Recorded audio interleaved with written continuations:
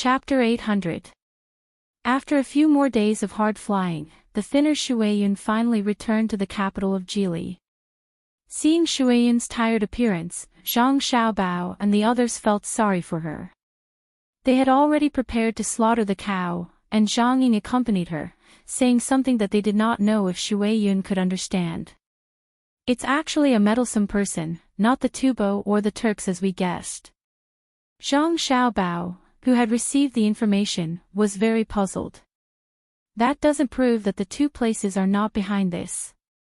500 people are probably not enough to fill the gap between the teeth of the slave army. Fortunately, I wrote a letter to tell them not to act rashly. Otherwise, if they were all wiped out, where would they find an excuse to send troops?" Wang Wan was very happy to see the information. This was good. With an excuse to send troops, they could mobilize the people in the Commander-in-Chief's office. Then, it would be the critical moment for the next step. Zhang Xiaobao also understood Wang Wan's plan. This time, she would take the soldiers away. Through the delicious food and drinks along the way and her commanding skills, she would be able to greatly impress the soldiers. When the time came, they would have more fighting strength. Even if some people could not be recruited because of their family members, they could spread the news of their strength to others through their mouths. If they attacked other places in the future, it would also be a blow to the morale of the other places. But there was still one more thing to solve. The Duo Eaters are not hostile to the Tang Empire yet. If we attack them, will there be diplomatic problems? How can they not be hostile? Cutting down our holoxylon shuttle trees is a provocation to us, an invasion of the Great Tang. Our Jili province is not the North military camp of the Northeast. The ones who should be thinking about diplomatic troubles are the Duo cannibals. They need to pay enough to appease the anger of the Great Tang. Wang Wan did not care about international relations. The current Tang Empire was still very powerful. Well, send a letter to the people participating in the exercise and tell them to be prepared. I believe that our friendship can pass the test of war. Seeing that Wang Wan insisted, Zhang Xiaobao naturally would not continue to object. As he spoke, he spread out the paper on the table and wrote a letter. Along with the letters sent to the surrounding governors' manors, there were also letters sent to the capital. The capital didn't have a spirit eagle like Shuaiyun, so they still didn't know the exact situation in Jinchuan. Pingzhou Pass had probably only just received the news and sent people to deliver the letters to the capital as quickly as possible. However, it would still take a long time for the letters to arrive. Li Longji had just finished discussing with Zhang Shuo and the others what they were going to do next. They were prepared to fully support Zhang Xiaobao and Wang Wan, at least in name. As for the deployment of troops, they would just treat it as normal training. If they did not do anything, the soldiers would get rusty. As a result, they were shocked by the news they received just as they were about to make a decision on Hebei province. Li Shi, Cuckoo is about to start a war. When Li Longji received the news, he was tasting his tea. This year's new tea had arrived, and there were many top-notch teas. Ever since he said that there was no need to send him the best tea every year, Li Longji was finally able to enjoy them. Otherwise, he would have to continue drinking the original first-class tea. Gao Lishir understood the emperor's meaning. Although the emperor only said a few words, he wanted to ask whether they should hold some kind of drill in Jiannan province. "Your Majesty, this subject believes that we cannot start a war in Jiannan province at this time. First, the troops there are not conscripts, they are the soldiers that the local judici recruited using the money collected from the local area. Just like what Xiao Bao and Cuckoo said, soldiers with conviction are the most reliable soldiers." Li Longji didn't say anything in response to Gao Lishir's words, but his eyes showed his approval. Nowadays, the capital and the surrounding prefectures were already recruiting conscripts. Although the treatment was not as good as that of Jili province, compared to recruiting soldiers, it was better to solve the worries of those who wanted to join the army. Therefore, the results were not bad. As for the work arrangements in a few years, one could be sent to the local government offices to serve as yamen runners, while the other could be sent to the business enterprises of the Zhang family and Wang family. This was what they had agreed on at the beginning. Gao Lisher continued, secondly, our great Tang should not say anything about this matter. Even if Xiao Bao is this subject's adopted son, the two of them are very important to our court. Jinchuan is not our great Tang's territory. Xiao Bao and Cuckoo sending troops is their business. If our court speaks up, wouldn't it be admitting that Jinchuan belongs to Great Tang? What would Tubo think? In fact, Li Longji also thought the same, but he didn't want to say it out loud. Xiao Bao and Cuckoo were helping him to guard a large area. If he didn't help at a crucial time, what would he do if the two little guys threw tantrums? But when it came from Gao Lisher's mouth, it was different. That's fine. I'll listen to Lisher's recommendation. As for Xiao Bao, I'll write a letter to them. I believe that the two of them also think the same. I'm just afraid that the other commander-in-chief's manners might not agree. Gao Lisher quickly took over the task. Li Longji also said, let the Jiangnan East Navy cooperate with the Hunan South Navy. The location is at the front line of Dengzhou. The news was quickly sent to Zhang Xiaobao. After reading it, he smiled and said to Wang Wan, Li Longji is telling us to send troops in his own name and give us compensation in other aspects. Now, it's up to the people of the Commander-in-Chief's manors to cooperate. When the people of the Commander-in-Chief's manors who were asked by Zhang Xiaobao and Wang Wan to cooperate with the drill received Zhang Xiaobao's request to hold the drill in Jinchuan, they didn't react at first. They only thought that Zhang Xiaobao and Wang Wan wanted to bring troops over to show off their past achievements. Considering that all the supplies along the way would be provided by Jili province and they didn't have to pay for it, and that they could help train the troops on the long journey, they agreed. But when the troops were out and on the road, the people in the capital who had accepted their bribes finally sent the latest news. What? There's news about Jinchuan. No, it must be that Zhang Xiaobao and Wang Wan's place is in danger. They want me to help them fight. But when he received the news, he immediately understood. He rolled his eyes and wanted to refuse to participate. The advisor beside him advised, we have to send troops. If we don't, the first place the two of them will attack is our Song Imo Commander-in-Chief's office. Besides, there probably isn't a big battle to fight over there. Otherwise, how could the two of them have the time to mobilize troops here? Chapter 801. Waves splashed on the shore, and the sound of gulls and egrets could be heard. With Jili province as the leader and other provinces as support, they came to the seaside and boarded the boat prepared by Zhang Xiaobao and Wang Wan. They looked at the place where the water met the sky and moved north against the current. However, at this moment, Tiu was also standing on the deck of a ship. His face did not reveal the excited expression of the other soldiers. In fact, he really wanted to stay in the Song Imo Commander-in-Chief's office, and take advantage of the fact that Zhang Xiaobao and Wang Wan were not here to stir up trouble. But he didn't dare to do so. It had nothing to do with Zhang Xiaobao and Wang Wan. It was mainly because of the Tang Empire's imperial court. To be precise, it was Li Longji's plan. He mobilized 60,000 soldiers from Hunan province to hold a drill in Dengzhou. At the same time, he also took out 6,000 navy soldiers from Jiangnan province. If one were to travel by land from Jili to Dengzhou, it would take about a month to travel on horseback. But if one were to travel by water, it would only take a few days. Who would dare to make trouble for Jili? Perhaps the strong army of the Great Tang would arrive before the soldiers were ready. Li Longji is a stupid emperor. He will regret it one day if he doesn't take the opportunity to weaken Zhang Xiaobao and Wang family. Tiu rubbed his face that was a little numb from the salty sea breeze and said confidently. Zhang Xiaobao didn't care what Tiu thought. He didn't have the time. He was busy with the logistics plan.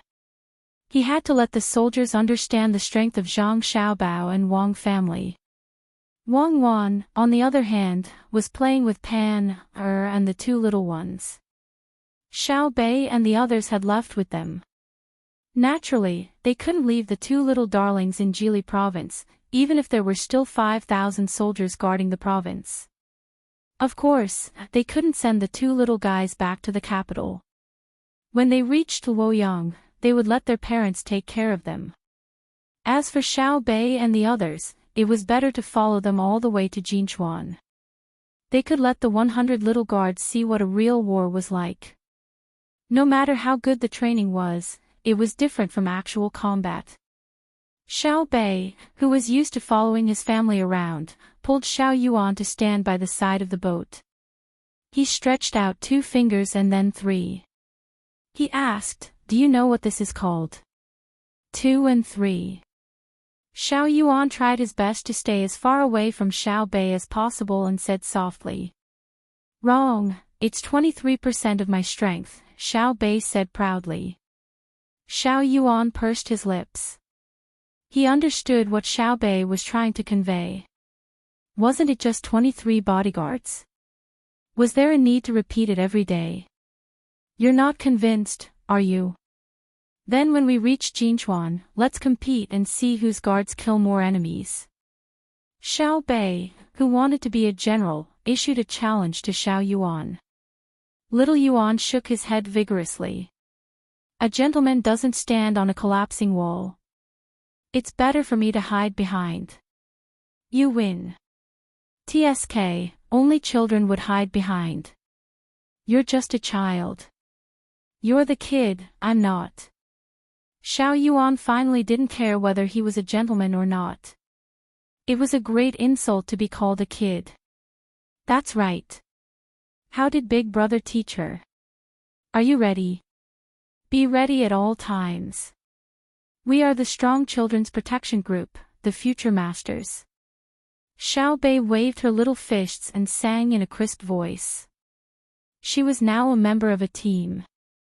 Xiao Yuan also hummed a few words. But after thinking about it, he was still worried. Can we really do it? Of course. Why don't you lend your 11 people to me first? Cooperation is the foundation of victory. The minority obeys the majority. I have more people, so your people have to obey me. Xiao Bei's purpose was finally exposed. After saying this, he suddenly rubbed his stomach. Let's eat. Let's go. Don't waste time. After eating, we still have to listen to the story. The matter we talked about just now is settled. What matter? Xiao Yuan didn't want to give up the military power, so he pretended not to know. Lend the soldiers. It's an adult matter. Let's go, or we won't be able to hear the story. Xiao Bei hurriedly pulled Xiao Yuan and ran into the cabin. Even children knew how to control the military power, so it was impossible for adults not to know. The generals who followed Zhang Xiaobao and Wang Wan out of the various prefectures were repeatedly told before they left that they could slightly cooperate with Zhang Xiaobao and Wang Wan, but they definitely couldn't let the two of them obtain the military power. From the moment they sat on the ship, each of the generals appeared to be very nervous. The fear of water and the unfamiliarity of Jinchuan made the hearts of the soldiers who were far away from home fluctuate. If that was the case, they and the other generals wouldn't have to worry. But when they didn't have any good ideas, Zhang Xiaobao and Wang Wan actually sent many people to contact the soldiers here. They talked about the scenery along the way, talked about the various places they would pass by, and talked about the famous people who had appeared in the past and present. They introduced the situation at Jinchuan and talked about the measures to deal with seasickness. They had never seen such an army. Other than going to war, they still had to talk to the soldiers. Pressure, a lot of pressure. They didn't know if they could continue to control the soldiers when the time came. The gathered generals considered this and kept glancing at each other, but they didn't have any ideas. If they were asked to do the same thing, they admitted that they couldn't do it. During the meal, one of the generals finally couldn't hold back the worry in his heart and whispered to another person beside him, "General Mo Na, did you suddenly ask us to gather at the cabin tonight? Should we go or not?" The person who was called Mo Na couldn't make a decision at the moment. Now that they had left their hometown and no one was around, they had to be careful. He replied, "Let's talk about it later. I'm just worried that we don't have to worry about food and water here. Will the soldiers not have enough to eat? This time, there are a total of more than 40,000 people here. It's difficult to make good supplies." The person who asked the question also nodded, "That's right. There are 5,000 guards in Jili province. 3,000 went to the north. I don't know what they did, but 1,000 disappeared for no reason. Only 1,000 are with the troops. I don't know how big the battle at Jinchuan is. I heard that the flames of war have been going on for a few days. Maybe they have already started the battle. They deliberately didn't light 3 flames to deceive us. When the battle really starts, I hope you can help." His guess was right. The battle had indeed started. Logically speaking, there should be 3 flames of war. However, whether it was Han Xianfeng, Zhang Xiaobao, or Wang Wan, they didn't want to do that. 2 flames could be a reminder, but 3 flames would make the people in the imperial court who didn't know the specific reason uneasy. Of course. Mo Na was also nervous. He always felt that he was being schemed against. The generals had different thoughts when eating, but the soldiers under their command lived very well. According to Zhang Xiaobao and Wang Wan's understanding, northerners usually had a strong appetite, so the food prepared for the soldiers was a little salty. Coupled with the light soup, the taste was something the soldiers had never tasted before. Giamos made of marinated donkey meat, pickles in jars, and soup with cucumber, egg, and fungus were 3 simple dishes. All the soldiers ate until their stomachs were bloated. They couldn't stop cheering. However, when the person sent by Kutiyu to investigate came back, Kutiyu felt more and more uneasy. Usually, in the army, he didn't give his subordinates donkey meat and good biscuits, let alone soup with fungus. Many soldiers probably didn't even know what fungus tasted like since they were born. How could fungus be eaten by ordinary people? It seemed that Zhang Xiaobao and Wang Wan were scheming something big. He thought about how he had always lost in the several confrontations. Suddenly, he was worried and unconvinced. He waited until night came and discussed with the generals before he could unite to deal with the 2 of them. The ship was not slow. Even if it was against the current on the water, it didn't stop at all. In addition to the full sail, the wheels on both sides of the ship were also turning non-stop. Zhang Xiaobao didn't have to take all the supplies from his own home. In that case, the loss of freight would be even greater. Along the way, he bought directly from the places on both sides of the river. The current season was a good time for several kinds of vegetables. He sent people to spread the news that he was buying a large amount of goods. There were naturally clever merchants who would think of ways to collect enough ingredients and send them to the place. As a result, the prices on both sides of the Yellow River rose by a lot. Zhang Xiaobao didn't have the leisure to think about how much the passing by could increase the economy on both sides of the river. He was thinking about how to deal with Kutiyu.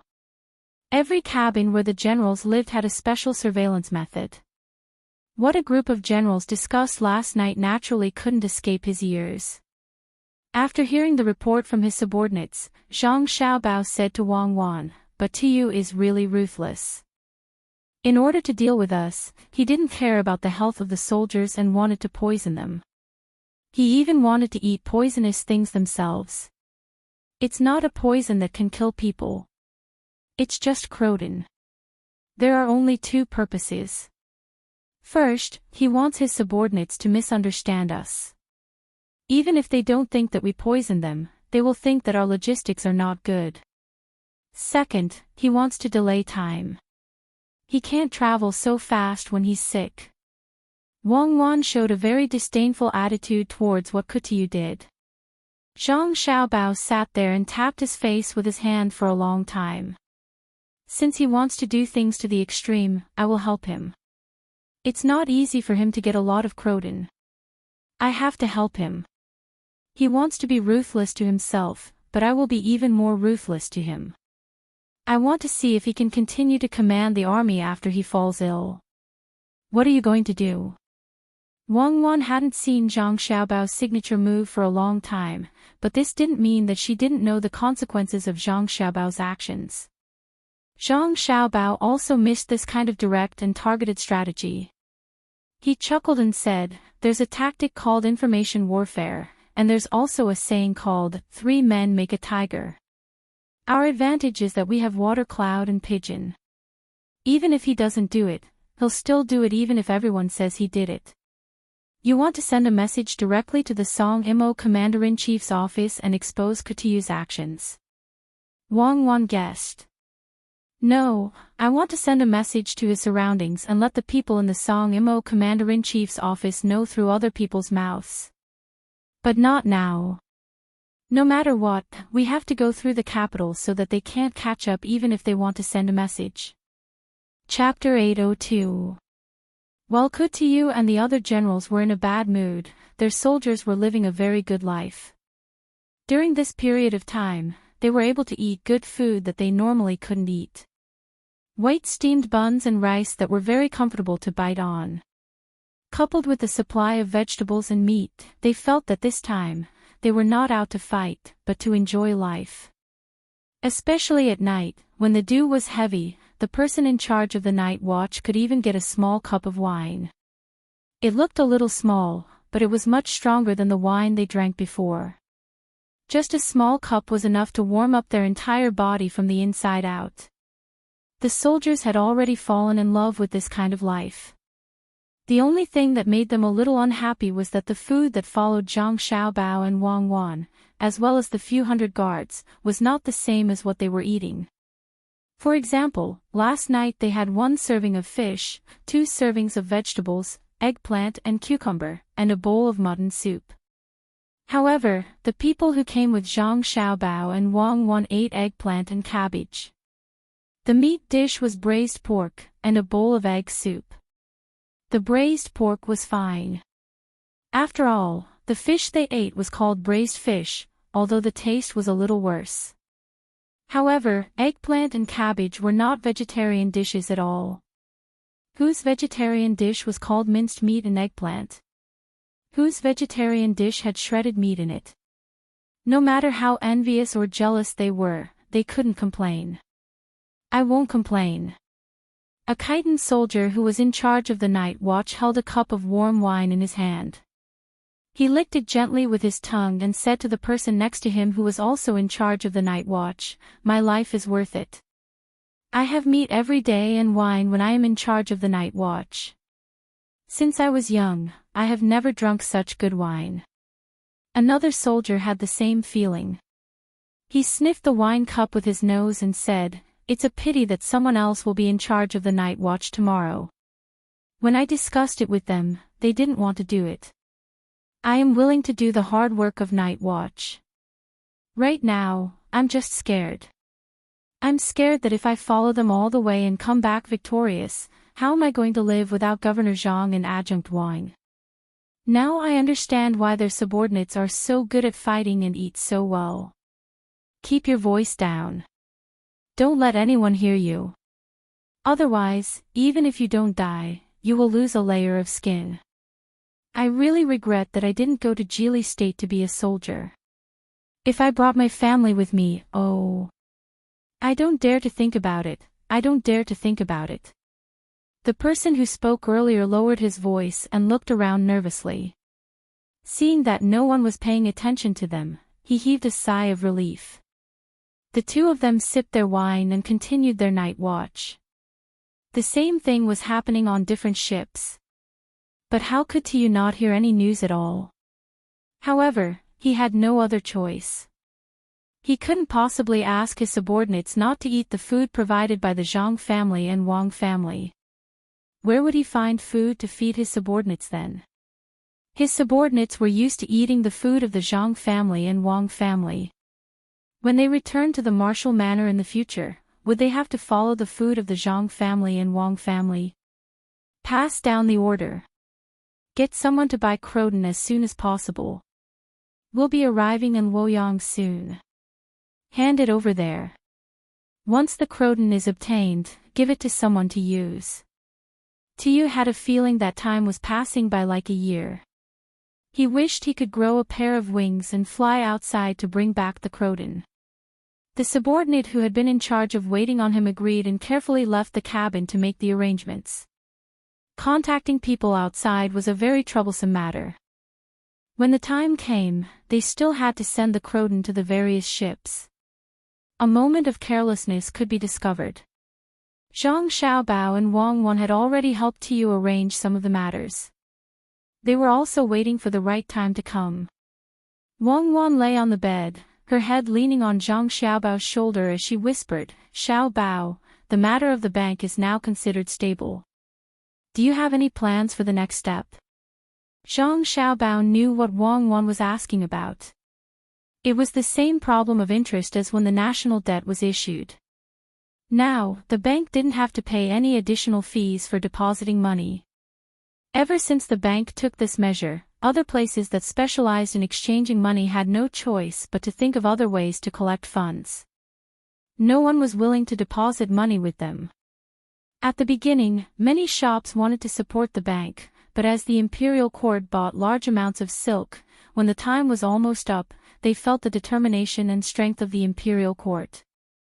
Seeing that other people were coming to take a large amount of money and transfer it to the bank, they had no choice but to follow the Great Tang Bank's policy of exchanging and storing without any fees.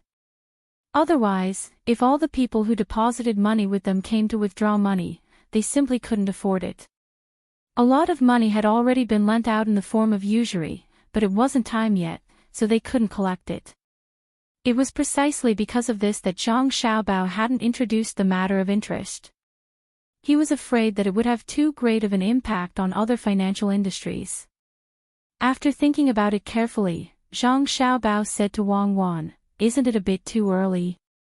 You have to know that once interest is paid on deposits, it means that the currency has begun to depreciate. In order to make the people feel that their money hasn't depreciated, we have to increase productivity.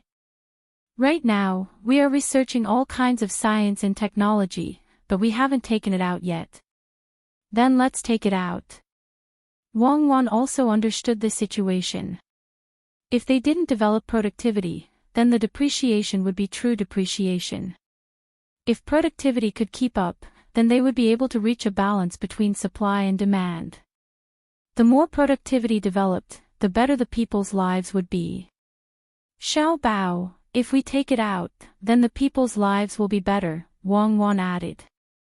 "Even if it's better, they won't be satisfied. Have you read history books?" "I haven't studied it systematically, but I know the thoughts of human life. In the past, it was just liberated, right? At that time, 1 cent could buy a large piece of fermented bean curd. What about us at that time? We didn't have a cent or a cent. 1 piece of fermented bean curd was $1, and it was still small. It should be considered a devaluation of the currency, a devaluation of more than 100 times. But at that time, the money we earned was very little, only a dozen or so dollars a month. At that time, we earned close to $10,000 a month, and that was considered low. But at that time, the people complained that the price of goods was too high. Because luxury goods were expensive, some people earned more money. What's that saying again? It's called, "Don't worry about scarcity, but worry about inequality." Do you mean that in order to let the people live in the happiness of undeveloped productivity forever, you don't want them to transition to an era of inequality where they can eat a lot of food and wear beautiful clothes? I don't agree. When Wang Wan heard Zhang Xiaobao's words, she wondered what he was going to do. But she also knew very well that if one wanted to rely on someone's power to interfere with the development of the era, they could only delay it, but they couldn't stop it. Zhang Xiaobao shook his head. I don't agree either. What I mean is that if we develop productivity well, others won't appreciate our kindness. Why should we release all the technology at once? Let's do it bit by bit. If we release a little bit, we can earn a lot of money. The investment in scientific research is not small. In order to have more money to invest in benefiting the people in the future, we need to continue to accumulate a lot of money. We can't burden the imperial court, and we can't exploit the working people. So, the interest matter can wait. It can be considered as helping the financial industry. Okay, why are you looking for excuses? Can't you just say that you want to make money? Why do the words sound so strange when they come out of your mouth? Sure enough, there's no good person in business. Wang Wan was confused by Zhang Xiaobao's words just now. When Zhang Xiaobao finished speaking, she understood that he was just looking for excuses. Right, who's a good person in business? They're all officials. Good people, good officials, right? Zhang Xiaobao muttered. I don't have anything to say to you. Go to sleep. Move over there. Don't take your arm away. It's still a pillow. Wang Wan also muttered. She pulled Zhang Xiaobao's arm and put her head on it. It's numb, it's numb. Tomorrow, we have to provoke them and let them be firm in their thoughts. I heard that some girls get married and have children at the age of 13 or 14. We're almost there, right? I heard that eunuchs don't have to worry about this kind of thing for their entire lives. I can help you. At dawn the next day, Xiao Bei and the rest of the little guys started to train their 100 teenage bodyguards again.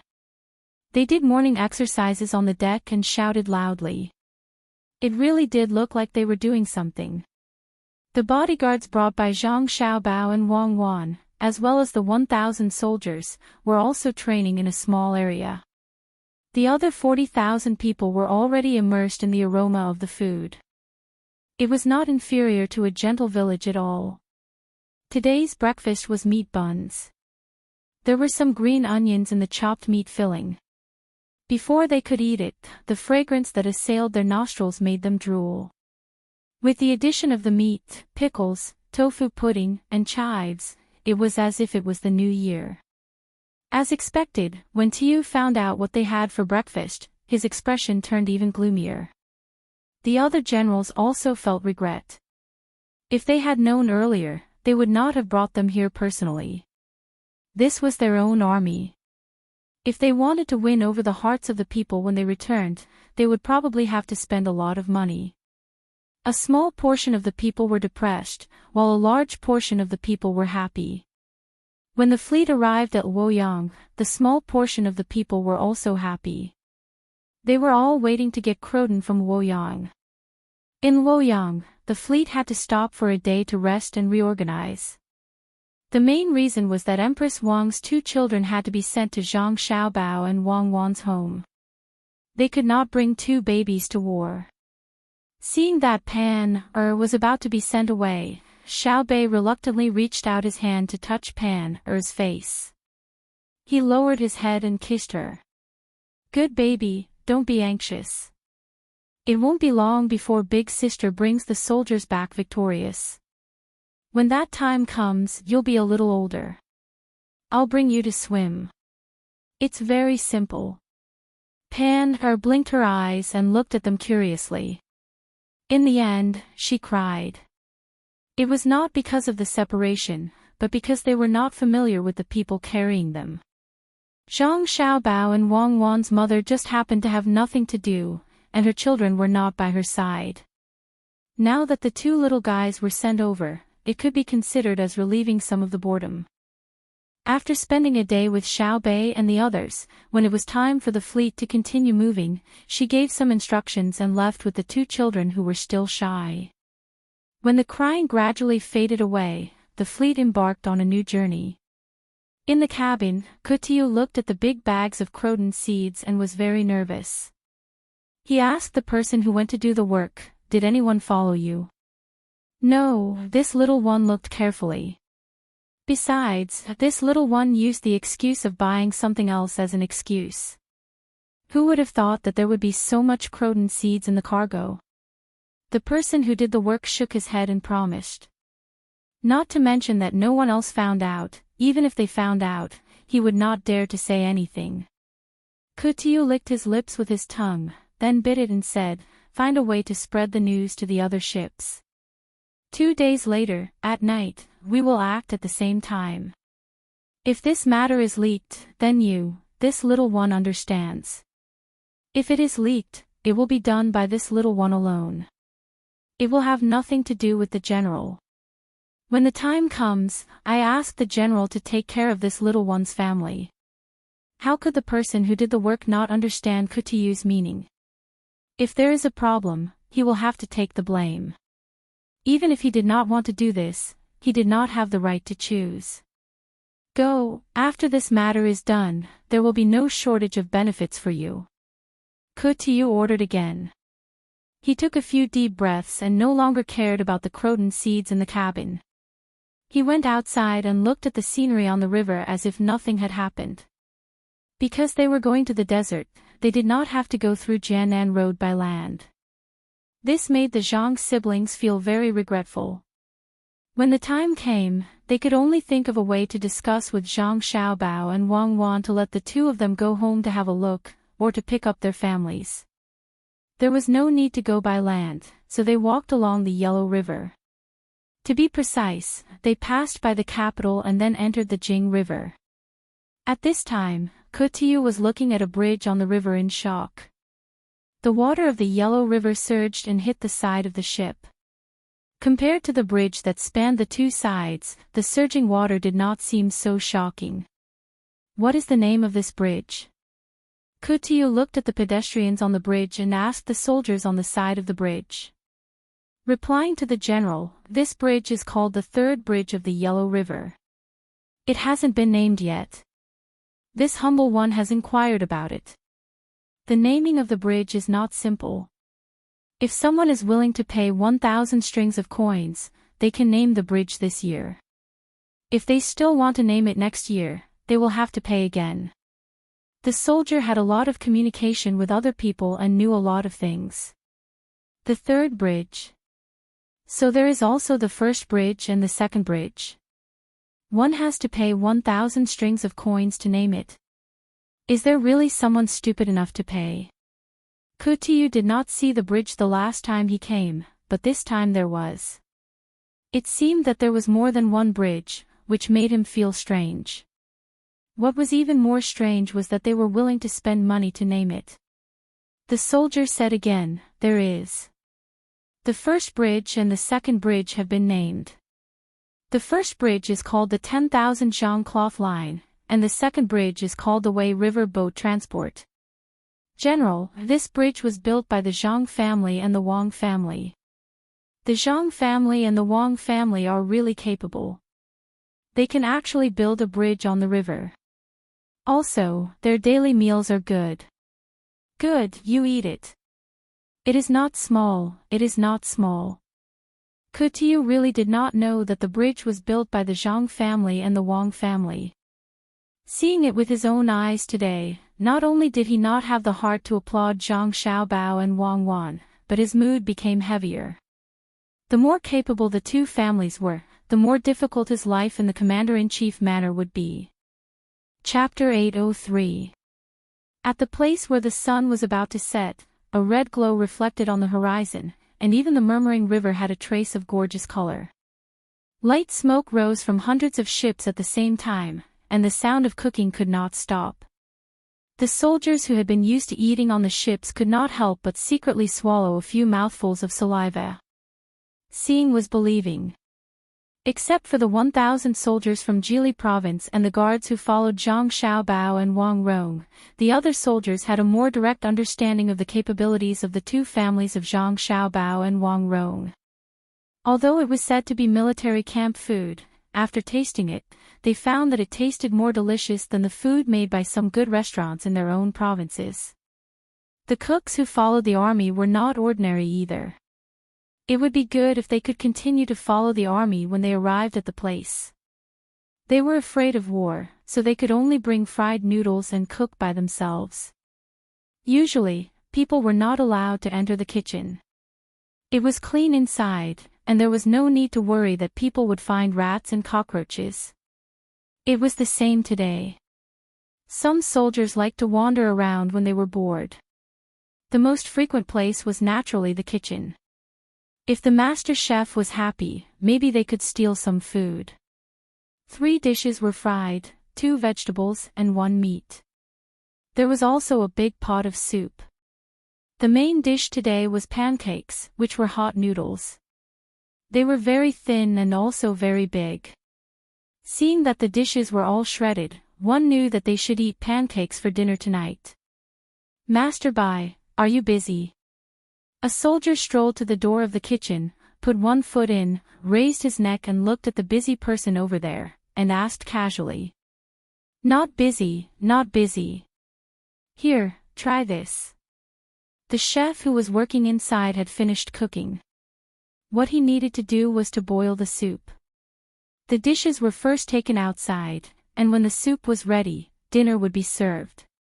While preparing the ingredients for the soup, Master Bai put a prawn in front of the soldier's mouth. The soldier quickly opened his mouth and chewed vigorously. He stuck out his thumb and praised, "Delicious, Master Bai's prawns are delicious. There's still soup left. Tonight, we're going to have a good time again. Master Bai, I really don't want to eat your dishes. What if I can't eat them in the future?" "You can't stop your mouth from eating. Soon, the soup will be ready in a while. You can carry it over after flipping the flour." Master Bai chuckled. Even though he knew that the words of others were not true, he was still happy. Who wouldn't be happy when praised? They said that the soup was ready, so they filled a few large buckets and let the soldiers on the ship carry them out. The soldiers who carried the buckets were a little unfamiliar to the chefs in the kitchen. In the past, it was always a fixed soldier who carried the buckets, but today it was changed. After asking, they said that they would continue to change in the future. They couldn't always let a certain group of people do more work. Learning from Zhang Xiaobao and Wang Wan when they were leading the army, in the spirit of sharing weal and woe with the soldiers, the generals of the 40,000 soldiers also ate the same food and were not picky about their food. Actually, there was no excuse to be picky about the food. Was there a need to be picky about the food prepared by the chefs of the Zhang family and Wang family? The food of the generals was the first to be delivered. However, when they suddenly saw the bowl of soup in front of them, they took 2 deep breaths and gritted their teeth. When they broke the bowl, they immediately gulped it down into their stomachs. They didn't touch anything else, otherwise, it would be more troublesome later. Just as the generals tacitly drank the bowl of soup and didn't eat anything else, the chefs on each ship suddenly started to eat again. Master Bai, who had just fed the soldiers prawns, instructed his little disciple beside him, "Go and tell the generals not to drink the soup." There was a mistake. Today, they should be drinking seafood soup. The ingredients of the soup just now were mixed up. "Go quickly." The little disciple didn't know what was going on behind his back. He hurriedly ran out and shouted at the generals who were preparing to eat. When some of the generals heard that there was a better seafood soup, they immediately stopped what they were doing and waited happily. They rolled up the pancakes one by one and prepared to eat them later. Only a small portion of the generals' expressions changed. It was a very small portion, so small that they were only in charge of carrying the food. What soup is different? Even the swill poured by the chefs of the Zhang family and Wang family is better than the signature dishes of ordinary small restaurants. There's no need to spend so much money. Everyone, drink. We'll drink this. A person in charge of carrying the food picked up a spoon and began to ladle soup into the bowls of others. The person in charge of delivering the news was anxious. "You can't drink it." The master said that the ingredients were mixed up. "If you drink it and get sick, he won't care." The people who were prepared to drink the soup boldly began to hesitate. At this time, the person in charge of delivering the news said, "The soup will be ready soon." Wait a moment. There are a lot of prawns in the soup. If you drink the soup now and drink the other soup later, you won't get sick. After the person in charge of delivering the news, everyone stopped what they were doing. Even the people carrying the food didn't continue to insist. They looked at the soup in front of them, sighed, and began to roll up the pancakes like the others. The news quickly reached Kutuyu's ears. When he heard that the soup was changed, he didn't feel anything. When the person in charge of handling the matter came to him and told him about his plan, Kutuyu finally understood. It's bad. Did someone find out? Why didn't you put it in the dish? Kutuyu asked the person in charge of handling the matter. General, I didn't see anyone else. If someone found out, wouldn't they expose it? I also want to put it in the dish, but it's too obvious to put it in the dish. If it's not evenly mixed, it can be found at a glance. If you eat it again, the taste will be different.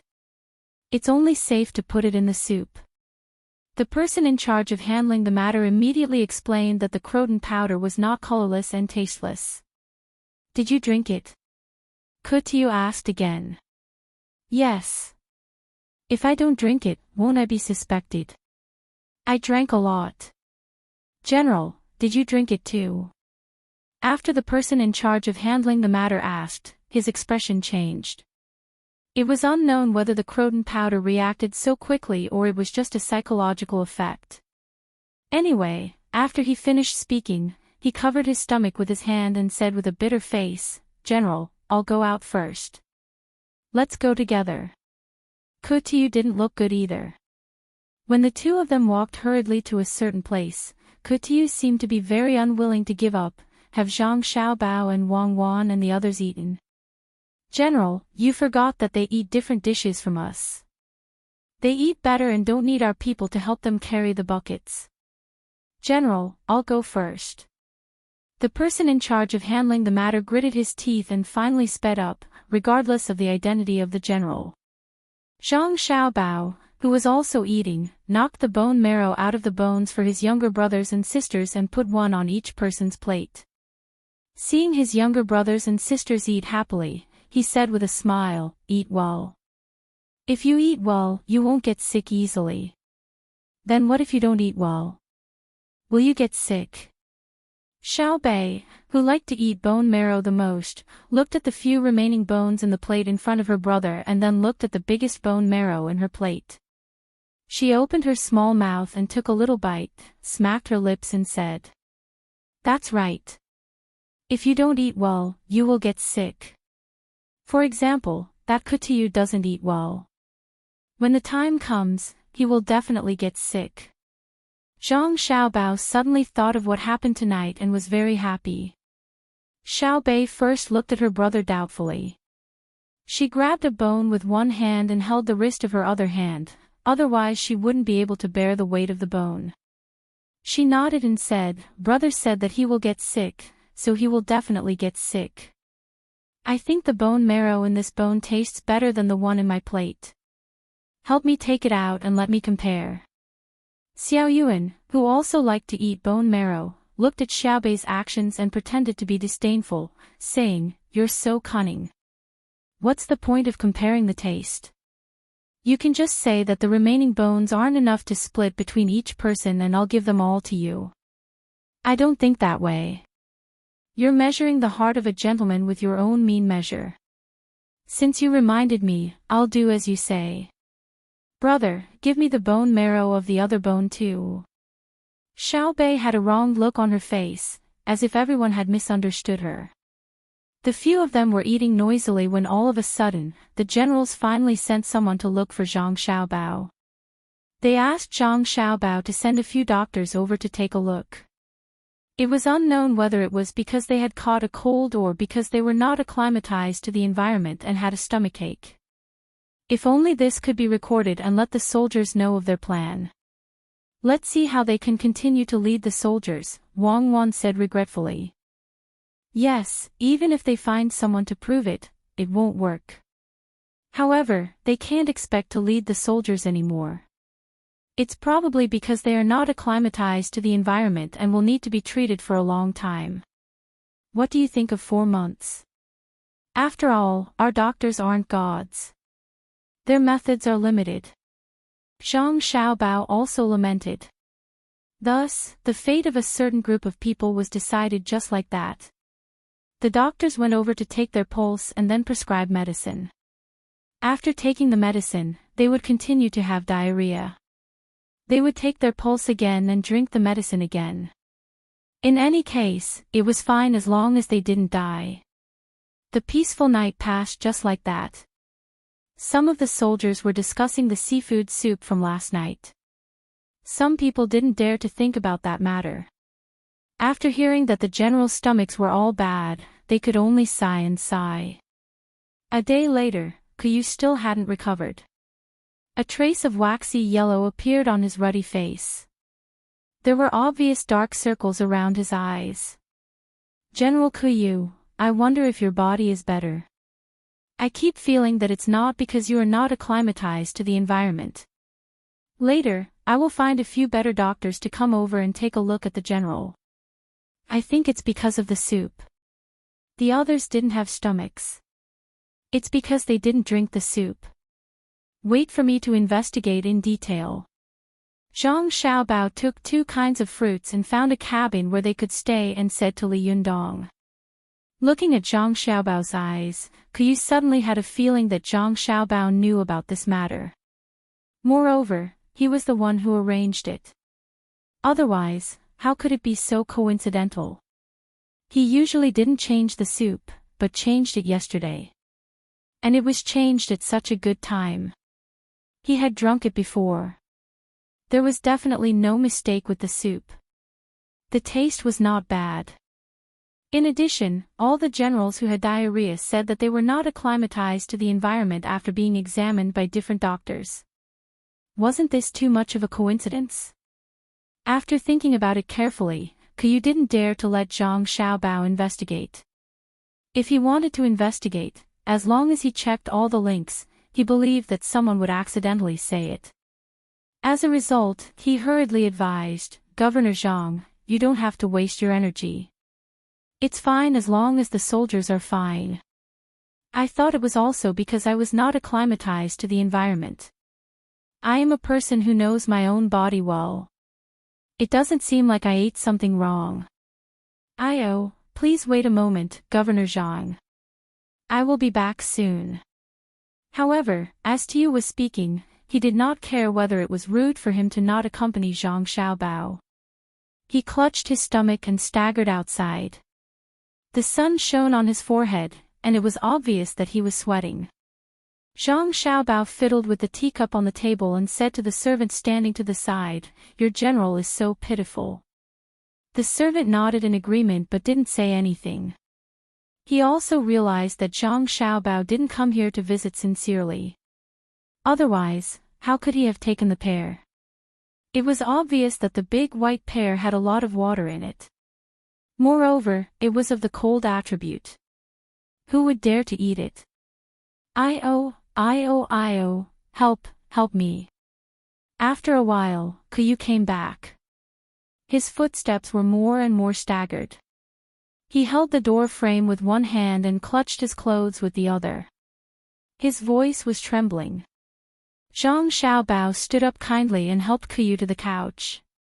He asked with concern, General Kuyu, why don't you go back to the Song Imo Commander-in-Chief's office first and get someone else here? Otherwise, how will you command?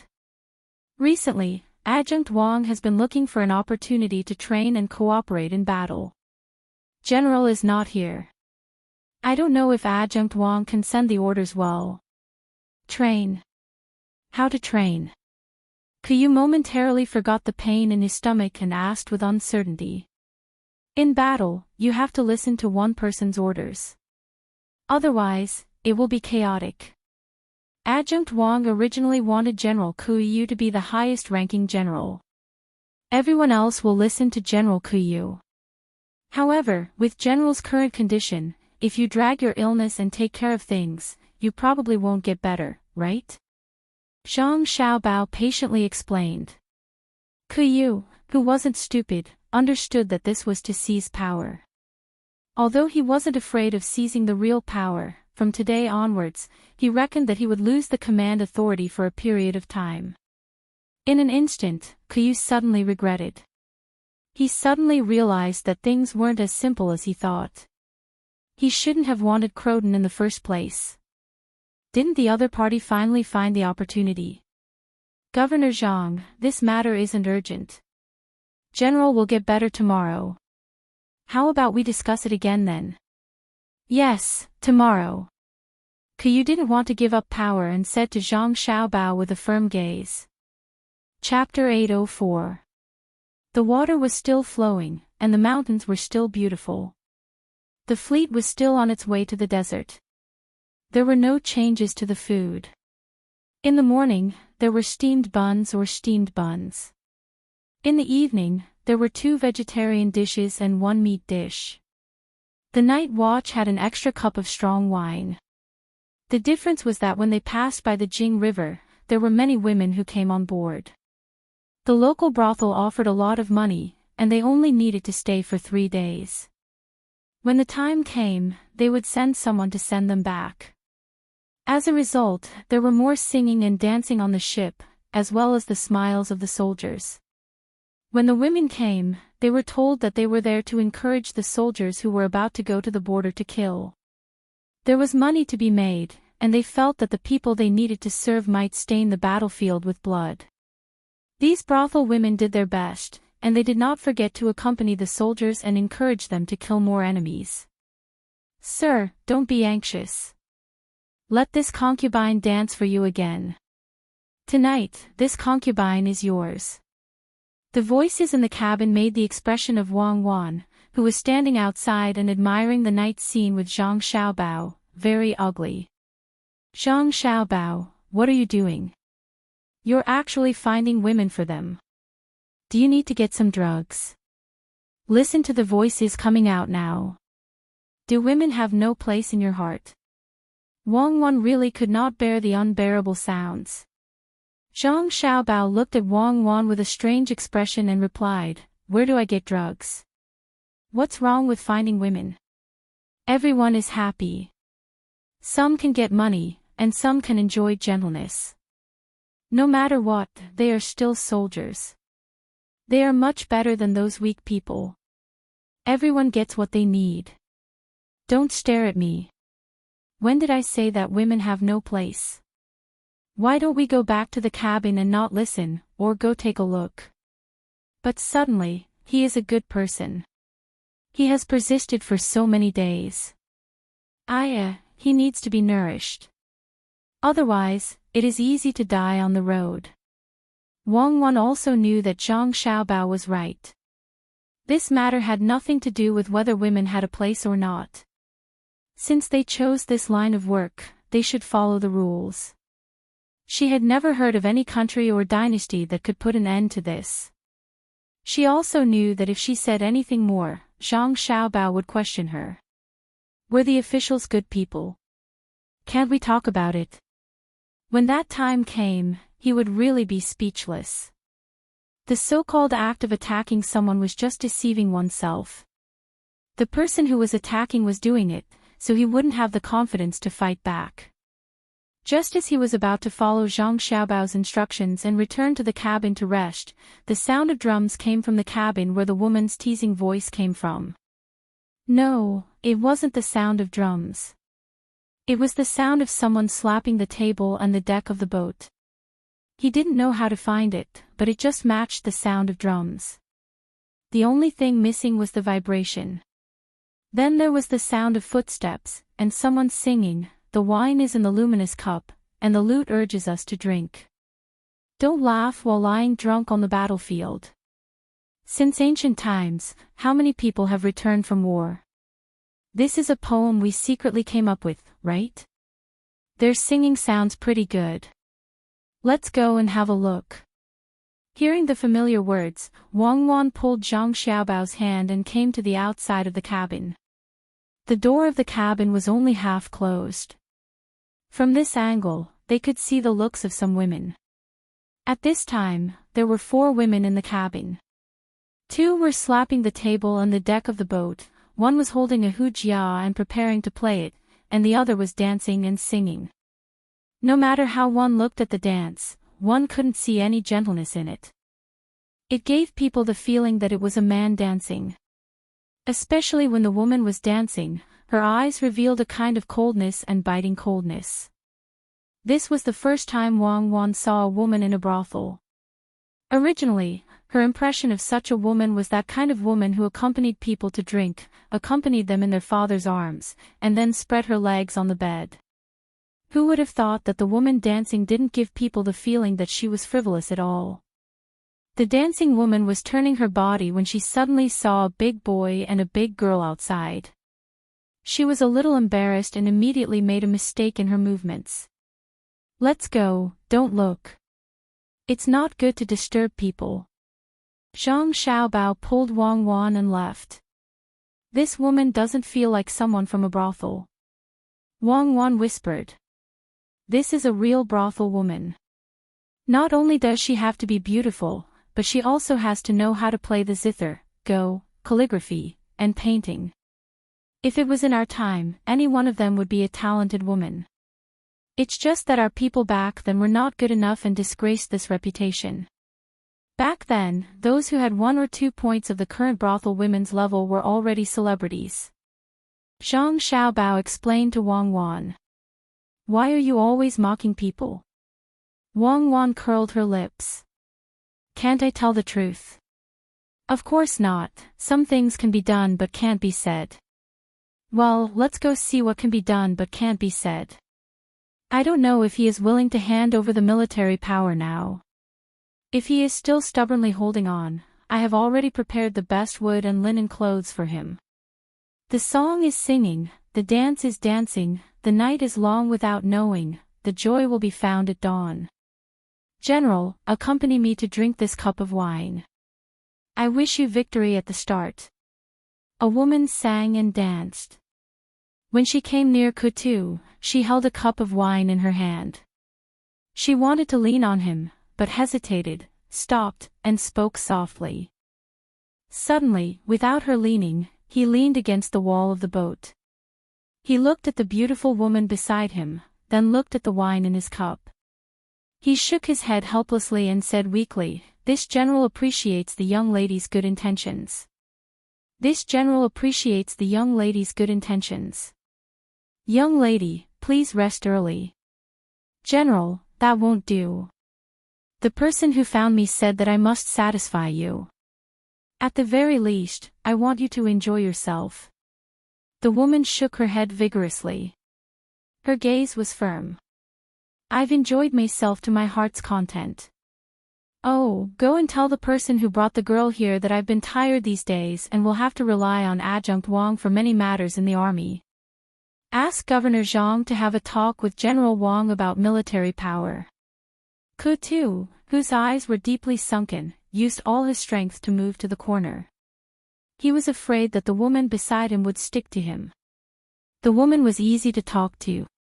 She drank the wine herself, got up and walked out while saying to Kutu, "Then this concubine will take her leave for now. If the general misses this concubine, send someone to find this concubine and I will come immediately." "Okay, sure, sure."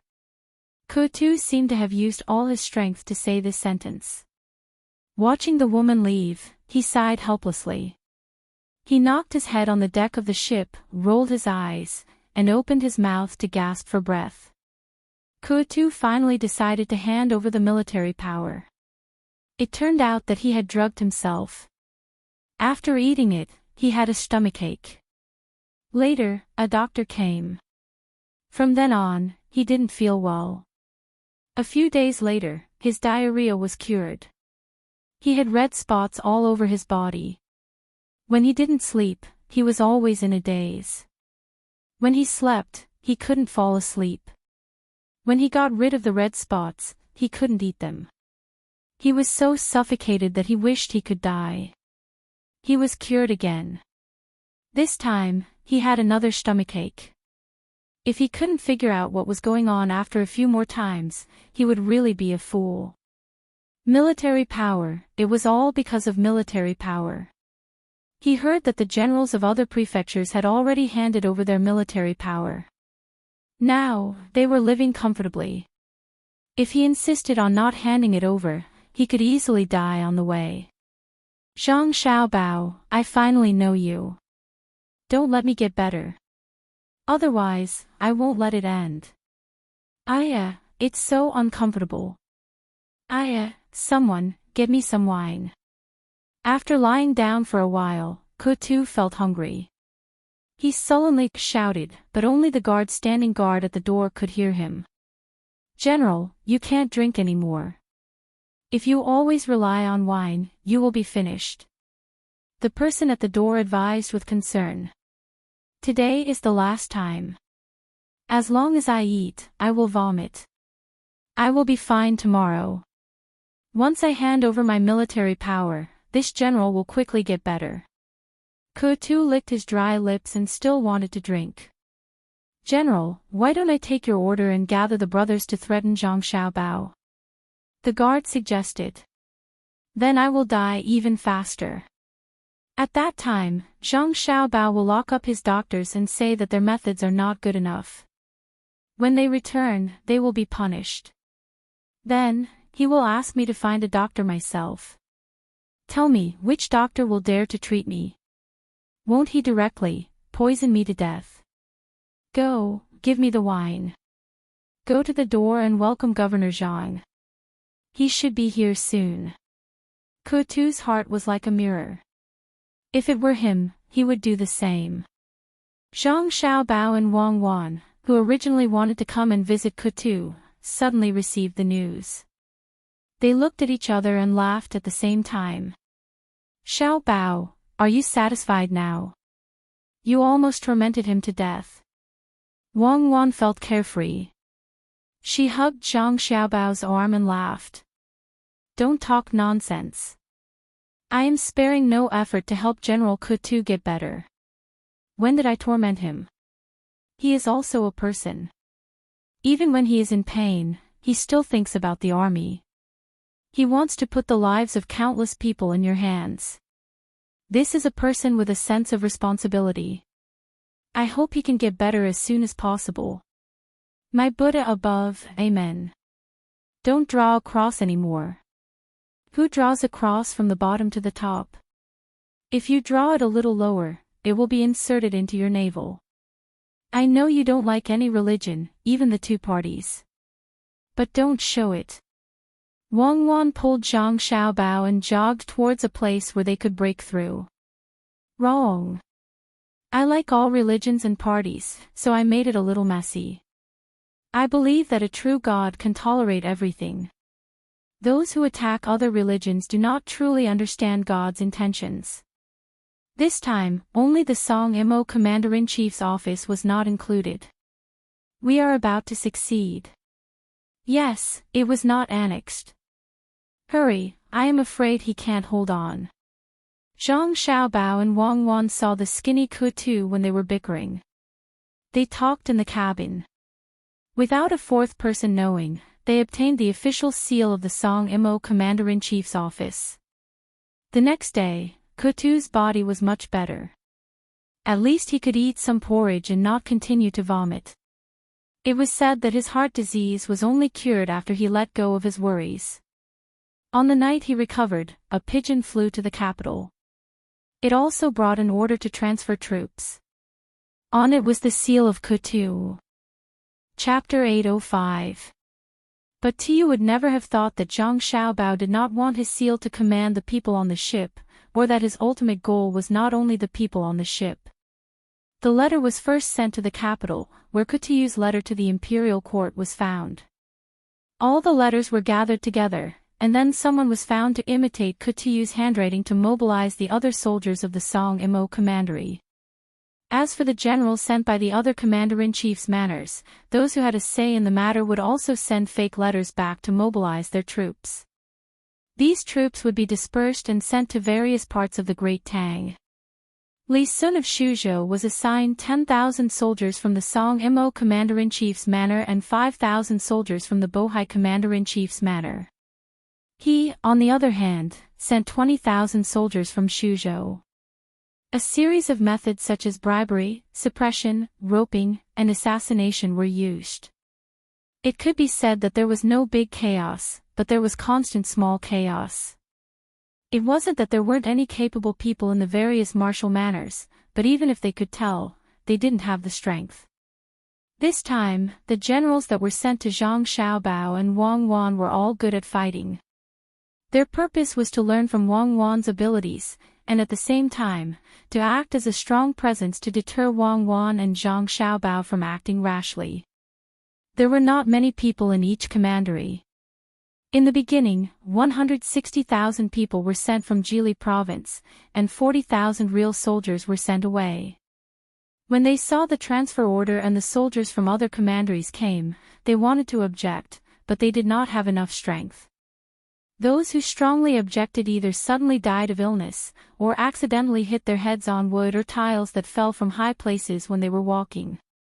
Some people suddenly became rich, and the things they used were the same as the Tang Empire's ministers. These people were inclined to let the Tang Empire and the Tang Empire's military force exchange. In the name of sending soldiers into the Tang Empire, they could know the Tang people's livelihood, and lead the Tang soldiers into the Tang Empire, so they could know the Tang army's military force. He had seen their battle prowess, but he was not clear about their specific battle prowess. However, the weapons and armor they used were not just a little bit better than those of the martial manor. This was especially true for the soldiers from Shuzhou. Their discipline was so strict that they could be ordered around like an arm.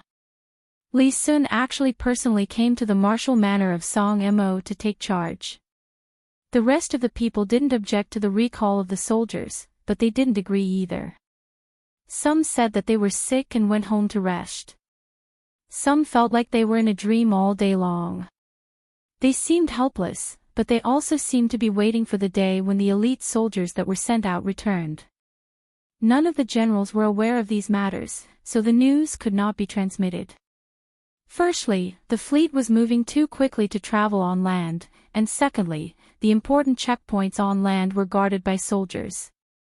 All non-tangtang fast horses were stopped, and this was even more so on the rivers. When Kutuyu's body was completely healed, and the fleet was only a few days' journey from the shore to the desert, and when he regained his military power, the commander-in-chief's mansions in Hebei province were basically settled. Letters were sent back and forth between the capital and Jili prefecture. When the Bohai commander-in-chief manor sent someone to deliver a letter saying that this autumn, the commander-in-chief manor was willing to pay the taxes of the 5 capitals and 62 prefectures, Li Longji felt like he was in a dream. How could this be? Li Longji shook his head vigorously and confirmed the matter in the letter again. He seemed to be talking to himself. Your Majesty, it's already midsummer. Back then, Xiao Bao and Cuckoo promised Your Majesty that the Bohai commander-in-chief manor would pay the taxes this year, Gao Lisher explained. I know they said it, but what I want to know is not what they said, but why is the Bohai commander-in-chief manor willing to pay? Is it because they said it the reason? Could it be that they said that I can fly in the sky tomorrow, and I will also? Oh, I have already flown once. Let's not talk about flying or not, what other methods did they use? They can't be afraid of the Bohai commander-in-chief manor just because Bai sent 10,000 soldiers to the Bohai commander-in-chief manor. There are hundreds of thousands of people there. If they lose 5,000 soldiers, they will have 10,000 more soldiers. They will still have the strength to fight. Li Longji spoke smoothly, but his eyes were full of confusion. How could such a difficult thing be done by Zhang Xiaobao and Wang Wan as if it was a game? That was the Bohai commander-in-chief manor, far away from Jili prefecture. Even if the Great Tang wanted to attack, it was too far away. Could it be that he was moved by Zhang Xiaobao and Wang Wan's portraits? The 2 children were good-looking, and there were portraits of them since they were young on the wall, but this was definitely not the reason. When Gao Lisher heard the emperor's words, he had an impulse to laugh, but he suppressed it and explained, "Your Majesty, of course, it is not Xiao Bao and Cuckoo's words, but they will do what they say." A few days ago, Liu Zhou sent another 20 gunships to the Bohai Bay to fight the pirates. They killed more than 1,100 pirate ships, killed countless pirates, and gave a large amount of silk to the Bohai Commander-in-Chief Manor to help the people who were hurt by the pirates. The Bohai Commander-in-Chief Manor did not only send 5,000 soldiers, but 15,000. The other 10,000 soldiers followed Xiao Bao and Cuckoo to protect the desert near Jinchuan. Your Majesty can think of it this way. The Bohai Commander-in-Chief Manor lost 15,000 soldiers. Although the loss of 5,000 soldiers was too sudden for him, and they were transferred away without his order, it was still too little. How many soldiers could there be in a few 100,000? Their navy and pirate ships were almost no match for the pirates, so Xiao Bao and Cuckoo sent out gunships to help him. I guess the great martial arts commander-in-chief was moved by the selfless help of our heavenly soldiers. Your Majesty, you are very kind. Ah. You sent 20 gunships to kill all the navy of the Bohai Commander-in-Chief Manor. No, you wiped out all the pirates. You also gave a lot of silk, which should be collected from the nearby state capital, right? Why didn't I know? Li Longji finally understood. No wonder the great martial arts commander-in-chief, who wanted to fight against the great Tang, suddenly became easy to talk to. They took the initiative to pay the taxes and no longer wanted to establish normal trade with the great Tang.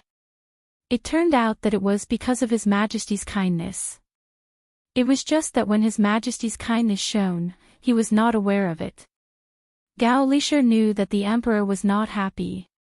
The main problem was not whether the emperor knew the situation over there or not, but that the difficult thing became simple in the hands of Xiao Bao and Cuckoo. It was a bit of a blow to the emperor. He hurriedly tried to persuade, Your Majesty. At that time, Your Majesty said that Xiao Bao and Cuckoo were fully in charge of the matters in the north of Hebei province. They did not need to report too much and only send a letter when the imperial court sent troops. Therefore, Your Majesty did not know. I only knew about it the day before yesterday. I was afraid that the great martial arts commander-in-chief would not submit a letter to the capital, so I did not directly tell Your Majesty. Your Majesty, it seems simple, but it is not. Xiao Bao and Cuckoo used almost half of the wealth of the Zhang family and the Wang family for this matter.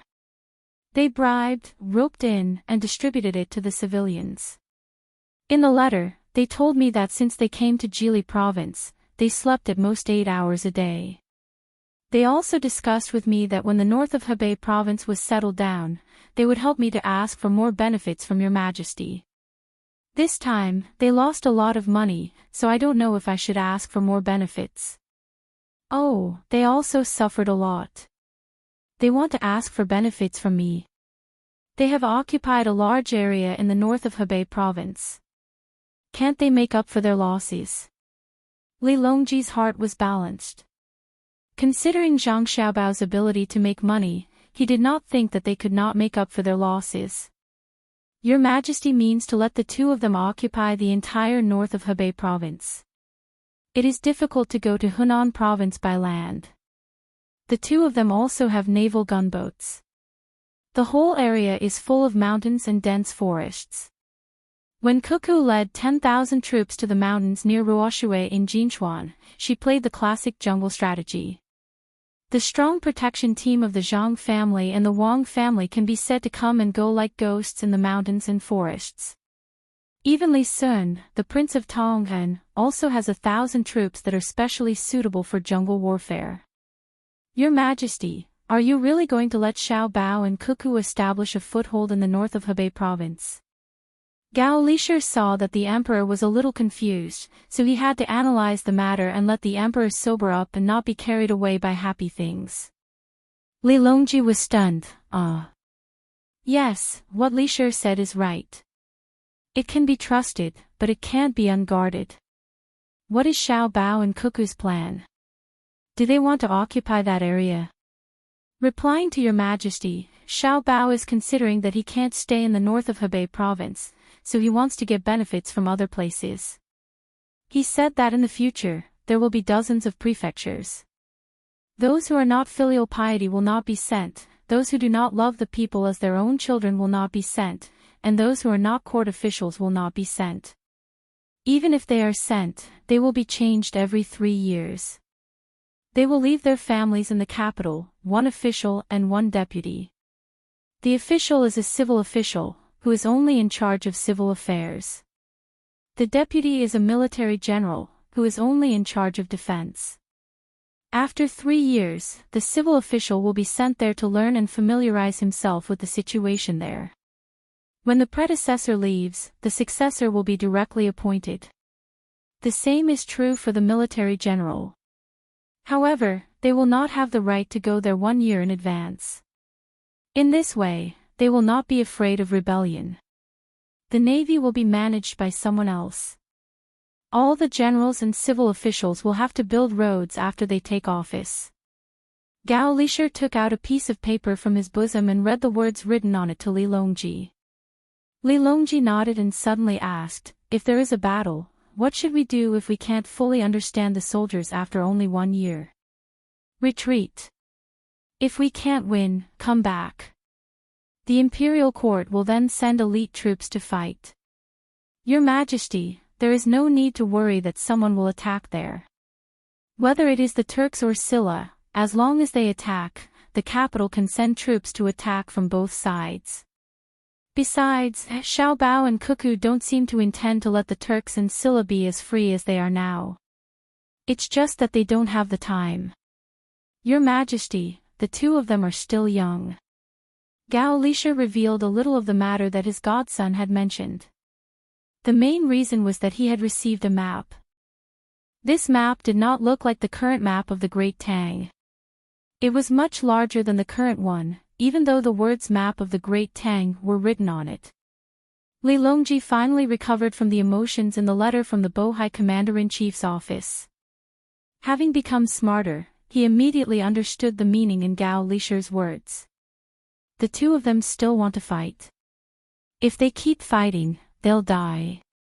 It doesn't seem like many people will die. The side that dies the most is the other side. Did the two of them mention anything about benefits? They didn't say. If Xiao Bao did. Your Majesty, you will definitely. Gao Lisher stuttered and did not finish his sentence. Li Longji understood. If Xiao Bao mentioned benefits at this time, he should think of a way to stop him. He could not let him easily achieve his goal. He did not believe that he would lose every time. Lisher, find some time to write a letter to the two of them.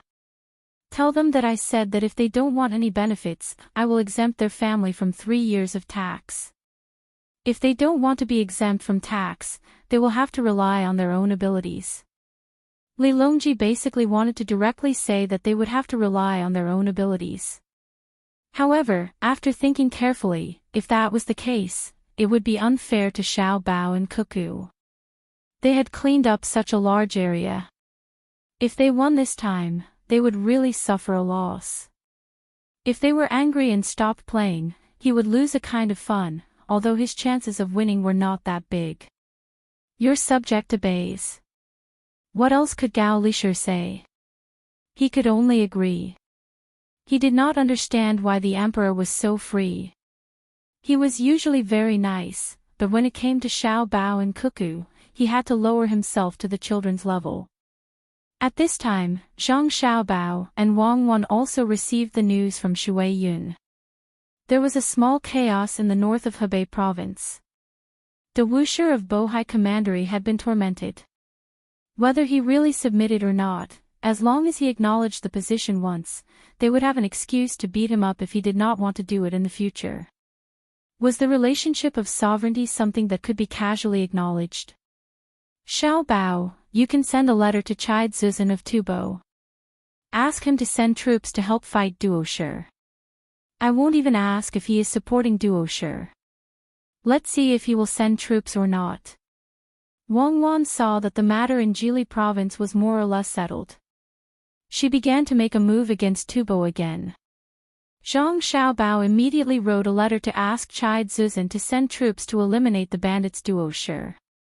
News came that the duo Shi in the desert continued to increase their troops. Originally, there were only 100 people left. Now, there were 2,000 people. Their weapons were also stronger than before. Everyone was given a horse. Furthermore, they did not continue to attack the holoxylon ammonite trees. Instead, they set up camp. It seemed like they were preparing for a big move. Until now, it was still impossible to guess which side was supporting them. If it was supporting them, it was possible that it was from either side. The supplies for the 2,000 people had always been sent by the duo Shi to the two places to exchange for other things. As for whether they used things worth 1 copper coin to exchange for supplies worth 1 copper coin, it was not clear. If they could get news of the exchange, they would know that whoever exchanged with the duo Shi was the one supporting them. Then, it would be impossible not to fight. They had more than 40,000 people. If they did not consume some, how could they train their troops? After the letter was written, he asked someone to send it to Tubo at the fastest speed. Zhang Xiaobao called Ku Tiyu and the other generals over to discuss the matters of the upcoming battle. That's how it is. Let's see if Tubo will send people or not. When the time comes, we may fight with the Tujue or Tubo. Everyone should be prepared. Zhang Xiaobao told them about the letter he had written to the Tubo Zuzan, which could be considered as a pre-war mobilization. Some of the generals only knew how to fight and were slower to react. They did not understand the meaning behind it and left to find their own troops. Some of them had a calm expression on the surface, but their hearts were in turmoil. Ku Tiyu was one of them. After leaving the cabin where Zhang Xiaobao was having a meeting, he did not look for his own troops. Instead, he returned to his own cabin and started to think about things. General, are we really going to help Zhang Xiaobao and the others fight? If we only fight Tubo, it is fine. If we fight the Tujue, our Songma commander-in-chief's manor will be easily targeted by the Tujue. An advisor who had also returned asked Ku Tiyu worriedly. Fight. No matter who we fight, we have to fight. If we don't fight the Tujue, Zhang Xiaobao will fight us. They are forcing us to do something beyond our ability. But Tiyu didn't hesitate at all and immediately expressed his attitude. General, do they dare? The advisor still did not wish to fight the Tujue. What is there that they don't dare to do? This time, he wrote a letter to Tubo and asked them to send troops. It sounded simple, but it was not the case at all. If Tubo sent troops, they would offend Polisher. They were afraid that Tubo would support Polisher. At that time, Polisher would feel that they were cheated and would take revenge on Tubo. If Tubo did not send troops, it would be even simpler. Zhang Xiaobao and Wang Rong could announce that Jinchuan and Ruoshui did not belong to Tubo. Otherwise, why would they not send troops? Then, they would use Tubo's unilateral destruction of friendship as an excuse to stop the food exchange with Tubo. It was summer now, and Tubo was lacking in food. If Tubo could not help but send troops to attack Zhang Xiaobao, that would be even better. Zhang Xiaobao and Wang Wan would directly send troops to attack Tubo. Furthermore, they would not use Great Tang's people. If they died, they would not feel any heartache. They would let us attack head-on and disregard the losses. Wang Wan would then lead the elite troops and fight for thousands of miles. Tubo would be completely destroyed. Even if all of our people died and we did not win against Tubo this time, Great Tang would use this opportunity to send troops again. Would Tubo still have people to fight? This is called strategy. We should not have let the two of them go to Jili province. It would have been good if we did not force Li Longji like that. We finally forced him into a corner. Sigh. However, he suddenly regretted it. He finally saw how powerful Zhang Xiaobao and Wang Wan were. These two people were the treasured swords in Li Longji's hands. They were the kind of swords that would definitely see blood when they were unsheathed. After the 40,000 people walked for a few days on the shore, when they were still 2 days away from the desert, Zuzhenchide of Tubo also received a letter sent by Zhang Xiaobao. He read it again and again, and the more he read, the more worried he became. Who came up with the idea to dig a hole in Wangjiang County in Shuzhou? Investigate again. Those who are lucky enough to survive, capture them and kill them. Zuzhenchide stayed in the palace of Princess Li Nunu of Jincheng and gave an order to the people waiting at the side. This order was baffling. Why did Zuzhenchide remember it after such a long time? Princess Jincheng did not see the letter. She was a Tang person, but she could not do anything about the affairs of both sides, let alone put in much effort. When she heard Zuzhenchide's order, she went closer and advised, Zuzhenchide, if you kill more people, I'm afraid it will chill the hearts of the people. If I don't kill them, I won't be able to appease the hatred in my heart. If not for the person who came up with the idea and made the move, why would Wang Wan come to attack us? If not for them, why would we allow them to stir up the economy of Jiannan Circuit? If not, why would Zhang Xiaobao take revenge? Now, they are here again, and this time, they are even more powerful than before. It's an army of 40,000. Should we fight or not? Since Zuzhenchide could not find trouble with Zhang Xiaobao and Wang Wan, he could only find fault with his own people. Chapter 806. After hesitating for a while, Zhu Zan still agreed to send troops. However, he wasn't stupid. He sent the troops, but he sent the logisticians. He said that Governor Zhang and Adjunct Wang came from afar, and it was inconvenient for them to get supplies. Thus, Tubo was willing to send a little bit of provisions over as reinforcements. He also thanked Governor Zhang and Adjunct Wang for helping Tubo fight against foreign enemies. The letter was filled with grievances, saying that the people of Tubo did not have enough to eat or wear, saying that the soldiers of Tubo were so thin that they were just skin and bones, saying that the number of livestock in Tubo had decreased sharply, and countless children were crying piteously for food. After reading the letter, it was hard for people not to cry. Tubo was really not easy. But even in such a difficult time, other than sending logisticians, Zhu Zan also specially prepared a big gift for Governor Zhang and Adjunct Wang. 100 yaks, both male and female. If it was at the start, Zhu Zan would only care about Wang Wan. After all, Wang Wan's battle prowess was the most direct. But now, he was more afraid of Zhang Xiaobao. Wang Wan's viciousness was nothing more than mountains of corpses and rivers of blood. But as long as there were people around, they would be able to restrain this demon. Zhang Xiaobao was different. When he fought, he was like a ghost. He would use all kinds of sinister moves. What was weak was the will of the people. After 2 years of torment, when he wanted to attack Tang Empire, the first thing he was afraid of was not the generals, but the ordinary civilians. Even the slaves didn't want to provoke them. Sigh. Let's do it this way. When we exchange with the duo people, let people pretend to be bandits and kill them. We can't let the two of them get a hold of us. Nu, how are you these few days?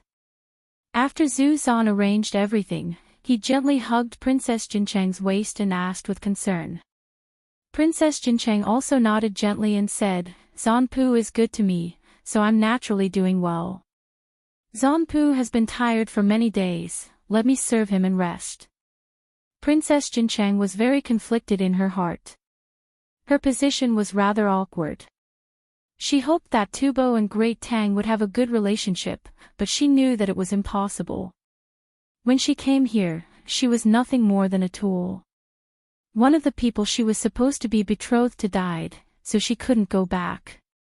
She had to marry another one. In the beginning, he did not have a good life. Because of his identity, it was impossible for him not to be ostracized. However, ever since Wang Wan led the army to war, his life became better day by day. No one in Tubo dared to disrespect him anymore. Even Zanpu had to give in to him a little. Now that Zhang Xiaobao and Wang Wan were once again in Tubo territory, the house they lived in was renovated again and again. Their daily necessities were also several times more than what the others had. Perhaps this was what Zhang Xiaobao had said at Pingzhou Pass, that weak countries had no diplomacy.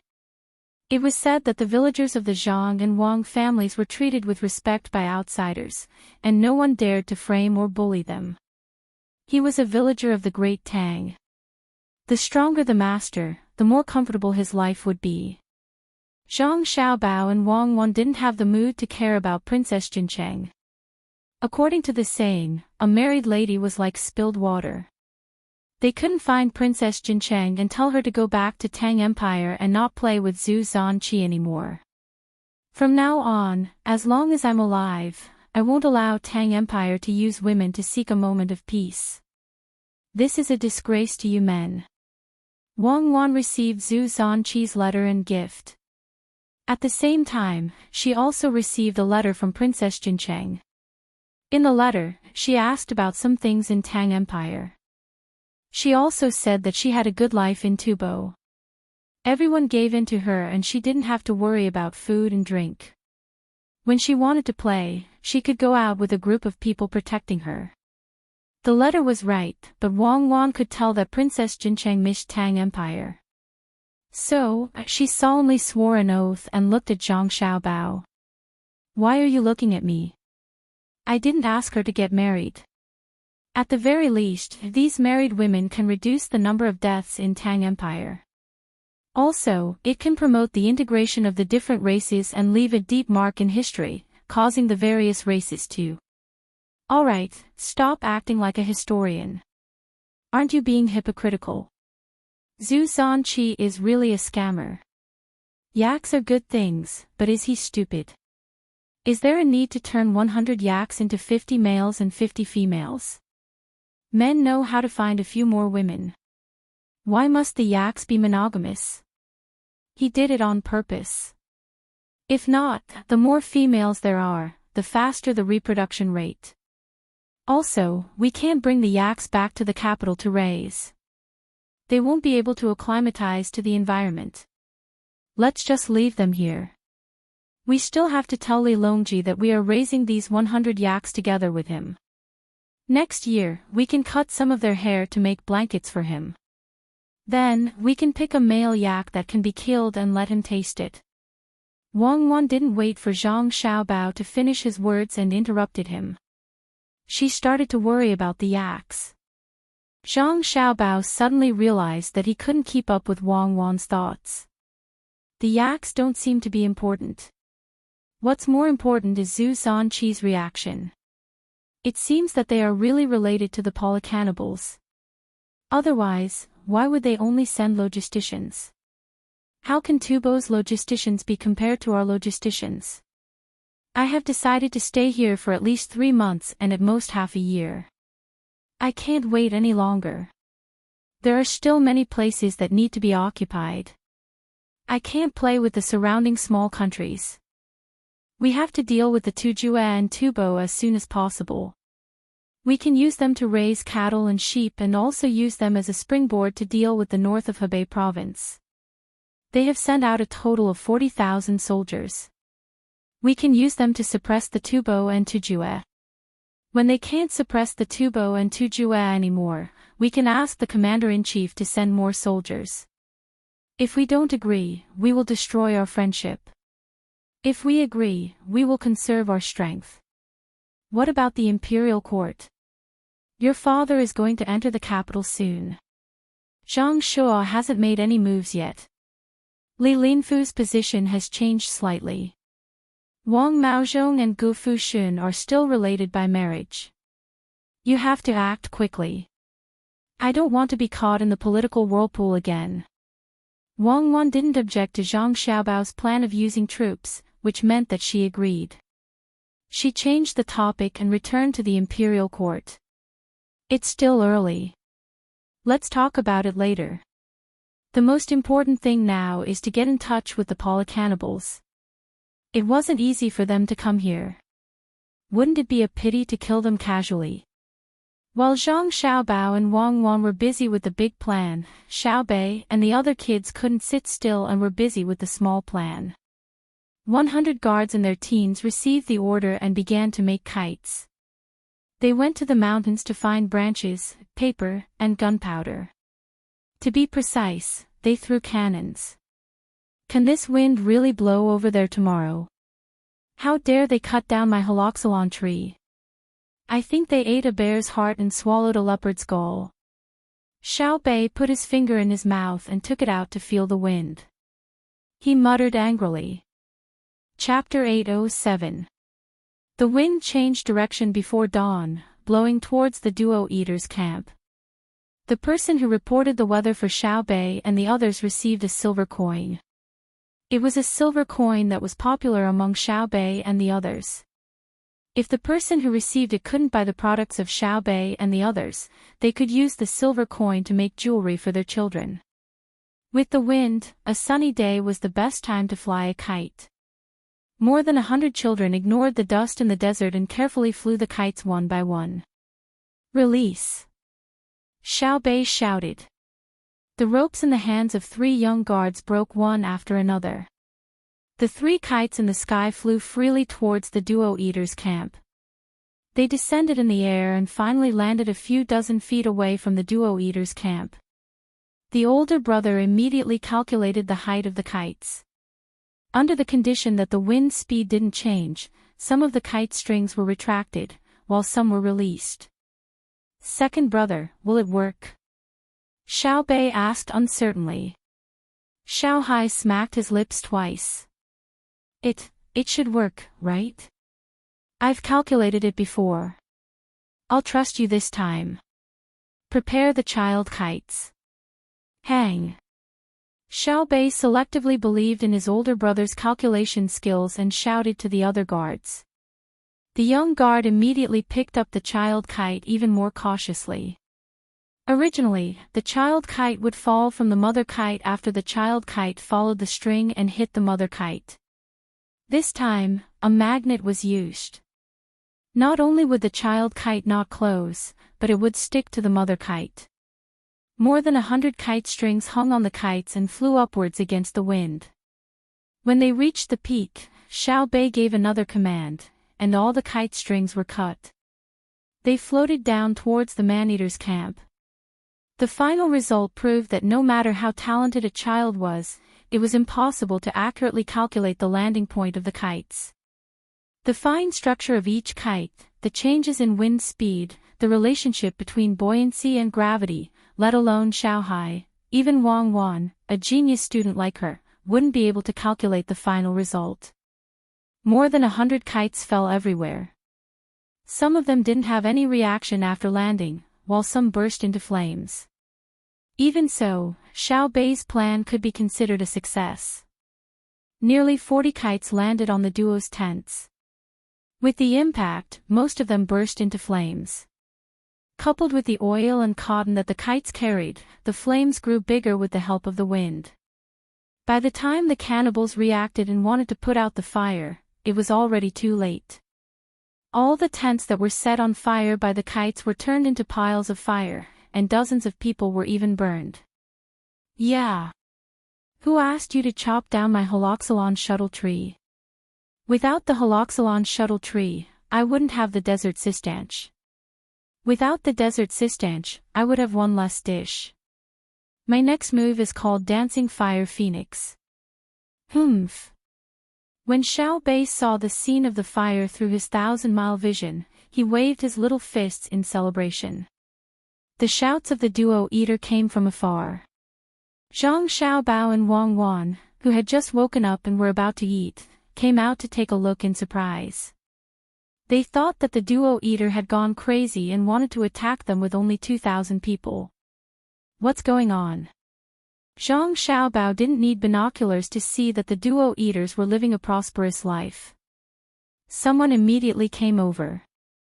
Young master, it's Xiao Bei and the others who set fire to the duo eaters' tents. It's estimated that at least 1/5 of the tents have been burned. If we don't put out the fire quickly, more will be burned when the wind blows. Who? Xiao Bei. Who ran over with her? Zhang Xiaobao didn't understand. Little young master, no one is going. This subordinate has already told the two of you the day before yesterday. Little Miss Xiao Bei and the others want to make kites, throw cannons, oil, and cotton. Didn't the two of you already know? The person who replied seemed very wronged. Zhang Xiaobao and Wang Wan looked at each other and nodded numbly. Yes, they knew. Both of them knew, but who would have thought that Xiao Bei and the others wanted to burn the duo eaters' tents? Usually, they liked to make small things for fun. They always wanted something, but not a lot. Occasionally, they could make some interesting gadgets. For example, an automatic slingshot. When a slingshot was made, the slingshot would be pulled by the rotating force of the windmill. After a certain extent, the slingshot would hit a thimble and fall. On the other side, a small stone would fall on the slingshot and be shot out by the slingshot. Sometimes, if the small stone didn't fall well, they would use many small stones to fall one after another. When they were shot out, it would be very inaccurate. Another example was an automatic fishing rod. When the fishing rod was put into the water, it wouldn't float. Only a line was stretched on the head of the fishing rod. If a fish pulled the fishing rod and it floated a lot, the other side of the line would pull the fishing rod up. Although the accuracy rate was very low and although it wasn't practical, it was indeed a small invention. Compared to the things they made before, this kite is much more practical. We should give it a name. It should be called. Xiao Bei said it's called the Flying Fire Phoenix, the person who replied interrupted. Good name. Let's go to the front and welcome the distinguished guests from afar. Wang Wan saw that there were people in front of them and praised the name. She and Zhang Xiaobao went forward to welcome them. As for whether the trouble caused by Xiao Bei and the others was a disaster or not, that was secondary. Was it easy for children to die? Burning your camp with something that they had painstakingly invented was giving you face. You should feel honored. The duo eaters came. There weren't many of them, only 7 people. One of them was the leader. They probably knew that it was useless to have more people. They might even be beaten up. Only 7 people came to reason with them. The leader had learned the language of the Tang Empire. When he saw Zhang Xiaobao and Wang Wan, he knew that they were the real deal. I am from the Duo Eaters Empire, he said a long name. Zhang Xiaobao and Wang Wan didn't remember it. They only remembered the key name, Lard. This was the name of the Duo Eaters in front of them. Zhang Xiaobao and Wang Wan didn't want to know about his father, grandfather, great-grandfather, and so on. So it's Lard. Why did you destroy our holoxylon shuttle trees? Now you want to use the fire as a signal to gather people to attack our defenseless kind merchants? Zhang Xiaobao questioned Lard with a sullen face. This was Lard's first time dealing with Zhang Xiaobao and Wang Wan. He had heard about them before and had even seen their faces in pictures. According to the rumors, they were very unreasonable. Now that he saw them, he knew that the rumors were not as good as meeting them in person. The flaming kite clearly flew over from here. As soon as they touched it, they made a preemptive strike. Who would use the fire as a signal to burn his beard and clothes? Didn't they see that he was still black? It's you. You burned our camp. We didn't touch your holoxylon shuttle trees. You used despicable means to burn our camp. Lard retorted loudly.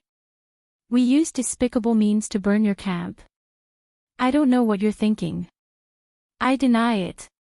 You are insulting us. We love peace and won't use despicable means. Even if we use kind means, we won't just burn a small part of your camp.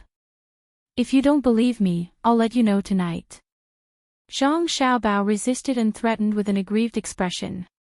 Lard had not personally experienced Zhang Xiaobao and Wang Wan's fear, but that didn't mean that he hadn't heard of it.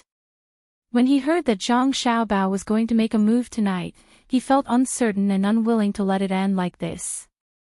He took an unlit kite from the hands of the people behind him and said, "You use this thing to burn our camp."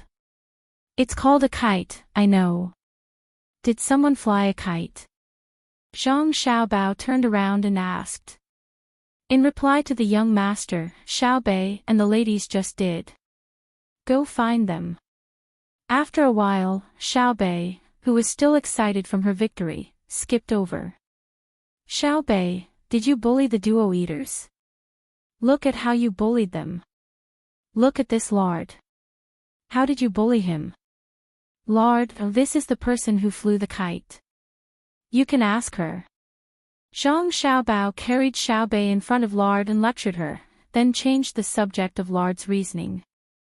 Lard was already dumbfounded. He looked at Xiaobei's appearance and listened to Zhang Xiaobao's lecture. He used his hand to measure Xiaobei's height, then squatted down helplessly and forced a smile at Xiaobei. "Little girl, were you the one who burned our camp?" "No, why would I burn down your campsite?" Xiaobei blinked innocently and shook his head vigorously. "Then were you the one who flew the kite?" Lard took the kite and asked. "Yes, I was the one who flew the kites. I flew a lot of them." "Did you see them?" Xiaobei nodded and admitted. "That's right. The kite burned our camp. You were the one who flew the kite, so we should look for you." Lard's face turned red when he said this. Xiaobei didn't admit it at all. "I flew the kite, but I didn't let the kite burn your camp. If the kite burned your camp, you should look for the kite. Why are you looking for me? You really can't change your mind. You were the one who flew the kite. But I didn't burn your camp. The kite burned my camp. Then go look for the kite. But you were the one who flew the kite in my camp. Are you an idiot?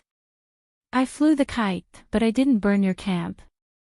If the kite burned your camp, it's useless for you to look for me." "Oh. I understand. Are you saying that I'm not allowed to fly the kite? Are you not going to care if I eat or sleep?" "I don't care if you eat or sleep.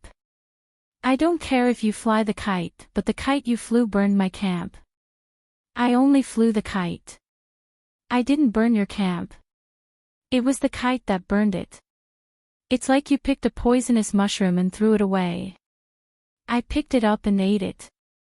If I get poisoned, can I look for you and tell you that you shouldn't have picked that mushroom? You can't say that. Where's my camp? The kite burned it. I'm so angry. Brother, I'm not going to talk to him anymore. He's so stupid." Xiaobei looked very helpless. She looked at Lard with a look that said, "You should take medicine." Then, she turned around and said something to Zhang Xiaobao. She didn't care about Lard anymore and skipped away. "Young Master Zhang, what do you think?" "The kite burned it," Zhang Xiaobao admitted. Chapter 808. Lard staggered out of the Great Tang merchant's camp, his expression quite unsightly.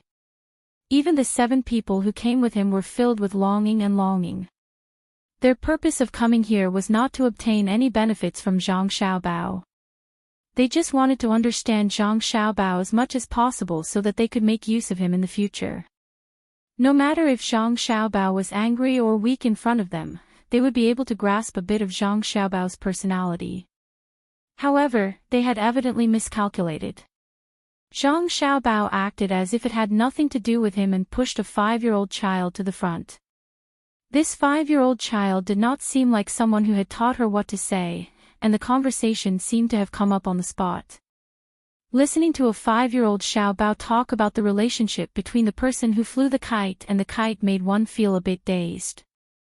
If it was an adult, one would be able to speak properly, but how could one explain clearly to a 5-year-old child? Everything is strange. The people from Great Qin's Zhang family and Wang family can't be judged by common sense. When Lard returned to the camp and saw some people throwing away the cannons on the kites, he concluded. "Are we going to fight or not?" We can't just let them harm us once and pretend that nothing happened, a person whose beard had been burned whispered to Lard. After asking this question, he immediately shut his mouth and lowered his head to continue dismantling the kites that were not burning. He suddenly realized that he should not have asked. The other side had an army of 40,000 or so, and this did not include the slave army. With his 2,000 or so people, they would be able to return to the embrace of Allah if they charged over. Lard did not have the time to scold others for being unwise. He was still worried about the current situation. If Great Cheen's people really wanted to destroy his people, they would not need to send soldiers from so far away. With 130,000 people, they would be able to crush his people into pieces with just a pinch. Lard's mission was to set up a camp here, and it would be best if he could communicate with the various factions and make them acknowledge his position. This would allow him to trade with Great Cheen. Great Cheen had beautiful silk, beautiful ceramics, and even tea leaves that people would get used to after drinking them. A small amount of these things had already flowed into Zhao Fu's side, and they were incredibly valuable. If they could stabilize, then.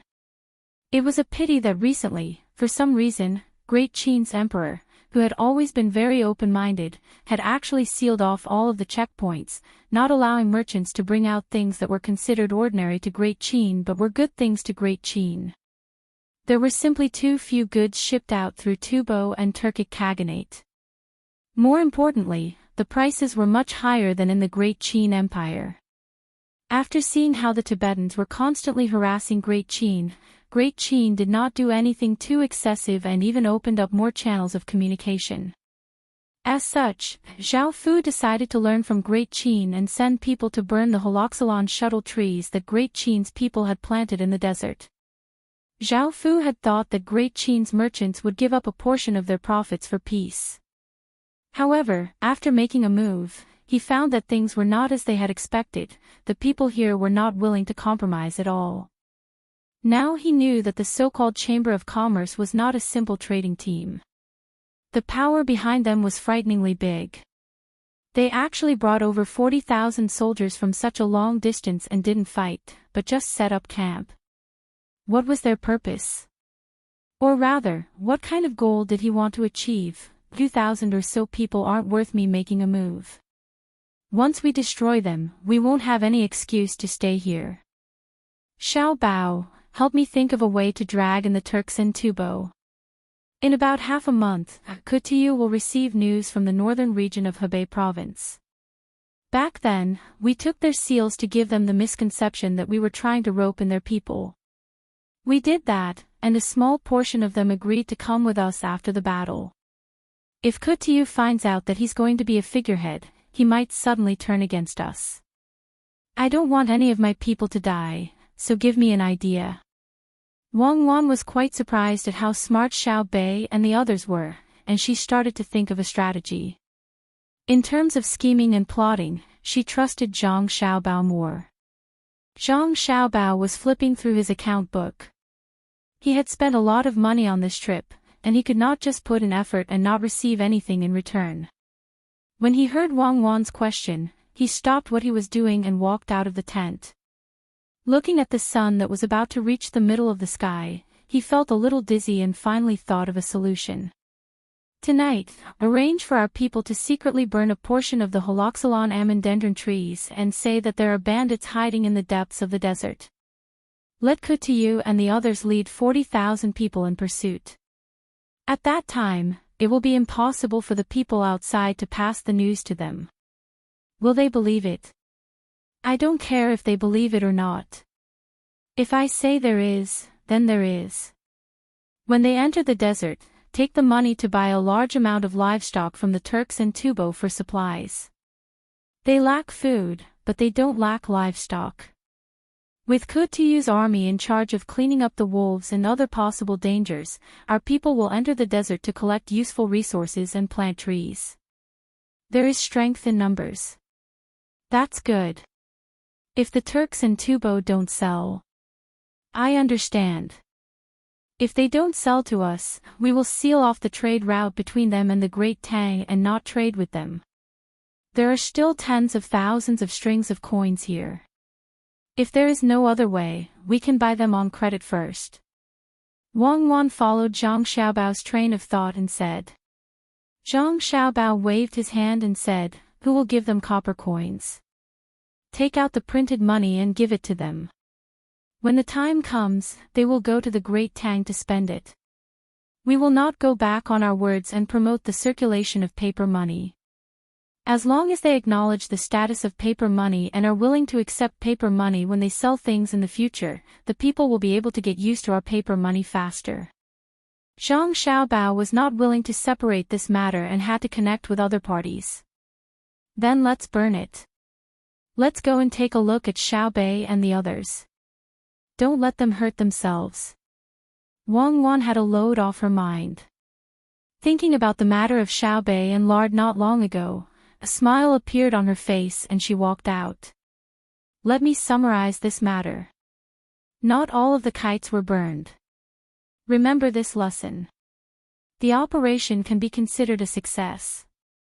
Next, I will talk about the battle with the person whose beard was burned off. At that time, I was thinking, when Zhang Xiaobao and Wang Wan came over, Xiaobei was like a little adult giving a post-battle summary. However, all the generals were clearly absent-minded and looked like they were about to fall asleep. Xiaobei, aren't you sleepy? You have already summarized it 3 times. I know you are good. Let us go to sleep. Xiao Yuan lowered her head and recited the book of songs. Seeing that Xiaobei was still saying what she had already said twice, she could not take it anymore and interrupted. Xiaobei was about to say something interesting when she was suddenly interrupted by Xiao Yuan. She said angrily, "So what if it's 3 times? Reviewing the past and learning the new. For information that can help us, let alone 3 times, even if it's 30 times or even 300 times, we still have to treat it seriously." Where was I just now? Yes, I was talking about when I faced Lard. At that time, you guys don't know, but this is what I did. Xiao Yuan, repeat it again. You were very quick-witted at that time. Through your unique logic, you made Lard speechless. Also, Xiaobei, let me go next time. I promise I won't repeat this nonsense again and again. It's almost time for lunch. In order to get rid of this situation as soon as possible, Xiao Yuan praised Xiaobei as quickly as she could. In the end, she strongly requested. Let's go back. Don't worry about them. It seems that Xiaobei has the talent to be a politician. Zhang Xiaobao watched the group of people having a meeting and did not disturb them anymore. He walked away with Wang Wan. That night, a patch of Holoxylon amandendron trees in the north furthest away from the camp suddenly burst into red flames. Amidst the shouts and chaotic footsteps, the news that bandits had ambushed the Holoxylon amandendron trees spread. Some people confirmed that the bandits had run into the depths of the desert after the ambush. Wang Wan mobilized the army that very night, splitting it into 5 groups and charging into the depths of the desert to surround the bandits. But even though Tu and the other generals clearly knew that something was wrong, they did not dare to directly jump out to oppose. They could only follow the army into the desert. 2 days later, it was impossible to find any trace of the 40,000-some people outside. At the same time that the army entered the desert, Zhang Xiaobao sent 2 letters to the Tubo and Tujue. He also had the people who delivered the letters bring paper money, wanting to directly buy livestock. On a warm afternoon in the northern part of Hebei province, Li Sun received a letter. He found a clerk in the army and wrote one notice after another, sticking it up in the most bustling part of the Song Imo Commander-in-Chief's office. The locals all gathered around to watch the excitement, listening to the literate people explain the contents of the notice. The notice says that a lot of wild beasts have suddenly appeared in the northern part of the capital, harming pedestrians.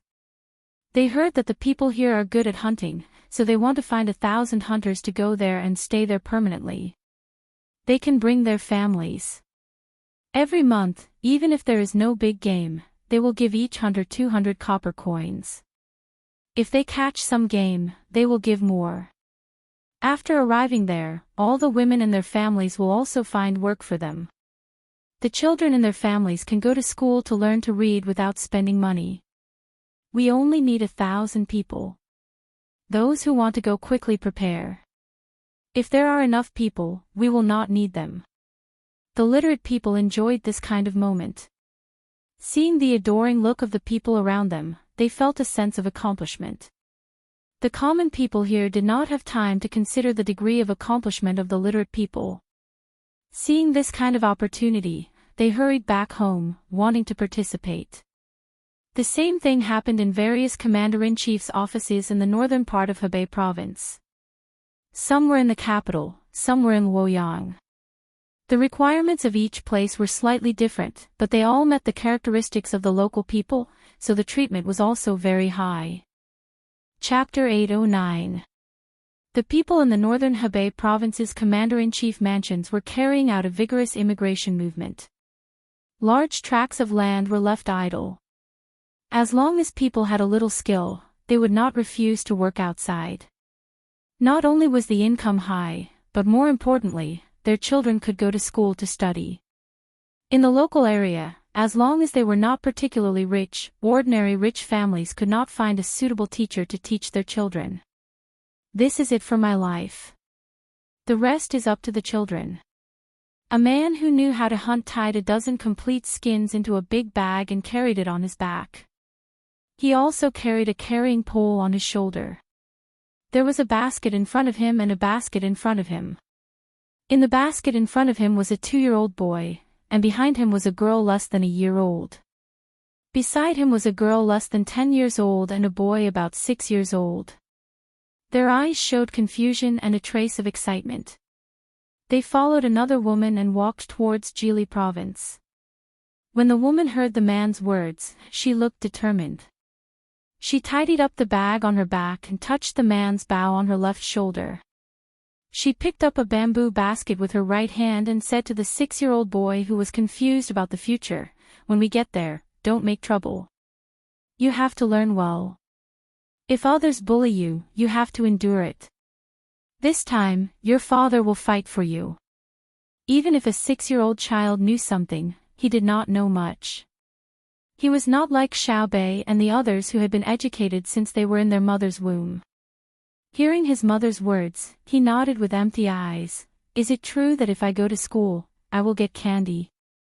I heard that there are schools in both Zhang family and Wang family. Where is sister?" The little boy looked at his sister who was walking on the other side. The girl was full of hope. She looked at her mother and then at her father. Seeing that they did not look at her, she lowered her head regretfully. Girls who were not from rich families were not allowed to learn to read.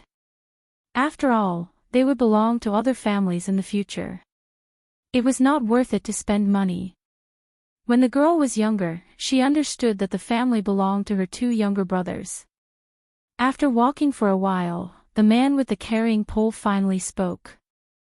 "I heard that both men and women are required to go to school. If you learn well, you will be rewarded. Eldest daughter, go to school for a month first. If there is a reward, go to school. You don't have to go home to work." "Oh, I can go to school with my sister." "Sister, you must study hard." The boy immediately cheered up. The girl didn't say anything. She changed the position of the bag on her shoulder and pursed her lips. Her eyes showed that she was going to fight for her life. This type of scene played out everywhere. Every province could send out 1,000 people, each family's relatives. The groups that gradually gathered together became more and more vast. When those in power saw this situation, they didn't dare to stop him, but they also couldn't bear to let him go. They could only grieve in their hearts. It was impossible for the people in the capital not to know about such a big thing happening in the north of Hebei province. Not only did they know about it, but there were also people in the capital who were pushing it behind the scenes, and the biggest one was the emperor, Li Longji. After seeing the news from the other side, while the weather was not cold yet, He ran to the newly built unsinkable lake with Gao Lisher and said to Gao Lisher, "After a group of people with some skills come here, we should find a way to let other people migrate to other places. What do you think about the empty land?" For the first time, Gao Lisher didn't have to worry about sinking when he swam. He was feeling very comfortable. When he heard the emperor's words, he looked at the white clouds floating in the sky. After thinking for a while, he replied, "Your Majesty, when the land is empty, there will naturally be people who want to occupy it. However, there is only land and no people. Presumably, they will have to move in from other places. Your Majesty must prevent people from forcing people to move." N. Lisher, what do you think will happen if we let Xiao Bao and Cuckoo find a way to find people from other places? Li Longji was a little reluctant to give up good places and wanted to take all of them. Absolutely not. If the two of them look for people from other places, who will they listen to? Naturally, the commander-in-chief of the various commander-in-chief manors have no power, and it is not good for Xiao Bao and Xiao Bao to have too much power. I hope your Majesty will reconsider. This subject has heard Xiao Bao say that if we occupy that piece of land, the rice produced will taste better, and the beans produced will be able to be squeezed out more oil. Why don't we put it aside for now and wait for the two of them to return before we discuss? Gao Lisher objected to letting Zhang Xiaobao and Wang Wan reach out their hands. This would be good for both Tang and Zhang Xiaobao. After a while, Li Longji leisurely said, "There are still not enough people. Find more people to study in Dei Medical School. I want to let every child in Tang live. Xiao Bao, our population is getting bigger and bigger. Where should we put them? I'm not willing to return to Great Tang, but it's a waste of labor here. Give me an idea." Wang Wan was also worried about the population, but unlike Li Longji, she was worried about not having a place to settle them. This time, Zhang Xiaobao's plan was to take over at least 100,000 slaves, regardless of whether they were from Tufan or Turkic Khaganate. Let's put them in Heilongjiang. Li Longji can't manage that place. We should protect the environment first. I've been there before, and it's too hard to find wild animals there. They even ate animals from the zoo. Now, that place is really good. After we go there, we can gather all the tribes there. In the future, there won't be any Soviet Union or Russia. Zhang Xiaobao was thinking long-term. You've done that kind of thing before. How can you bear to eat cute animals from the zoo? They're already pitiful enough. Wang Wan stared at Zhang Xiaobao's words. I didn't want to eat them. It was the local officials who purposely arranged for me to eat them. Don't blame me. Tufan and Turkic Khaganate haven't replied to say whether they want to sell their livestock or not. I'm just urging them. Consider it an ultimatum. Zhang Xiaobao denied Wang Wan's words. He picked up his brush and started to write another letter. Without waiting for Zhang Xiaobao's letter to be sent out, a letter from Tufan arrived. Wang Wan opened the letter. It's a letter from Princess Jincheng. Looks like Zizan Chide has no other choice and wants to play the family card. Does he think that our hearts are so soft? If the family card is useful, Tufan won't come and attack Great Tang for no reason. Let me see. Princess Jincheng's handwriting is really not bad. How many apricot trees are there outside the capital? Swallows leave and return like snow. Butterflies come and dance like yesterday. The clouds disperse, the stars pass by. The cowherd and the weaving girl fall into the two rivers. The sun sets in the west, the moon on the left. She still has the mood to write poems for fun. Zhang Xiaobao took the letter and read it. He felt that it was very interesting. What poem? She's homesick. Wang Wan took the letter back and read it twice. Chapter 8:10. Under Zhang Xiaobao and Wang Wan's contemptuous gazes towards the politics, economy, and military of other countries, a letter for Princess Jincheng to return to the Great Tang was delivered to Zuzan of Child.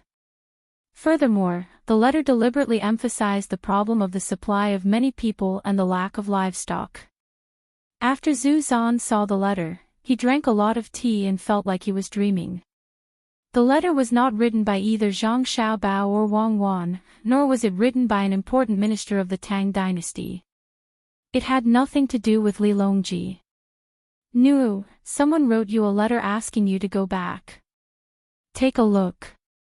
Zhu Zan drank a pot of tea and found that his stomach could not hold it anymore. He ordered someone to find Princess Jincheng and handed the letter to her. Seeing the ugly words on the letter, Princess Jincheng was stunned at first, and then she did not care about Zhu Zan and praised him. "Aunt Princess Jincheng, I heard that there are many strange things in Tibet, but I haven't seen them yet. I want to go, but I can't go. Or it is autumn. Aunt Princess has lived in Tibet for 9 years, so I know about it." Xiao Yuan said, "I am not ashamed to ask, so I ask Aunt Princess to come to the north to lie down, enjoy the boundless snow, and talk about prosperity. In the north, there is peeling, and there is grass in Ula La's family. Aunt Princess, come and build a snowman. I have prepared carrots, brooms, basins, and countless coal. You must come, otherwise, will the snowman be so scared." Gu Dan. Zhang Xiaobei, 1/9 of the imperial scholar. Present. After Princess Jincheng finished reading the misspelled letter, she was confused. What was this mess? And that official, the imperial censor, is a 5th rank official. What is 1/9 of the imperial censor? Who is Zhang Xiaobei? Only these 3 words are better written. It should be a general practice. Princess Jincheng, who was confused after reading the letter, looked at Zhu Zan. "Zanpu, where did this letter come from? Does someone dare to make fun of me?" "It's not making fun of you, it's making fun of me." Zhang Xiaobei, Zhang Xiaobao's younger sister, 5 years old this year. "I invite you to Jili province to make a snowman, tell stories about my tubo. Look at the days, if you don't leave now, you will miss the first snow." Ancestor Cheetah's face was gloomy. This was the first time he had heard that a married princess could go back. This was too much of a bully. It was not Li Longji who summoned her back, nor was it an official letter. It was actually a little brat who wrote the letter. This was looking down on him. Zhu Zanqi really wanted to slap Princess Jincheng a few times. This was all because of her, but he didn't dare to do so. Now that Zhang Xiaobao and Wang Wan were pressuring him with their troops, even the slightest provocation would affect his entire body. Only then did Princess Jincheng know who Zhang Xiaobei was. So it was like this. It seemed that her letter had worked. If she didn't use the official language, others couldn't use the official language to speak. And, not bad, the handwriting was really good. Even if there were a few wrong places, it could be forgiven. "Zanpu, what should I do?" Princess Jincheng was both expectant and worried. She wanted to go back to the Tang Empire to have a look, but she was afraid that Zhu Zan would not agree. "Yes, what should I do? What should I do?" Zhu Zan did not have a good idea. He did not want to agree, but he was worried that Wang Wan would find an excuse. Her younger sister asked someone to make a snowman and tell a story. Do you want to put a child's behavior into politics? This excuse should be enough for Wang Wan and Zhang Xiaobao.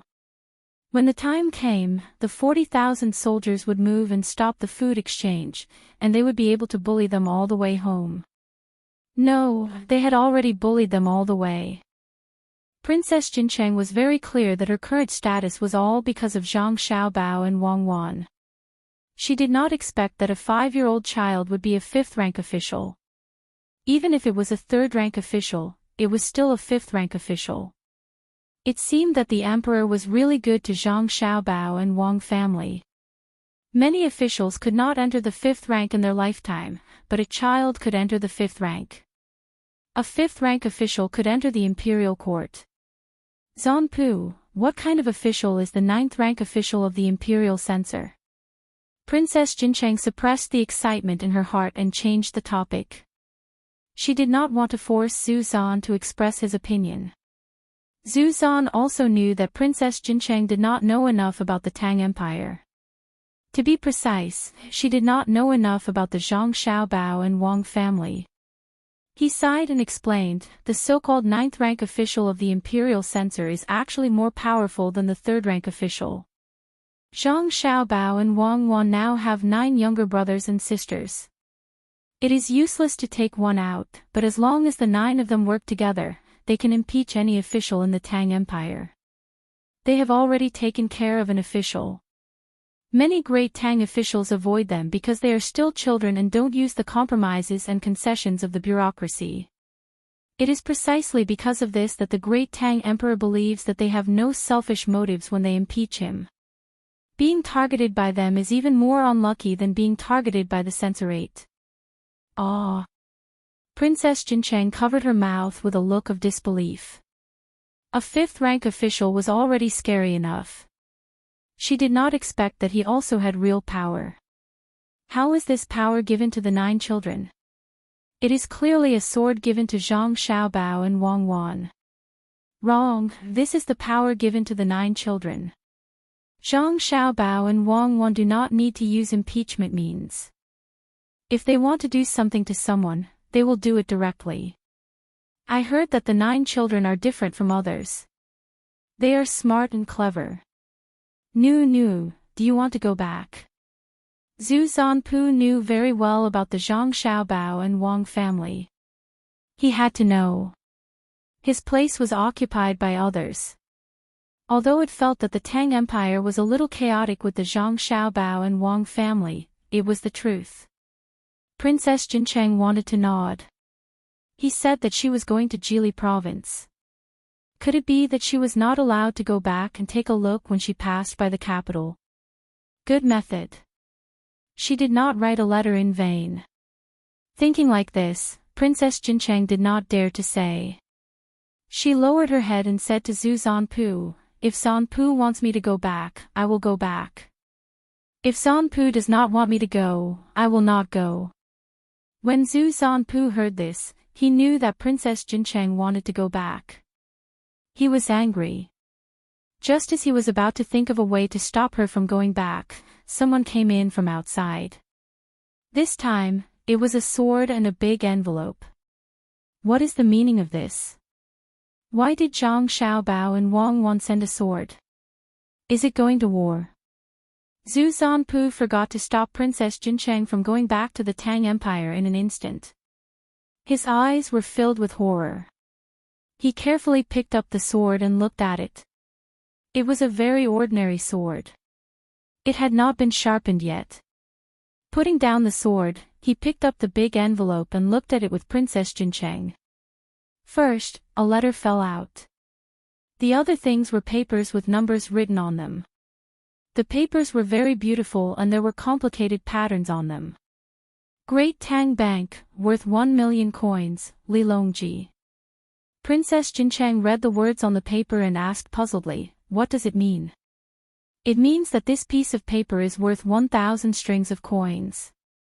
1,000 strings of coins, 1 million is 1,000 strings of coins.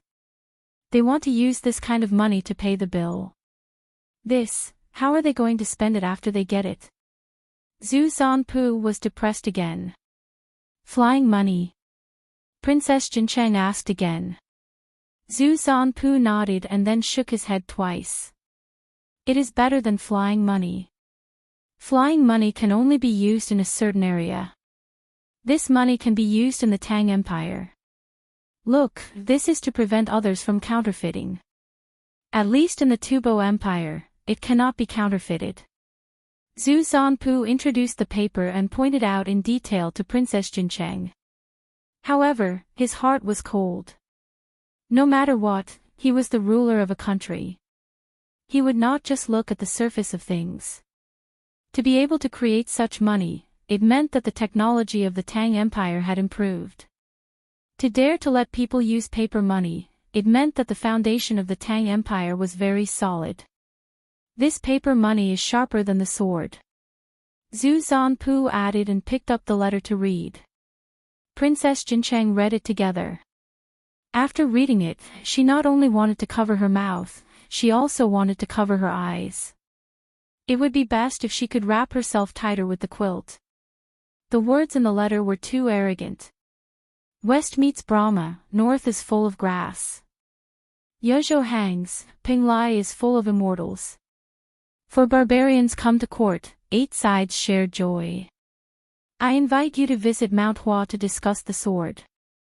Zanpu, I want you to go to the capital. It seems that you are not the only one invited. Are you going? Princess Jincheng was even happier. If Zanpu was going, he would have to bring her along. Mount Hua was in Huayin County, Huazhou, next to the capital. But she did not know what Zhang Xiaobao and Wang Wan meant. Inviting people from all over the country, did they want to catch them all in one go? Zhu Zanpu was also frightened, especially the words at the end of the sentence. It was actually not Zhang Xiaobao and Wang Wan using their own names, but Li Longji's name. Regardless of whether Li Longji gave the two of them this authority, if the two of them dared to use it, they would naturally discuss it with Li Longji. Moreover, Li Longji seemed to value the two of them very much. To go or not to go, this was the problem.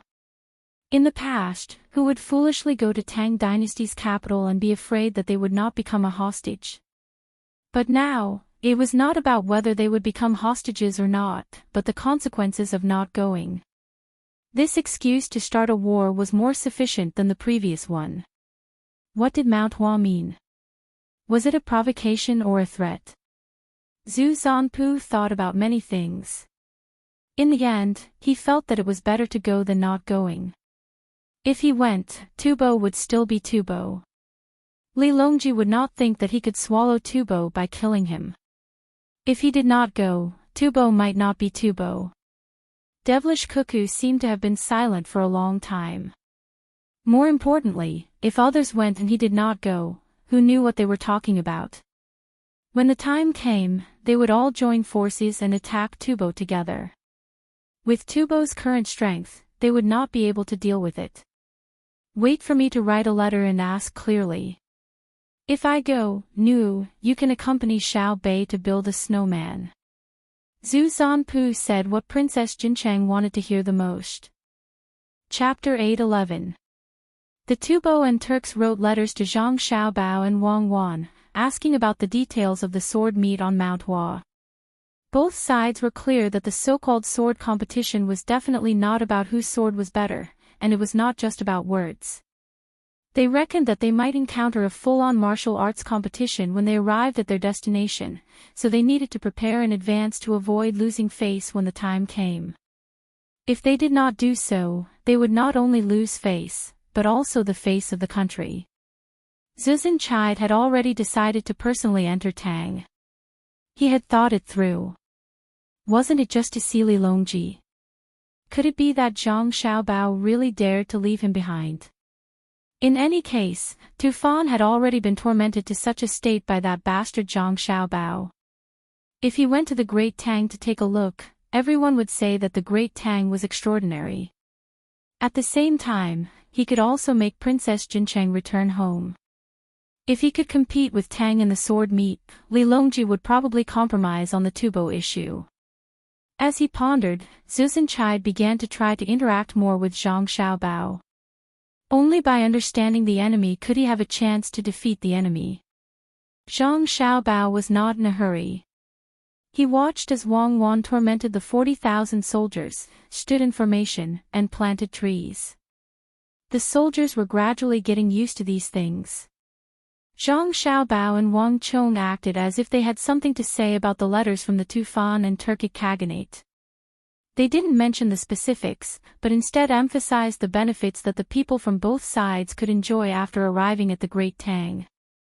They were simply avoiding the topic. The two were most concerned about whether the paper money could be accepted.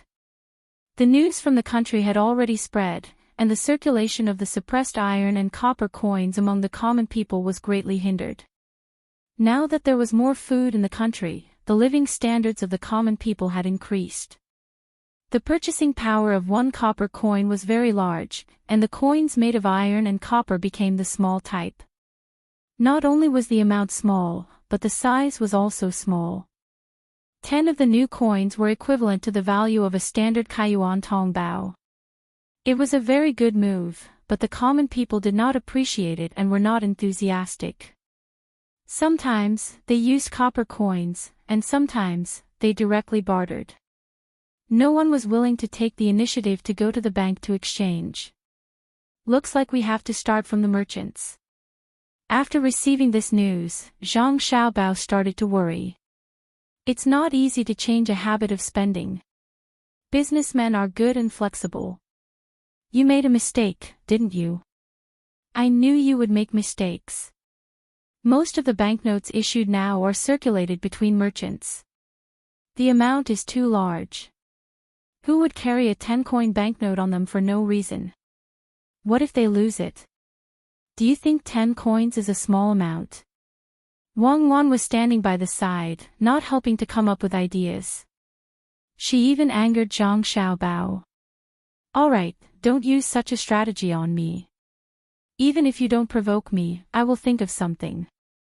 Isn't it just a matter of consumption philosophy? It's simple. I'm prepared to transition naturally. Do you understand? Write a letter back and issue an order to all the schools that we have opened in various places. In the future, we will not directly give the students things in the schools. Instead, we will give them money. When it comes to food, we will spend their own money to buy it.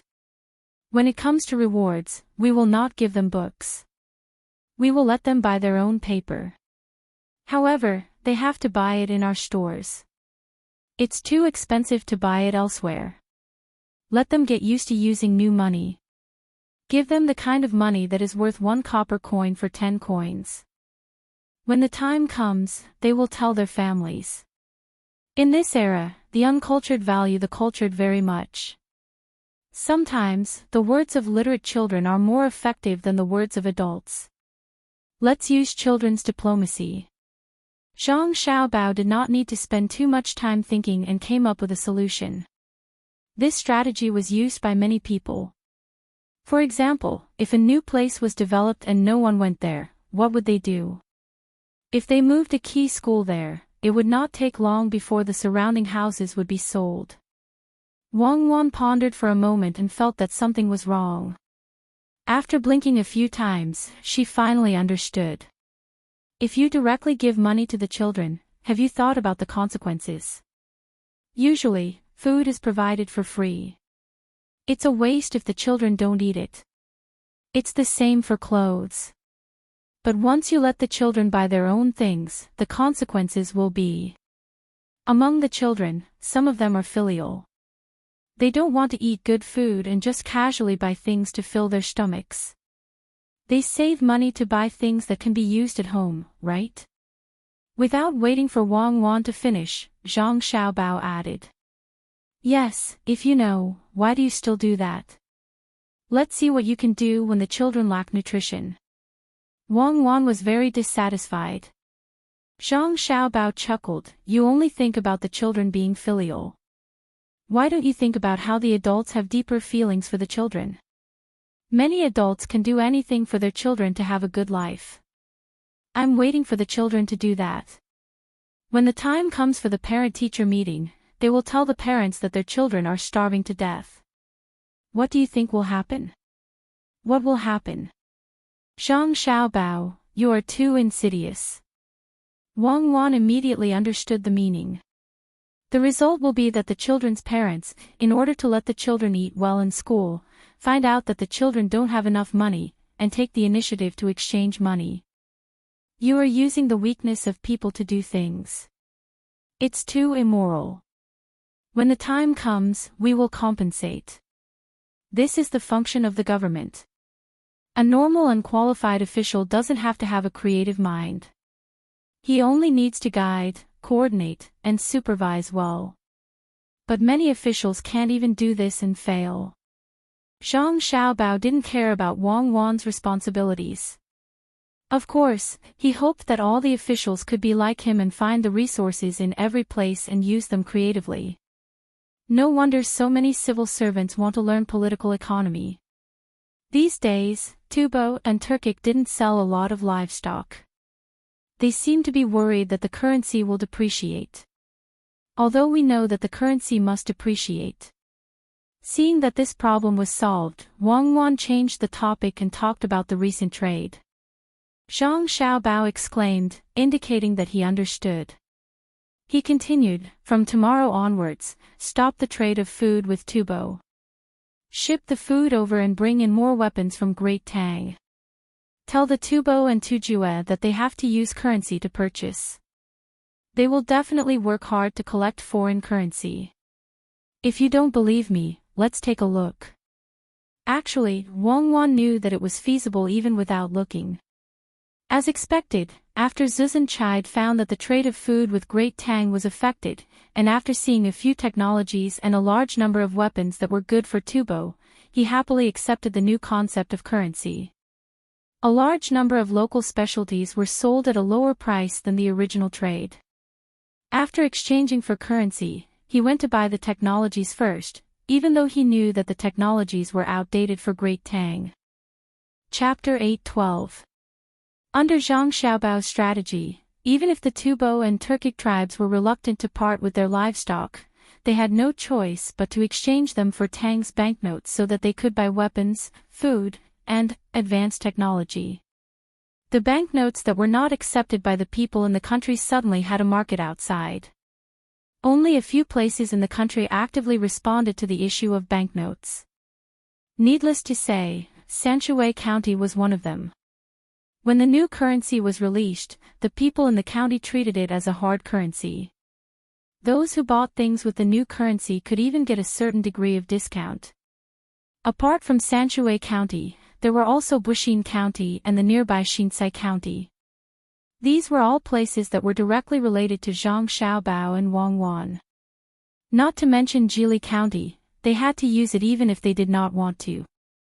Then there were Changning County and Shuzhou. These places were not far from the capital. The farthest place was Luzhou. The Great Tang Bank had opened almost all over Tang, but there were still some places that could not be reached. First, it was far away, but this was not the most important thing. The most important thing was that the population was small. When they opened a bank there, they found that no one needed it. If Luzhou did not develop, it would not have been possible to build several banks there. Currently, Luzhou could be said to be the most prosperous place apart from the capital. When it came to the lives of the people, even the people in the capital could only look up to it.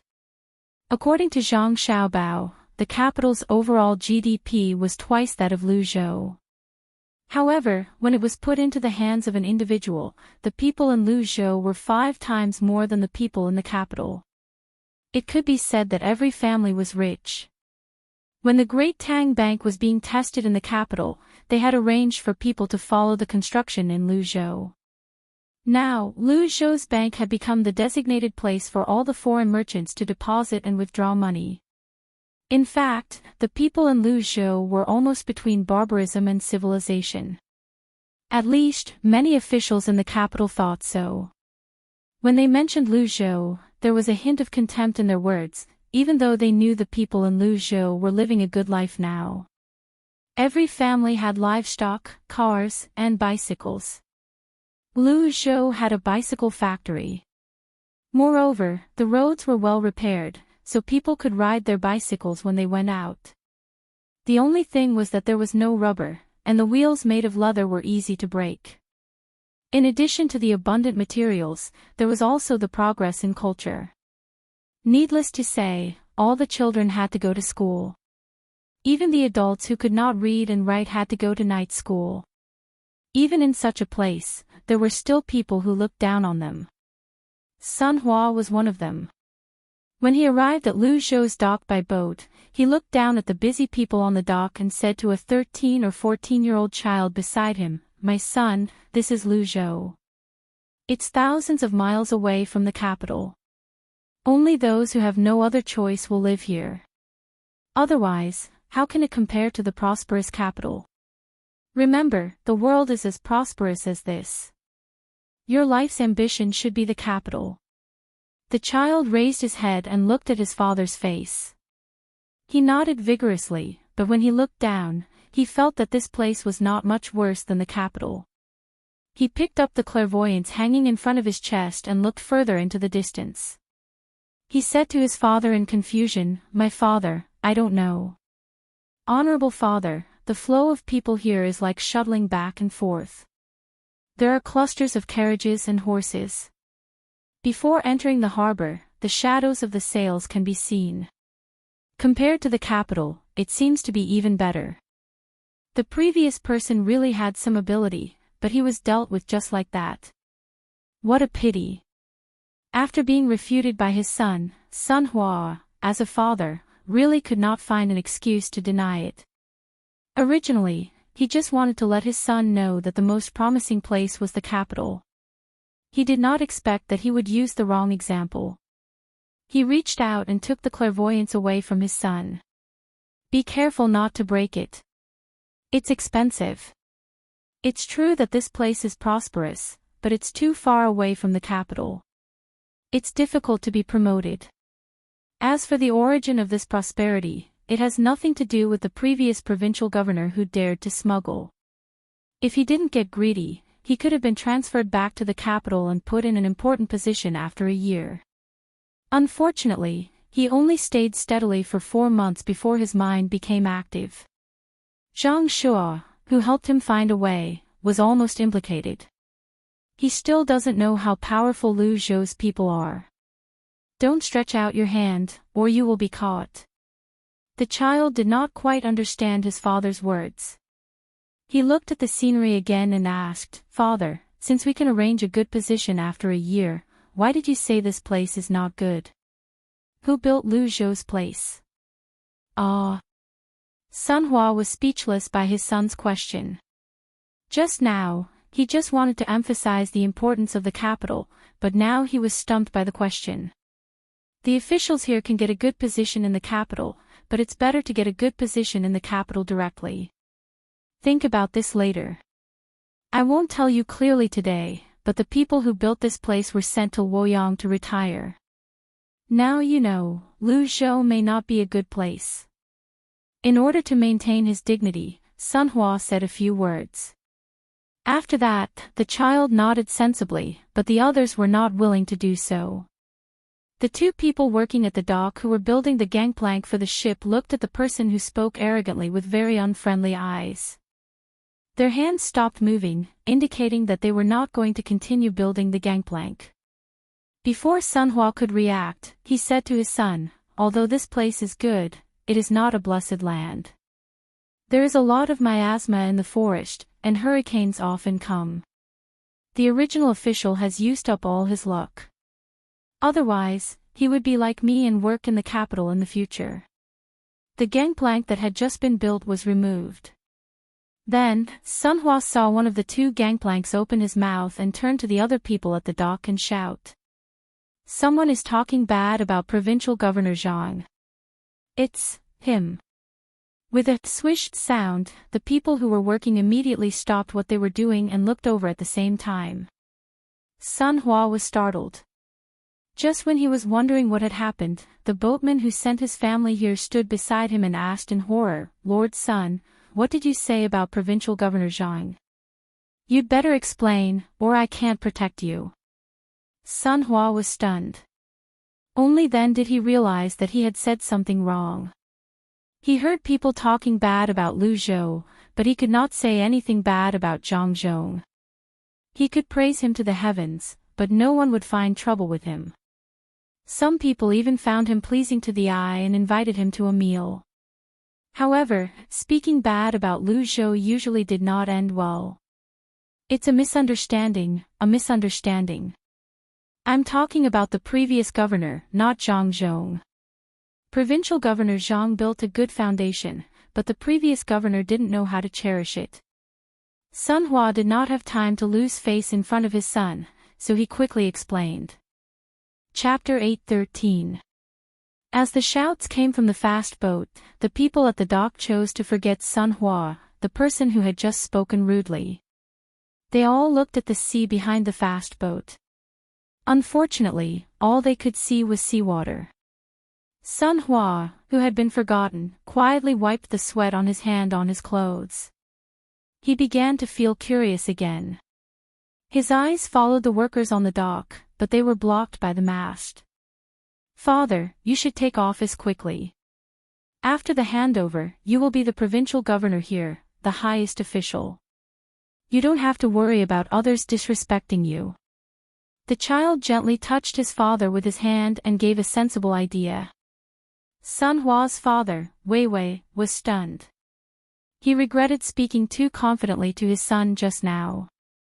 After hesitating, he finally decided to teach his son to be an honest person and not to talk nonsense. "My son, you don't know. This is Luzhou, an extraordinary place. Even if I take office, if I speak ill of Zhangzhou, I will still cause trouble. Judging from that person's shouts just now, Luzhou must have something new. Wait a moment. Maybe there will be more benefits." When the child heard that there was something good, his eyes blinked. He remembered what his father had said earlier and asked again, "Father, why can't I speak ill of Zhangzhou? Didn't he go to Luoyang to retire?" "Shoo, lower your voice. He has nothing to do in Luoyang for the time being, but his son and daughter-in-law have something to do. Zhang Xiaobao is about the same age as you, but he is the provincial governor of Jili province. He is slightly inferior to me in terms of rank, but his power is greater than mine. The reason why his rank is inferior is because Zhangzhou made Luzhou an upper province. It is said that this place is under the control of the imperial court, but it is actually the territory of the Zhang family and the Wang family. I'm only here to stay for a year. When I leave office, I will return to the capital and get a lot of money.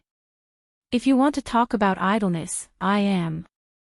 You have to work hard." Sun Hua was finally willing to tell the truth.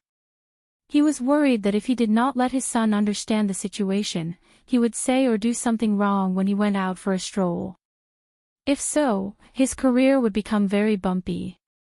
The child was really smart. After hearing his father's words, he rolled his eyes and said excitedly, "Father, I have an idea. The emperor certainly doesn't know that Luzhou only listens to the Zhang family and the Wang family. Otherwise, how could he let them go? I will write a letter and tell this matter to the emperor in the name of my father. When the time comes, Zhang Xiaobao will definitely be implicated. I have meritorious service, maybe I can take over his position and be the governor of Jili province. I don't believe that I can't do what he does. My little ancestor, give up on this thought. You are not allowed to think about it in the future. This is not the way to be an official. It's good that you are not convinced, but you have to figure out why he is so good. Is the provincial governor something you can be? Do you know what the provincial governor is supposed to do? Not to mention the provincial governor, even if I give you a secretary, you can't figure it out. There is only one Zhang Xiaobao in the Tang Empire. He was born with knowledge. If you really have the ability, I can also retire. If you still want to use that kind of conspiracy, I won't care about you anymore. Your brother is also not bad." Sun Hua was almost scared to death. After saying a lot, he looked at his son and sighed with emotion. The ignorant were fearless. How could Zhang Xiaobao and Wang Wan be compared with people of the same age? Not to mention people of the same age, even people who were a few generations older than them could not deal with them. How did the previous official get promoted? It was because Zhang Shuo had offended the two of them. As a result, the security of Xinyuan province, which was originally very strict, was slightly lax. It was so lax that anyone who did not help would feel sorry for himself. Thus, the previous official could not resist the temptation and reached out. Not only did he lose his position, he also implicated Zhang Shuo. This showed that when it came to politics, Zhang Xiaobao and Wang Wan could contend with the prime minister and even take advantage of him. Remember, don't reach out, Sun Hua muttered. It was unclear whether he was saying this to his son or to himself. The child was still a little unconvinced, but he was worried that his father would not help him, so he became much more obedient. While the father and son were conversing, the shadows of sails finally appeared on the path behind them. Sun Hua used his 1,000 Li and saw 12 large ships that he had never seen before appear in his field of vision. Filled with curiosity, Sun Hua did not mention the matter of disembarking. The main reason was that the springboard had been removed. If he mentioned it now, it would cause the two dockside helpers to recall what had just happened. Through the 1,000 Li, the ships did not seem very far, but it took a full hour for them to reach the docks. The crackling sounds of firecrackers resounded throughout the docks. The people on the ships cheered and waved their hands vigorously, giving off a festive feeling. Sun Hua thought for a moment, then fished out a string of copper coins from a hidden pocket in his sleeve. He shouted at a person not too far away and tossed the money in a line. "This little brother, may I ask what ship this is?" Sun Hua asked curiously. Perhaps it was because the return of the fleet made him happy, but that person reached out and caught the money. For the time being, he did not think about what Sun Hua had just said. While looking at the ships gradually approaching the docks, he introduced them to Sun Hua. A fleet heading south. When we left, there were 12 ships. When we returned, there were still 12 ships. I wonder what they are carrying. This time, Governor Zhang will definitely be very happy. Back then, it was Governor Zhang who came up with the idea of going south to take a look and bring back some good things. Now, it has finally succeeded. Is it easy to go south? What could be on the ships? Sun Hua asked again. If it was easy to go, then it wouldn't have been a year and a half. The ships are naturally filled with treasures. Perhaps the new governor will have other thoughts and be dealt with. The person on the docks tossed the copper coins in his hand as he spoke casually. No, definitely not. The new governor is not stupid. Even if 12 ships were filled with gold, the new governor would not want them. He would just treat them as iron plates plated with copper. Sun Hua assured with certainty. Oh, that's a pity. I haven't seen Governor Zhang for a long time. I originally wanted to get a few more governors and send Governor Zhang over when the imperial court has no more appointments. The person on the docks continued to speak the truth, not hiding anything at all. Sun Hua couldn't help but tremble. He no longer spoke. The child beside him took back the 1,000 Li and looked toward the ship. Suddenly, he pointed at a person on the ship and asked with joy and curiosity, "What is that hanging on that person's body?"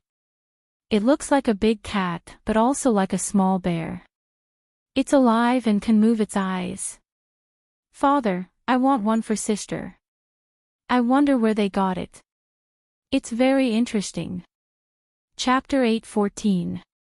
Sun Hua and his son were not the only ones who did not know what kind of animal it was. Even the people on the dock had never seen it before.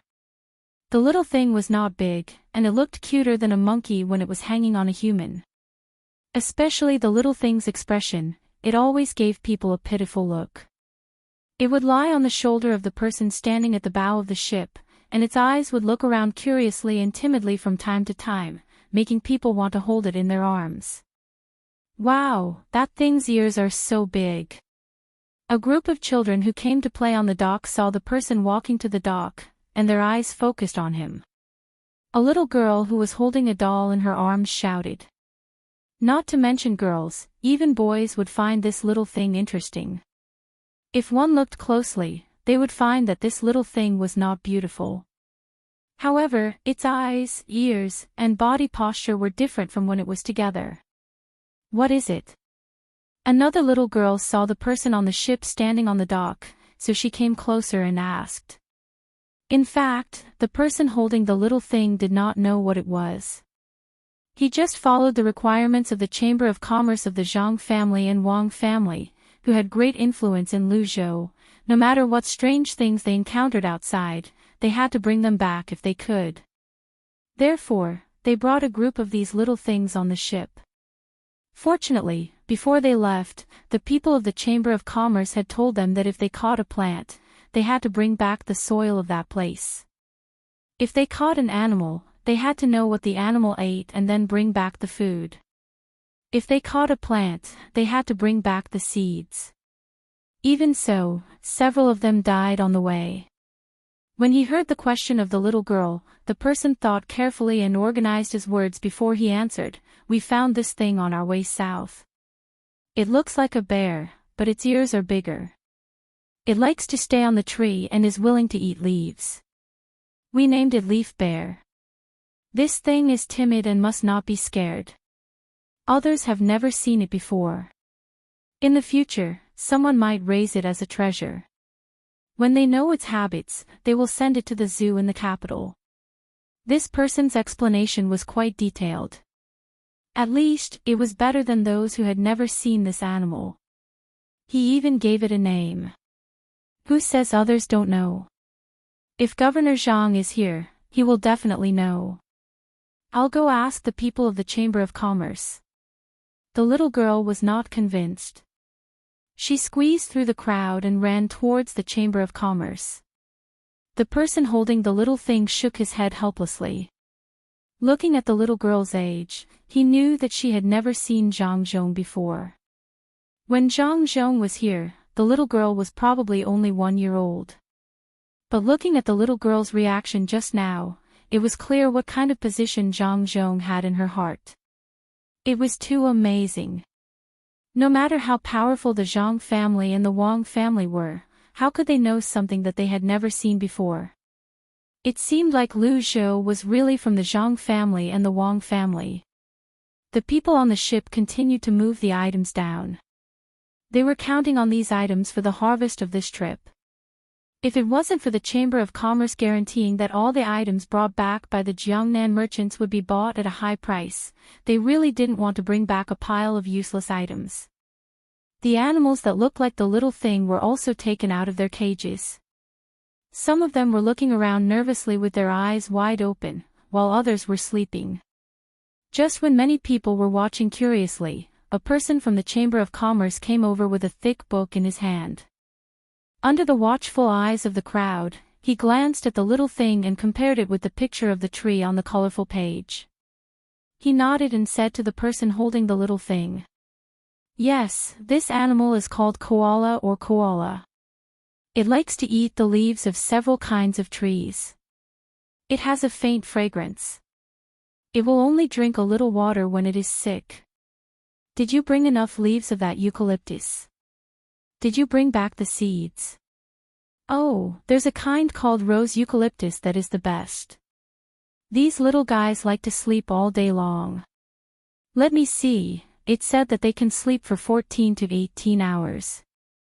Little young master and little miss will be very happy. Little young master and little young master will buy it. See, I told you. Governor Zhang will definitely know. What's so great about it?" The little girl who went to call them just now raised her small head with a look that said, "How dare you not believe me?" No one paid attention to the little girl's words. Those who were close to the Chamber of Commerce moved closer to the people from the Chamber of Commerce and looked at the colored picture on the page. Sure enough, the picture was of the little things. Even the leaves they ate were drawn. Below the notes were written about their habits. That's amazing. Father, did you see that? The Zhang family and Wang family actually drew the things that just appeared in advance. How did they know? Sun Hua's son withdrew his clairvoyance that happened to be able to see the situation from this angle and said to his father with a shocked expression. Sun Hua was not an immortal. How could he know how the Zhang family and Wang family knew what they had just seen? Hearing his son's question, he pretended to be profound and said, "This is the ability of others. If you want to be like others, you have to study hard and have a good memory. There's always someone better than you. This is the truth. Do you understand? I understand. Father, I will definitely work hard. The little boy didn't understand, neither did his father. Hearing his father's reprimand, he immediately agreed seriously. At this time, the things on the ships began to be moved down continuously. After wandering outside for a year and a half, they finally returned home. Everyone resisted the urge to take a good rest and seriously did the last thing they wanted to do. It could be said that they had suffered a lot along the way. There were several times when they almost died at sea. They had eaten all their food and could only eat fish. If it weren't for the fact that the Chamber of Commerce of the Zhang family and Wang family provided them with a thing that could make fresh water out of seawater by drying it under the sun, they would have already died in the vast sea. After another part of the things were unloaded from the ships, the people from the Chamber of Commerce stared at a pile of wood and said happily to the people on the ships that had just returned, "Good, you even brought back so much red sandalwood.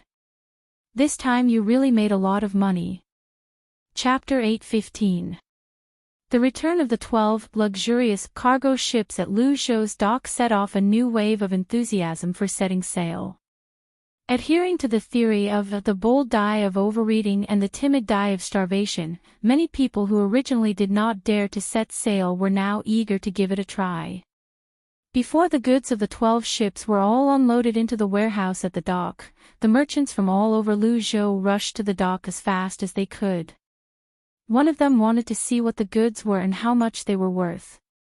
The other was to find out where the fleet had gone and what kind of danger they had encountered. The merchants of the 12 ships were also praised by countless people. While they were happy, they could not help but feel like they had survived a disaster. Masterly, masterly, have a safe journey. I wonder if you have time these days. We have reserved a banquet at the flagship store of Ocean Cloud Inn in the state capital. We hope Masterly will come.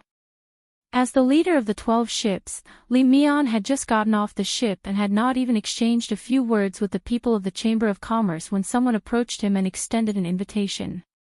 Hearing other people's words and looking at the envious and jealous gazes of others, Li Mian suddenly felt proud and elated. When he first rented a ship here with others, many people scolded him for being a fool. Before setting sail, he had even heard many people belittling him.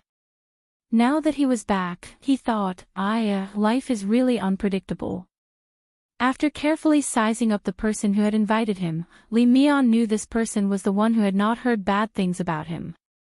He shook his head and smiled back at the other party. "I'm tired from the journey. I really don't have time these days. Why don't we wait for a month and talk about other things after I've rested up? Masterly, don't worry if you're tired. I've already prepared a place to rest. Tell us, where did the fleet go? We want to go and see the vast world out there." This person was still unwilling to give up.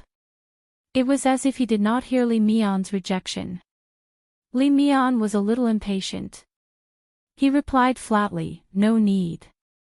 I've already arranged a place to rest. The wind is strong and the waves are high. How can we remember the way? Besides, we are not prepared to set sail, let alone draw a map. Excuse me, everyone, please make way. I'll pay for the ship." What he said was exactly what many people had said before they set out to sea, and now it was used to refute what had happened before. As for where they were going, what kind of resources there were, and what they had to be careful of on the road, they definitely couldn't tell others so easily. That was information that he had risked his life to obtain. Why should it be given to others for free? Those who wanted to make a fortune would rent their own boat and go out to sea. They would also experience what it meant to die 9 times out of 10. As soon as Li Mian finished speaking, the people from Lu Zhou's Chamber of Commerce surrounded the area to prevent outsiders from getting close. The person in charge of the Chamber of Commerce held the booklet in his hands as he discussed the details with Li Mian. "Boss Li, congratulations on your safe return and bringing back so many good things. Should we talk about the rental fee and the price of the goods? The person in charge asked Li Mian as he checked the items they had brought down from the ship. Li Mian nodded a few times and replied, "Manager Zhang, we've discussed the matter of the ship before we came back. We want to buy it. Although it's damaged in many places, it's our first time on such a long journey. We can't return it to the Chamber of Commerce. Manager Zhang, please take a look at the goods and see if they're worth the money." The 12 ships were not given out for free. Li Mian and the others came from Jiangnan. Before they rented the ships, they had to use their properties as collateral. After they returned from the sea, they would use the price of the goods as collateral. If there was more, they would be refunded. They were given 3 years. If they did not return in 3 years, the properties used as collateral would belong to Lu Zhou's Chamber of Commerce. Now that all 12 ships had returned safely, Li Mian did not plan to continue renting ships. Considering that he would be going out in the future, he might as well buy them. He could save a lot of money in the future. However, he was not sure if the goods were worth the money. He was a little worried. The person in charge, Manager Zhang, had already seen the various goods brought back by the fleet. Based on the booklet made by the young master and young lady, he knew that these goods could be exchanged for more than 20 ships. It was not that the goods were valuable. The rarer something was, the more valuable it was. The first time they returned, there were many things that Great Tang did not have. Not to mention the other things, just the koala. In Great Tang, no one had even heard of it, let alone seen it. Naturally, many people were willing to pay a sky-high price to buy it. As for how the young master and young lady knew, was there even a need to ask? They were immortals, there was nothing that they did not know. With this thought in mind, Manager Zhang said to Li Mian, "Boss Li, according to the contract when you rented the ships, in addition to the goods, you have to tell the Chamber of Commerce everything you saw and heard on the way and present the sea map you drew. As long as what you say is true and the map is true, you can exchange these 2 things for 4 ships. Furthermore, the next time you go out to sea, you can get new equipment from the Chamber of Commerce, such as the equipment used to collect fresh water on your ship. According to the previous agreement, the goods must be handled by the Chamber of Commerce. There are 2 methods.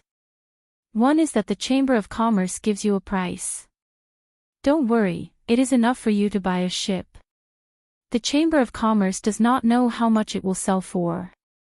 If it sells for more, you have to agree. The other method is that the Chamber of Commerce will not buy it directly, but will help you contact other buyers. In the end, the Chamber of Commerce will take 40% of the net profit. Don't worry, it is not the gross profit. Go back and discuss it. Oh, the goods do not include animals. The animals and plant seeds you brought back must be given to the Chamber of Commerce unconditionally. We will take over now and write a letter to inform the master in the capital." After Manager Zhang finished explaining the conditions, he did not rush Li Mian to make a decision immediately.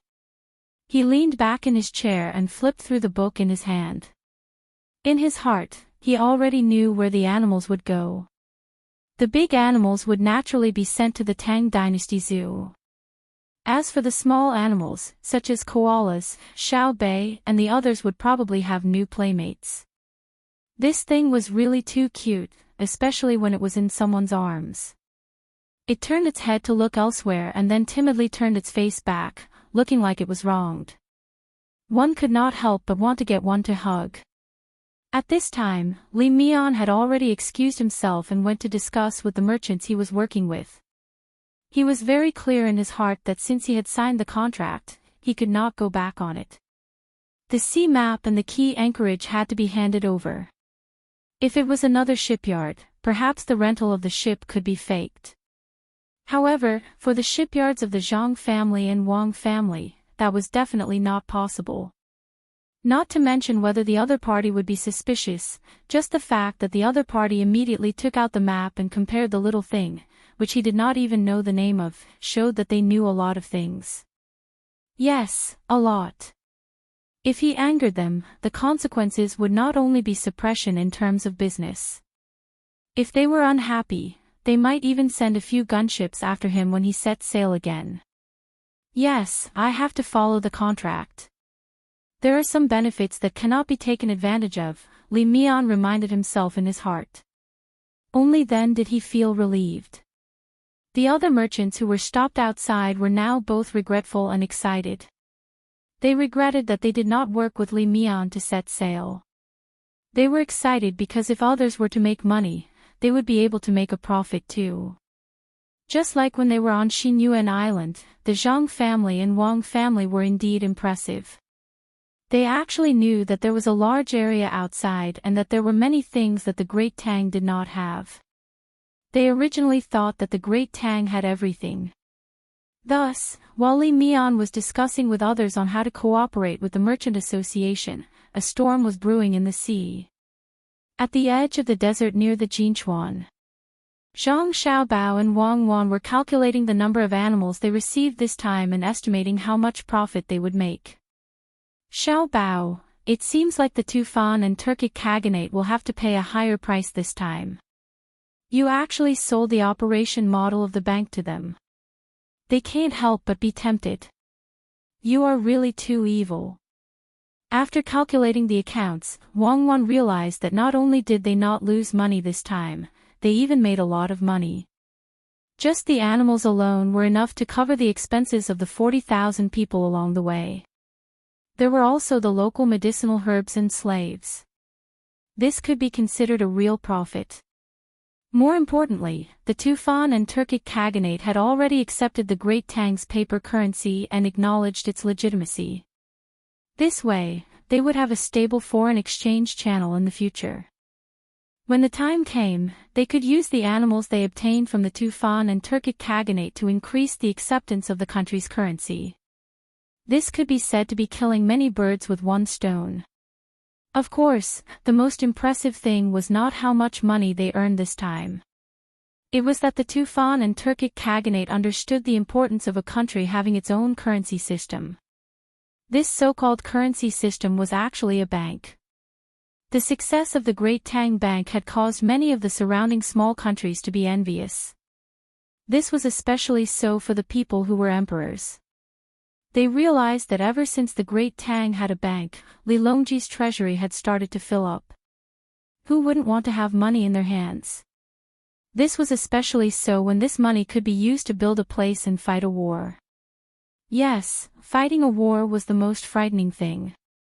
Once Li Longji had money, who could guarantee that he wouldn't make a move against them? Under such circumstances, Zhang Xiaobao wrote down the operation model of the bank and wanted to sell it to the Tufan and Turkic Khaganate as a commodity. The price he set was extremely high. After Kei Tichin and Susan Chide found out about this matter, they were worried for a period of time. In the end, they were willing to pay a higher price in exchange.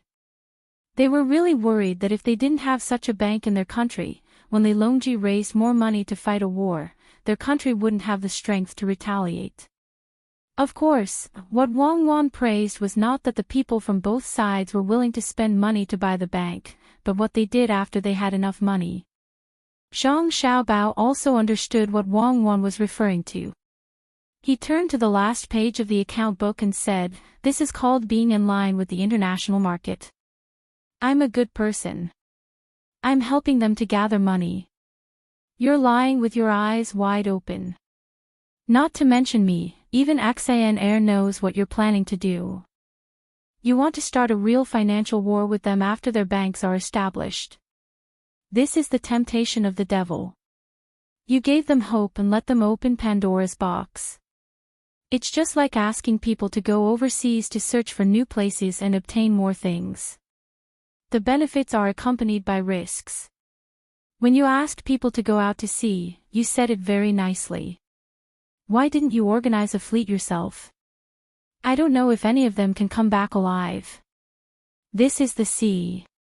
When it breeds life, it also devours life." As Wang Wan spoke, she thought of the merchants who were encouraged to go out to sea. She hoped that they could come back alive and bring back more good things. Just as Wang Wan mentioned this matter, the pigeon that was trying its best to fly had already arrived in Izhou. It received Shui Yun, who was sending letters back and forth, and put the letters on Shui Yun. Then, it flew towards the edge of the desert. In the palace of Tubo, Zuzan Chide was holding a piece of paper that Ilua had just exchanged for with a lot of resources. He was reading word by word. Beside him was Princess Jincheng. Now, her status was obviously much higher than before. The entire harem of Tubo had almost become her world.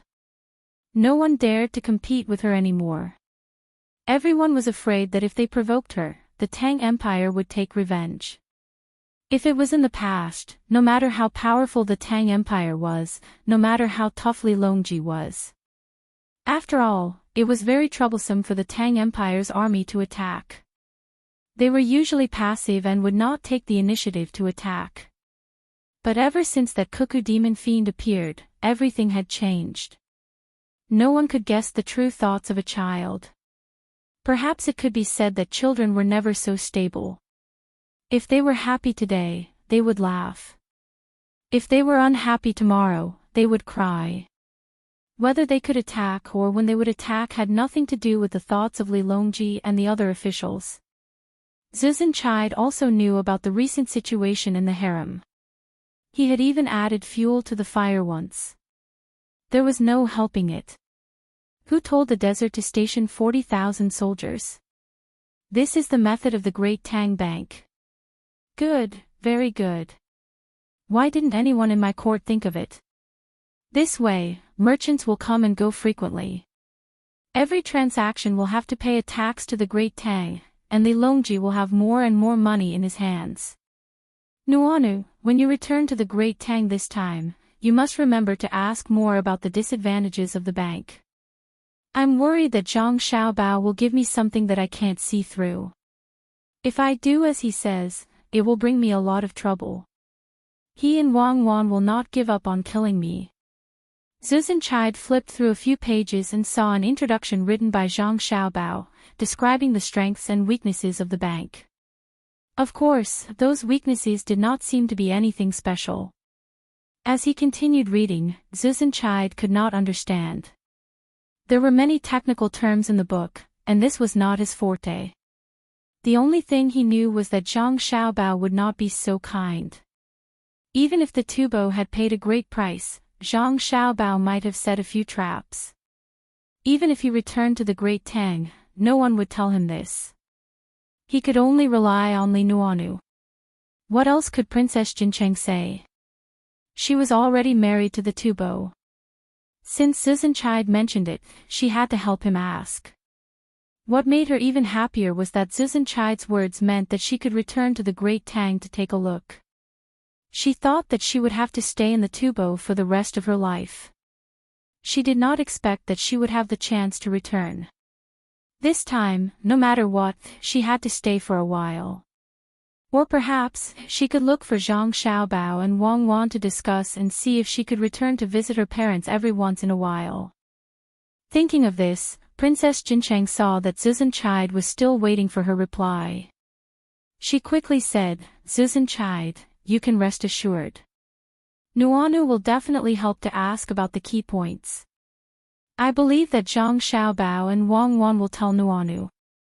Don't ask the two of them. I heard that the two of them are not on good terms with Zhang Shuo. You have to think of a way to ask Zhang Shuo and Wu Huifei. That woman had once made a move against the Great Tang Bank. It's a pity that her methods were not good enough. Not only was she seen through, she even allowed Zhang Xiaobao to take the opportunity to open up a better bank.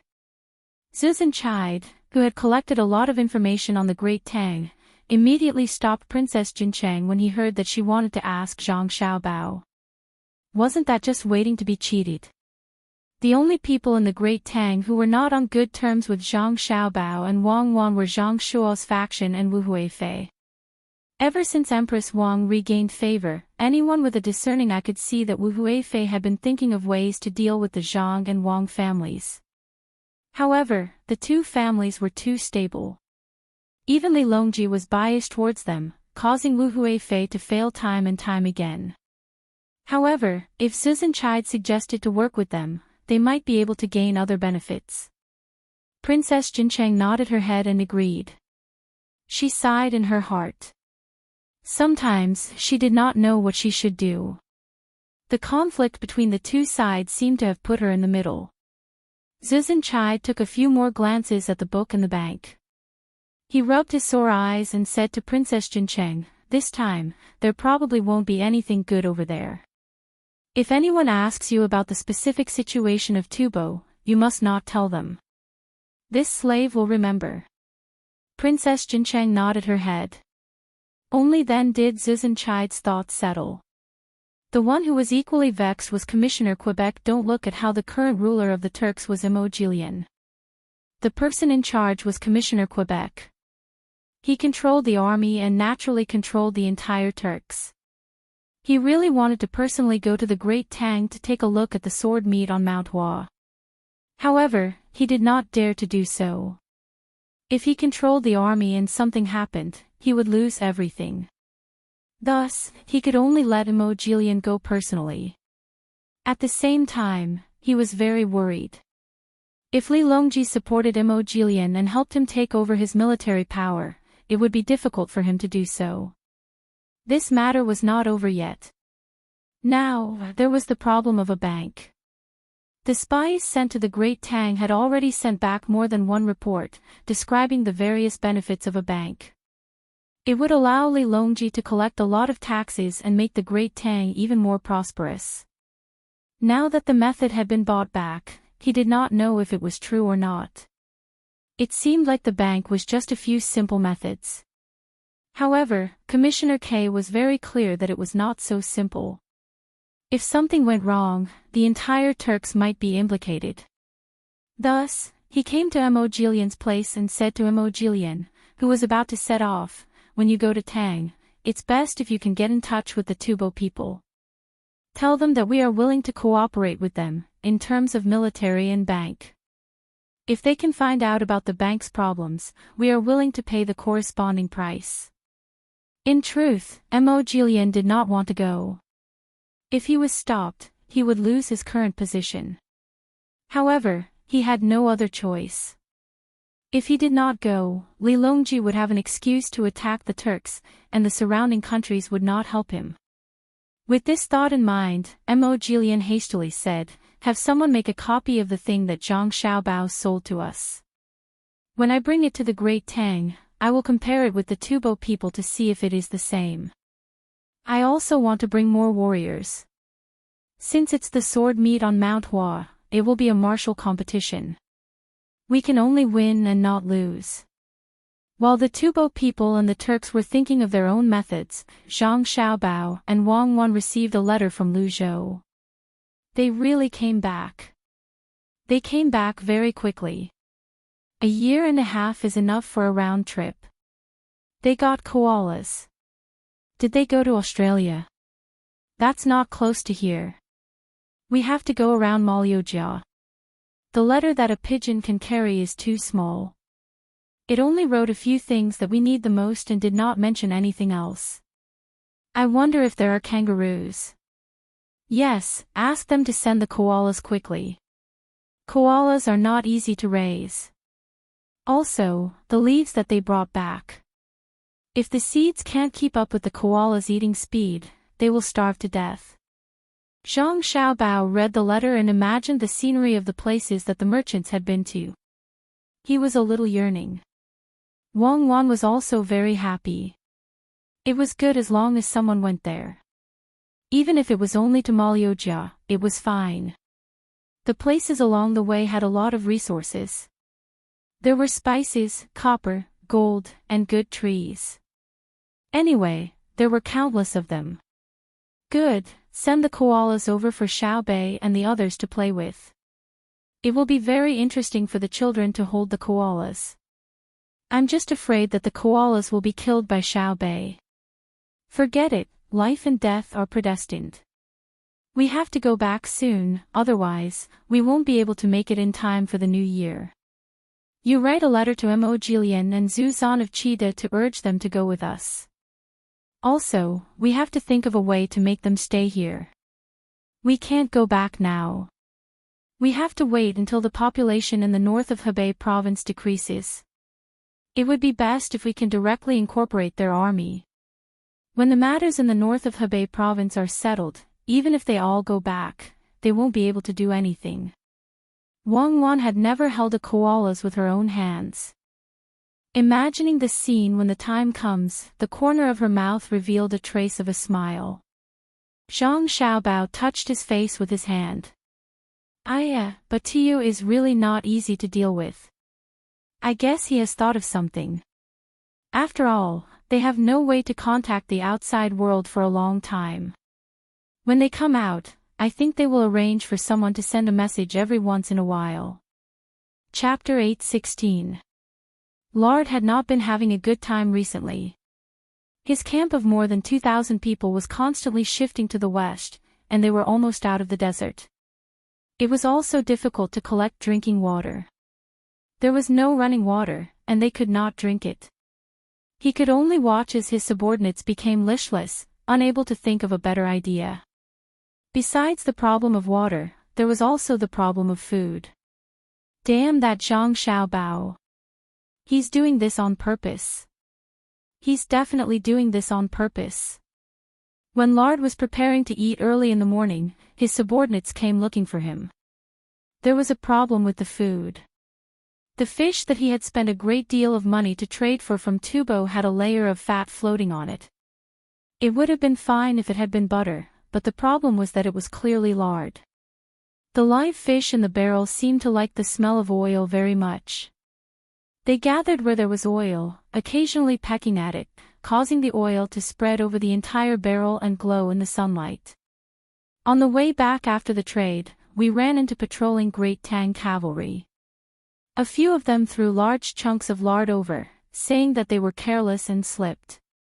A duo-eater in charge of transporting the food explained to Lard, upon which Lard let out a thunderous roar.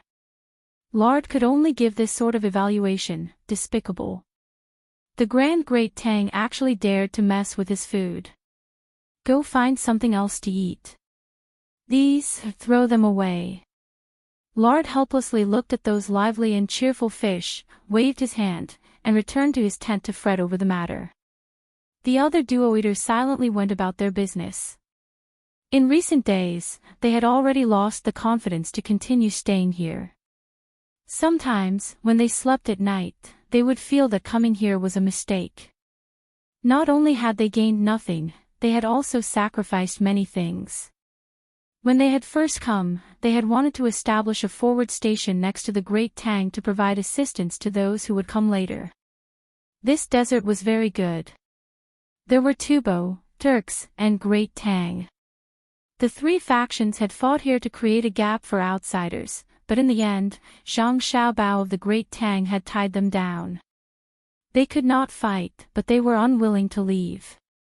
If it was Zhang Xiaobao who sent people to beat them up once or twice, he could find an excuse to leave.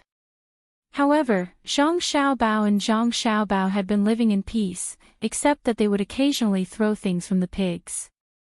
For example, pig hair, pig dung, and pig blood were thrown into the wind every day. Even if they didn't look, they could smell it. The camp had no choice but to move again and again. How could you do this? Even if two countries are going to war, you have to be a little more magnanimous. Look at you, you've been scheming since you were young. What will you do when you grow up? Zhang Xiaobao was giving Xiao Bei and the others a political lesson in the camp.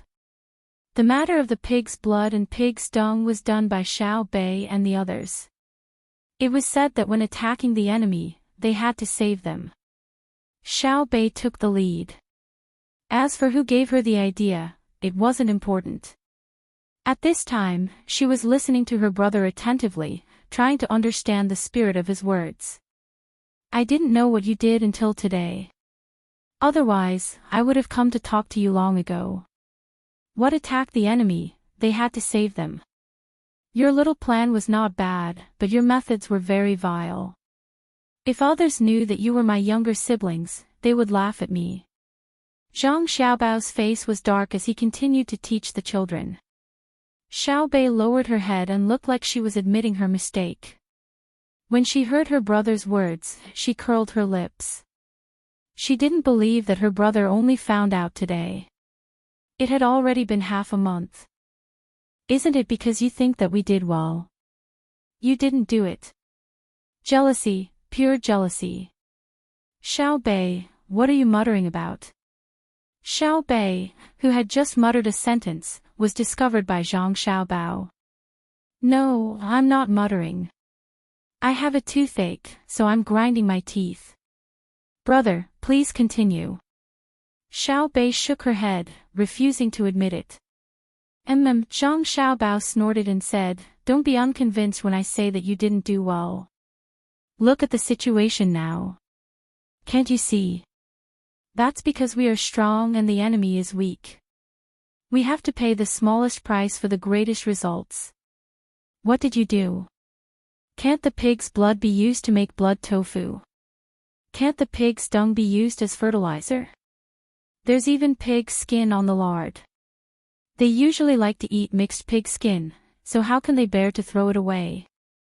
Besides, the wind here doesn't blow in a fixed direction. If it blows away the many cannibals, our camp will have a smell. Aren't you ashamed? Are these my, Zhang Xiaobao's, younger siblings? You are a joke. Why don't you go upstream to the river where they get water and wash the pig's intestines and hand them to me later? I can fry the intestines for you. You actually wasted it. Why do I, Zhang Xiaobao, have such stupid younger siblings? Today's matter needs to be summarized. Everyone will write a self-reflection later. You must recognize your mistakes and correct them. Do you understand? Xiao Bei lowered his head even more. He suddenly turned around and glared at a guard in the crowd. It seemed that this was the young guard's idea. Xiao Yuan also had an expression of deep realization on his face. Han Xianfeng and the others who were not far away looked at each other. At the beginning, they really thought that Zhang Xiaobao was going to talk to Xiao Bei and the others and ask them to be more aboveboard. At this moment, they finally understood. How was this teaching his younger siblings to learn? He was clearly guiding his younger siblings to lower the cost of their schemes. Xiao Bei obediently took 2 steps forward. His eyes were red and tears were welling up in his eyes. Brother, I know I was wrong. I didn't eat so many fried pig intestines. Now that I think about it, my heart aches. Also, I didn't use much pig skin to cook the jelly. I will definitely learn from this in the future. And, it's good that you recognize your mistakes. You are still young. Remember, when you are strong, you have to use the smallest price to achieve the best goal. Disperse. I see that you have prepared a lot of pig trotters. When it's time to shave them, go upstream and roast them. Throw them into the river after they are roasted. Zhang Xiaobao looked gratified at his younger siblings who were willing to correct their mistakes. After comforting them, he even gave them some guidance. Under the admiring gazes of his younger siblings, he left to find Wang Wan to discuss how to make a breakthrough. Today, you are only allowed to eat half of your lunch and dinner. Think about it carefully. How much do you think you missed? You even made my brother personally come over to teach you. I am very angry. Xiao Bei turned around and complained to the innocent-looking guards.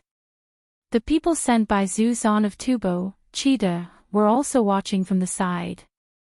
They originally wanted to see how Zhang Xiaobao would educate his younger siblings. Now that they understood, they didn't care about the uncomfortable feeling of cold sweat sticking to their bodies. They hurriedly went back to write a letter and had someone send it back quickly. They told Zan Pu to be careful, very, very careful. Wang Wan also heard how Zhang Xiaobao had lectured Xiao Bei and the others. When she saw Zhang Xiaobao swaying back, she didn't know whether to laugh or cry. She said, Xiaobao, you just did that. What kind of education do you want to educate Xiao Bei and the others? Hee, it's just a joke. They are children, after all. I will play with them. Anyway, the The one who loses is not me. They can eat more people and suffer. It's a pity that there are no good chilies. You can't make Mao Shui Wang with chilies. Zhang Xiaobao didn't seem to care at all. You are provoking ethnic conflicts. Wang Wan put the blame on him. Which ethnic group provokes ethnic conflicts? There isn't one yet. Who should I pick? Come, let's discuss how to deal with Kutiyu. We have less than 3 days before we set off. Zhang Xiaobao no longer put his thoughts on the more than 2,000 people. He began to think about how to make Kutiyu lead the troops back to the Song Mo Commander-in-Chief's office. At the very least, it had to be delayed until next year's spring plowing. At that time, even if Kutiyu wanted to do something, there wouldn't be any resources available. Didn't you say you wanted to arrange an assassination? I think this idea is fine. Wang Wan mentioned Zhang Xiaobao's idea. Zhang Xiaobao shook his head and regretted, so that's what you were thinking. After scolding Xiao Bei and the others today, I changed my mind. Not only do we have to let the children know how to save resources, the adults should also set an example. If we arrange an assassination, the chariot will be ours, the manpower will be ours, and the crossbows will also be ours. Using the smallest price to exchange for the biggest benefit will not be laughed at by Xiao Bei and the others. Therefore, I decided to find Kutiyu for a meal and treat him to some buns. At that time, we will bring their troops back together. Leaving them here will consume too much money every day. We will spend too much money on transportation. The slaves we bought here will be enough to support us. Chai Zuzan agreed to go to the capital, and Mo Ji Lian also agreed. However, they will not go with us. We will set off the day after tomorrow. The day of departure arrived. Kutiyu waited for General Kutiyu to fall ill after eating a few buns. Just when Kutiyu suspected that Zhang Xiaobao was up to something bad, Zhang Xiaobao didn't make any moves. He didn't even ask about the matter of military authority. The 40,000-strong army set off, bringing up layers of sand and dust as they moved towards the place where the ships were. There was still a group of people who left to return to Yizhou. They were the relatives of Zhang Gang and Zhang Fang. Chang, who had been invited to visit his children. He had just arrived the day before yesterday. After hearing his children reciting poems, performing dances, and writing, he was so happy that he slapped his son's head several times in succession. After playing with them for 2 more days, he finally reluctantly bid farewell. He left behind a sentence for his children to learn well and left without looking back. Mo Ji Lian set off in advance. He wasn't willing to move with Zhang Xiaobao's large group. That wouldn't be the sword meet on Mount Hua. He would be escorted. Of course, even if he didn't go with them, he wouldn't use the name of the sword meet on Mount Hua. He would use the excuse of going to the capital to pay tribute. He didn't dare to talk about the sword meet with Li Longji. At the same time, Zuzan Cheetah arranged the matters in Tubo and set off with Princess Jincheng. His speed was neither fast nor slow. He followed behind Zhang Xiaobao and Wang Wan's group. There was a day's journey in between. Scouts were sent out in all directions, reporting every hour. They had to carefully watch the path that Zhang Xiaobao's troops had taken. There was no other way. They had been frightened by the information sent back by their subordinates. Even children like Xiao Bei could recognize the mistakes made in scheming, let alone the adults. With the departure of the Great Tang's group, the Duoga people who hadn't eaten or slept well for a few days finally heaved a sigh of relief. Then, they were at a loss. The 40,000-strong army had left the desert, and a few thousand people had come to set up camp. They couldn't go back at all. What worried them the most was that the people who came later wanted to carry out the scheme to the end. Lulda thought about it and felt that he wouldn't be of much use if he stayed here. He might as well go back early and send more troops next time. Although the road wasn't easy, he had to vent his anger. Everything passed by calmly like this. The people at Pingzhou Pass felt a little regretful. They thought that Zhang Xiaobao and Wang Wan would have a big fight. They didn't expect that there would be a feeling of powerlessness. Those who had such thoughts were usually soldiers. They were hot-blooded. The people who were marshals had different thoughts. They were most in favor of Zhang Xiaobao and Wang Wan's method. This was what it meant to subdue the enemy without fighting. With the 40,000-strong army, the trouble in the north of Hebei province was solved. The Tujue and Tubo problem was solved. The Duogu people spent a lot of money but didn't get anything in the end. Paper money started to circulate in Tubo and Tubo. They also exchanged a lot of livestock and slaves. Sure enough, a good fighter has no illustrious achievements. In the capital, in Xinqing Palace, after Li Longji received the news of Zhang Xiaobao's return, he read the letter again and again. Finally, he said to Gao Lishir, who was beside him. Gao Lishir was also happy. This time, Zhang Xiaobao didn't use a lot of money. At least, he didn't use the money from the national treasury. As for the money used by Xiaobao himself, he would probably ask for the corresponding policies. Good son. Thinking like this, Gao Lishir said modestly, Your Majesty is wrong. It's all petty tricks that can't be shown in public. Well, it's petty tricks. It's petty tricks that solved the problem in the north of Hebei province. It's petty tricks that forced Zizhenchide and Moji Lian to come to the capital to pay tribute. It's petty tricks that planted a deeper hidden danger for Tubo and Tujue. Starting tomorrow, all the smart people in the court should give me some petty tricks, like Xiao Bao and Cuckoo. Li Longji was glowing. It seemed that Zhang Xiaobao and Wang Wan took people on a trip as if they were playing, but the result was unimaginable. If this was considered petty tricks, then there was no smart person in the world. Gao Lishir had always heard the emperor praise Xiao Bao and Cuckoo, so he had long been immune to it. He followed Li Longji's words and said, I think the only good thing is that they didn't start a real war. Otherwise, it would be a waste of people and money. I wonder what kind of sword competition Xiao Bao wants to have by inviting them in the name of Your Majesty. Could it be that they want to compete to see who has better swordsmanship? Gao Lishir was very happy when he talked about this.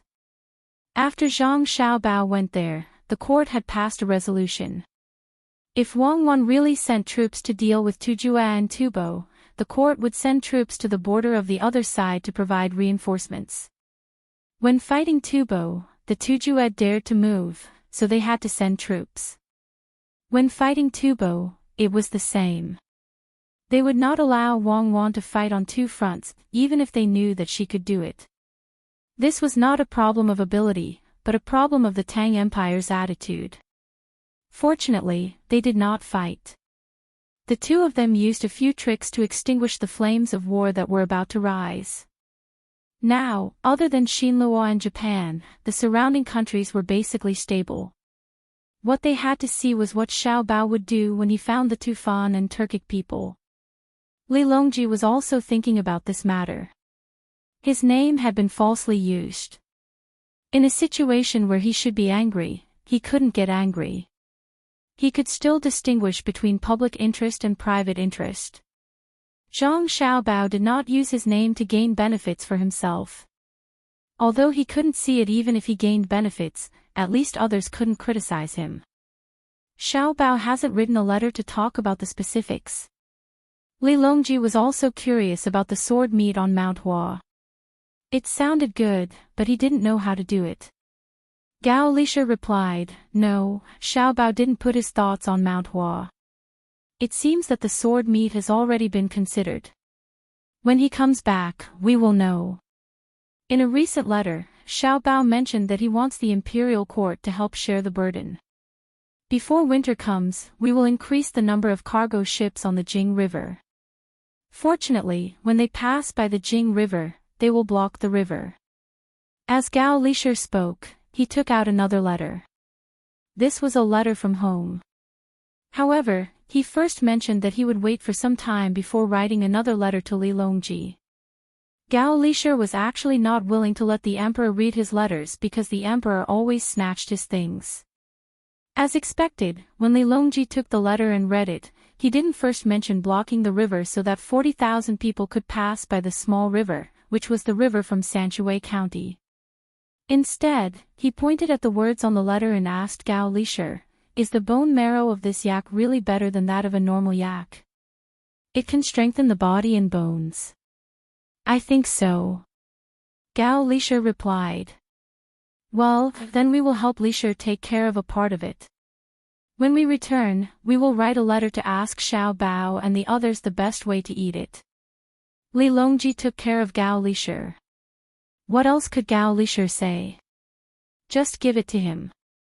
Ever since Xiao Bao and Cuckoo started to give him things, the emperor had developed a habit of giving him something every time. It wasn't like this in the past. Li Longji had received something, so he brought up other things in the letter. "But suddenly you fell ill again. Does he want to stay behind and walk slowly? Xiao Bao wants to let 40,000 people enter the small river from Dingping. I don't know if they can withstand it. If 40,000 soldiers cause trouble, it won't be good. Your Majesty, in addition to the soldiers and horses in Fenzhou, you can also send the soldiers and horses in Jizhou. I believe that Xiao Bao will solve this problem. Xiao Bao can't let them enter the capital. Otherwise, it will be no different from an army at the gate. This subject will write a letter to ask about the details." Gao Lishir was also very afraid of the 40,000 people.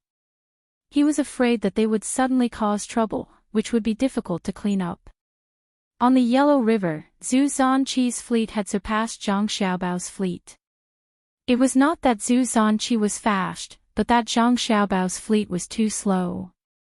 To be precise, the speed of the ships was slow, but the ships carrying a large number of soldiers were not slow. There were many sick people on the slow ships. Among them, Kutiyu was the most seriously ill. Now, it was not just his stomach that was uncomfortable, but his whole body was not comfortable. Originally, he had a bad stomach, but when he was on the river, he finally contacted someone from the Song Imo Commander-in-Chief's office. After he heard the news, he really fell ill. It was said that at that time, blood kept flowing out of his nose, which made his already weak body worse. "General Kutiyu, are you better? I'm here to give you something to eat. Steamed egg lamb. Try it.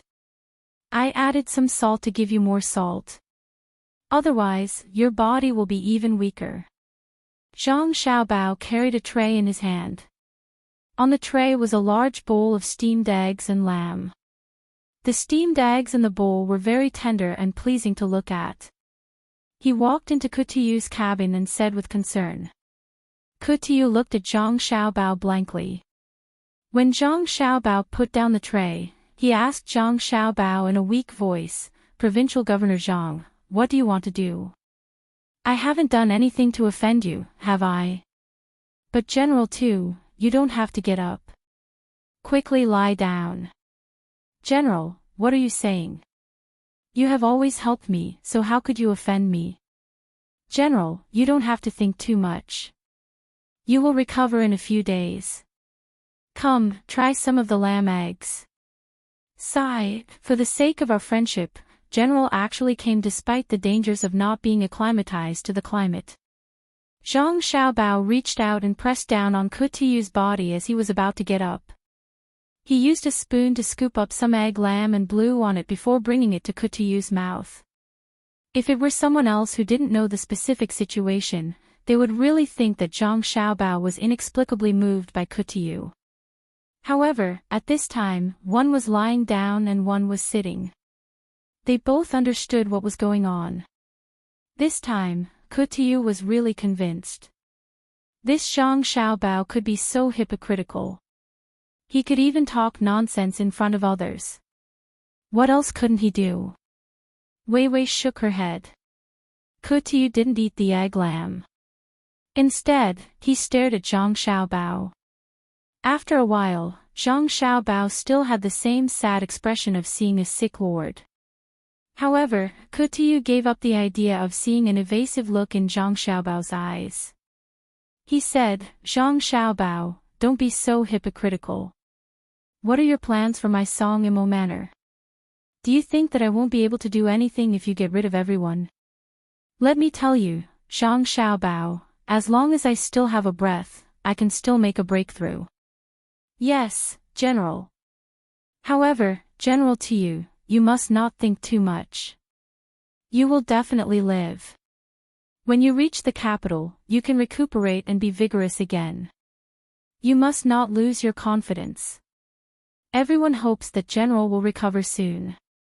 However, just talking is not enough. You must eat. Come, eat half a bowl. After eating, rest more. Don't think too much about other useless things." Zhang Xiaobao really looked like he was trying to coax a patient who was in a bad mood. However, Kutiyu was about to cry. This Zhang Xiaobao was really too shameless. He was lying through his teeth. He turned his head with all his strength, wanting to knock the spoon away. However, Zhang Xiaobao was one step ahead of him and moved the spoon away. "Zhang Xiaobao, let's make things clear today. Why are you treating me like this? Don't argue with me." Chapter 8:17. When the birds are gone, the good bough is put away. When the cunning rabbit is dead, the hound is cooked. Governor Zhang, you and Adjunct Wang are truly formidable. You first stabilized the Tubo, and now you've dealt with the tribes of northern Hebei province. From the looks of it, you're planning to deal with the Turks as well. This general congratulates you in advance." But Tiyu propped up his weak body, looked at Zhang Xiaobao with a pitiful gaze, and said word by word, "Congratulations to you, congratulations to you." It turns out that General Kutiyu also knows how to burn the bridge after crossing the river and get rid of the donkey after it has left the millstone. General isn't trying to persuade me to raise a thief for self-respect and quickly send General back, right? General, please eat slowly. I'll go out and teach General's words to Xiao Bei and the others." Zhang Xiaobao said to Kutiyu indifferently. He no longer cared whether he could eat or not. Looking at Zhang Xiaobao's departing figure, Weiwei's eyes welcomed the sunlight shining in through the door. Kutiyu ignored the piercing tears that fell from his eyes. Seeming to have thought of something happy, the corners of Weiwei's mouth curled up. When he turned his head back, he picked up the bowl and began to eat in big mouthfuls. The weather was getting colder. After the autumn harvest, the river became busier. The 40,000-strong army was stuck in the middle of the originally wide river, unable to pass through the surging yellow river. Order the ships in front to change to small boats. From Dingping to the small river, pass Sanshui County and enter the capital. Along the way, ensure that the troops are provided with food and drink and deepen the relationship between the army and the people. When Wang Wan heard the news from the front, she issued a new order, emphasizing the relationship between the army and the people. These words were for the generals who stayed on the ship to hear. The person in charge of delivering the news understood that the operation had begun and hurriedly left. Wang Wan turned around and said to the helpless and angry generals who knew about the unforeseen event in their homeland, "Everyone, the new year is coming. If we do our best to return, it will definitely be tiring. There's not enough time, so why don't we celebrate the new year in the capital and go to Mount Hua to enjoy the snow?" No one responded. The generals looked at Wang Wan with unkind eyes, as if they wished they could eat Wang Wan alive. Wang Wan didn't care how much others hated her. She didn't say anything when she saw them. She hummed a song and went to find Zhang Xiaobao. "Xiaobao, they hate me so much. Li Longji is not bad. He knows how to cooperate with us. With this, at least a third of the 40,000 people will be able to survive. That's quite a force to be reckoned with. When they see how the people of Sanshui County live, they will reconsider their original way of life. This winter, the off-season vegetables in Sanshui County will not be overstocked. Let them eat it and let them know that the Tang Empire can also eat vegetables in winter. Wang Wan found Zhang Xiaobao, who was hiding in the cabin and writing with his head down, and happily said to him. "Oh," Zhang Xiaobao replied. Wang Wan poured herself a cup of water and held it in her hands. She looked in the direction of Sanshui County and said, "Xiaobao, I haven't been back for a long time. What do you think Zhuangzi is like now? If they can hear the sound of reading on the shore and the smoke from the small building rising into the fog when they pass by, won't it scare them again?" "Oh," Zhang Xiaobao replied. "Also, the lotus seeds in the pond are hanging their heads shyly. The reeds by the lake are covered in frost. Isn't it beautiful?" Wang Wan continued asking. "Oh," Zhang Xiaobao replied. "What are you doing?" "I'm asking you a question." Wang Wan was dissatisfied. Oh. I'm listening. The smoke from the small building rising into the fog is not good. It's easy to get respiratory diseases. The lotus seeds should have been cut long ago. Otherwise, they would all fall into the water. It's the right time to eat lotus roots. Zhang Xiaobao reacted quickly. He raised his head and looked at Wang Wan. "What are you busy with?" Wang Wan didn't care about what Zhang Xiaobao said. She moved closer to take a look. "I'm busy with the rebellion. I'm looking for a suitable place to start the army. The best place is Jinchuan." Zhang Xiaobao moved his body away and pointed at the map to Wang Wan. Wang Wan looked at the map. It was indeed Tubo's Jinchuan. "You want to be the emperor?" "Yes, it's impossible not to be the emperor. Child Zuzan, Mo Lian, and Kutiu will definitely praise our army there. It's good there. There are mountains and rivers, and the yield of barley is high. It can be said that we can attack or retreat." Zhang Shuashuo, who has escaped the wheel of history and still hasn't been ousted, Wu Huifei, who has watched other people's children grow up and can't hurt them, and there are also other people with bad intentions. Can we cooperate with them and not rebel? Zhang Xiaobao touched the Jinchuan line and said faintly. After hearing Zhang Xiaobao's complaints, Wang Wan laughed. "Serves you right. Who asked you to solve everything at once and prepare to give up the place?" "Yes, give it to Li Longji. We'll continue to head northwest. The Darim Basin is not bad. Who said that the Anshi Protectorate should be given to others? We'll go and take it. In any case, Li Longji can't control it.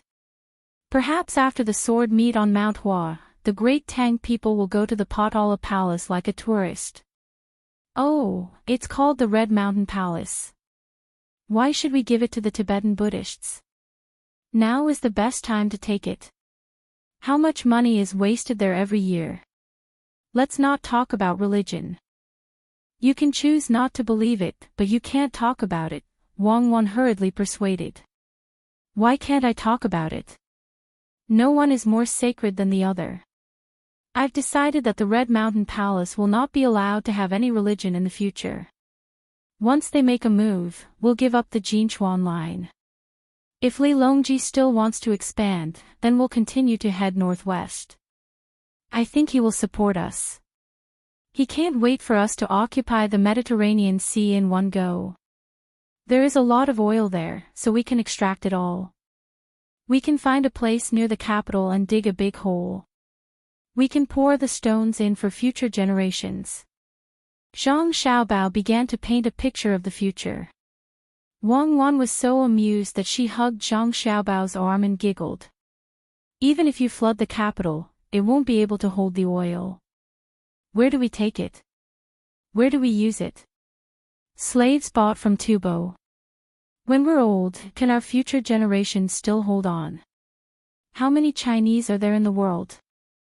How many countries recognize China? Singapore, Indonesia, the Philippines, and other countries. Do the Chinese recognize them? Back then, England was called the empire where the sun never sets. What about now? In the face of time and power, everything will change. I'll use the slaves for now. I don't care what happens in the future. As long as I'm alive, I'll do what I want to do. What's that saying again? When the world is divided for a long time, it must be united, and when united for a long time, it must be divided. Now that the Great Tang has me, I'll do my best to bully others. What does it have to do with me? Right, it has nothing to do with you. You're a good person, a very good person, so good that you use your will to judge others. Then we'll use the slaves first and spend a lot of money on roads. Will we be in the capital this new year? In the capital. We'll bring our parents over to celebrate the new year together. Next year, I'll think of a way to get a job near the capital.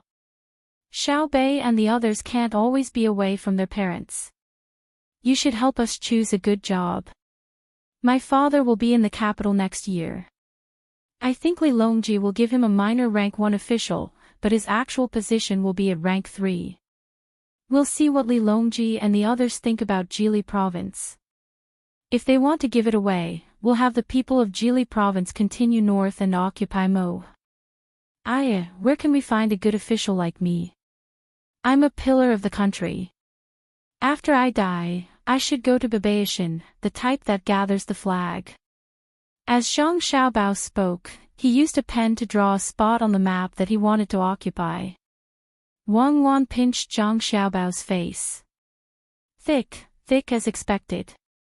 If all the officials of the Great Tang are like you, Li Longji will be worried to death. You're giving up the land, but you're taking the people with you. Northeast, northwest, and south. Holding a large number of soldiers and shouting loyalty, what is it that you're loyal to? Of course, it's my people, the Chinese people. Help me think of something. There are too many things to do, and I'm afraid that I'll be confused and forget. Build a training base. When the conscripts reach the age limit, send them to the training base first, in case they can't find a job after they return from the army.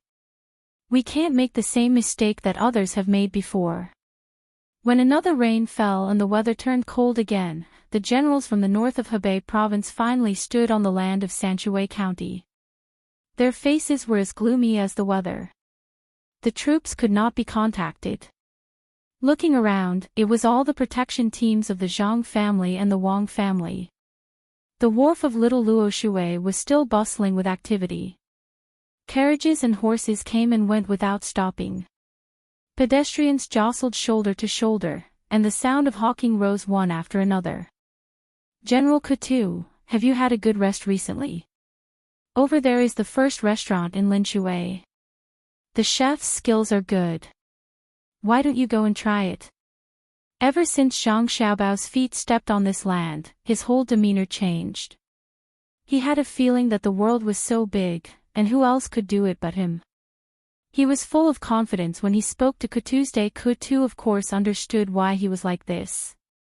If it was the commander-in-chief's mansion of Song Mo, he would not be worse than Zhang Xiaobao. Who didn't know that Sanshui County was the foundation of the Zhang family and the Wang family? Thank you, Governor Zhang, for taking care of me along the way. If Governor Zhang lost somewhere else, would you still have the face to come back? Kutu clenched his teeth and said. Come back, of course I'll come back. I'm not Xiangyu. Why should I be afraid of losing? I don't care about face. There is only hope as long as I'm alive. General Kutu, please take care. After Zhang Xiaobao finished speaking to Kutu, he pulled over a child who was running like crazy. He took out a piece of candy and stuffed it into his mouth. Before the child was about to spit out the candy in his mouth in fright, he said, I am the young master of the Zhang family, Zhang Xiaobao. After knowing that no one dared to pretend to be a member of the Zhang family in Sanshui, the child raised his head and smiled sweetly at Zhang Xiaobao. You're back. I'm back. Zhang Xiaobao grabbed another handful of candy. Chapter 8:18. What you hear may be false, but seeing is believing. Zuzan, who followed Zhang Xiaobao's group here, finally witnessed the richness of Great Tang. In the past, he had always heard the people he sent to Great Tang talking about how good Great Tang was. However, Zuzan, who had never seen it with his own eyes, felt that Great Tang was only slightly better than Tubo in certain aspects. For example, the clothes worn by the people and the more comfortable environment. As for the food, he felt that the difference between the two places was not that big. If Zhang Xiaobao was not so bad and reduced the food supply of Tubo, Great Tang would not be worse than Great Tang. After traveling by boat all day, Zuzan finally realized the difference between Tubo and Great Tang when they could travel by land after arriving at Sanshui County. Stepping on the firm ground, looking at the helpers at the docks wearing the same style and color of clothes, looking at the spacious and clean streets, he did not notice any slightly bigger holes on the road. This was probably the cement road that the person who sent back the news mentioned. Looking at the people who were arranged to sell food, they were all clean and tidy. Most of the food they sold was of an unknown variety. The carriages in charge of transporting goods and people came and went without stopping. The shops by the roadside were neat and tidy. The people walking here had smiles on their faces. Children carrying beautiful backpacks of unknown use stood in a row under the lead of their adults.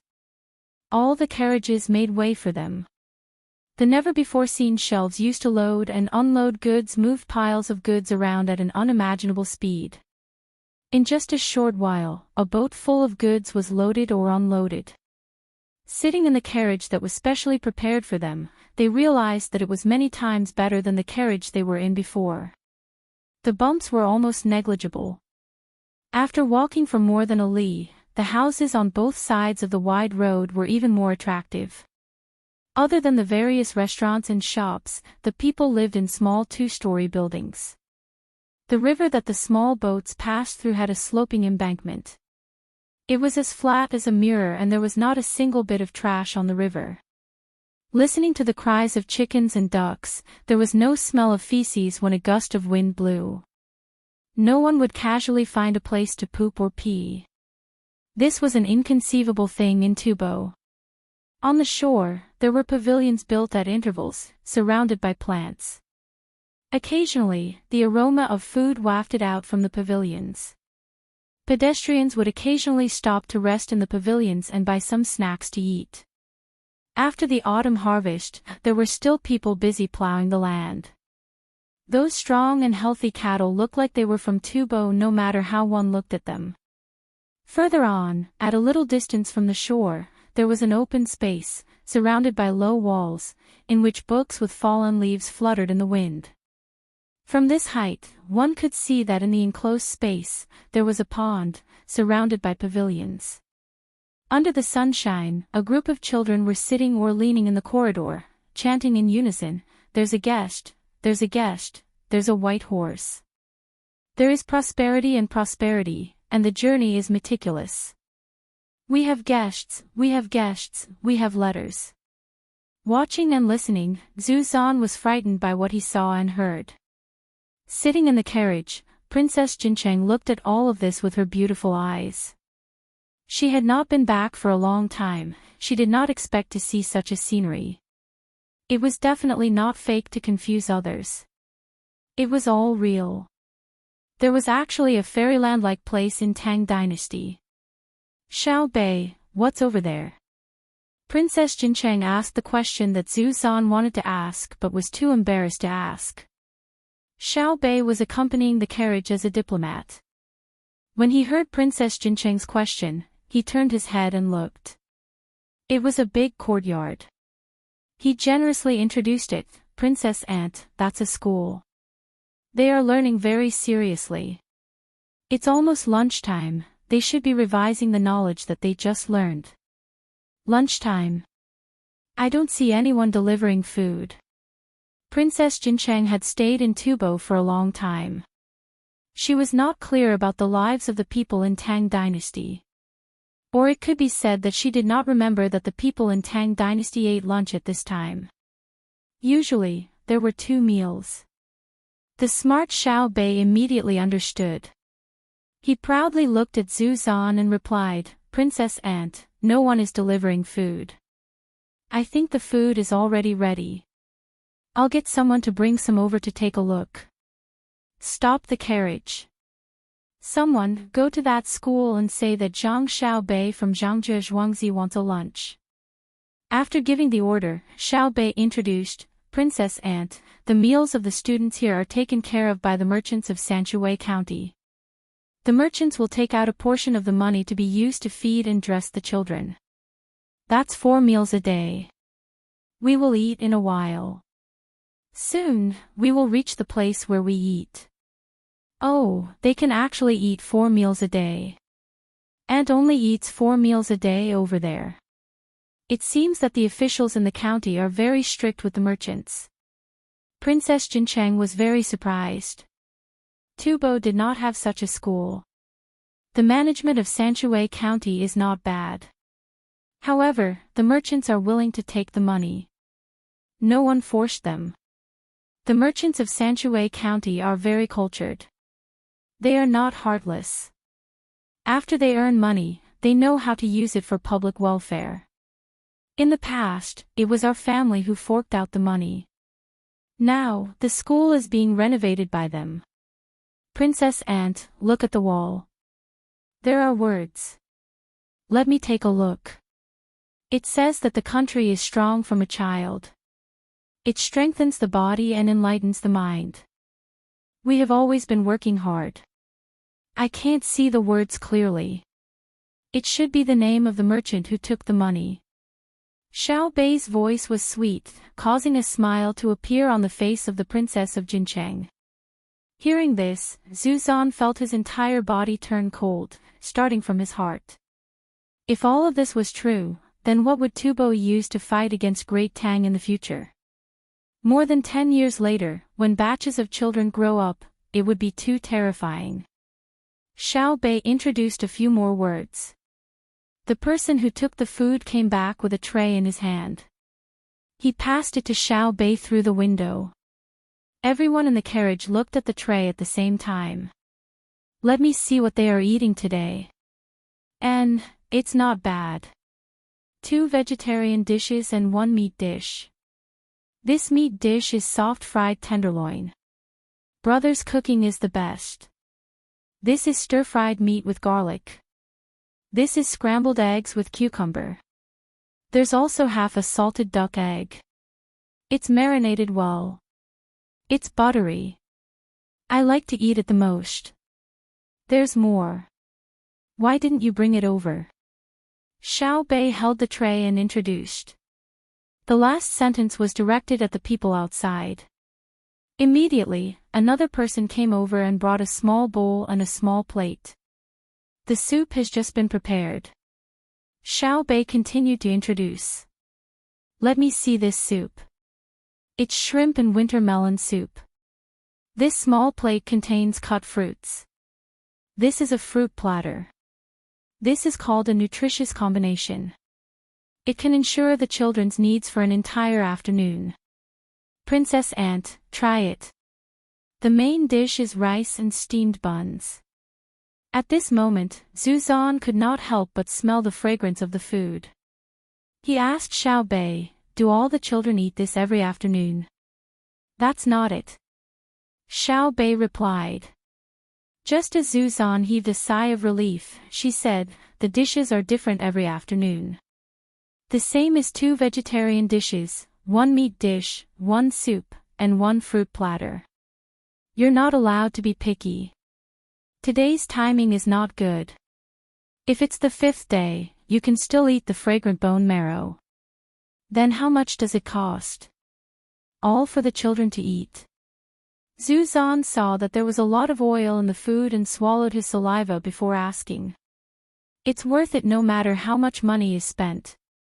The food given to the child has to be of the best quality. Look at this rice, it's of the highest quality. Whoever dares to give poor quality food to the child will be severely punished if caught. This is called Operation Chaoyang. Many places in the Great Tang have started doing this. It won't be long before it spreads throughout the Great Tang. Even though Xiao Bei was young, she knew what Zhu Zanqi wanted to know. She was also willing to use all her strength to scare Zhu Zanqi. Zhu Zan could not help but pick up his chopsticks and put a mouthful of food into his mouth. He sighed inwardly. The taste was really good. He did not know what seasoning was used to make it so fragrant. Princess Jincheng also tasted the food.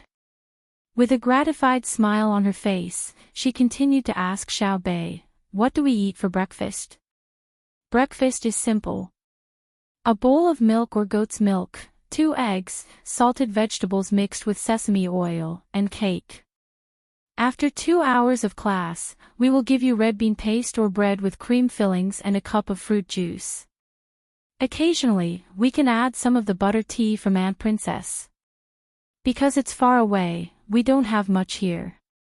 Brother and sister said that we have to think of ways to get more from Tubo. If Tubo does not agree, we can just snatch it. This is called a snack, not a proper meal." Xiao Bei continued to attack Zhu Zan until the end. At this moment, Zhu Zan was already numb. He no longer wanted to compare himself with the Tang Empire. As for Xiao Bei's threat, he pretended not to hear it. Chapter 8:19. The internet was disconnected last night. He just called and it connected.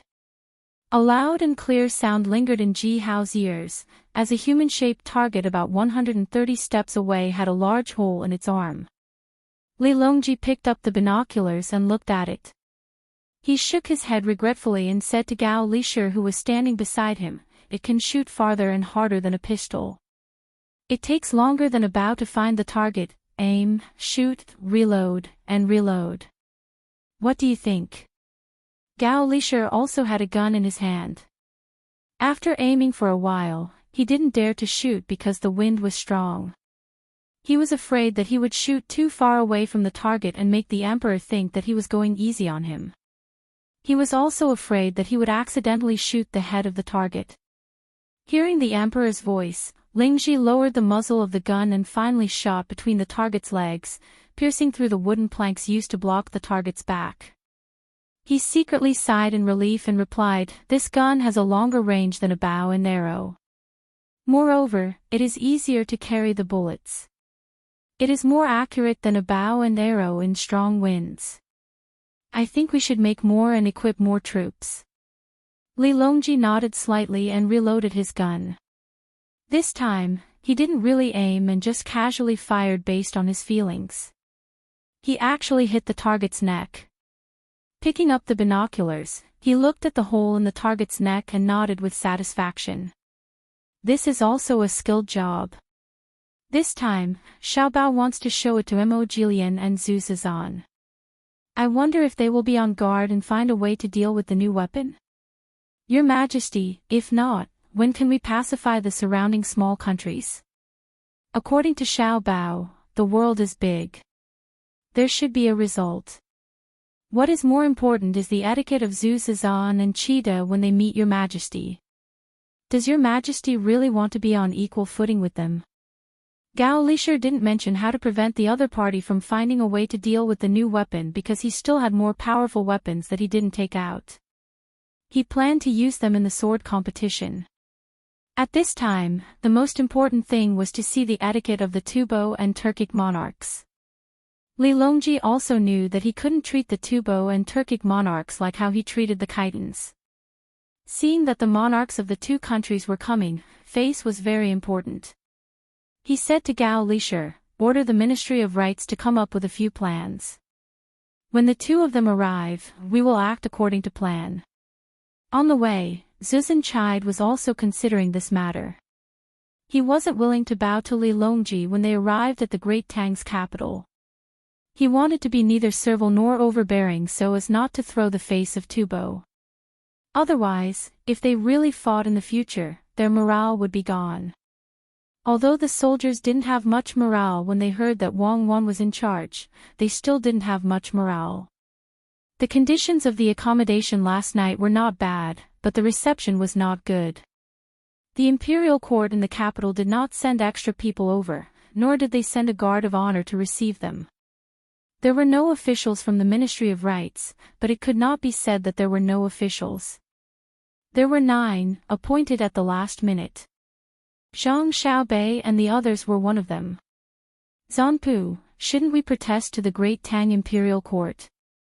They dared to disrespect us and didn't even send officials from the Bureau of Rites. They clearly looked down on us. Just as Zhu Zan was about to leave and get on the carriage, a palace official beside him voiced his dissatisfaction. Assistant Minister Zhang and the other 9 are not officials from the Ministry of Rites. Zhang Xiaobao and Wang Wan sent their younger siblings to greet us. How are they looking down on us? Could it be that their status is not high enough? Zhu Zan really wanted to protest to the palace officials, but he didn't dare to do so. If he really protested, it wouldn't be the Great Tang looking down on Tubo. It would be Tubo looking down on Zhang Xiaobao and Wang Wan. These two were like lunatics, capable of doing anything. If they were unhappy, they might not go to the capital and turn around to lead their troops back to Tubo. And all of these could happen. The Tubo officials who followed them only mentioned a few words to express their stand. If they really wanted him to protest, he wouldn't dare to do so. He bowed to Zhu Zan and started a new day's journey. Xiaobei was still acting as a tour guide, answering the questions of the Tubo guests at any time and place. He was very familiar with this. This was how a diplomatic talent was like.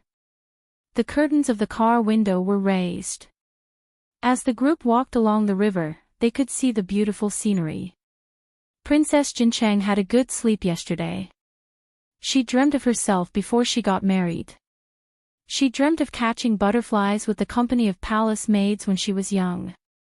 When she woke up, her eyes were filled with tears.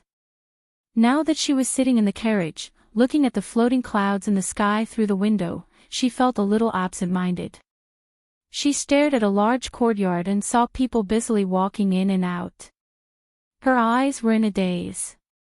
Xiaobei was still inexperienced and thought that Princess Jincheng was curious about that place. He introduced it to her. Princess Aunt, that place is a cooked food processing factory. It's the smoked pig trotters and pickled mutton. When it's done, it will be sent to some places in the county.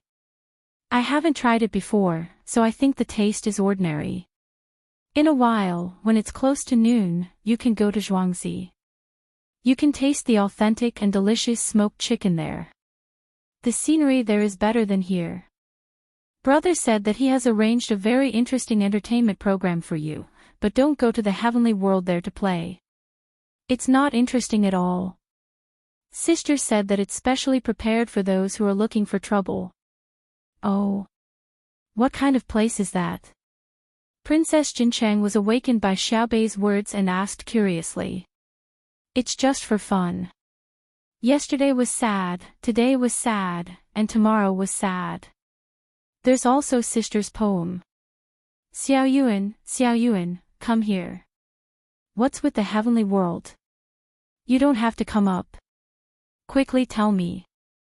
When Xiaobei was introducing it, she was worried. She didn't remember what Wang Wan wrote and shouted out the window. She called Xiao Yuan over but didn't let her get in the carriage. Xiao Yuan angrily glared at Xiaobei and recited, outside the curtain, the rain is murmuring, the spring is waning. Luo Qin can't stand the cold. In the dream, he doesn't know he's a guest, he indulges in pleasure. Alone, he doesn't lean on the railings, he passes the mountains without limit. It's easy to leave, but difficult to see. The flowing waterfalls, the flowers go, the heavenly world. After reciting it, he didn't wait for Xiaobei to catch him. He ran to the back of the carriage and sat down. He swung his legs and looked at the flowing water. He really looked like a scholar. That's right. In the dream, he doesn't know he's a guest, he doesn't know. Princess Jincheng heard a similar feeling and sighed helplessly. She didn't know what to think, but her eyes became confused again. Zhu Zan was very surprised. He didn't expect that such a sentence would come from Wang Wan's mouth. He thought that she would kill people. He suddenly thought of something and asked Xiaobei, since it's cooking, it's natural to use fire. Why can't we see a lot of smoke? Zhang Xiaobao was trying to eat the ginger that she didn't like. She didn't sleep well last night and caught a cold. When she heard Zhu Zan's question, she swallowed the ginger in her mouth and frowned. It wasn't clear whether it was because it was spicy or because she didn't like the ginger. She explained. Without firewood and coal, there's naturally no smoke. There are a lot of people working there. Also, they collect all kinds of feces and other things from the surroundings to make a methane pool. It's just enough to make a fire for cooking. Not only do workshops use it, but many people also use it. Now that it's cold, the methane pool produces less methane. If it's summer, there will be countless flames swaying at night on both sides of the river to light up people who come out to play at night. When Xiaobei said this, Zhu Zan remembered that there was such a piece of information. Many places in the Tang Empire, especially the places south of the Yellow River, used methane. It was a very magical thing. Unfortunately, there was no cement. Even if they found a pond and inserted a bamboo pipe to produce methane, it wouldn't be safe to use it. The Tang Empire didn't sell cement. It was hard to imagine. As they walked, they talked. When Xiaobei's mouth was dry and she regretted being a tour guide, the group finally arrived at Tuqiao village. Under the clear sky, the Gu family's Zhuangzi and the Wang family's Zhuangzi came into view first. Further away, there was a hazy fog.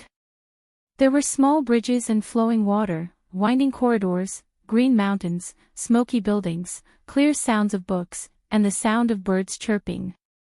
It was simply a paradise on earth. Those who had never been here before felt like they were in a dream. "Aunt Princess, this is my home. Actually, I haven't been here many times, but I feel that it's very good. In a while, let's go to Between the Clouds and the Water in front to eat. It's the flagship store Between the Clouds and the Water." Xiaobei's voice woke up Princess Jincheng, who was immersed in the dreamlike scenery. She pointed to the foggy area in front and asked curiously, "Why is there fog there?" Zhu Zan also looked like he was waiting for Xiaobei to explain. "There are many ways. You can use ice, you can boil water, and there's also a special water sprayer. It's very expensive.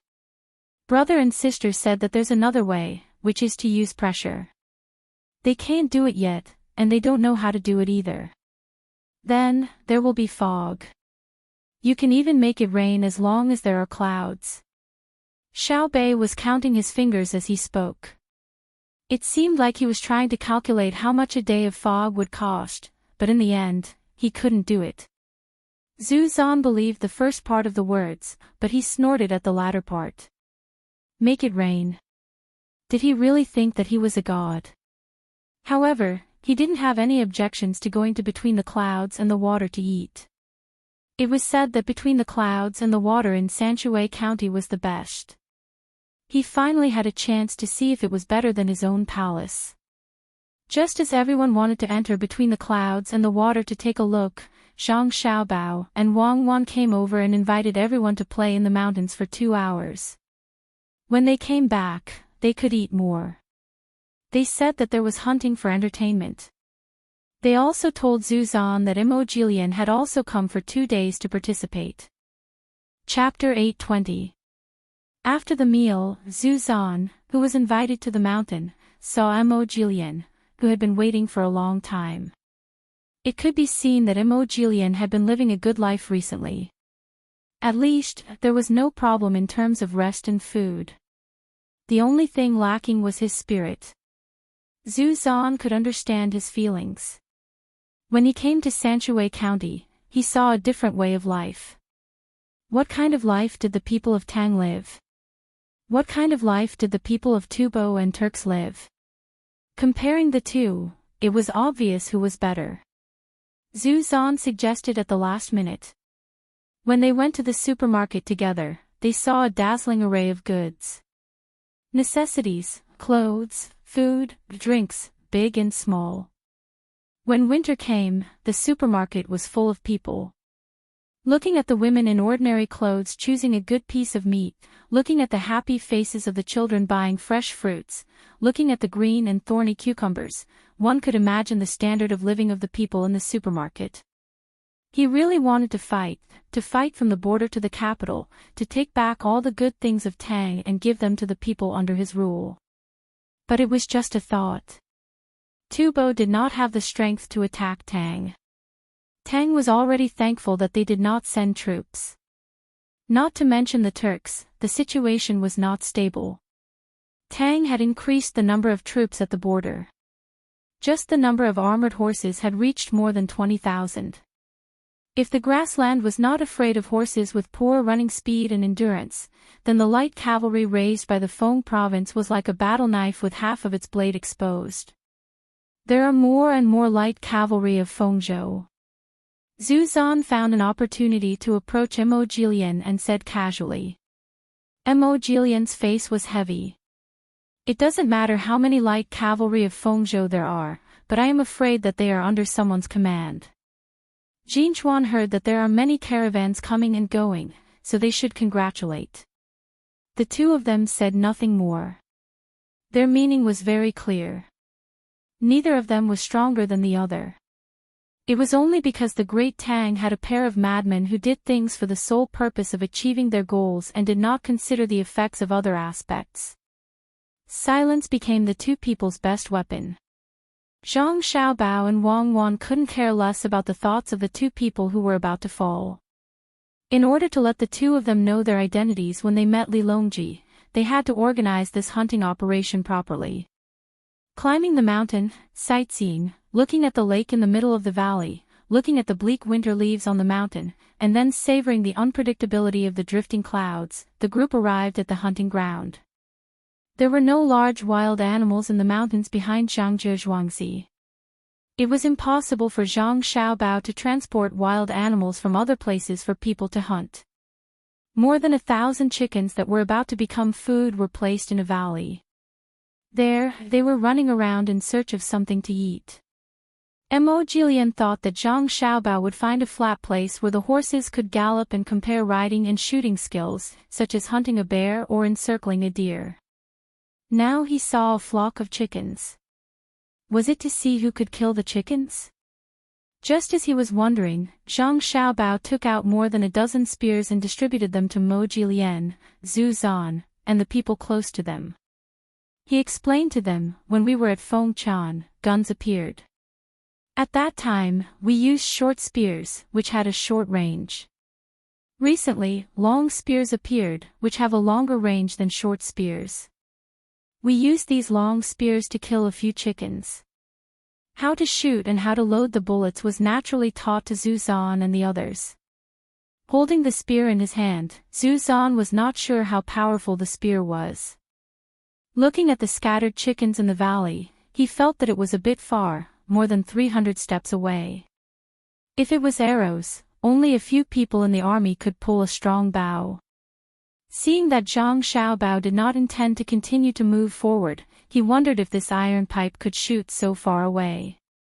In order to make you understand, I will arrange someone to show you how to use the spear. Guards, come, there is an enemy in front, shoot at will. Zhang Xiaobao took off the spear on his back and pushed in a bullet. He ordered the people behind him who had already been ready. 200 people were ready to shoot at the same time. After the order was given, the sound of gunshots echoed in the valley. Listening to the continuous sounds, it was even denser than the sound of firecrackers. When Zhu Zan and Mo Jilian's ears were buzzing, they saw the chickens in the valley being killed one by one. The distance of 300 steps seemed to be unable to stop Yama's soul-summoning order at all. It's too chaotic, this accuracy. After Mo Jilian was scared, he suddenly felt that the accuracy of the weapon in his hand should not be as good as the bow and arrow. Listening to the sounds, it was already past the time to light 1,000 firecrackers, and there were still more than half of the chickens left. He thought that there was no need to be afraid. Zhu Zan also had the same idea, and the two of them could be considered to be of the same mind. However, just as the idea came into his mind, he saw Zhang Xiaobao and Wang Wan take action. The guns they used seemed to be a little different from the others.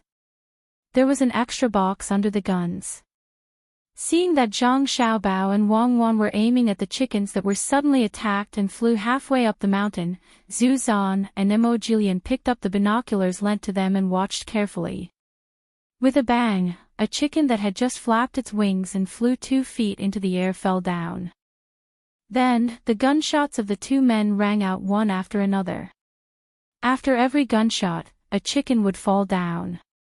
Because the 2 people were aiming at different places from the others, it was clear that the 2 people were shooting one after another.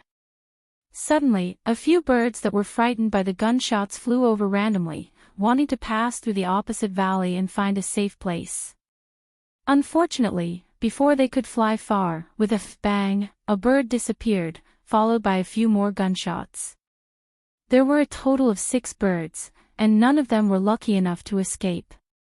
Mo Jilian couldn't help but look at Zhang Xiaobao and Wang Wan who were shooting beside him. He saw that the 2 people's guns moved slightly and fired almost at the same time. Mo Jilian quickly looked over with the binoculars and saw that the 2 flying chickens' heads exploded at the same time, continuing to fly and smashing into the withered grass. Mo Jilian's hands trembled. He didn't have time to wipe the sweat on his forehead, but the clothes on his back were already wet and stuck to his body uncomfortably. They were too accurate. They shot one chicken head after another, not to mention humans. If everyone had the same accuracy as Zhang Xiaobao and Wang Wan, 300 steps was the line of death. Beside them, Zhu Zan, who had been living on the plateau without any problems, suddenly felt that he had altitude sickness. His breathing was rapid and his head was dizzy, as if he would lose consciousness in the next moment. The gunshots gradually stopped. Now, less than 100 of the 1,000 chickens were alive and kicking, and they were all on this side of the valley. It was probably because it was not easy to attack, which allowed them to escape. Just when they thought that they had found the flaw of Tang's new weapon, Zhang Xiaobao and Wang Wan reloaded and pulled the triggers at the chickens that had just escaped. When the barley moved slightly, there would be a gunshot, and then the moving area would become quiet. When a chicken poked its head out from a certain place, it would also be killed with a gunshot. No matter what the remaining chickens did, as long as they appeared in the field of vision, they were destined to not be able to escape. Only when the cowardly chicken hid in a certain place and didn't show its head again did the hunt come to an end. I'm getting old. I haven't practiced for a long time. There were many opportunities to kill 2 with one shot, but I actually missed it. Zhang Xiaobao said to Zhu Zan and Mo Jilian, who had not fired a single shot. Mo Jilian and Zhu Zan were numb with fear. They knew that it was an invitation to hunt, but it was actually a threat. They wanted to let them know that if Tang really wanted to attack the Turks and Tibetans, these 2 places would not be able to resist at all. With a team of 1,000 people, and with the accuracy of Zhang Xiaobao and Wang Wan, even if the Turks and Tibetans worked together, they would not be able to defeat them. Zhu Zan and Mo Jilian, why don't you 2 try? Zhang Xiaobao did not even use honorifics when addressing the leaders of the 2 countries. Strength determined everything. Mo Jilian swallowed a few mouthfuls of saliva, but still felt that his throat was dry. He nodded, raised the gun in his hand, found a target and pulled the trigger. After shooting, he picked up the binoculars and found that he did not know where to shoot. When he was about to fire a second shot, he realized that his gun was different from the one used by Zhang Xiaobao and Mo Jilian. He used that thing called bullets that needed to be reloaded after each shot, but Zhang Xiaobao and Wang Wan could shoot continuously. Thinking about the sharpness of this weapon and thinking about Zhang Xiaobao and Mo Jilian's abilities, Mo Jilian really wanted to reload a bullet and shoot at Zhang Xiaobao and Wang Wan's heads. After Mo Jilian and Zhu Zan fired a few shots with inexplicable thoughts, they had different expressions. At this time, Zhang Xiaobao asked his people to put away the guns and smiled at Zhu Zan and Mo Jilian, tomorrow, there will be officials from the Ministry of Rights coming to the capital to discuss with your people about the etiquette when entering the capital. His Majesty heard that you two could come and was very happy. He is preparing to reward you too. Zhu Zan and Mo Jilian's originally ugly expressions became worse. No wonder they wanted to hunt today, they wanted to confirm their identities. It seemed that Li Longji did not intend to be on the same level as them. Chapter 8:21. After accompanying the two leaders of Tubo and Tujue for a hunting game, Zhang Xiaobao and Wang Wan's reception work was considered done. The imperial court sent officials and guards from the Ministry of Rights. Zhizinchide and Mojilian also sent people to contact them. After eating a big meal between the clouds and the water, they got on the carriage and headed towards the capital. Xiao Bei accompanied them all the way to the border between Sanshui County and Huayuan County. He opened his arms and watched the team leave. He looked at the sky and saw that the sky was high and the clouds were light. He seemed to have a melancholy feeling and murmured, "Let's go, let's go.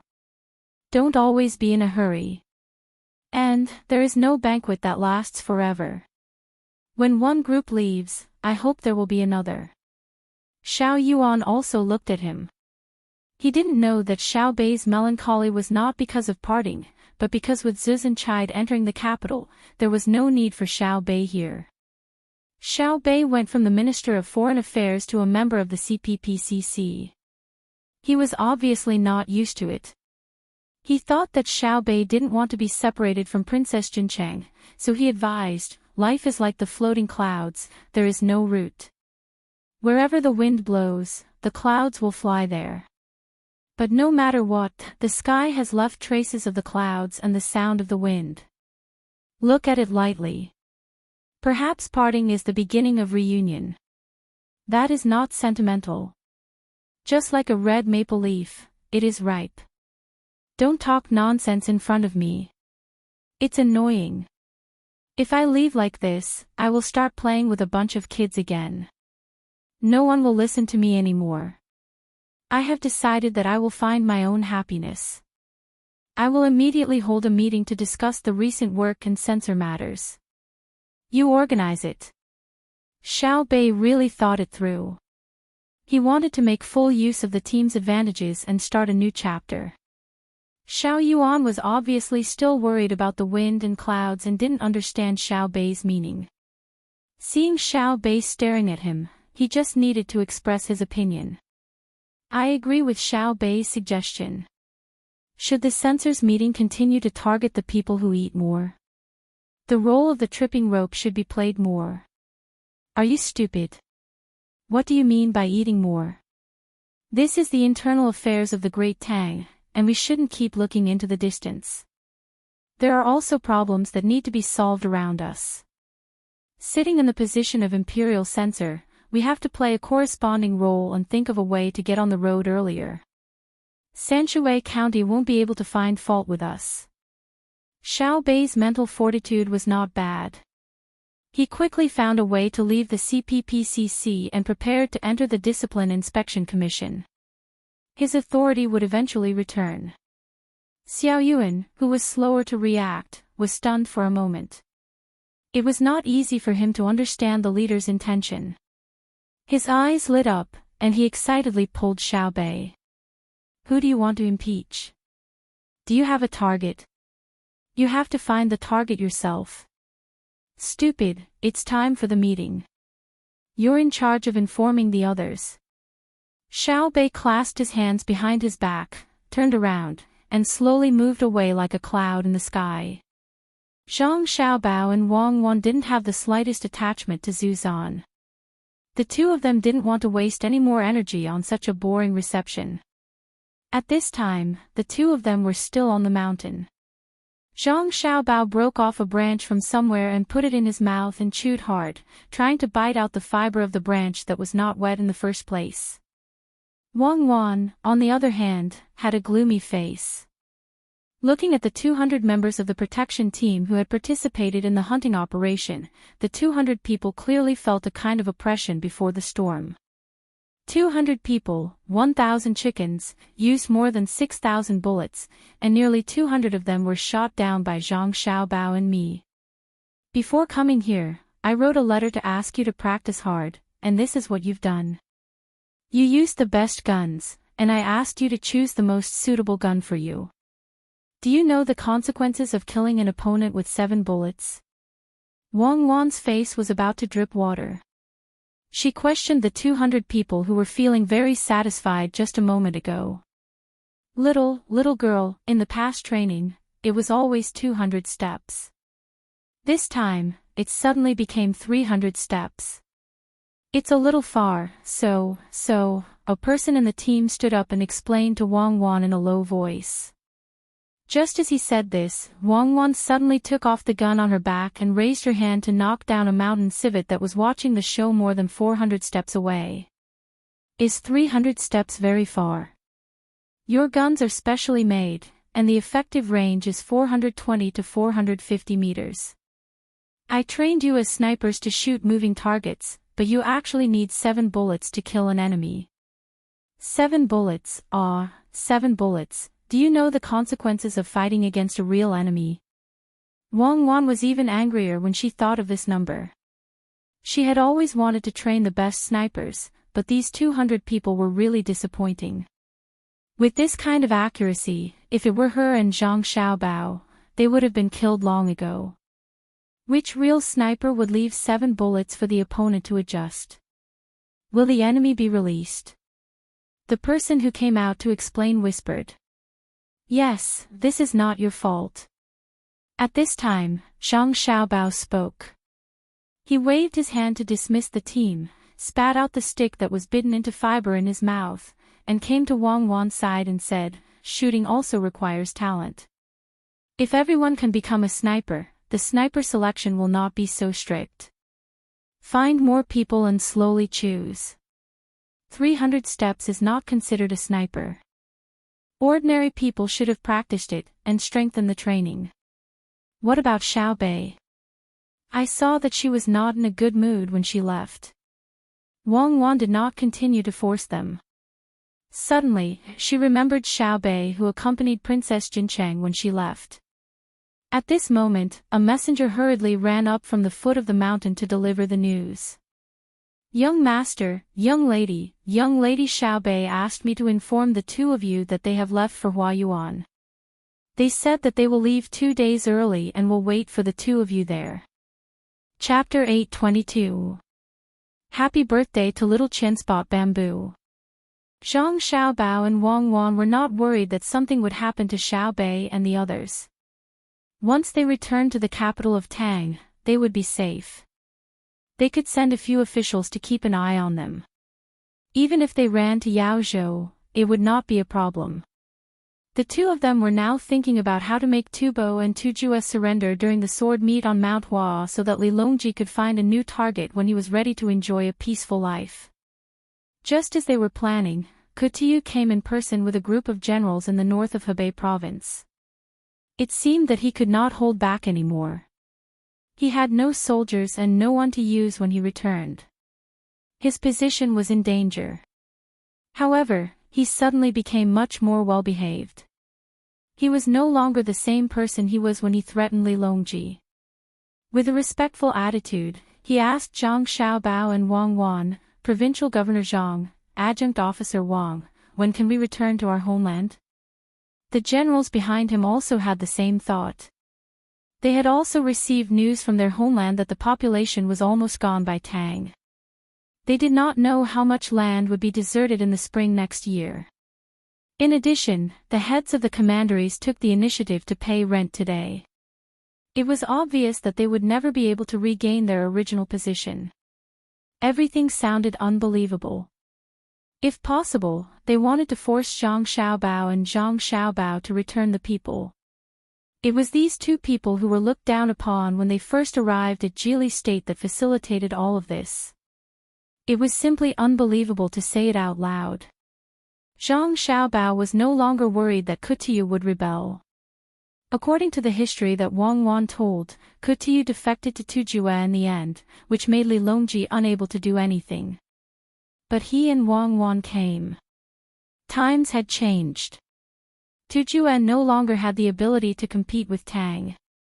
After hearing Kutuyu's words and looking at the expressions of the generals, Zhang Xiaobao showed a warm smile and said to Kutuyu kindly, "General Kutuyu, haven't you returned to your homeland? Is the great Tang not your homeland? Yesterday, someone from the capital came and said that His Majesty wants all the generals to stay in the capital for the new year." Wang Wan chimed in, "That's right. His Majesty's decree has repeatedly emphasized that we should keep all of you here. The soldiers who have returned early will also be properly settled. They have been dispersed into the military camps around Gyeonggi province so that the soldiers can have a peaceful new year. You can ask for more details." But Tiu Kai didn't believe that Li Longji would consider this problem. Thinking about it, Zhang Xiaobao and Wang Wan were just spouting nonsense again. But since the two of them said it, Li Longji would definitely admit it. Seeing that he couldn't go back, he rolled his eyes and compromised, "Since that's the case, I'll stay in the capital and watch the new year. After watching the hunt yesterday, my heart itches. I wonder if I can take out a few thousand spears to show my disappointing soldiers." The eyes of the other generals also lit up and they made this request. This, to be honest, it takes a lot of effort to make a spear. So far, only 300 have been made. There are another 100 in the capital. If you want them, it's really difficult. How about this? Each of the generals can take 5 spears to study. After the workshop makes more, we'll definitely satisfy all of your requests. Zhang Xiaobao showed an awkward expression and tactfully refused the lion's offer.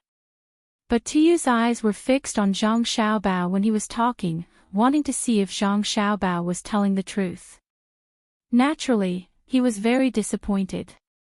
Zhang Xiaobao's expression was very sincere.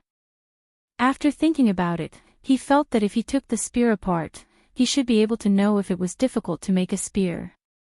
But Tiu finally nodded and agreed. After sending everyone away, Wang Wan looked at the time and said to Zhang Xiaobao, "The letters have been sent to Cherries, Pomegranate, and other people in the inner courtyard. They'll probably be back in Sanshui County in a few days. They've all become old ladies. This time, the wedding must be grand. Yes, they've all grown up. We've also grown up. We don't want to continue being their happiness.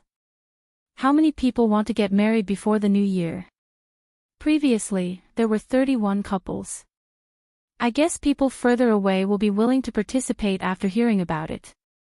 This heart can finally settle down. Zhang Xiaobao looked at Wang Wan and found that the two of them had unknowingly grown up. The wedding of Song Jinggong and others couldn't continue to be delayed. Taking advantage of the time, they should hold it together. It could be considered as a show of affection. Wang Wan nodded and said, "Do you think Kutuyu will be convinced?" "No, if it were me, I wouldn't either. I have to carefully hide my ambition and then find a way to develop it bit by bit. For example, I have to endure hardships and wait for courage. But so what? He only has an army of 10,000, and many of them have been corrupted and roped in by us. Even if Song Mo Commandery allows him to go back, he won't be able to make any waves. There are many people of the Tang Empire there. After all, he's an outsider and can't rope in people of the Tang Empire. I reckon that he's only interested in the long spear. Even if we give him the blueprint, he won't be able to use it. After a few years, he'll find a craftsman to research it. By then, our weapons will have been replaced. Besides, I don't plan on giving him this opportunity." Zhang Xiaobao gulped down a mouthful of water to moisten his throat. Speaking of the poor Kutuyu, he thought of the expressions of the Tubo and Turks at the sword meet of Mount Hua. A few days passed quickly. Cherries and others who were willing to participate in the mass wedding rushed to Zhang Xiaobao and Wang's place in Zhuangzi. Just as Zhang Xiaobao said, those who knew the news later also had to participate. There were a total of 47 couples. To be more auspicious, the farmers in Zhuangzi also put together a couple, making it a total of 48 couples. The lively wedding lasted for 2 days. The newlyweds finally completed a major event in their lives with the blessings of the crowd. In the entire Sanshui County, all the local people who could come came. They wrapped banknotes in red paper and gave them to the newlyweds as wedding money. The amount was not big, but the people who Song Jinggong came in contact with gave more expensive gifts. Song Jinggong did not keep it for himself, but equally distributed it to the 48 newlyweds, making everyone a small fortune. Some people did not come back to participate in the lively wedding. After hearing about it, they sent people back to send their blessings. These people were Xiao Bei and the others from the children's regiment. They had been looking for something to do for the past few days. They had left traces in Huayuan County, Sanyuan County, and Fuping County, but they did not find any problems. They investigated openly and secretly. The local people's evaluation of the government was only one word: good. When Xiao Bei found He Wei, who was an official here, and asked if there were any officials who were corrupt, bribed, or did not do anything, he received a very regretful answer. No, not a single one. As long as the officials here did anything wrong, they would be exposed immediately. They could not hide it even if they wanted to. Today, He Wei was no longer just a military supervisor and a farmer in Yao Province. He had been promoted to the position of provincial governor. Learning from his time in Baoxin Province, he had set up a financial disclosure system. Every coin was spent clearly, and the officials in the province could not interfere. I don't believe that there is no official who needs to be dealt with. Continue looking. Xiao Bei was very dissatisfied with the results of the past few days.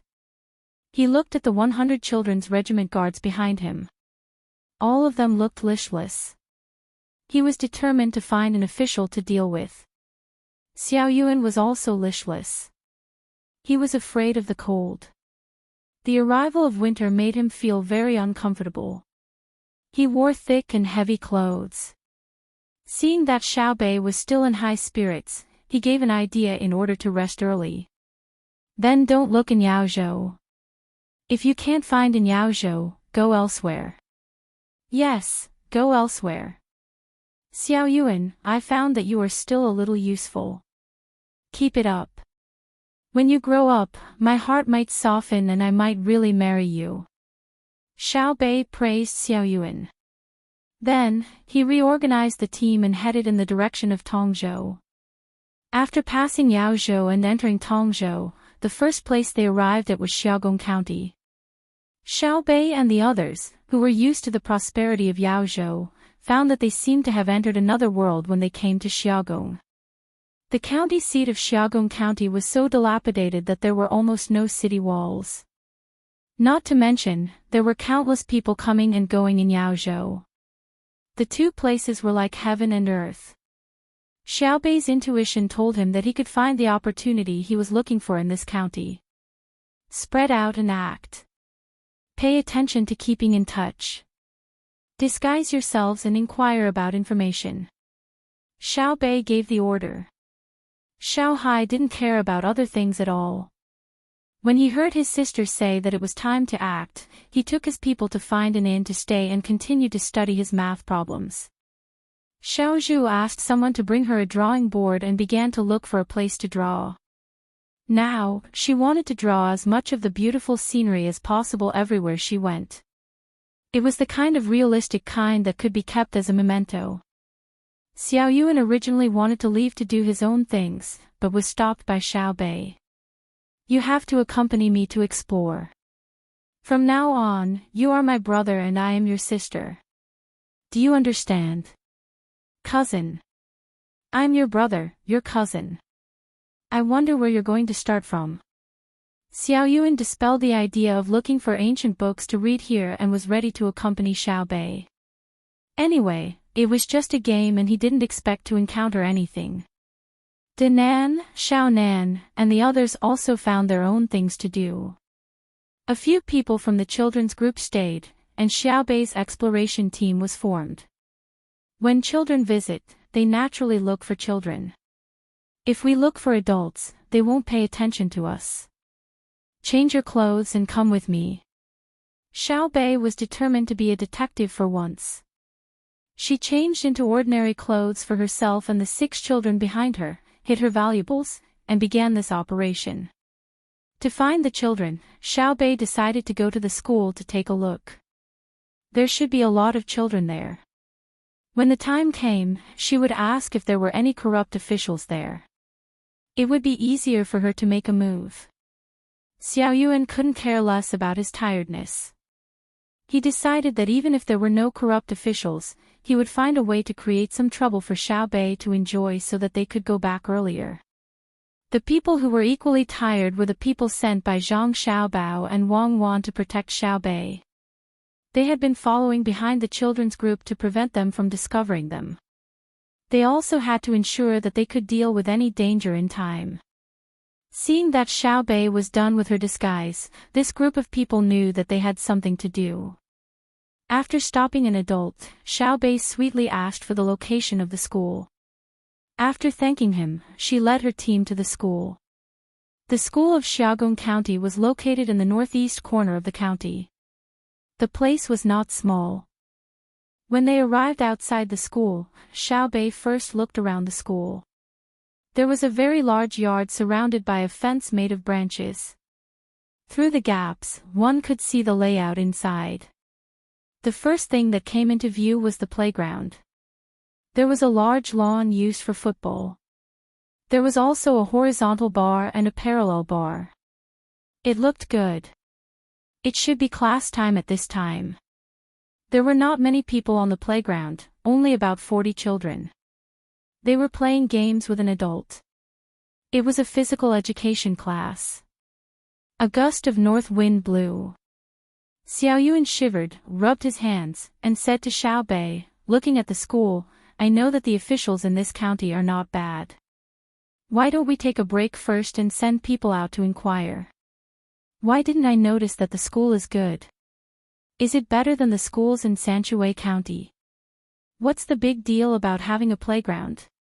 Maybe the officials here will embezzle the food prepared for the children. When they are done with class, we can sneak in and take a look. I have the foresight, don't I?" Xiao Bei did not plan to give up like this. When he said to Xiao Yuan, he deliberately touched his clothes. They were wearing ordinary clothes, the uniform of school children. Nowadays, clothes were worthless. Ever since silk was no longer used as a currency, its price had dropped again and again. If it were not for Zhang Xiaobao and Wang Wan who collected a lot of silk and transported it to other places to exchange for other things, no one would be willing to continue growing silk plants. Xiao Yuan was frozen for a while. Finally, the bell signaling the end of class rang. A group of children ran out shouting and playing all kinds of games on the playground. Xiao Bei walked in through the small door of the school. No one stopped them. The clothes they wore showed their identity.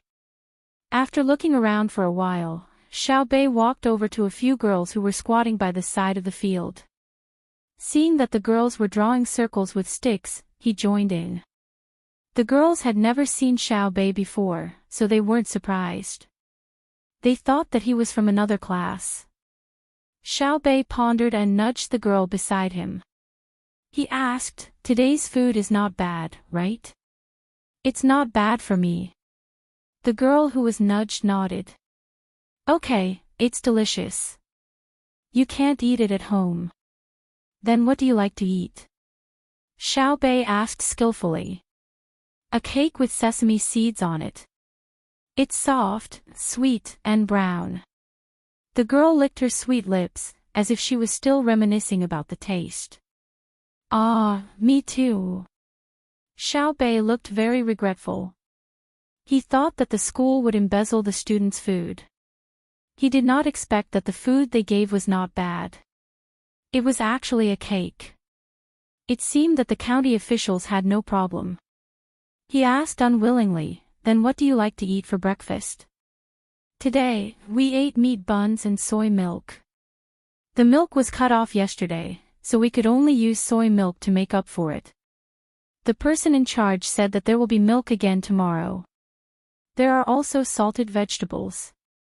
The shrimp oil on them tastes good. The girl did not have any defensive thoughts. She answered Xiaobei's question. Xiaobei felt regretful again. Soy milk was indeed not as good as milk, but this could not be a conviction. There was no such thing as no milk. Other than a few good places, there were indeed situations where the milk was cut off. He could not force it. The meat buns indicated that the school's food was not bad. After thinking for a while, Xiaobei asked again, "Who are the bad guys here?" "I can't remember the officials." The girl shook her head this time.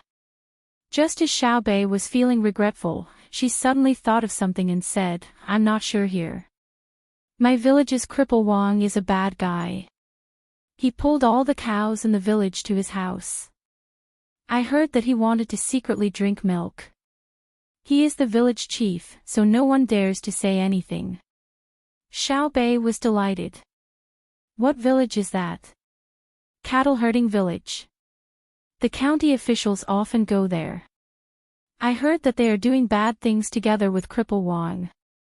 The girl had an indignant expression. "Cattle herding village. Good name. It's really a good name." Xiaobei felt that he had finally obtained useful information. He stood up happily and walked around a few more times before quietly leaving. "Did you get anything?" Xiao Yuan, who had also followed him out, asked with concern. "Yes, I got a lot. First of all, this school is not good. We can't enter and leave as we wish. What if a child runs out and gets lost?" Xiaobei, who had come out in a relaxed manner, voiced his opinion. Xiao Yuan, however, did not agree. Whose child would run out?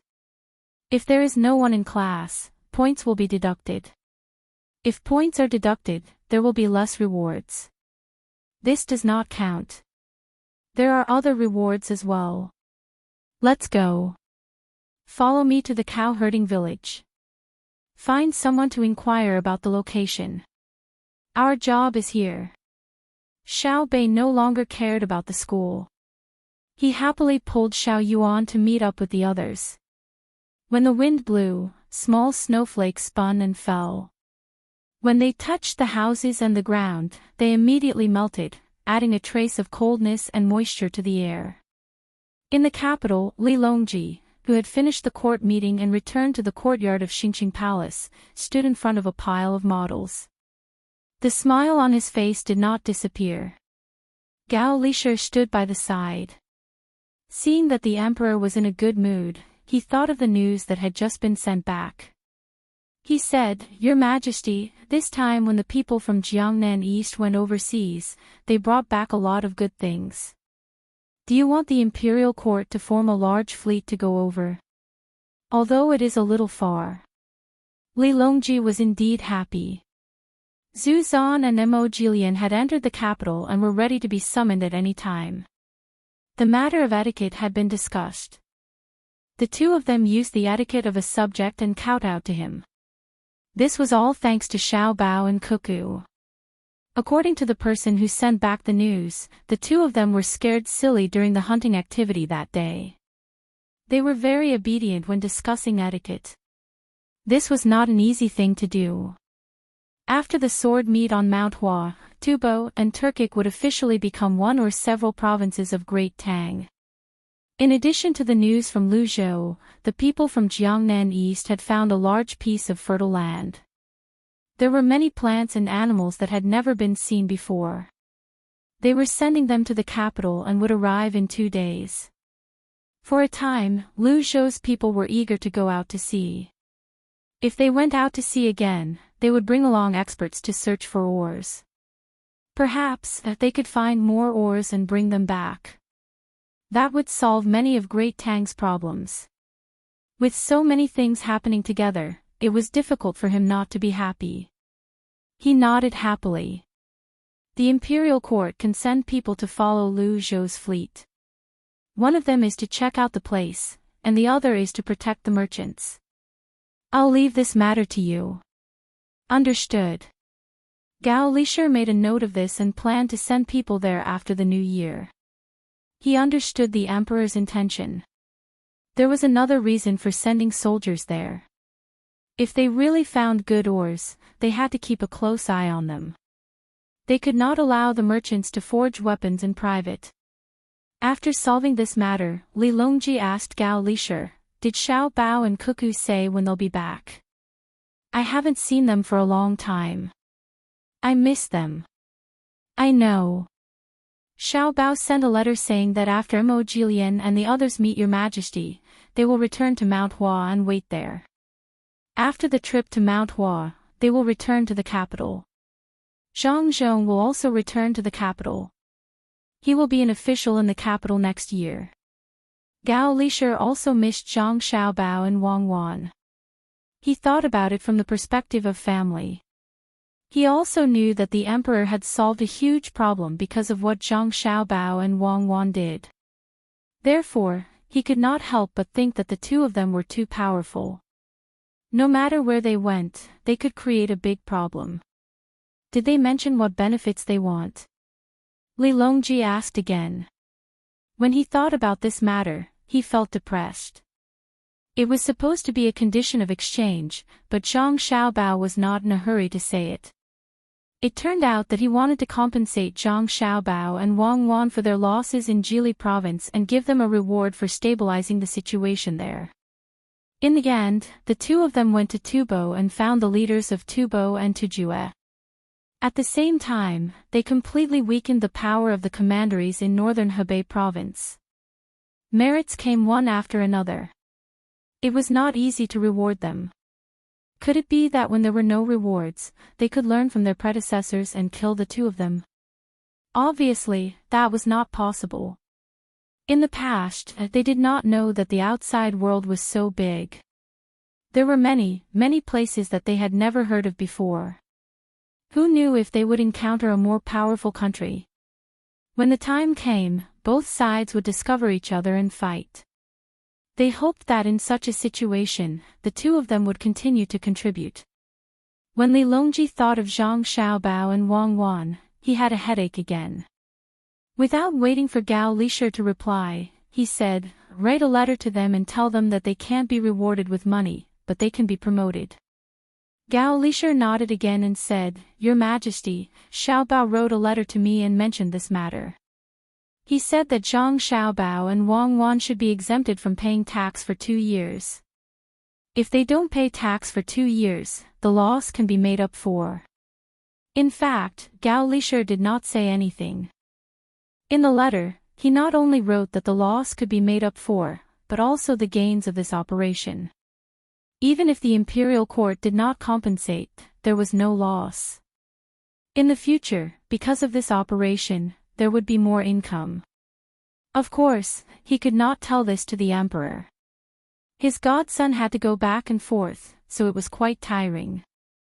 Now that the imperial court's finances were not tight, there was no need to count on Zhang Xiaobao and Wang Wan to pay the tax.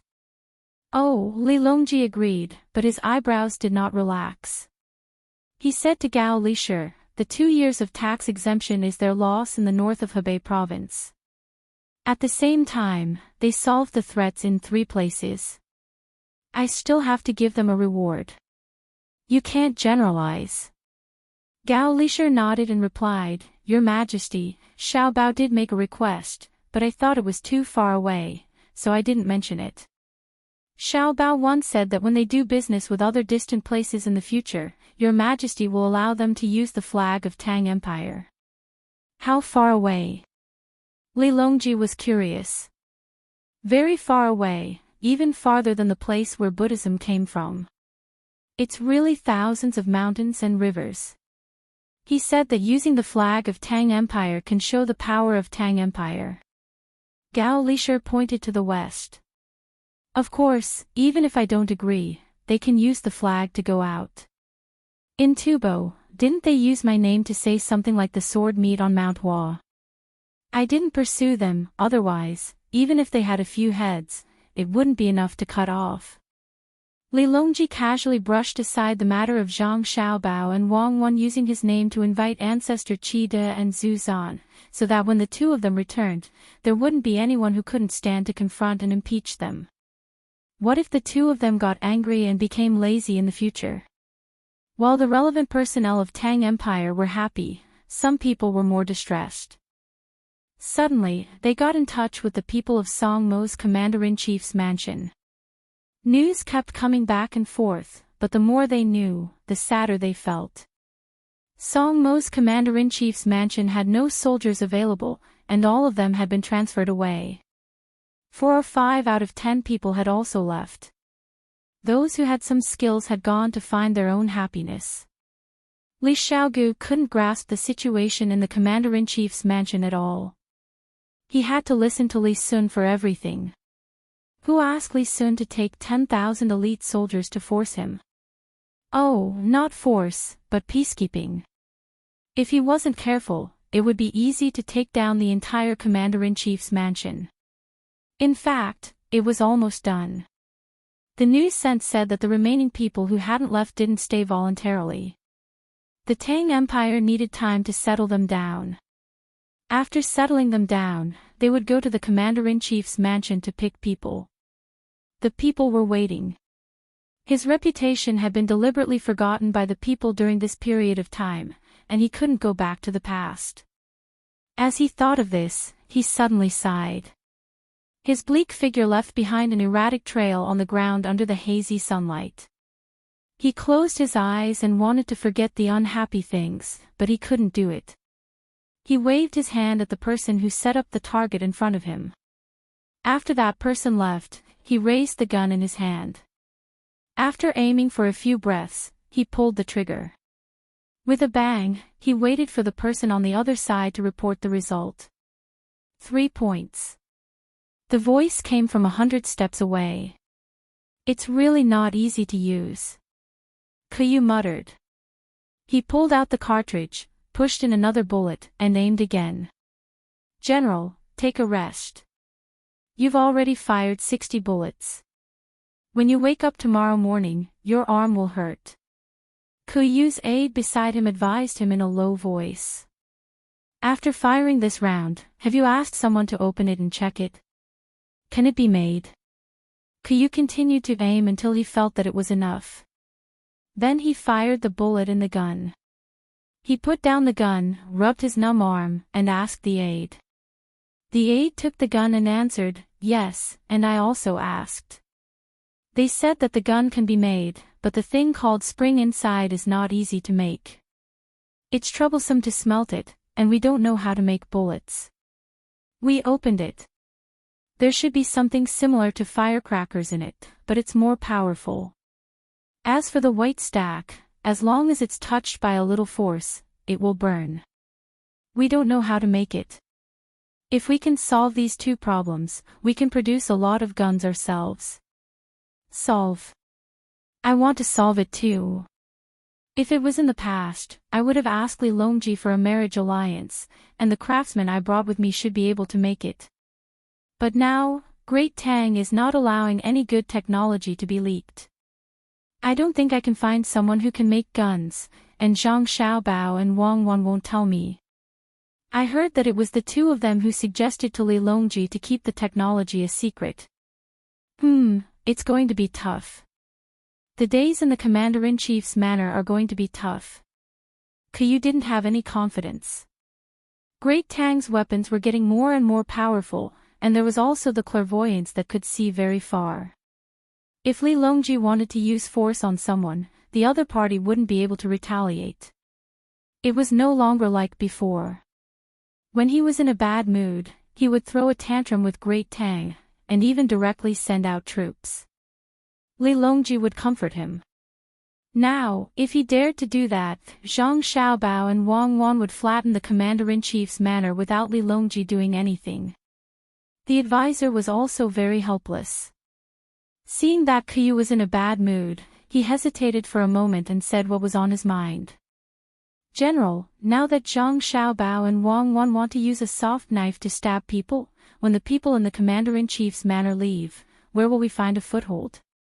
We have to think of a complete solution. What solution? What solution can there be? That day on the ship, when Zhang Xiaobao looked for me, he made it very clear. This is called an open conspiracy. Even if I know the consequences, I can't change it.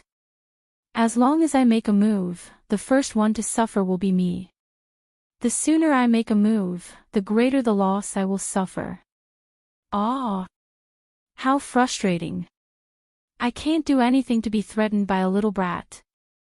Let's wait and see. Let's see what will happen on Mount Hua. It will be best if we can force the Tubo and Turkic people into a corner. As long as they send out troops, we will still have a chance. But when he spoke, he seemed to be very agitated. After he finished speaking, he felt a little better. He glanced at the gun again and shook his head. Step by step, he moved back to his room and lay down on the couch. He seemed to be asleep but was not asleep. Xiao Bei walked for a long time and finally came out of the mountains. He saw the legendary cattle-herding village in front of him. He gasped for breath for a while and said with a grin, "When I asked that person for directions, what did he say?" He said, "Not far." I understand now. He meant to fly. If we fly in a straight line, it won't be far. If we walk, we will have to walk back and forth. It's going to be dark soon. We can't go back today. Xiao Yuan was also tired and did not have any strength. At the same time, he was not cold. After walking for so long, his body was drenched in sweat. He drank 2 mouthfuls of water and said worriedly, "Why don't we enter the village tomorrow? What if there are bad people in the village who want to harm us at night? Don't be afraid. We have weapons. When the time comes, we can find a courtyard and reserve it. No one is allowed to enter. Let's not talk about investigating that cripple Wang. I don't believe that they will deal with a group of foreign children. Let's go. If we stay in the mountains for a night in such cold weather, we will probably freeze to death. If we encounter a beast, we will encounter a beast." Xiao Bei thought for a while and rejected Xiao Yuan's suggestion. He led the group into the village.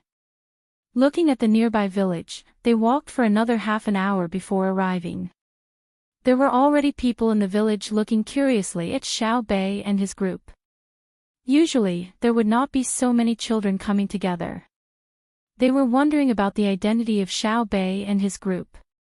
"Uncle, are there any good courtyards in the village? We can stay here for a night. We will pay. We will leave tomorrow." Xiao Bei saw a person standing at the entrance of the village and walked forward to ask. When the person standing at the entrance of the village saw Xiao Bei, he was attracted by Xiao Bei's cute appearance.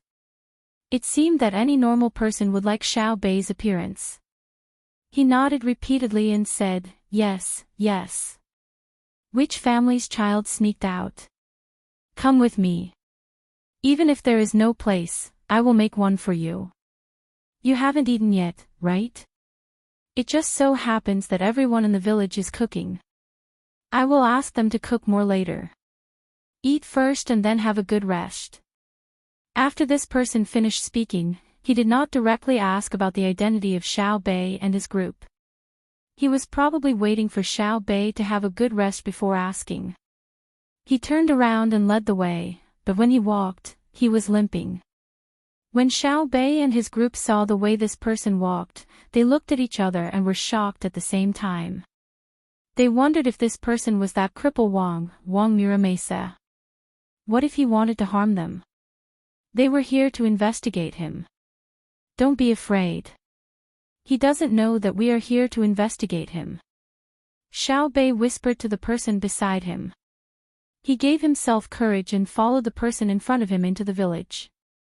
They originally thought that this was a very poor village, but when they entered, they found that the life in this village was not bad.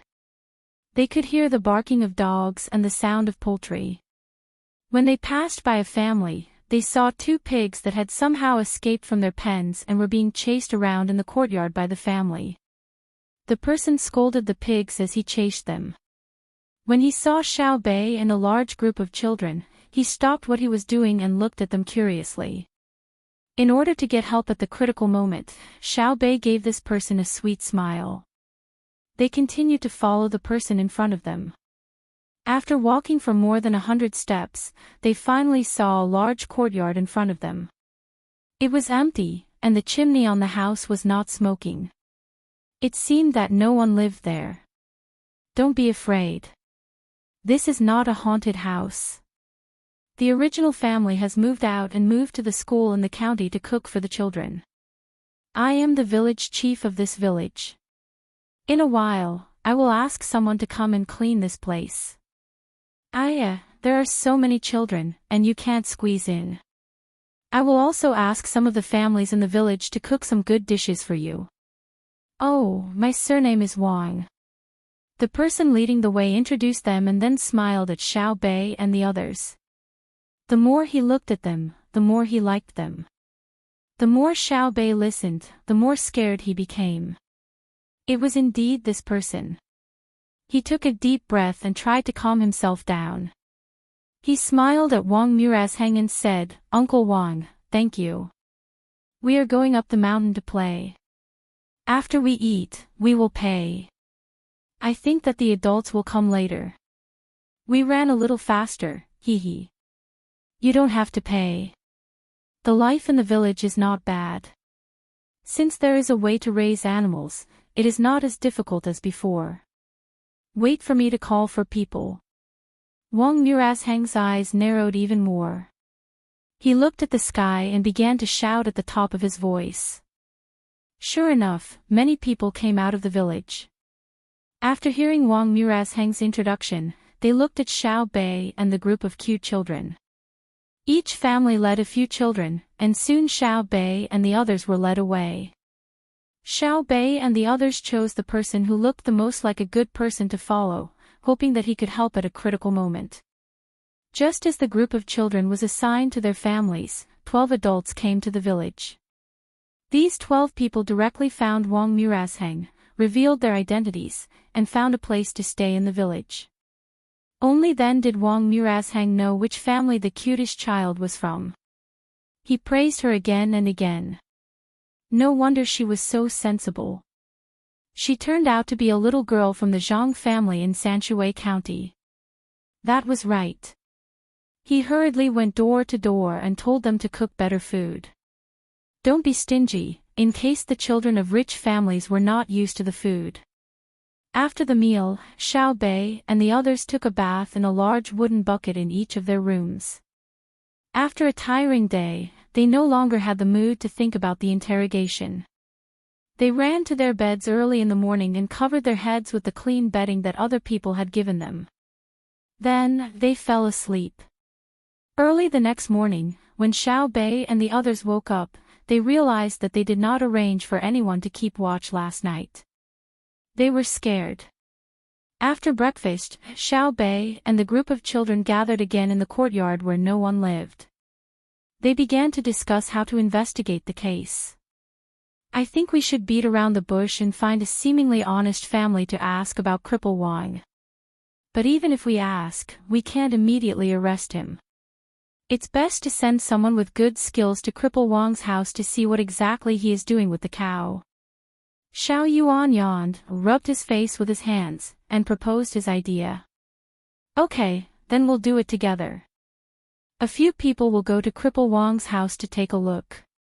Be careful, don't get bitten by the dog. Safety first. I'll go and scout for information. We'll split into 2 groups and act. Xiao Bei was very excited. The children's regiment was finally going to show its prowess.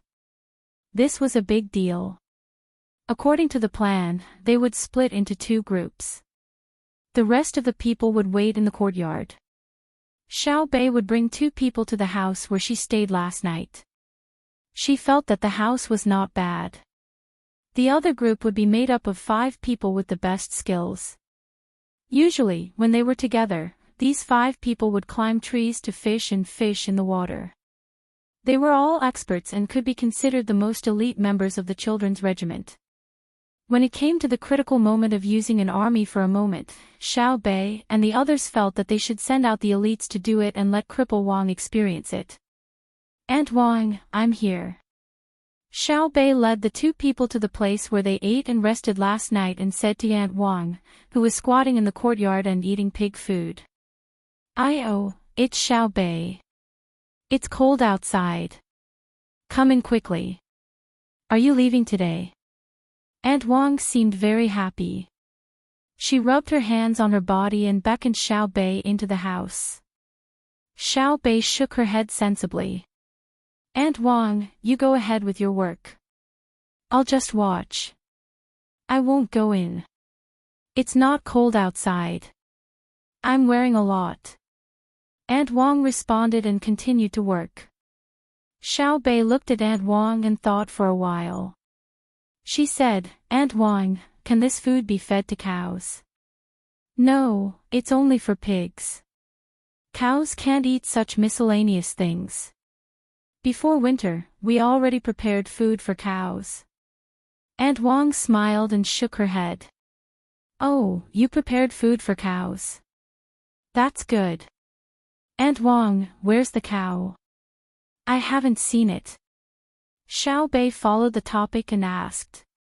"The cow is at the village chief's house. Don't worry. If you want to see the cow, I'll take you to the village chief's house." Aunt Wang didn't expect Xiao Bei to be trying to trick her.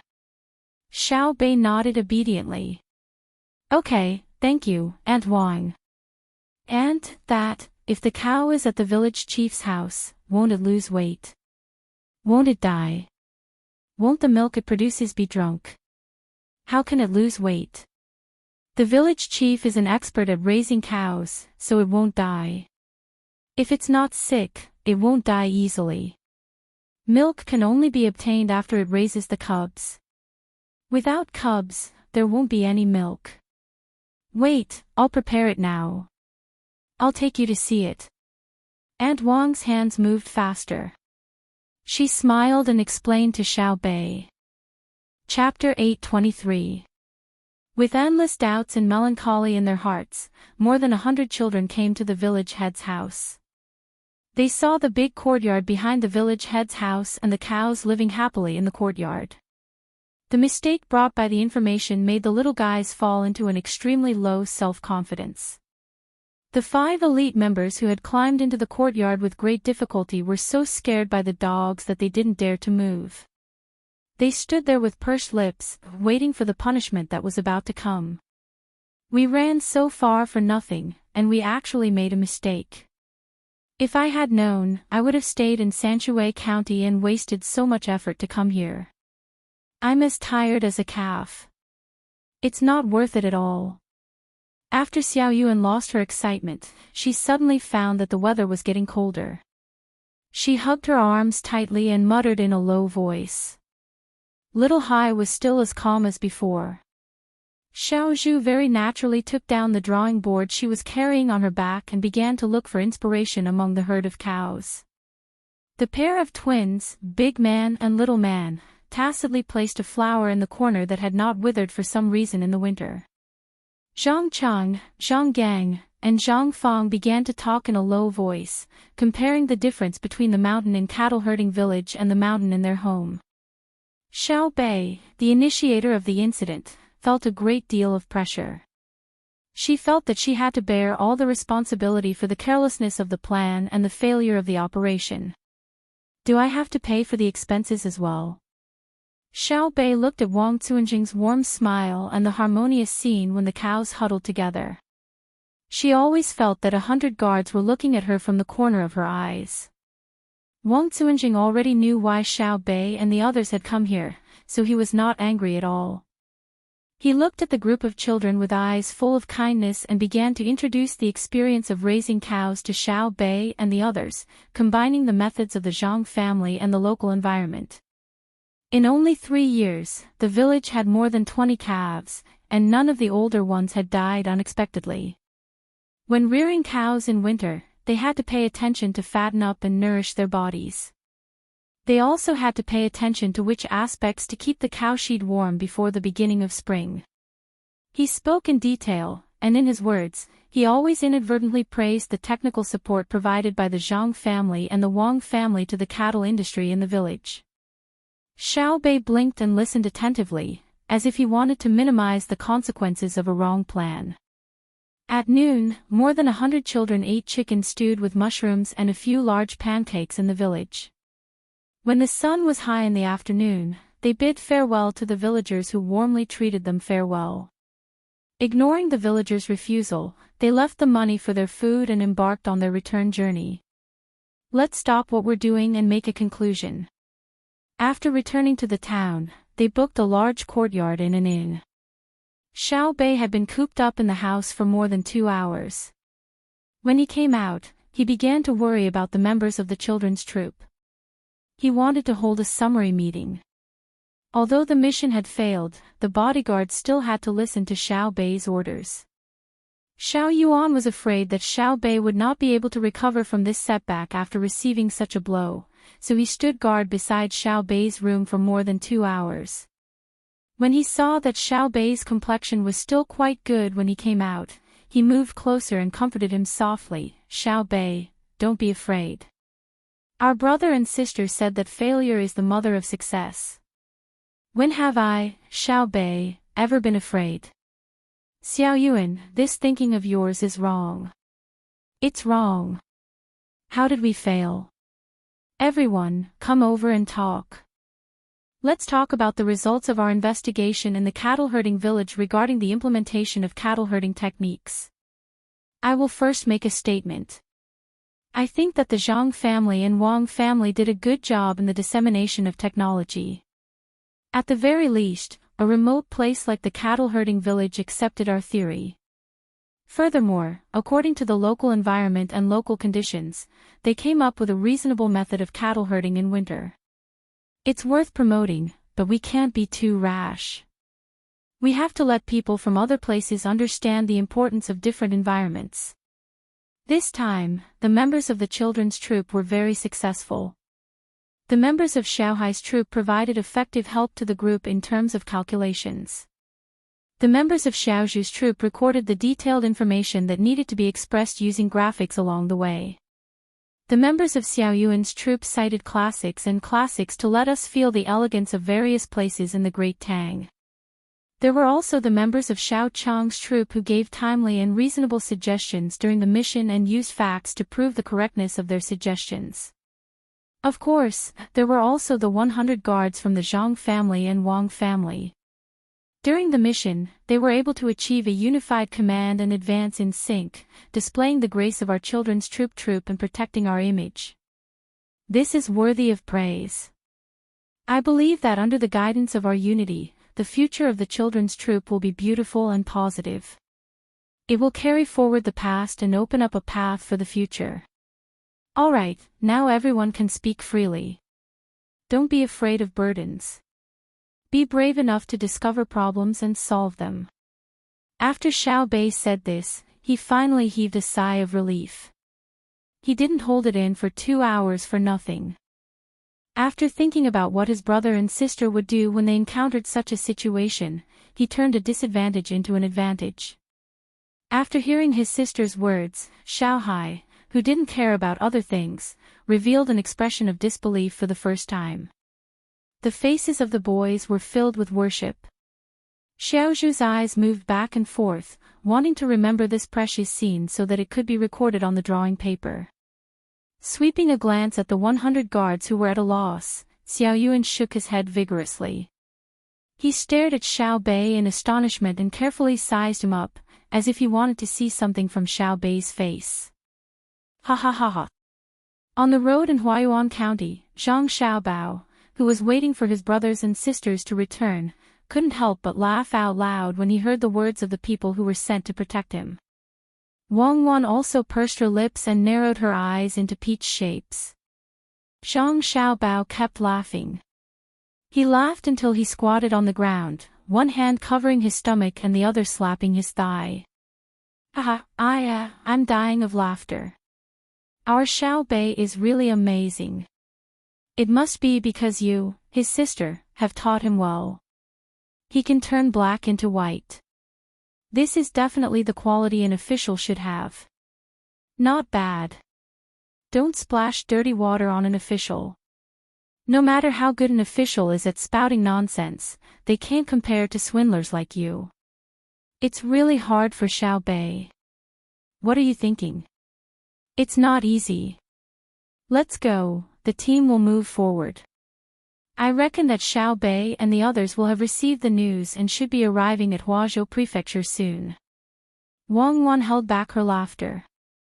She pulled Zhang Xiaobao up and instructed the team to move forward. Outside the county town of Huazhou Prefecture, the two teams met up. Xiao Bei found her brother and sister and bragged about her contribution in this investigation. Of course, she also mentioned a few small mistakes and humbly expressed that she would learn more in the future. Zhang Xiaobao praised Xiao Bei and the others for their hard-working spirit and acknowledged the results obtained by the children's regiment. He also encouraged them to continue to work without fear of difficulties in the future. As for the small mistakes in the operation, he also gave them guidance. In the end, he waved his hand and reimbursed all the funds for this activity. He also allocated an additional sum of funds to solve the financial difficulties of the children's regiment. The team continued to move forward. They were not far from Huaiyuan County. To be precise, they were within the borders of Huaiyuan County. The news sent from Beijing showed that Li Longji was also on the road. Because there were people from the surrounding countries, the ceremonial guards were all out. The team was relatively large, so it would probably take a few days to reach Huaiyuan County. Naturally, Li Longji also praised Zhang Xiaobao and Wang Wan in his decree. This was all because Zhu Zan and Mo Lian had used the courtesy of a subject in the court. There was no need to mention the other places. The people sent by Japan to present the tribute and the people sent by Silla also used the courtesy of a subject. As for whether they were convinced or not, it didn't matter. After another 3 days, Zhang Xiaobao and Wang Wan, who had reached Huaiyuan County, began to make the final adjustments and arrangements. They wanted to give the people from the surrounding countries an unforgettable impression. They had to look at all the key places.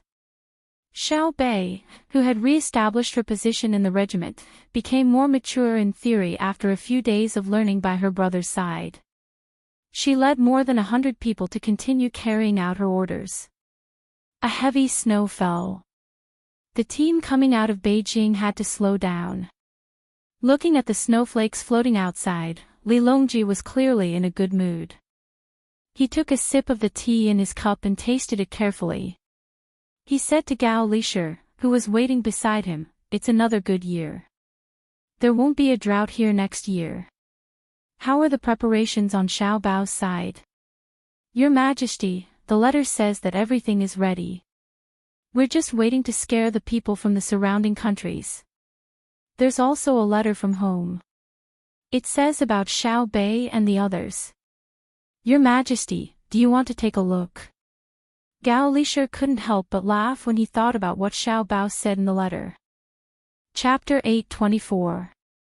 Seeing that it was snowing heavily, in order to give Zhang Xiaobao and Wang Wan more time to prepare, Li Longji chose to take the waterway after traveling for a while.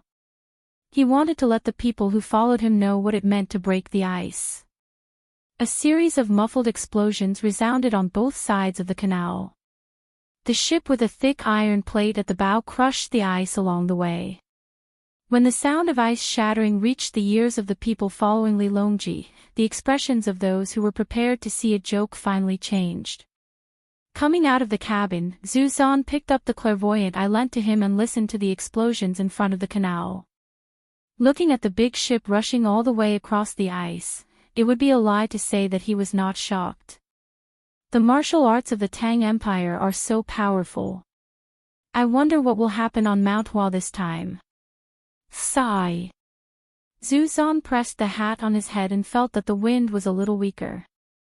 He looked at the people who were watching the explosion on both sides of the canal and the iron cable suspension bridge across the canal and sighed. Princess Jincheng, whose complexion had obviously improved, stood beside Zhu Zan and looked around softly. When she heard Zhu Zan's words, she raised her eyebrows slightly and said softly to him, "Zan Pu, why don't we go back to Tubo and learn from the situation on the Yellow River here? We can build a few iron cable bridges there to make it convenient for people to travel." "I also want to do that," Zhu Zan replied to Princess Jincheng. Princess Jincheng did not say anything more. She understood what Zhu Zan meant. In terms of iron smelting technology, Tubo was not as good as the Tang Empire. Even if they wanted to build an iron cable suspension bridge, there was no suitable iron ring to use. Moreover, it was not easy to find stones to make the pillars of the bridge. Large pieces of copper and iron were not enough to make them. Iron for weapons was even more scarce. As for cement, the Zhang and Wang families did not sell it to outsiders. The cement used in the Tang Empire, even if they paid for it, had to be watched by the people sent by the Zhang family and Wang family before they could build it. Who knew how many people who wanted to get the cement hated the Zhang family and Wang family? A burst of children's laughter attracted Princess Jincheng's attention. She raised her thousandly eyes and saw a group of children flying kites on the southern bank of the canal. It was supposed to be a spring kite, but in the winter, it still made people happy. Taking a closer look, the kite was not made of paper, but pink silk cloth. A large bird that looked like a phoenix was flying in the wind, its long tail swaying gently, adding a touch of gorgeous color to the snowy scenery. A child wearing gorgeous clothes, under the protection of a servant, happily released and retracted the string of a kite. A group of children wearing ordinary clothes surrounded him, clapping their hands, jumping and laughing. After a while, the child, who was obviously from a rich family, stuffed the wire board he was holding into the hands of an ordinary child next to him. Then, he pulled the hand of another ordinary child and laughed together. Don't hate poverty with riches and honor. Children play with kites. The white snow is not cold yet, and the colorful phoenixes fly and warm the world. Princess Jincheng looked and a gratified smile appeared on her face as she murmured in admiration. When Zizhenqi heard Princess Jincheng's words and saw the children playing on the bank, his face became more and more ugly. He understood that the reason why the children of the rich could play together with the children of ordinary families was not because the children understood unity, but because of the teachings of the adults. The more united the people of the Tang Empire were and the more harmonious their lives were, the harsher it was for the Tubo people. The children of the Tubo people who had a bit of status would not play with the children of ordinary people. The conflict was intensifying bit by bit, especially when the news of the Tang Empire kept spreading. Many slaves, even if they did not say it out loud, behind their backs, they were discussing when Wang Wan would be able to lead troops to conquer the Tubo people and change their status. This was not a good sign. Otherwise, when war broke out, the people would not have the heart to defend themselves, and the soldiers would not have the will to fight to the death. Who could stop the Tang Empire's cavalry? Who would be willing to use their flesh and blood to fight against the spears of the Tang Empire? Zizhenqi secretly sighed and turned his head to look at Princess Jincheng, whose complexion was obviously better than when she was in the Tubo people. He forced a smile and said to her, "Nunu, have you been playing well at home these few days? Have you seen Wu Huifei and Empress Wang? This time, we will stay for a few more days in the Tang Empire. We have to see them often. The wind outside is strong, so let's go back to the cabin to avoid the wind." Princess Jincheng followed Zizhenqi into the cabin and served him tea. Then she said to him, "Zizhenpu, Empress Wang and Zhang Wang have a close relationship. Wu Huifei has a lot of complaints, but Empress Wang is in charge of the harem, so there is no big deal." If Princess Jincheng had a choice, she would not be willing to help Zizhenqi inquire about this kind of news. However, she had no choice. She could not stay in the Tang Empire forever. She still had to return to the Tubo people. For her, the Tang Empire was better. It was more comfortable to breathe there than in the Tubo people. Although the Tubo people had a clear sky, there were some places where you could not boil an egg. You could only fry it and eat it. The food was much more monotonous. How could it compare to the food in the palace these few days? Zuzhenqi also knew that the food in the Tang Empire was delicious, but he did not pay attention to it at all. When he heard Princess Jincheng's words, his eyes lit up. He lowered his voice and asked, "Can we let people impeach Empress Wang and Zhang Wang families for conspiring? You understand?" "No." Princess Jincheng Weiwei shook her head. His Majesty has long known the relationship between Empress Wang and Zhang Wang families. Not only Empress Wang, but other people in the imperial family also have connections with Zhang Wang and Zhang Wang families. It is said that all the memorials to impeach Zhang and Wang families are held by His Majesty and not sent to the Hall of Secretaries. Whenever someone in the imperial court talks about it, other officials will change the topic. Oh. Zhang Wang and Zhang Wang families are so favored by the emperor. Zuzhenqi really did not know about the situation inside the imperial court. Did Wu Huifei mention how to deal with Zhang Wang and Zhang Wang families? Princess Jincheng shook her head again. No, I even asked Zuzhenpu about countermeasures. I heard that Wu Huifei has already made a move against Zhang Wang and Zhang Wang families. Every time, it ended in failure. Now, she is just complaining. Perhaps she has other thoughts, but she has not shown them. Then there is no other way. Zuzhenqi muttered unwillingly. Kill Zhang Xiaobao and Wang Wan. Princess Jincheng said. If I could kill the two of them, I would have done it long ago. Let's talk about this later. Yes, let's talk about it later.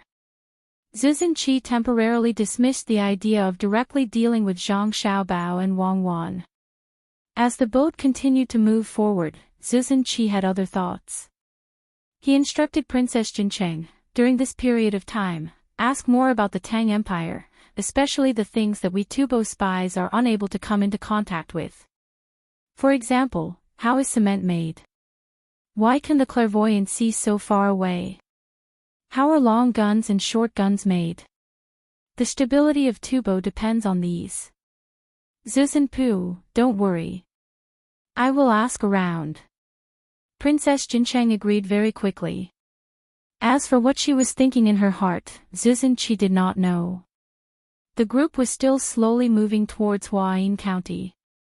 The journey that originally took 3 days was delayed to around 10 days. In Li Longji's opinion, Zhang Xiaobao and Wang Wan should be ready. After all, the two of them were very capable. While Zhang Xiaobao and Wang Wan were busy at the foot of Baiyun Peak, Xiaobei and a group of people ran to Huayin County's Yamen. The matter of receiving Li Longji's group was from Huazhou Prefecture. The officials of Huayin County were only responsible for following orders and were not very busy. When Xiaobei brought a group of guards to the door, the current county magistrate of Huayin County, Fang Yang, Fang Shuri, personally came out to welcome them. He was afraid that something would happen and he would be caught. All the officials near the capital knew that Zhang Xiaobao and Wang family had 9 children. They also knew the extent of the 9 children's power. They could not be targeted by them when the emperor was coming. Fang Yang, who was carefully receiving the guests, thought that nothing would happen. Who knew that as soon as they entered the Yamen, Xiaobei looked around and found a problem. County Magistrate Fang, why don't I see a place specially used to receive the common people? When the common people come, do you want them to wait outside?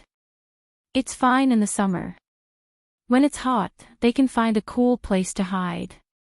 Can they also find a warm place in the winter? Where is the reception fee given by the imperial court every year? Xiaobei did not find a place for the common people to rest and eat. She reached out and pulled Fang Yang's sleeve. She looked up and asked. She blinked her cute big eyes, which made Fang Yang feel depressed. No matter how cute Xiaobei was, she became a demon in Fang Yang's eyes. She touched a sore spot. Was there a need to ask? If the annual share was really used on the common people, wouldn't the Yamen lose income? Who didn't need money when they went out to do things? Do you really think that you don't need to worry like the Zhang family? Although he was thinking about it, he couldn't say it out loud. Fang Yang tried to force a smile and replied to Xiao Bei, Lord Zhang, you may not know, but there are many people in Huayin County who dislike work. They don't work and only want to live a peaceful life. The Yamen has set up a special reception area for them, so they come to the Yamen to eat and drink. That's why the Yamen removed the reception area. Dislike work? What do you mean? Xiao Bei turned to look at Xiao Yuan. They like to live a peaceful life, but don't want to work. They only take and don't give. Xiao Yuan answered. I see. So it's right to not set up a reception place. Xiao Bei still looked up at Fang Yang. Fang Yang breathed a sigh of relief. Lord Zhang is right. Then why isn't there such a person in Sanshui County? County Magistrate Fang is an official. Isn't he educating the people to do good and do good things? Instead, he's just a bystander who doesn't do anything. This is called not doing anything. Xiao Yuan, write a memorial and wait for Her Majesty to come. Xiao Bei's words scared Fang Yang so much that his heart almost jumped out of his mouth. He looked at the other 8 children's expressions and didn't know what to do. If they really wrote a memorial, he was finished. Who didn't know Her Majesty's attitude towards the 9 children? Not to mention that the Yamen wasn't that clean, even if it was done well, wouldn't it be able to find a problem if they wanted to investigate? Fang Yang didn't know what to do. The registrar accompanying him was even more scared. There were some problems with his accounts. Although there weren't many discrepancies, once it was found out, it would be a serious crime. At the very least, he would be dismissed. After hearing Xiao Bei's suggestion and looking at the 9 children, he felt that no matter how he looked at them, they were very detestable. Why were they so troublesome? Did they not understand the difficulties of the local government? Thinking was thinking, but he still had to say, Lord Zhang, it's not easy to run a county. Just listen to Lord Zhang and immediately set up a room to receive the people. There's no need to write a memorial, right? Xiao Yuan frowned. If the higher-ups investigate, the subordinates will work. If the order is issued early, it will be abolished. Are you guys going against us? Seeing that we're young, we'll just deal with it. How do I know if you guys will continue to remove the place after we leave? Seal the accounts, let Brother Xiao Hai investigate. The registrar didn't expect a group of children to be so difficult to answer correctly. He wanted to bribe them, but then he thought of the business between the Zhang family and Wang family. He wanted to threaten them, but then he thought of the military power of the Zhang family and Wang family. He couldn't advance or retreat. Seeing that they wanted to seal the accounts, his face darkened. The imperial censor can't seal the accounts directly. He can only impeach them. Don't tell me you guys want to overstep your authority. Fine, then we won't seal it. We'll just impeach them directly. Let's wait and see. Xiao Bei, why are we still going inside? What if they want to kill us? Let's go and find brother and sister. Xiao Yuan pulled Xiao Bei with a cold face and turned to walk outside. Xiao Bei was stunned for a moment before she reacted and nodded. That's right. If they don't allow us to seal the accounts, there must be a problem. Impeach them with all your might. I want to see Uncle Emperor personally and talk to him face to face. This is too unreasonable. Fang Yang was dumbfounded and glared at the registrar. The registrar's head buzzed and his vision turned black. He paused for a few breaths before he recovered.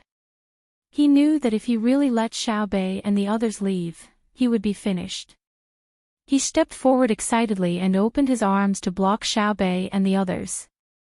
Let's talk nicely. Don't be in a hurry. Let's go inside and talk. Oh no, they want to do something to us. Children's regiment, go and take them down. Xiao Bei was worried about how to deal with this matter properly and didn't have a chance. Seeing that someone dared to stop her, she had an excuse. She shouted loudly and looked scared. As soon as Xiao Bei shouted, 10 of the most stable children in the children's regiment took out their pistols and aimed at the group of people in the yamen. The people in the yamen all stopped moving. They knew what the other party was holding. Although the yamen had applied for it, the imperial court didn't give it to them. However, they knew the power of this thing very well. It wouldn't be good if it hit them. Humph, do you think I'm not prepared? I just applied for it from brother and sister. It's just in time. I'll kill whoever dares to touch it. Xiao Bei clapped her hands and walked out excitedly. She had a smug look on her face, indicating that she had foresight. The 10 children holding the pistols were more nervous. They had practiced shooting before, but this was the first time they were facing people. They held the pistols tightly with both hands so that they could bear the recoil when they fired. It wasn't easy to be able to practice shooting. When Zhang Xiaobao said to let the children practice shooting, Wang Wan was worried that the children couldn't bear the recoil. It was Zhang Xiaobao who said, "Children in war-torn places shoot with AKs and rocket launchers. What can our children do with pistols?" They weren't allowed to carry guns usually. It was Xiao Bei who applied for it after she came back from the cattle-herding village. Only 10 pistols were given to the most stable children. The people in the yamen restrained them.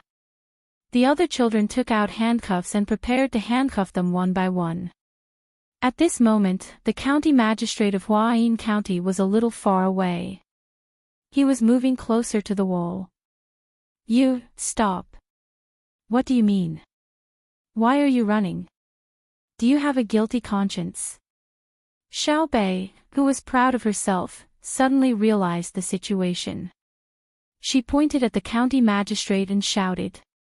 The county magistrate and other officials turned their heads at the same time and looked at the county magistrate in surprise. They were puzzled. "No, I'm not running. I'm going to get the rope." "Yes, get the rope." The county magistrate was still moving as he spoke. "Ha, catch him quickly. If he dares to run, shoot him." "I didn't expect that. It's just a small crime of being greedy. Even if we investigate, we won't be able to trace it back to him. He's just going to be exiled, but he's actually afraid of being caught." "What does this mean?" "Yes, what does this mean?" Everyone was thinking in their hearts. "It means that what he has committed is a capital crime. Go, fuck this guy." Xiao Bei answered himself and commanded the children's group to rush forward. The county magistrate stopped for a while. Just when everyone thought that he was going to be caught, he suddenly started running towards the inside. Bang! A child with a gun in his hand pulled the trigger. The county magistrate's leg was wounded and he fell to the ground with a plop. He was pressed down by a group of children and handcuffed. They lifted the county magistrate's clothes to cover his head and dragged him to Xiao Bei. "Let's go and find my brother and sister. County Magistrate Fong, let's not pursue the other matters in the yamen for now. Come with me." Xiao Bei had made a greater contribution and did not care about the small matter in Huayin County. "Yes, yes. We'll go now. Guards, help Lord Zhang to detain the county magistrate." "Thank you so much, Lord Zhang. Thank you so much." Fong Yang was grateful to the county magistrate who was caught. He quickly agreed and asked the yamen runners to detain the county magistrate whose leg was still bleeding. He followed Xiao Bei and the others to the foot of Mount Hua. When Li Longji arrived at the foot of Mount Hua, the first thing he did was to catch the person sent by the Blackwater Commandery. The Blackwater Commander-in-Chief's mansion was further north than the Bohai Commander-in-Chief's mansion. Zhang Xiaobao and Wang Wan's sphere of influence did not reach there. Although they had already acknowledged them and were willing to pay the tax, they had all kinds of excuses to set the tax amount very small. More importantly, there were many mountains and forests, and the road was very steep. The county magistrate who was caught by Xiao Bei in Huayin County was sent by the Blackwater Commandery. He had been undercover for a long time. Zhang Xiaobao and Wang Wan tested almost all the interrogation methods they knew on him. Only then did they manage to get him to talk. At the beginning, all kinds of physical methods did not work at all. He did not say anything even when he was covered with bruises. In the end, they had to interrogate him tirelessly and use anesthetics and alcohol to solve the problem.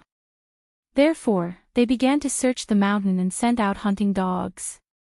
They found the people who were hiding and a large number of fireworks buried in various strategic places. Everyone knew that the fireworks were not used to welcome Li Longji.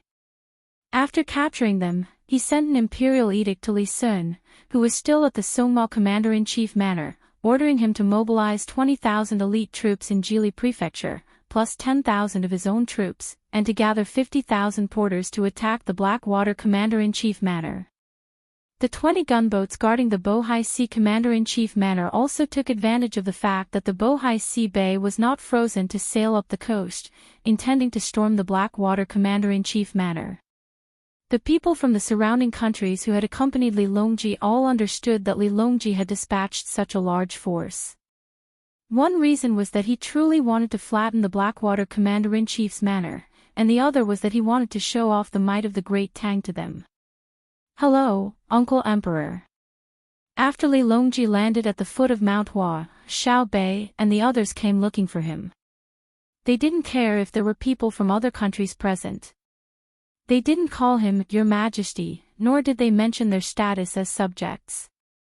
They just smiled and approached Li Longji to greet him. Perhaps because he was in a good mood, Li Longji found Xiao Bei more adorable. He picked her up and put her on the dragon chair beside him. He touched her head and said, "Good, good. Xiao Bei, you made a great contribution again. Tell me, what reward do you want?" Hum. Xiao Bei smiled shyly. No matter how he looked at her, he felt that she was a cute little girl. If the county magistrate Fang Yang saw this, he would definitely think that his eyes were playing tricks on him. Was this still the Lord Zhang who turned hostile at once in the Yamen? Was this still the ruthless girl who would shoot whenever she wanted? Zhu Zanqi sighed silently in his heart. He finally knew the position of the Zhang family and the Wang family in Li Longji's heart. It was more difficult than climbing to the sky to drive a wedge between them.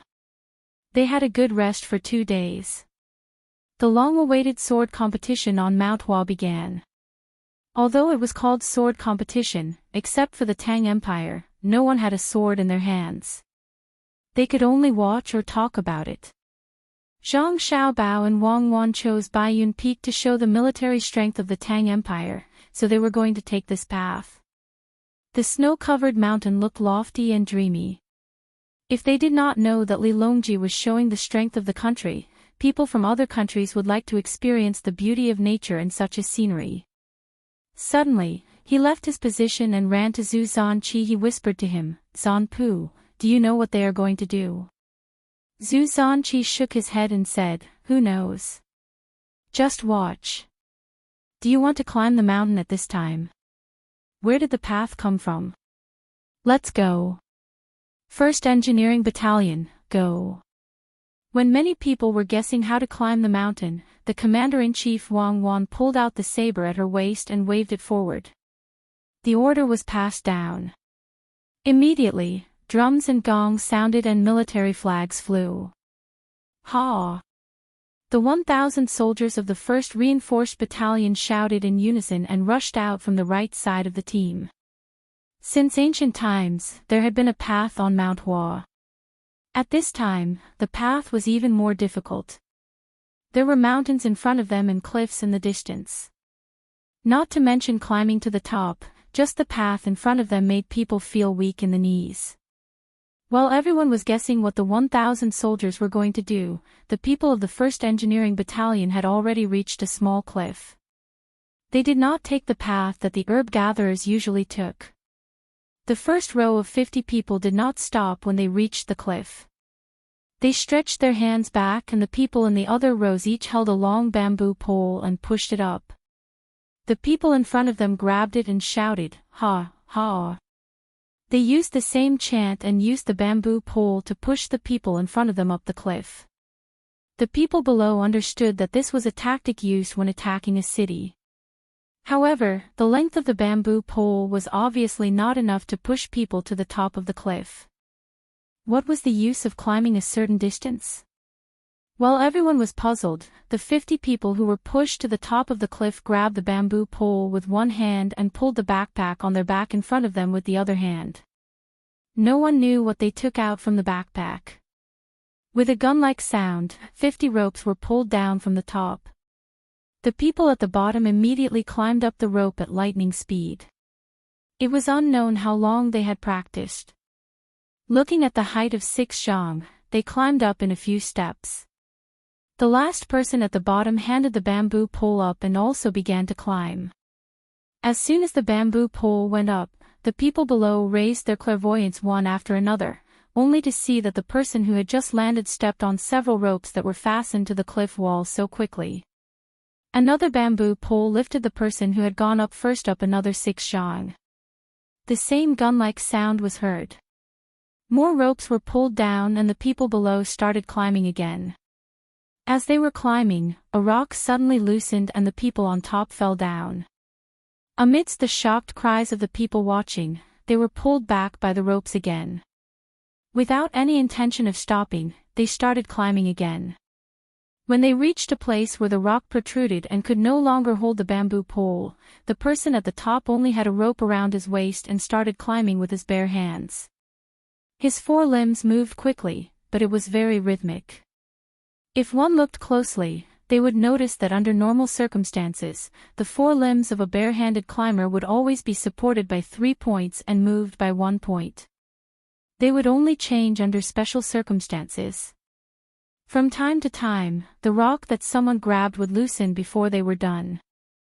The person who climbed up would fall down again and be pulled back by the rope. They would climb up again and again. Sometimes, they even used one arm and a few fingers to hold on to the rock. The people below were shocked to see this. They were even more shocked at the climbing speed. In just a short while, the people from the 1st Engineering Battalion had climbed to a distance of 30 feet. But at this time, there was a very big protruding rock in the middle. If they wanted to go around it, they would bump into the position of others. They could not directly move horizontally, so there would definitely be a missing piece. Just when many people thought that the Tang soldiers would give up on this route, a person rushed out from the crowd and shouted, "Let me do it." Then, this person pulled a person from the 2nd Battalion who was preparing to run with him.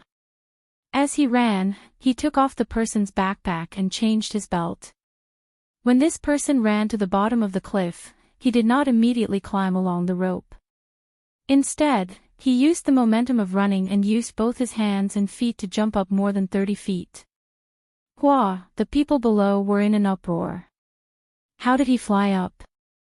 It was as if his body was weightless. In just a few steps, he had reached a height of more than 30 feet.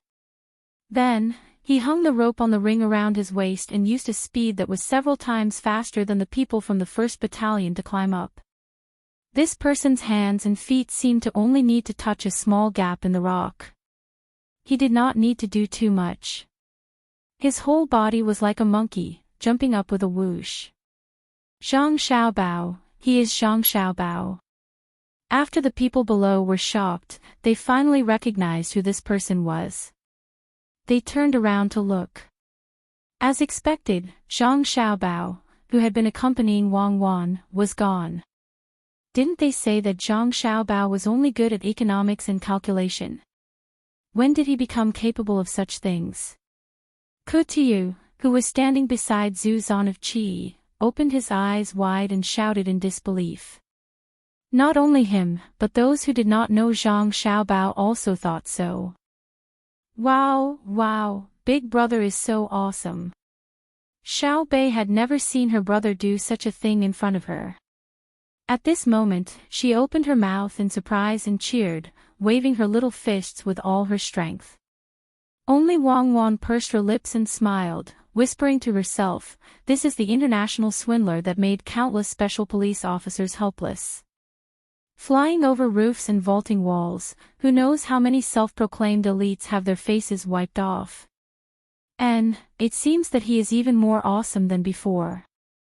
If the family has no money, Big Brother can support us by being a cat burglar. Xiao Bei said with certainty. At this time, Zhang Xiaobao did not have the leisure to care about what other people thought.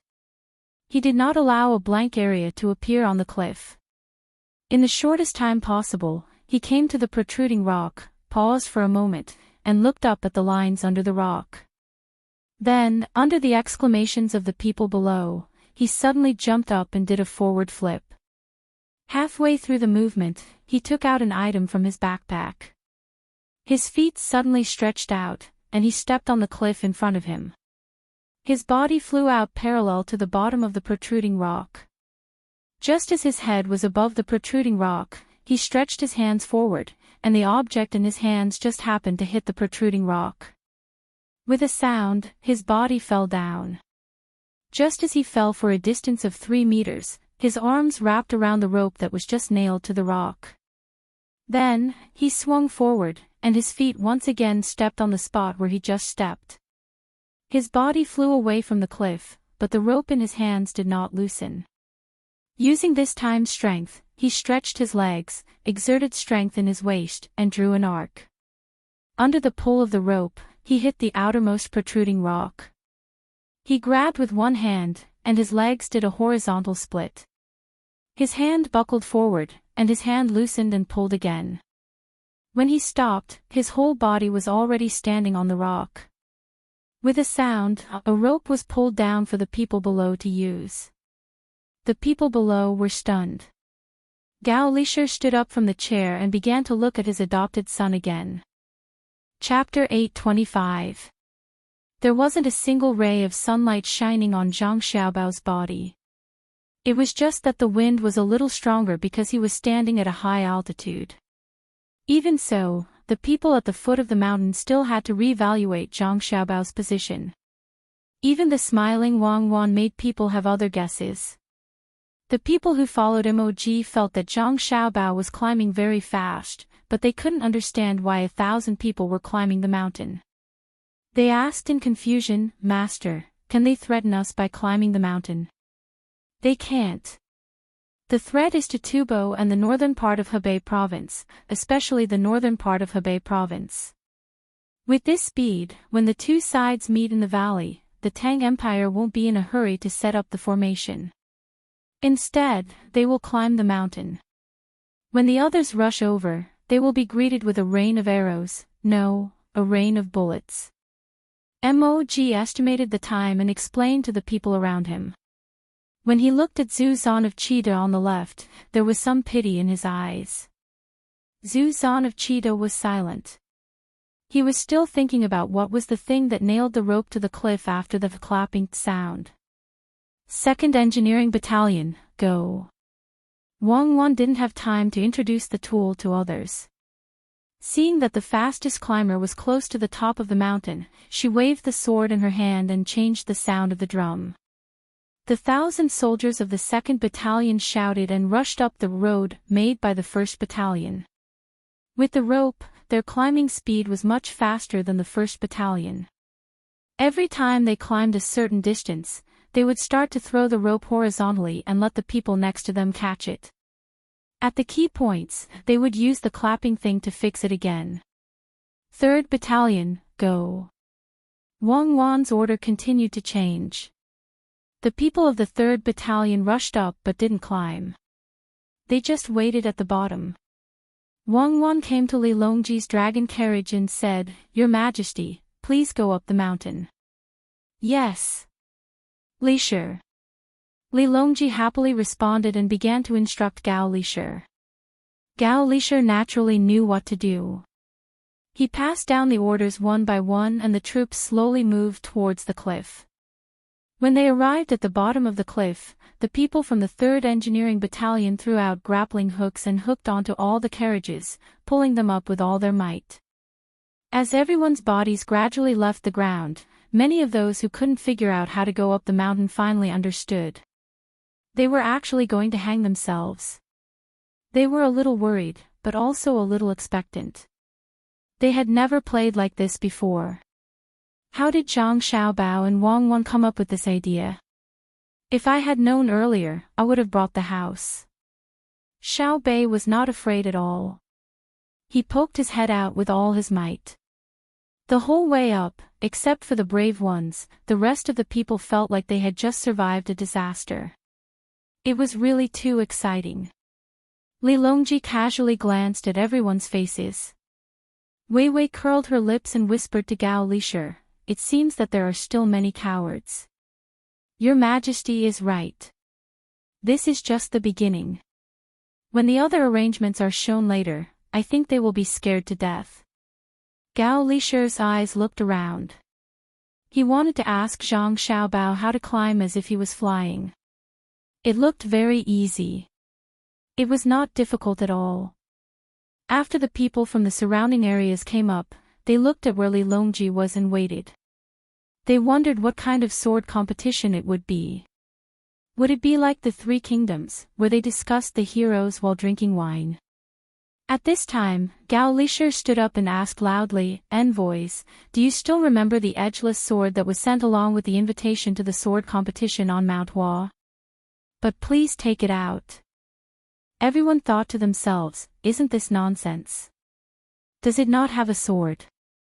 They all ordered the people who were guarding the sword to take it out and take it off their hands to show it to the emperor. Gao Lisher nodded with satisfaction and said, "The emperor once said that a sword has 2 edges. If you want to hurt others, you have to care about yourself. Remember, on the trip to Mount Hua, you can speak with your heart. Where is the edge?" After that, Gao Lisher stopped talking. Everyone looked at the sword in their hands and then looked at where Li Longji was. They did not understand for a while. They also did not know what was going to happen on the trip to Mount Hua. Just as they were speculating, Wang Wan took over the command of the army again. "Send the signal, call the Air Force." At the order, colorful fireworks exploded in the sky one after another. The gorgeous and dazzling scene made the people who were waiting feel a little relieved. Fortunately, there was not much snow on Mount Hua. Otherwise, they would have been buried by the snow. Among them, Zhu Zan felt the most. After all, he was in a place with many snowy mountains. Then the people from the surrounding countries began to wonder, "Air Force, what is the Air Force? What is the use of it?" While everyone was wondering and Li Longji was looking forward to it, countless black spots appeared in the distant sky and approached Mount Hua. When Zhu Zan saw so many black spots, the first thing that came to his mind was the Tang Empire's eagle formation. He could not help but tremble. Although the incident had passed, he could not forget the countless eagles flying on the front line of Jinchuan. They provided the Tang Empire's army with information at any time and suppressed the eagles on his side. In particular, there was an eagle called Shui Yun. It was almost psychic and could cooperate well with people. It understood the human language and could send messages from thousands of miles away. What was even more infuriating was that Shui Yun did not have the slightest bit of pride as an eagle. Other eagles were more courageous in battle. No matter who the opponent was, they would not admit defeat even if they were to die in battle. Shui Yun retreated when there was danger and took advantage of the situation. It was very strange that an eagle could do this. Many people also thought that it was an eagle flying over. As the black spots gradually approached, they could see them with their clairvoyance. Only then did they realize that it was not an eagle at all. There were 2 kinds of flying objects. One was a big ball with a big basket hanging below it. They did not know what it was used for. The other was frightening. The spectators all opened their mouths in disbelief. Those flying objects were actually people. They had special wings on their backs, and the people were below. They did not know how to control the wings, but they were flying back and forth in the sky. Red fireworks rose into the sky. Everyone watched as the winged people adjusted their positions and arranged themselves into a horizontal snake formation. Fireworks rose again, and the snake formation was pulled apart. 1 row became 2 rows, 2 rows became 4 rows, and 4 rows became 8 rows. Only then did the formation stop. The formation was distinct, rising and falling like the wind on the water's surface or the overlapping of fish scales. This was the fish scale formation. The first feeling that the crowd felt from such a formation change was that they were stunned. However, before they could fully comprehend the first feeling, the second feeling came. That was fear. Even those who did not understand military affairs could tell that the person below the wings was a soldier when they saw the Tang uniform. Soldiers were naturally used to fight. How could one fight an enemy flying in the sky? How fast would a horse be able to avoid the pursuit of a flying man? How high was the city wall to prevent the enemy from entering the city? Moji felt bitter. Just now, when the Tang people were climbing the cliff, he was gloating. Now, it was his turn. Could a horse galloping on the grassland outrun a flying person? Not to mention shooting arrows from above, even if someone threw a torch at his camp, he would not be able to withstand it. Where did the Tang get so many wings? Everyone's expression changed. Those from the Tang who had never seen such a scene blushed and felt an inexplicable sense of pride. Those flying in the sky were the Tang army. Who in the world could defeat them? Some of the people in the surroundings were livid, while others were pale. Why was this happening? When did the Tang army have a flying army? Li Longji squinted his eyes and kept looking at the expressions of the others. He was very happy in his heart. Who asked you to make trouble? Why did you have to invade the border and force Xiao Bao and Cuckoo's family? Humph, there will be more in a while. But suddenly, he stroked the sword that had not been sharpened and suddenly understood. He muttered, "So that's how it is. Your Majesty is asking us whether we should sharpen the sword of the Tang Empire. Should our sword have no edges or double edges? Where does the edge point?" When the people around him heard his words, they also understood what was going on. Great Tang's Li Longji was trying to show off. Wang Wan also deliberately asked Xiao Bei loudly, "Do you think the sword of the Tang Empire should be sharpened?" Xiao Bei shook his head and also replied loudly, "No. Didn't brother say in the story that a heavy sword without an edge? This is called subduing the enemy without fighting." Hearing Wang Wan and Xiao Bei's questions and answers, the mountaintop became even quieter. Only the sound of the wind could be heard. Without giving them too much time to be silent, the winged people in the sky had already flown over their heads. They changed their movements from time to time, and the balls with baskets below also approached. When all the balls were floating above their heads, one of them landed first. Everyone looked at it carefully and saw that there was a fire on it. Wasn't this similar to the Kongming lantern? The emperor has ordered that all officials change. Gao Lishir called out and first put a backpack on Li Longji. Mo Jilian and the others did not know what it was for. Soon, the backpack was arranged. Li Longji, under Gao Lishir's help, stepped onto the first Kongming lantern that landed first. 2 other people accompanied him. The rest of them were also put on backpacks, each of them accompanied by a Tang soldier to protect them. Their hearts trembled as they entered the baskets, their hands tightly gripping the rims of the baskets as if this could save their lives in the face of danger. When all the large Kongming lanterns had people on them, they lined up in 3 lines and flew towards the north. Zhu Zan and Princess Jincheng were together. They nervously and curiously looked down. They saw clouds and mist and mountains. When they saw that the people on the mountaintop who did not follow them had become small black dots, they sat back down dizzily and sighed, "Oh my God," falling down and turning into a meat patty. Crazy, the Tang Empire people are crazy. Princess Jincheng did not look down at all. She was afraid of heights and looked around.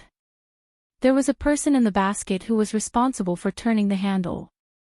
Every time the handle was turned, the thing called a propeller made by the Tang Empire people outside the basket would turn many times. There were two people in the middle of the basket. One of them had a clairvoyance in his hand and was responsible for looking out. The other person scooped a spoonful of black stuff from the bucket under his feet from time to time. After thinking about it, he recognized that it was tallow water, which could be burned. The large Kongming lanterns were made from tallow water. Next to the burning area, there was a set of hollow iron rings, big and small. Whenever it rose too high, the person in charge of adding oil and water would use one of the rings to lower the height. If one was not enough, two rings would be used, adding and subtracting each other.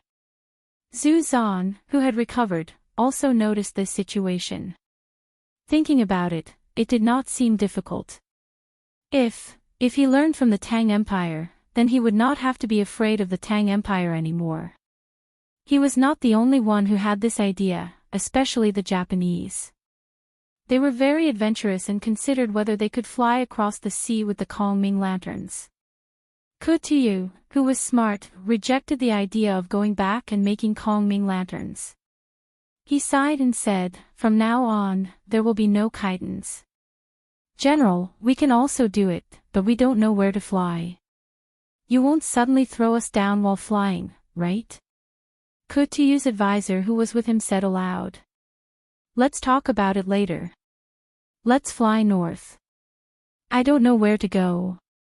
Ku Tuyu was afraid of being overheard, so he did not mention it again. Zhang Xiaobao and Wang Wan knew where to go. There was a large plain north of the Wei River on the south bank of the Wei River, which was actually the Wei River Plain. That was the last stop. The Kongming lanterns flew and finally came to the sky above the plain. They gradually descended. At this time, the soldier in charge of protecting the people in the surroundings played the role of a tour guide and explained to the people in the basket. His Majesty invited everyone here to let everyone see the reason why we are not afraid of the threat of further enemies when we are together in the future. With my protection, you can stick your head out and take a look. Hearing the soldier's words, everyone suppressed their fear of the sky and forced themselves to look down with their clairvoyance. They saw that there were wooden stakes inserted into the ground below, and two pigs were tied to each stake. Some of the pigs were lying on the ground sleeping, while others were trying to break free. After seeing it, they did not immediately understand what it was for. While they were puzzled, the low sound of drums could be heard, and their hearts jumped. Bang! A firework exploded in a place in the east of the plain, attracting everyone's attention. "There's nothing." "No, there's a flag." "Also, there's something beside the flag." "There's 1, 2, 3. I think there's more than 100 of them." "No, can you see them?" Zhu Zan opened his eyes wide. He was afraid that he was seeing things, so he asked Princess Jincheng. "I can see it." Princess Jincheng replied with certainty. "That's good. I don't know what it is." Zhu Zan was at a loss. At this time, the sound of drums changed again, becoming more urgent. Everyone looked at the place where the flag was inserted and found that there were suddenly many people running back and forth. At the same time, they understood. No wonder they could not see clearly. It turned out that there were so many people wearing the same color of clothes as the surroundings. They also wore white hats on their heads. While running, the white cloth was lifted one by one, revealing the things underneath. There was a large hole in the middle of the pillar, and there was a box beside it. Some people were moving things out of the box. After waiting for a quarter of an hour, it seemed that everything was ready. The sound of drums changed again, and the continuous sound of hammers suddenly stopped.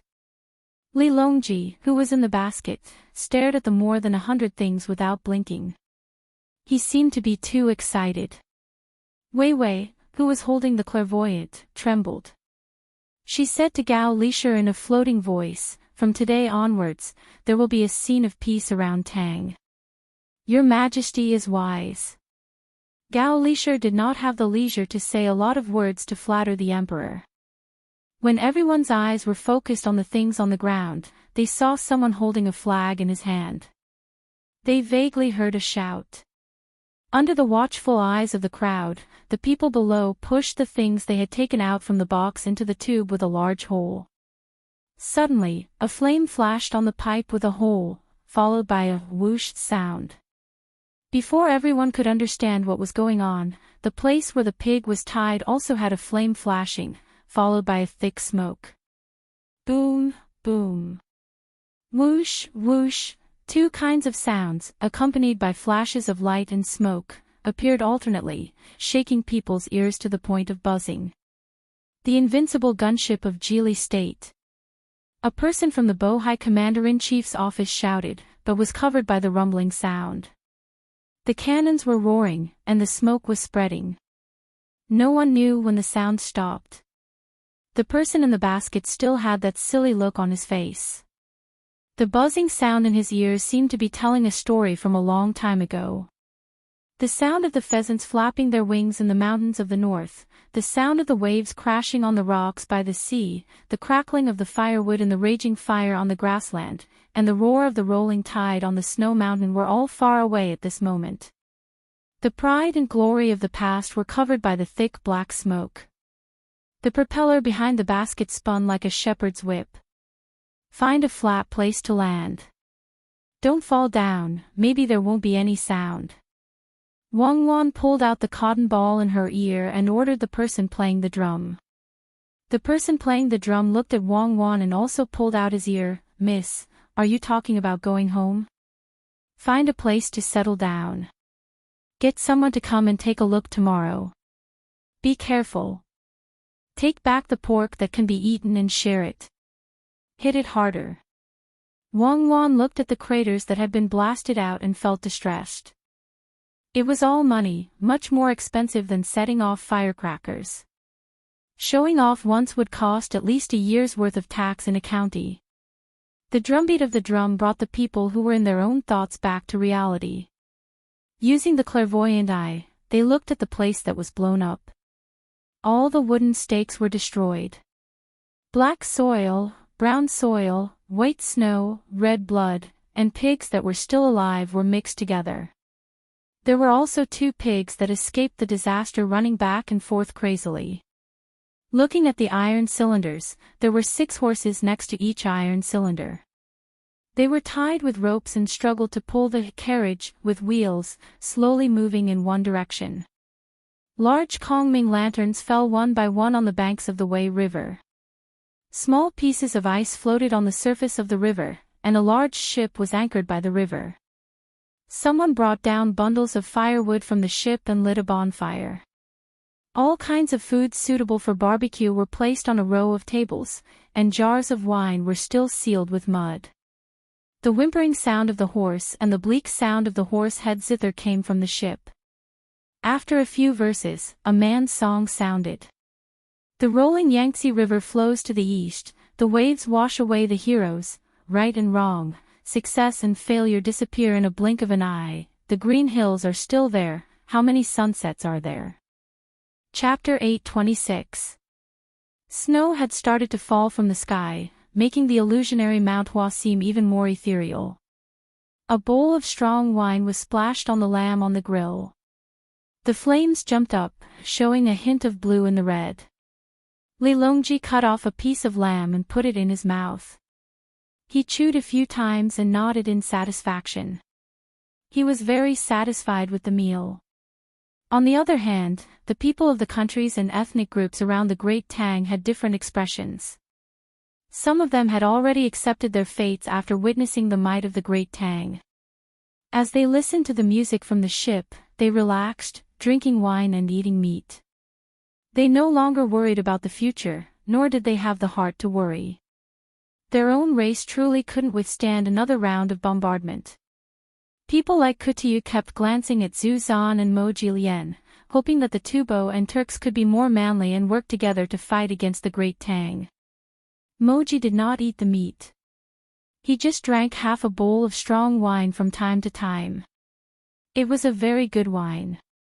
The weather on the grassland changed too quickly. Hot and cold alternated frequently. If everyone could drink the strong wine of the Great Tang, they would not have to worry about the cold at night.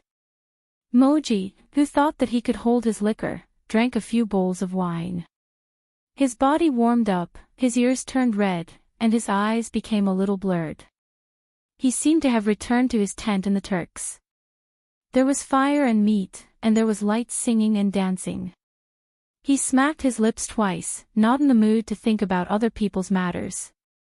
His hand touched the unsharpened sword on his leg as he sat cross-legged. He praised, "Good sword, truly a good sword. The one who obtains this sword obtains the world. The sword has two edges. One edge can lead thousands of armored cavalry, invincible in battle. The other edge can scatter money all over the sky, not worrying about spending. When the sword is retracted, the four seas are at peace. When the sword is unsheathed, snow falls. The grassland is too cold. I wonder if it can warm up. Yes, warm up. Find a mountain to hide from the wind." At first, the people around Moji thought that he was really praising the sword in his hand. They looked at the sword, but could not see what was good about it. Only after hearing the latter part of his sentence did she realize that he wasn't talking about the sword in his hand, nor was he talking about the sword in his hand. Instead, he was talking about the sword in Li Longji's hand. Naturally, he was referring to Zhang Xiaobao and Wang Wan, who were huddled together and whispering something to each other. Zhang Xiaobao's abilities were obvious to all. No matter where he went, he was a hen that laid golden eggs. Countless spies sent to the Great Tang had long ago reported back on the deeds of Zhang Xiaobao. The Great Tang's national treasury was no longer lacking in money. With the existence of the bank, if necessary, one could mobilize 10 million strings of cash at any time. With so much money, he could easily crush someone to death. More importantly, wherever his family went, the lives of the common people would be improved. Many of the officials of the Great Tang weren't stupid, and with his family's methods in front of them, they began to learn. Even if they couldn't compare to his family, they were still much better off than before. When she smiled, her two dimples would appear. At first glance, people would think that she was a lady from a big family. Only those who knew her would understand what kind of existence she was. Although the generals guarding the borders of the Great Tang were always able to win battles and quell rebellions, those were still small battles. Wang Wan only fought one battle, and that one battle was enough to make Tubo suffer greatly. As for quelling rebellions, she had never done so. However, there were signs in Feng Province. Some people wanted to cause trouble, but Zhang Xiaobao and Wang Wan sent some people over. In total, there were less than 500 people. All the signs were extinguished by themselves, and no one dared to provoke her. The main reason was that the generals taught by the war in Tubo had already shown her ability. Those generals were now guarding a region and managed the army like it was made of iron. However, every time someone praised them, they didn't dare to accept the praise and only said that they were far inferior to Cuckoo.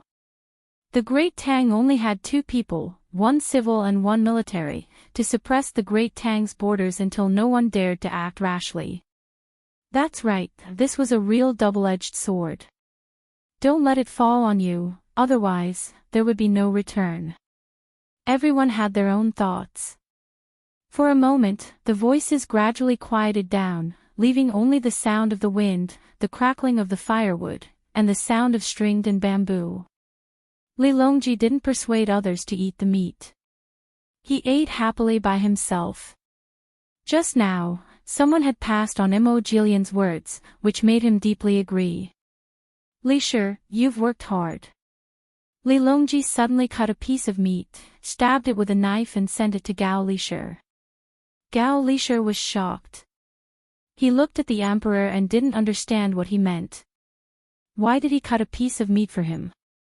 Should he eat it or not? Could it be that he wanted to stab him to death? Thinking in his heart, Gao Lisher opened his mouth. After stuffing the meat into Gao Lisher's mouth and letting him bite, Li Longji kept the knife and showed a rare warm smile. At that time, if Lisher hadn't discussed with me and said that the experts of Zhang Xiaobao and Wang Wan couldn't be easily moved, I really couldn't help but bring them into the palace. Li Longji said the reason with emotion. Gao Lisher understood. So that's how it is. It seems that the emperor is a little scared. If he really did it, not to mention the fact that there was no Xiaobao and Cuckoo's combined swords, he was afraid that the experts of the Zhang and Wang families would be forced to leave. No matter where they went, as long as it was not in the Tang Empire, today's sword competition of Mount Hua didn't exist. Even if there was a sword competition of Mount Hua, no one knew where it would be, but it would definitely not be in the Tang Empire. Thinking about this, Gao Lisher said modestly, "Your Majesty has already made a decision. Otherwise, why would you hang the portraits of Xiao Bao and Cuckoo in the palace?" "Your Majesty, I see that Xiao Bao seems to have just roasted a chicken. Why don't?" "Well, you're right. Go." Li Longji's eyes also looked at Zhang Xiaobao from time to time. When he saw Zhang Xiaobao take out a chicken from under the fire, even if he didn't know why he did that, he guessed that it must taste good. At this moment, Zhang Xiaobao, who was hiding and trying to be inconspicuous, didn't expect that Li Longji still had his eyes on him, even if he gave up the opportunity to show off. He took out the beggar's chicken from under the fire, blew off the seal, tore off a wing, and handed it to Wang Wan. "Eat, eat, eat more." Hong Qigong liked this. "It's been 6 years, right? This cooking wine has been in the cellar for 6 years. The wild chickens in the mountain are thinner, but it smells better than the chickens at home. You only know how to eat. In case Tubo and Tujue don't agree to join the Tang Empire and war is coming, you don't even have time to prepare. How can you have the leisure to cook a chicken and leave a good lamb untouched?" As Wang Wan talked about Zhang Xiaobao, she took the chicken. Looking at the dry mud on the ground, she was stunned. Then she asked Zhang Xiaobao, "Did you kill the chickens in Fried Chicken Farm? 6 million of them died in one night. Don't be afraid. They definitely don't dare to fight the Tang Empire. It's winter now, and they'll definitely win." "They? What did you say about Fried Chicken Farm? I don't understand." Zhang Xiaobao looked away as he spoke, not looking at Wang Wan. Wang Wan burst out laughing, "Don't deny it. Today, I realized that I have never heard of anyone carving words on the mud when cooking beggar's chicken. Moreover, the words carved were Hong Qigong. According to the information, the Fried Chicken Farm once found dried mud with these 3 words. How do you explain that?" "Oh, there's such a thing. Damn, it makes me angry. That Zhou guy not only deducted the wages of the workers in the surrounding villages, but also didn't dispose of the chicken feces properly, causing the entire village to smell bad. He even used industrial raw materials to raise chickens. I stole a few to eat, but the more I ate, the more it tasted wrong. Back then, the chase was fierce, and I was in a hurry to run into the mountains. Otherwise, I would have poisoned him to death too." Zhang Xiaobao replied confidently. "Then do you know how much tax the local area would have to pay without his chicken farm? How are the villagers who can still get some wages living?" "I don't know. I only know that the villa of the county magistrate's family is very beautiful. Hurry up and eat. Why are you still talking about the past? I don't like to hear others praising my achievements. How about I choose a village here and open a gutter oil processing plant? It can solve more employment problems. I can't stand people who are greedy and don't do practical things for the people. So, you can be greedy if you do practical things. At least that's what I think. Come, follow me. take the chicken and don't eat it first." As Zhang Xiaobao spoke, he pulled Wang Wan to a place where there was no one in the distance. "Xiaobao, where are you going?" Behind them came Gao Lisher's affectionate voice. "Father, I'm going to relieve myself with cuckoo." Zhang Xiaobao subconsciously moved the chicken to a place where Gao Lisher couldn't see. "What are you talking about? Who's going to relieve themselves with you? Take it out." Wang Wan reached out and poked Zhang Xiaobao. Zhang Xiaobao looked at Li Longji with disdain. He took out the chicken and said to Gao Lisher, "Father, this chicken has been torn apart and eaten. It's okay, it's okay." When His Majesty eats, he always lets his subordinates taste it first, Gao Lisher said embarrassedly. He took the chicken and rushed back as fast as he could. "Bandit, he's just a bearded man. Let's wait. When he's full, we'll dig out the other chicken. Come, let's talk about our future plans. After we take over Tufan and Tujue, we have to use them." Zhang Xiaobao took 2 bites of the chicken claw and sat back down with a face full of regret. He shouldn't have saved his favorite chicken thigh for last. Li Longji quickly swallowed the 2 chicken thighs, raised his head, and said to the people in the oppressive atmosphere, "Everyone, tell me, how should I sharpen my sword?" "It's here." Everyone felt a chill in their hearts.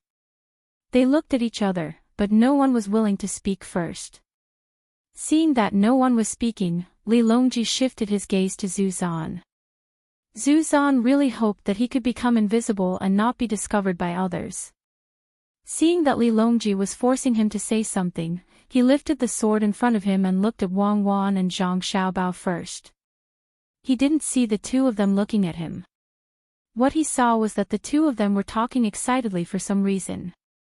From time to time, Zhang Xiaobao even pointed to the west. No matter how he looked at it, he felt that he was referring to Tufan. Wang Wan, on the other hand, smiled and waved her little fist, as if she was promising something to Zhang Xiaobao. Zhang Xiaobao gave Wang Wan a thumbs up and nodded vigorously. Could it be that they want to make a move on Tufan? Zhu Zan thought to himself. Clang, clang, clang. Just as Zhu Zan was hesitating about how to reply, the sound of the Hu Jia and Matu Qin on the ship stopped and changed to the continuous sound of the pipa string sweeping. It was a very familiar sound. Even without the first few verses, he could still recognize it. The current song was called Ambush on All Sides. Each sound was more urgent than the last. A scene that Zhu Zan didn't want to recall suddenly appeared in his mind. Report, our army has surrounded the Tang army at the Jinchuan mountain range, waiting for news of victory. Report, the villagers of Mola village have been slaughtered, and the enemy is nowhere to be found. Report, our army has lost traces of the enemy on Jinchuan mountain range, and we have suffered heavy losses. Report, we have found out that the Tang dynasty's reinforcements are from the logistics camp in Yizhou. Report, our army's 15,000 soldiers are all dead, requesting for reinforcements. Report, our army's 2nd and 3rd reinforcements are blocked, and our logistics are cut off. Report, our army's provisions in 3 areas have been burned to ashes, requesting for more food. Report, this summer locusts are a disaster, I'm afraid we won't be able to harvest anything. Report. Report, Zanpu, His Majesty wants you to have a sword competition. Just as Zhu Zan was recalling the scenes, he heard the soft voice of the Princess of Jincheng. Sword competition. Yes, sword competition. He wants to invite you to the sword competition on Mount Hua. Zhu Zan murmured and shook his head vigorously. He looked at the sword in his hand and sighed to the sky. 2 streams of tears flowed out of his eyes. He held the sword up high and knelt on the ground. He replied dryly to Li Longji, I'm slow-witted, Your Majesty, I'll do as you say. Sigh. More sighs sounded almost at the same time. However, when he suddenly closed his eyes, he seemed to have aged 10 years. He didn't want to blame Zhu Zan and say that he was timid. After all, he had been to Tubo before and understood the current situation in Tubo. Zhang Xiaobao and Wang Wan had stationed 30,000 soldiers and countless horses at the front line of Jinchuan Mountain, waiting for the war to start. In addition, there were troops flying in the sky, long spears that could decide life and death in 300 steps, and thunderous cannon fire. If it were him, he wouldn't have the courage to challenge Li Longji. Li Longji's brows relaxed. He nodded and said to Zhu Zan, "What you said is exactly what I want. I'll give you the surname Li and reward you with 10,000 bolts of silk and $10 million. Thank you, Your Majesty." Zhu Zan's voice trembled. He bowed to the ground and didn't get up for a long time. Li Longji then looked at Mo Jilian. "Mo Jilian, do you have anything to say?" I want to go back and discuss." Mo Jilian couldn't make the decision and could only reply like this. At this time, Wang Wan suddenly interrupted, "Your Majesty, I ask for your order to send Mo Jilian back to the Turks. I'm going to Feng province to train the soldiers and do some exercises. On the way, bring along the cannons and see if the horses are afraid of the sound of cannons." I thought about it again. I'm willing to listen to Your Majesty's order to sharpen the sword. Mo Jilian looked at Wang Wan and quickly expressed his position. He meant that he couldn't make the decision for the Turks, but he was willing to submit. Li Longji wanted to laugh out loud, but he restrained himself and looked at the others. Chapter 827. Under the threat of powerful military force, the countries and tribes around Great Tang expressed their stance. The representative of Xinluo, Li Yanqing, could not make the decision. He wanted to learn from the representative of Japan. The representative of Japan did not directly hand over everything like the Tubo and Turkic people. Instead, he continued to be a subject in name. Li Yanqing knew that Japan was not afraid of Great Tang's troops attacking them. What he was worried about was that Great Tang's ships often attacked Japanese ships in the sea. Thinking about his own side, Xinluo's position was not bad. The main problem was that Jili province was a little close to Xinluo.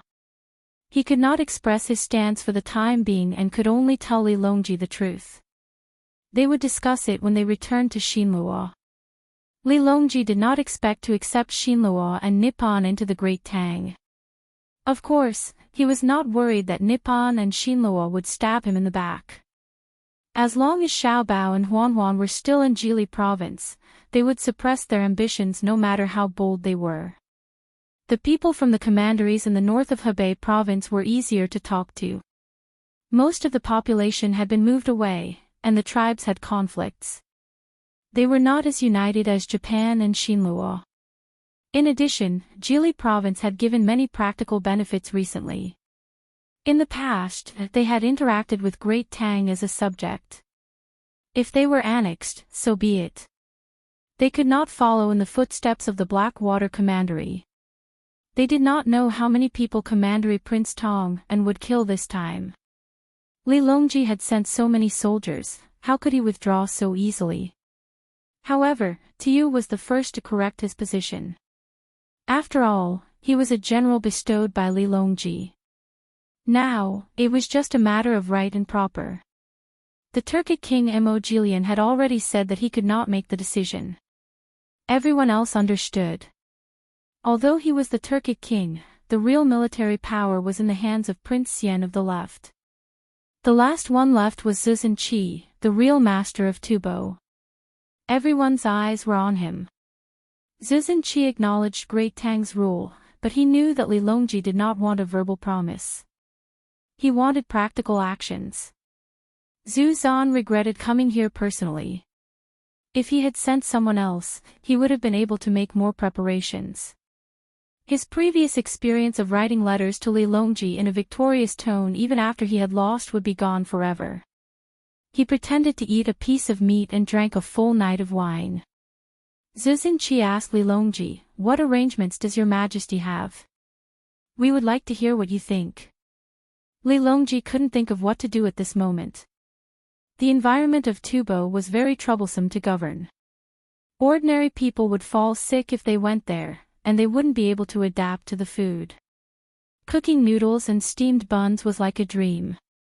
Ancestor Cheetah was a little embarrassed. He glanced at the place where Zhang Xiaobao was and saw that he and Wang Wan were lowering their heads and seemed to be secretly eating something. Suddenly, a plan came to his mind. Your Majesty, this subject requests Your Majesty to send someone to take over this subject's territory, from Jinchuan to Pingzhou Pass. Also, send a capable official to this subject's territory to deal with all the government affairs. Li Longji felt that something was wrong when he heard Cheetah's praise. Who didn't know that although that piece of land belonged to Tubo in name, it actually belonged to Xiao Bao and Cuckoo? If they really sent someone to be an official, what would the two of them think? Unless two of them were sent there. But what about Jili province? Li Longji was in a dilemma. If he didn't control Jinchuan and Ruoshui, he wouldn't be able to extend his hand to Tubo. But if he did, it would affect the two children. Your Majesty, this subject feels that Ancestor Cheetah is right. It should be so. Now, this subject and the king have a caravan passing through. However, without an official to govern, it is inconvenient. This subject requests Your Majesty to send a capable subject to govern. As for the land that Your Majesty bestowed upon this subject and this subject thinks that this subject has no time to spare. Also, this subject heard that there is a city further west called Shanqing. Shanqing is further west and there is a lake. The lake is like the sea. There are countless fishes and birds in it. There are even pearls that can reflect the moon. I hope Your Majesty will allow this. When Li Longji was worried, Zhang Xiaobao suddenly spoke. He was holding a half-eaten chicken head in one hand and a piece of chicken thigh in the other. With a mouth full of oil, he talked about the ownership of a piece of land in a casual manner. It was as if he was talking about whether to steam or boil dumplings. When Ancestor Cheetah looked over, he nodded at Ancestor Cheetah, meaning, you see, the two of us are on good terms. I support you. Li Longji was happy and in a good mood. He nodded and said, Official Zhang's words are reasonable.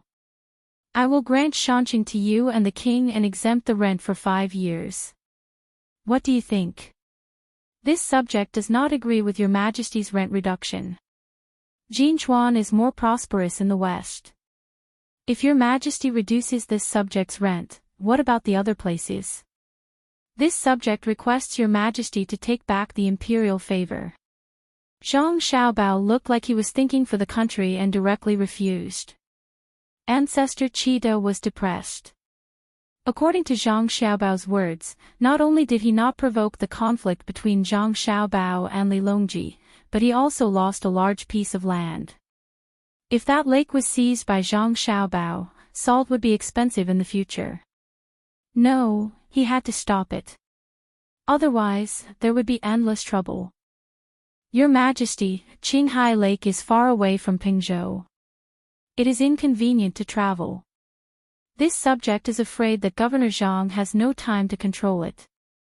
Why don't? That's not right. Ancestor Cheetah, I think I can do it. If you don't believe me, you can try. I promise to build that road.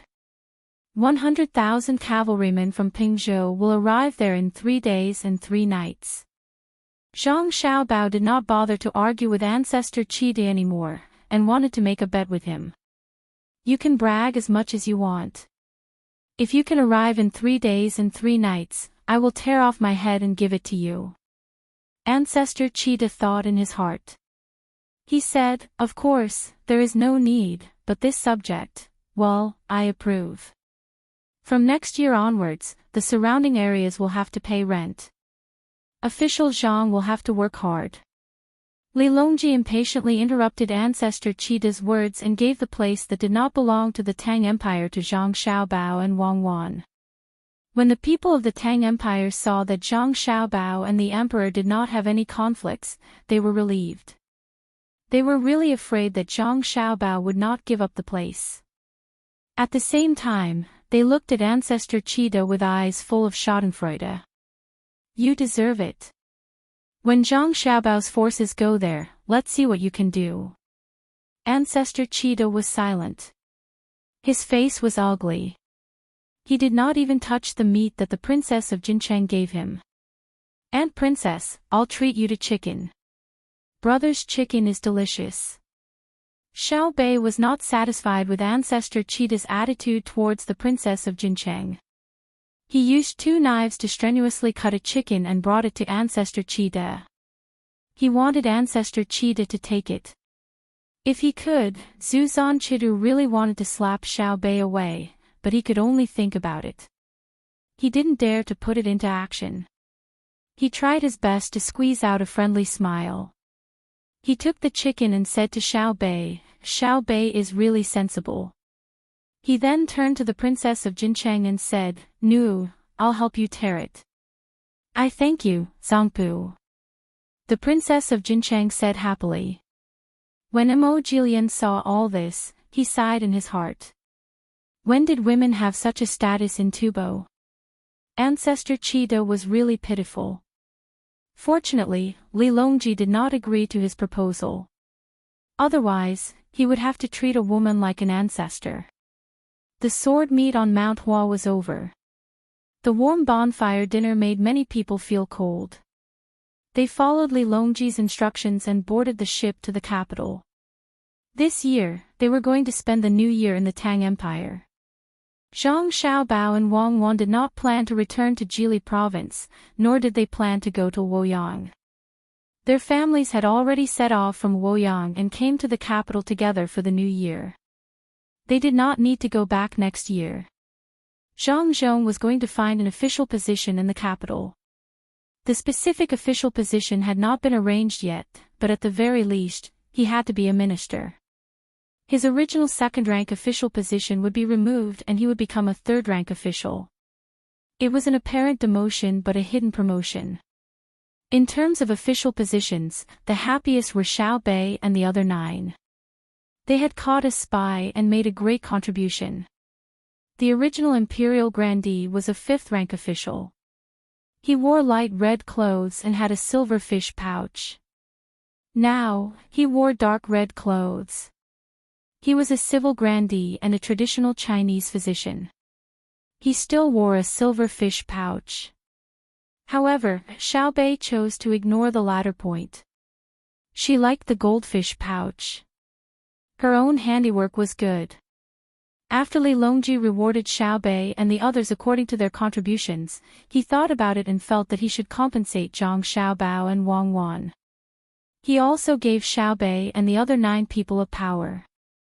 The original imperial censor was now the imperial censor and the chancellor of the Supreme Court. It sounded like a mess.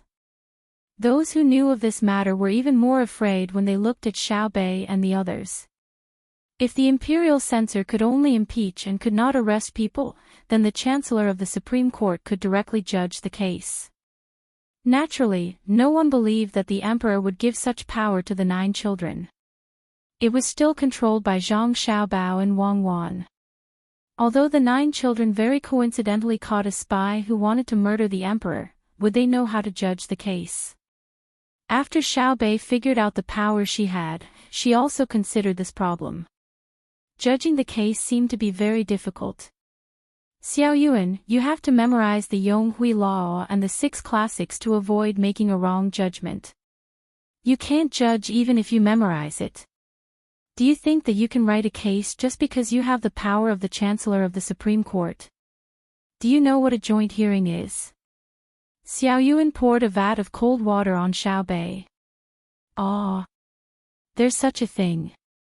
I don't care. I'll judge when I catch him. Xiao Yuan, let me ask you. Do you want to be an official? A real official like your brother and sister? Let's work together and reserve a county to bring good fortune to the people. Xiao Bei decided not to follow the rules. She rolled her eyes and proposed another idea. Xiao Yuan shook her head vigorously. No, I don't have that ability. If you want to be an official, you can be one. Okay, I'll go talk to them. Xiao Bei made a big decision. Zhang Xiaobao did not pay much attention to the promotion of his younger siblings. Instead, he discussed the matter with Wang Wan for a while, then looked for Li Longji to discuss it for 4 hours. When dawn broke the next day, Li Longji issued a series of decrees. The 40,000 people from the northern part of Hebei province were left to Zhang Xiaobao and Wang Wan. The 10,000 people with the most unstable hearts were trained in the capital. The remaining 30,000 people were divided between Shanandong province and Huainan province. 25,000 soldiers were transferred from the two provinces to Fengzhou to participate in the prefecture army drill. Chapter 828. After the trip to Mount Hua was over, they still chose to return by water. The canal that the fleet had taken was not frozen again. There were many small boats wandering on the surface of the river. As long as there was the slightest sign of ice, someone would smash it. Only when the imperial court's large ship passed by did the small boats approach the shore one after another, waiting obediently for inspection. Fish, fish, I see fish. Someone, go and buy it. Xiao Bei, who was standing on the deck, rubbed his hands that were red from the cold. He put down his binoculars and ordered the person in charge of protecting him. This person immediately went to do it. It was not easy for other people to suddenly stop the current emperor's fleet, but Xiao Bei's ship was an exception. Xiao Bei imagined the scene of the big fish being placed on a plate after it was done and praised herself. Xiao Bei is really good to Xiao Yuan.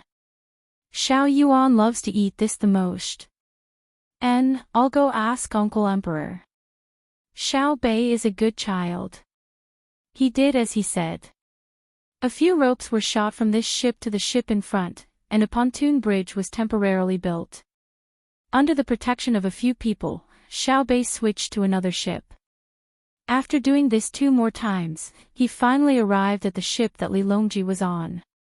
Li Longji did not care about the cold outside and was enthusiastically admiring the endless scenery on both sides of the canal with a group of officials.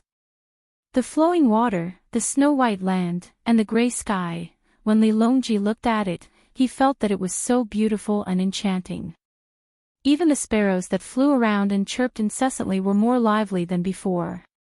Zhang Shuo, who had been feeling a little uneasy recently, did not stay too far away from Li Longji. He stood 2 steps behind Li Longji and admired the scenery together. However, he could not see anything that was pleasing to the eye.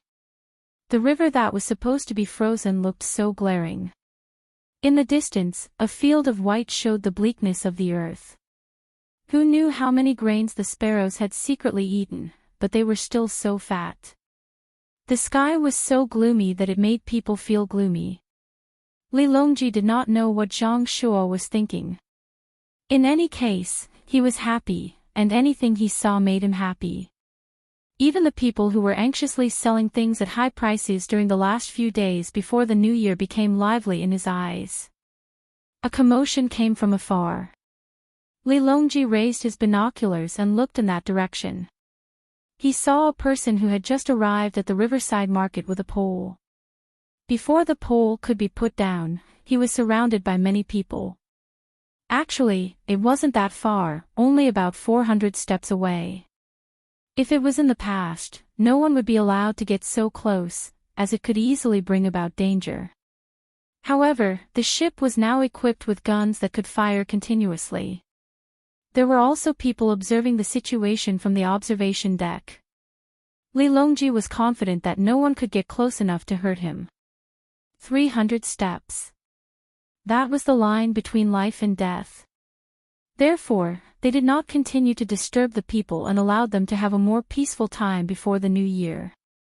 Zhang Shuo, who was behind him, didn't understand the emperor's thoughts. When he saw the emperor looking over, he thought it was disgust. He quickly ordered the people around him, "Go, let the guards on the shore disperse those people." Just as the person who received the order was about to carry it out, Li Longji spoke up. "Wait a moment. Why is Minister Zhang chasing them away? Mortals disturb the emperor's heart. Your Majesty, this matter cannot be allowed to continue. Otherwise, how will the people know of your Majesty's majesty? Zhang Shuo, who had always felt that he could see through the emperor's thoughts, was puzzled this time. He chose to say something good. Without waiting for Li Longji to speak, Xiao Bei, who had run all the way here unimpeded, heard Zhang Shuo's words and helped to refute. Big bad Zhang. Oh, it's Lord Zhang who misspoke. Xiao Bei often heard my elder brothers and sisters say that the emperor's heart is the people's heart. The people are the most important, followed by the country, and the monarch is the least important. Only when the people are living well can it prove that Uncle Emperor is powerful. That person must have picked out mountain goods to sell and can sell them for a good price before the new year. If we chase them away, how are we going to spend the new year? After saying this, Xiao Bei raised her head. She suddenly felt that she was not inferior to Xiao Yuan. She could also remember a lot of words that sounded good. Zhang Shuo was very uncomfortable after being lectured by Xiao Bei, especially when he heard the way Xiao Bei addressed him. It was impossible to say that Zhang Xiaobao and Wang Wan had nothing to do with this matter. But he also knew that he could not lower himself to the same level as a child. He smiled and patted Xiao Bei's head. Xiao Bei really knows a lot. The market is also convenient for the people's daily business. Of course. If my elder brother says it's possible, then it's definitely possible. Building the bridge is convenient for the people, and there are more taxes. It's a good thing, especially for the merchants who come and go. They have earned enough money, so they should give some to the people. Xiao Bei dodged a few steps to the side. Her hair had been styled for 4 hours, so she couldn't let anyone mess it up. What if Big Bad Zhang stealthily took away the luminous pearl on the hairpin? Zhang Shuo did not know what Xiao Bei was thinking. He continued to ask Xiao Bei with a smile, then what if the merchants work together to deliberately lower the price? That's impossible. Between the clouds and the water and blue sea silver sand have already given the lowest price. If the merchants do not give enough, the sellers will organize themselves to sell to between the clouds and the water and blue sea silver sand. No one is a fool. The merchants will at least give the same price. Xiao Bei seemed to know a lot, so she explained to Zhang Shuo. Then wouldn't between the clouds and the water lose money? Zhang Shuo asked again. No, since there are people going to eat, we can just add the price to them. Why are you so annoying? You don't stop asking. So what if it's a little wrong? Do you want to continue to be right? Elder brother and elder sister said that this is the rule. When a mistake is made to a certain extent, the new rule will definitely replace the old one. At worst, we can just use a new method. Time after time, it always keeps people on their toes. Xiao Bei answered 2 questions and felt annoyed. She came here with a purpose, not to chat with Zhang Shuo. Although Zhang Shuo, the Prime Minister, had an extraordinary position in many people's hearts, that did not include her and her elder brothers and sisters. Zhang Shuo was taken aback when he heard Xiao Bei's words. Xiao Bei might not have said it intentionally, but the listener took it seriously. He suddenly realized why he had been feeling uneasy recently. Ultimately, it was because of the position of Prime Minister, the head of the Secretariat. But ever since the Emperor had ascended the throne, there had not been a single Prime Minister who had been able to remain in this position for too long. Could it be that his time had come? No, this was absolutely impossible. He had to think of a way to continue staying in this position. Li Longji did not know what Zhang Shuo was thinking, but he was happy when he saw Xiao Bei. In the entire Great Tang, it seemed that only the children of the Zhang family and Wang family were the most adorable. Xiao Bao and Cuckoo had grown up, and Xiao Bei's group of little fellows had begun to appear. Pulling Xiao Bei over, Li Longji squatted down and pointed at the faraway market. Why are there so many people there? Li Longji's answer was that it was almost the new year and that they were busy preparing for the new year. He thought that Xiao Bei would give the same answer. Unexpectedly, Xiao Bei chose a different answer. Because they have money. The lives of the common people are better than before, so they have more spare money to buy things. The new year is actually not a single night. It is a kind of spirit, a kind of inheritance that comes from the previous generations. As long as the common people know that they are homesick for the new year, this nation will not be defeated by others. It is very difficult for a nation without an inheritance to accumulate its own history and civilization. If one is not careful, it will be like a flash in the pan. Xiao Bei knows so much. Li Longji hugged Xiao Bei and praised him. It was Big Brother and Big Sister who said it. They also said that while it seems like celebrating the new year is a kind of habit, when you look deeper, you will realize that it comes from the solemnity of the soul. In any case, I don't understand. In any case, Big Brother and Big Sister will be very happy during the new year next year, and I will also be very happy. Xiao Bei could not understand too much, so he could only repeat. Li Longji was stunned by Wei Wei's words. He had not thought about it carefully before, but now that he thought about it, it really was the case. The dynasty had changed, but the new year had not. What he felt more was the happiness in his heart. Xiao Bei had spoken well. The lives of the common people were better than before, so he naturally had to take a large part of the credit. Giving Xiao Bei a big kiss, Li Longji amiably asked, "Xiao Bei, you answered well. We want to reward you." "Xiao Bei, what do you want?" "Really?" Xiao Bei was excited. She already had her goal when she came here, but she did not know what to say. She did not expect that the task would be delivered to her. A monarch's words are not to be taken lightly. As long as we can do it, we will definitely do it.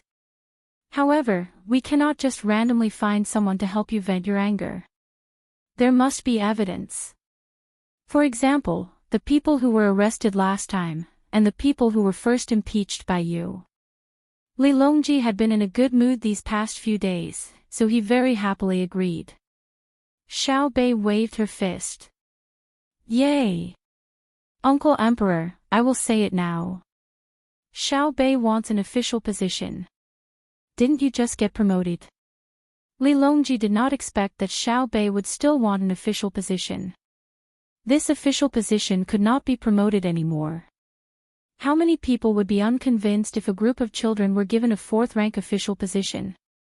If the court officials did not understand that Zhang Xiaobao and Wang Wan's efforts and gains were considered small, they would have already killed themselves in the morning court.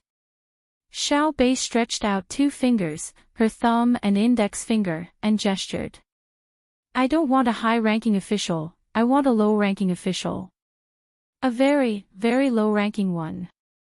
A 7th rank or 8th rank official." Xiao Bei knows that people need to know how to restrain themselves. As the saying goes, a tree that stands out from the forest will be blown away by the wind. Right, Xiao Bei knows a lot. What kind of official position do you want? Li Longji was amused. He kissed Xiao Bei again and asked. A low-ranking one. For example, a county magistrate, deputy county magistrate, registrar, zangji, and brush official are also fine. Isn't it very low-ranking? Xiao Bei and Xiaoyuan Gij, Xiaozhu Gij, Xiaohai Gij, Xiaonan Gij, and Xiaonan Gij are not afraid of standing out from the forest. Xiao Bei had a very sensible look on her face as she seriously explained to Li Longji. Li Longji was stunned. Zhang Shuo, who had just recovered, was also stunned. Isn't this called standing out from the forest? How old were Xiao Bao and Cuckoo when they became the county magistrate and registrar respectively? They only got those positions after the two of them went on a killing expedition in Tubo. How much did Xiao Bao harm Tubo? How did Cuckoo get her nickname of Demon? Those two positions were made from the blood of countless people. You also want them. Isn't this a joke? Xiao Bei found that the two people's expressions were not right. She lowered her head, thought for a while, and asked tentatively, Uncle Emperor, is it difficult? If it's really impossible, then forget it. When I told Xiao Yuan, he didn't agree. When we return to Jili province, I will learn from my brother and sister. When Xiao Bei said this, Li Longji suddenly reacted. After thinking for a while, he made a decision in his heart. It's not difficult at all. Who is our Xiao Bei? She is. Isn't she the one that everyone loves, the one that flowers bloom when he sees her, the one that comes when he sees her, the one that comes when the sun shrouds the sky? Xiao Bei praised herself. Ha ha ha, yes, that's right. Humph, Minister Zhang, listen to my orders. Li Longji laughed heartily and said to Xiao Bei with a straight face. This official is here. Xiao Bei also had a serious expression as she blinked her big eyes and waited for her orders. I will abolish Jian and province's governor's office and set up 3 new counties. Zhang Xiaobei will be Jian and county magistrate, Wang Xiaoyuan will be Jian and county registrar, and Uncle Emperor can't do it. Xiaoyuan can't be a registrar. Only Xiao Gij can be a registrar. Xiaoyuan doesn't know how to calculate.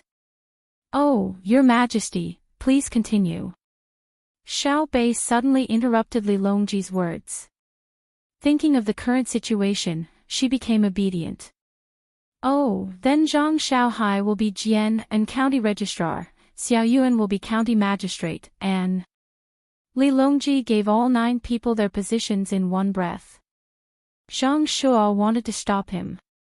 Wouldn't this be child's play?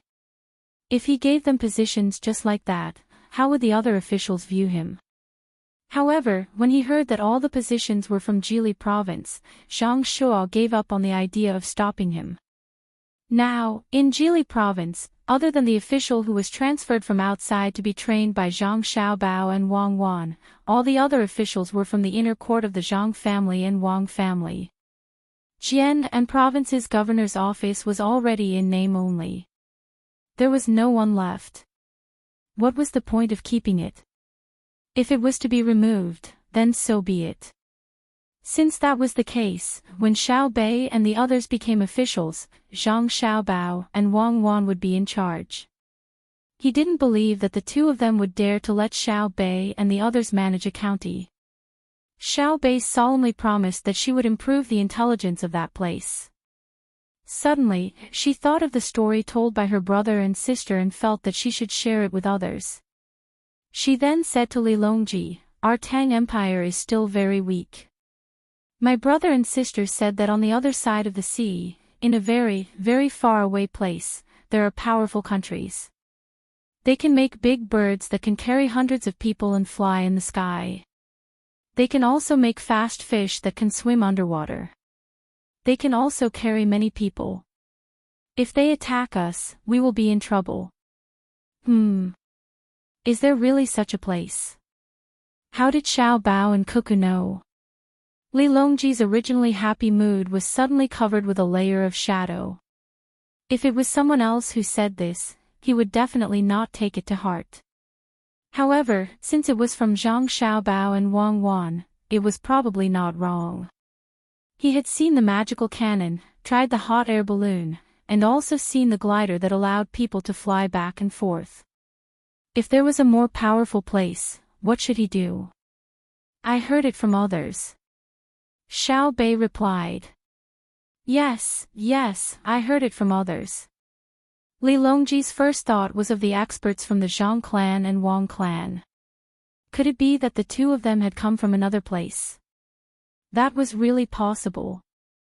The hot air balloon that carried the 2 of them had probably broken down and the 2 of them were unable to return.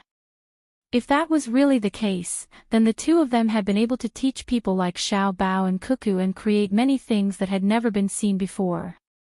How many people like the 2 of them were there in that place?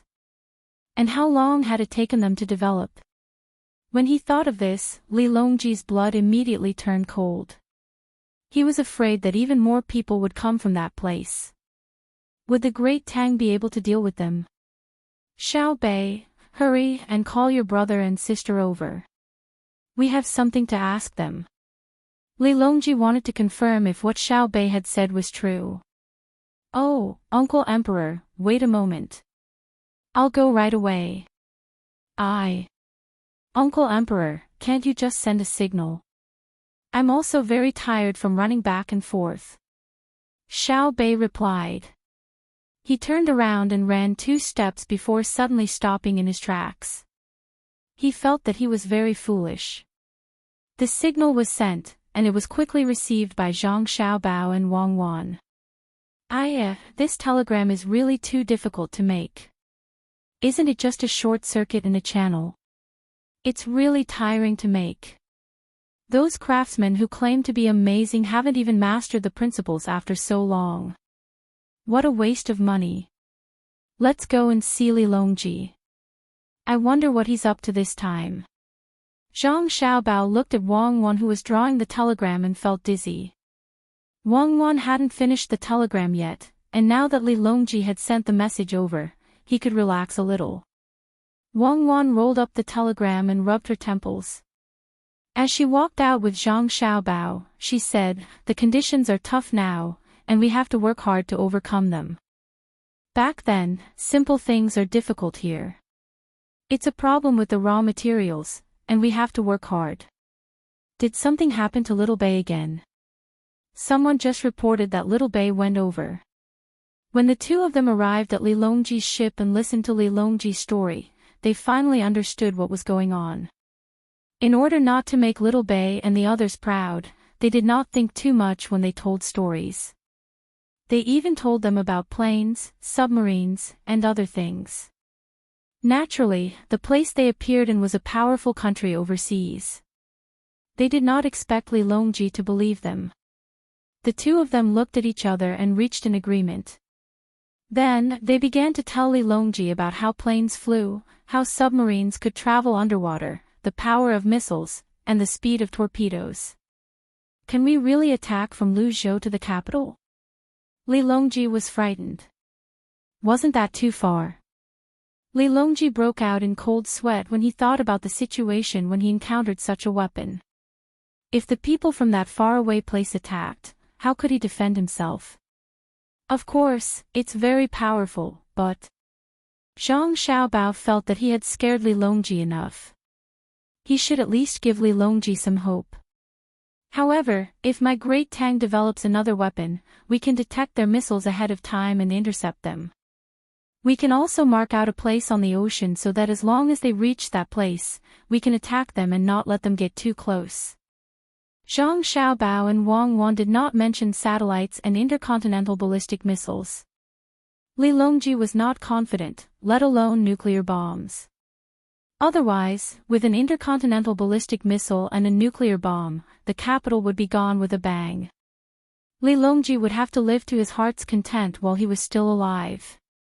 Zhang Xiaobao and Wang Wan hoped that Li Longji would maintain his current shrewdness and not be like the people in history who would relax after reaching a certain age and think that Great Tang was invincible. No matter how tired Li Longji was, he could not guess what the 2 were thinking. When he heard that there was a way to intercept them, he placed his hopes on this matter. Xiao Bao, Cuckoo, tell me the truth. Do you know when they will attack? At least 40 years, right? It's not easy to get here. I heard from Master that the 2 of them were already in a lot of trouble and almost died on the way. Oh, Master saw them in a dream. Zhang Xiaobao said seriously to Li Longji. Wang Wan had a heavy expression as if this was true. However, in her heart, she was cursing Zhang Xiaobao's shamelessness. If not for the fact that Zhang Xiaobao wanted to conquer the entire Eurasian continent in his lifetime, why would he make up such a lie? Li Longji's face was a little pale. He nodded and said, that's good, that's good. Hurry up and create something that can intercept them. Tell us what you need. Li Longji did not believe in Zhang Xiaobao's dream at all. In his heart, he had already acknowledged the existence of experts from the Zhang family and Wang clan. As a liar, Zhang Xiaobao knew that Li Longji did not trust him that much. He had to come up with something even more miraculous. When he thought about the telegraph machine that Wang Wan had asked people to create, he suddenly had an idea. Your Majesty, that thing is not easy to make. It requires more craftsmen and materials.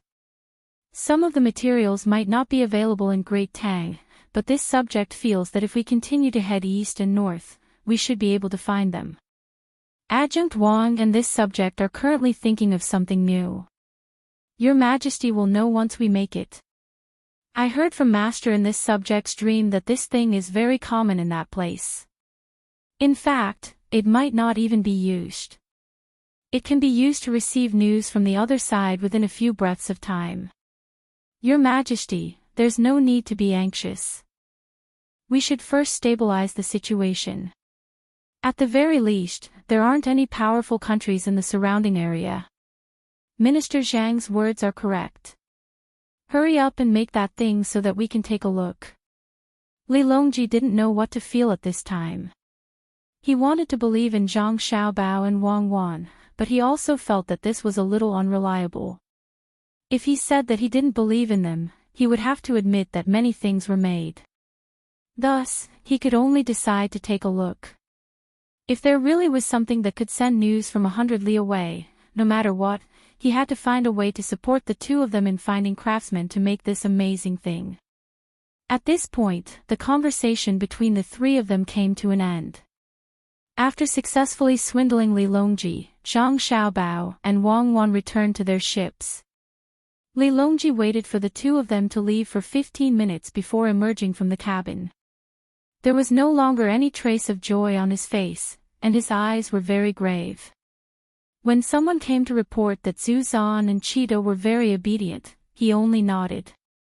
He looked at the ships of the surrounding countries and gave a self-mocking smile. Small countries, just small countries. If they're destroyed, then so be it. Who dares to disobey the might of cannons? They're just fish and shrimp in the river, so how could they know the vastness of the ocean? If I tell them about missiles, they'll be scared to death. Li Longji muttered to himself.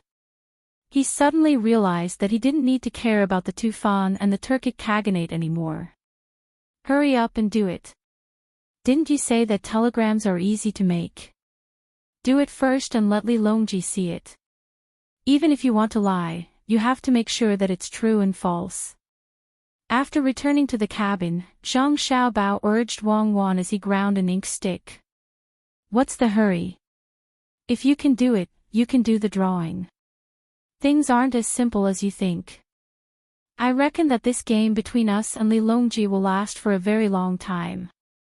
As long as we can get the telegram out and make him believe it, we can gradually raise the foundation of the entire industrial system. He will be constantly afraid of us. It's really not easy. What if there's a gap in the technological tree? Wang Wan asked Zhang Xiaobao as she unfolded the drawing once more. She picked up the brush and prepared to continue. Zhang Xiaobao rubbed the brush a few times with all his might, but he didn't find any effect. He slowed down again and replied, back when we were making the atomic bomb, our other industrial systems couldn't keep up, but didn't we still manage to make it? It's the same now. Back then, it wasn't that we couldn't keep up. It was those 10 years that caused us to suffer. How many decades do we have in life? How many times do we still have ambitions? Forget it, it's all in the past. It's useless to talk about it anymore.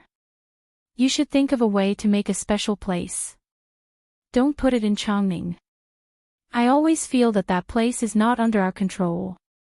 Wang Wan's words were filled with endless resentment and regret. After saying this, she changed the topic. Zhang Xiaobao stopped what he was doing. He closed his eyes and thought for a while. He said, we can't put it in the seaside. Let's put the industrial base in Sanshui County. There are mountains behind it. Throw it in the mountains. When the children in Zhuangzi who have studied physics and chemistry are older and have mastered all the high school knowledge, we can let them join. That's the only way. Wang Wan replied. She began to think about her telegraph machine again. This thing was not difficult. The principle was there. But when it came to making it, the craftsmen couldn't keep up with it. It was often a very simple problem. If they wanted to understand it thoroughly, they usually needed more knowledge to explain it. After a few days of sailing, Zhang Xiaobao and Wang Wan were busy. Xiao Bei and the others were excited. Li Longji returned to the capital with a lot on his mind. To be honest, Zhu Zan and Imo Jilian had never seen the prosperity of the capital. The information they got from others was far less shocking than seeing it with their own eyes. From the outside, there was not a single trace of brick or stone on the high city walls. It was as flat as a mirror. Pedestrians shuttled back and forth on the wide streets, and carriages kept moving. The trees on the sides of the roads, the gutters used for drainage, and the places where people walked on bricks made people feel that this was a very magical place. The first impression of people who had never been to the Tang Empire's capital was that it was big. It was very big, so big that it was a little scary. They didn't know how many people such a city could hold. The second feeling was wealth. Not a single person was begging on the streets. Everyone was wearing beautiful clothes, especially the women. They were wearing clothes that looked like they would freeze to death in winter, but they were actually so alluring. Mo Jilian really wanted to enter the palace to take a look. He didn't have the chance. He only took a few glances in the morning court. He didn't understand. Previously, when he came to the capital, he couldn't lift the curtains and look outside. At that time, he was sitting in a sealed carriage. Since the other places in the capital were so good, the palace would be even better. But Li Longji didn't give them such an opportunity. At least, he couldn't give it to them now. He needed to let them walk around the capital. After they were shocked enough, he would bring them to Xingqing Palace and let them see what an extraordinary place was. The matter of arranging accommodation for others naturally didn't need Zhang Xiaobao and Wang Wan. The two of them brought their families back to Savant's restaurant. At this time, their families had already arrived. Zhang Zhong knew that his son and daughter-in-law had returned. He personally went to the entrance of the restaurant to welcome them. Seeing his son who had grown taller, his face was full of smiles. "We're home, we're home." Xiao Bei happily jumped into the arms of Jiang Wang clan and kissed her mother. They hadn't seen each other for a long time. She also missed her mother. She was much more sensible now. Xiao Bei has grown so big. Auntie won't be able to carry you anymore. Jiang Wang clan hugged Xiao Bei and said happily. "I can carry you." Xiao Bei learned from brother. "My body seems to be weightless." Mother, Xiao Bei knows how to cook chives and scrambled eggs. Brother even praised Xiao Bei for it. Xiao Bei hugged Jiang Wang clan's neck and said excitedly. Seeing that her daughter wasn't shy with strangers, Jiang Wang clan carried Xiao Bei upstairs and praised her. Xiao Bei was so happy that her face bloomed like a flower. After everyone had settled down, Zhang Xiaobao and Wang Wan found their father. They gathered together and discussed their positions after the new year. "Father, which ministry do you want to be a minister?" Zhang Xiaobao poured tea for the two families. He looked at his father and asked, "Father, which ministry do you want to be a minister?" When Father Zhang heard his son's words, he fell silent. He also didn't know which place was suitable for him. When he was in Luoyang, he didn't encounter the situation that he had mentioned earlier. No one tried to trip him up. Every time he had an idea, he would always be able to get support. Zhang Zhong understood that this wasn't because he was capable, but because his son and daughter-in-law worked hard outside. Everyone was afraid of his two children. He hadn't been idle during this period of time and had learned a lot. If he were to look at the 6 ministries, it seemed that any one of them would do. He mainly wanted to see what his son had in mind. While Zhang Zhong was thinking, Zhang Xiaobao wasn't in a hurry. He waited quietly. After almost 15 minutes, Zhang Zhong said, "Xiaobao, which ministry do you think is suitable for me to go to?" "Ah. You're asking me. I think the Ministry of Works should be a minister. My father-in-law can go to the Ministry of War and be an assistant minister. If you feel tired, you can go to the Ministry of Rights." Zhang Xiaobao thought about it and decided on his father's position. As for Wang Wan's father, he couldn't let him be an official that was too high. He wasn't cut out for it, and it had nothing to do with knowledge. It would be fine if he could be like Yang Guizhong, but he couldn't compare. As for the Ministry of Works, it was because his plan required a lot of craftsmen. The imperial court would definitely not let them go. If it was an incompetent official who was always looking for trouble, he might as well let his father be it. Wang Wan nodded in support. "I think it's fine. He can go to the Ministry of Works as a minister. As for my father, he can go to the Ministry of Rights. There are too many things to do at the Ministry of War. My father will be tired." Father Wang didn't say anything. He knew that if he really relied on his own abilities, he wouldn't even be able to become an official, much less an assistant minister. All of this was because he had a good daughter. He didn't have any hopes in this life. In the future, he would have to rely on his son, Xiao Yuan. He believed that with Xiao Yuan's photographic memory and his daughter's and son-in-law's abilities, he would definitely be able to obtain a very good future. Seeing that his son had set his sights on the Ministry of Works, Zhang Zhong nodded and agreed. "Since that's the case, I'll listen to my son, Xiaobao." These words were said very casually. After he finished speaking, Zhang Zhong looked at Jiang Wang clan and suddenly felt an inexplicable feeling. Jiang Wang clan replied with a smile. She understood what she meant. Zhang Zhong sighed inwardly. He didn't know what to say. What was he discussing with his son just now? It was about the ownership of a minister in the capital. Normally, this kind of problem couldn't be discussed in his own home. When he was preparing to rely on the imperial examinations, he never thought that there would be a day like this. The ownership of a minister depended on his son. It could be said that it was decided. This should be considered bringing honor to the ancestors, right? Looking at the other 9 children sitting obediently beside him, Zhang Zhong felt as if he was in a dream. Not long ago, he would have thought about today's matter. Zhang Xiaobao didn't have any other thoughts. "Okay, then it's decided. Father, you haven't eaten yet, right? I'll go and prepare now." As he spoke, Zhang Xiaobao stood up and walked outside. Wang Wan naturally followed. When the two were about to walk out of the door, Zhang Xiaobao suddenly shouted, "Brother, I want to eat vinegar." After Zhang Xiaobao and Wang Wan left, the old master of the Zhang family picked up his teacup and leisurely blew twice. He tried to use a calm tone as he said, "The position of minister has been decided just like that. Will someone try to steal it from my son?" Zhang Zhong hurriedly comforted him, "Father, no one can steal it. If Xiao Bao says it's the minister, then it's the minister. If he says it's the Ministry of Works, then it can't be the Ministry of Revenue.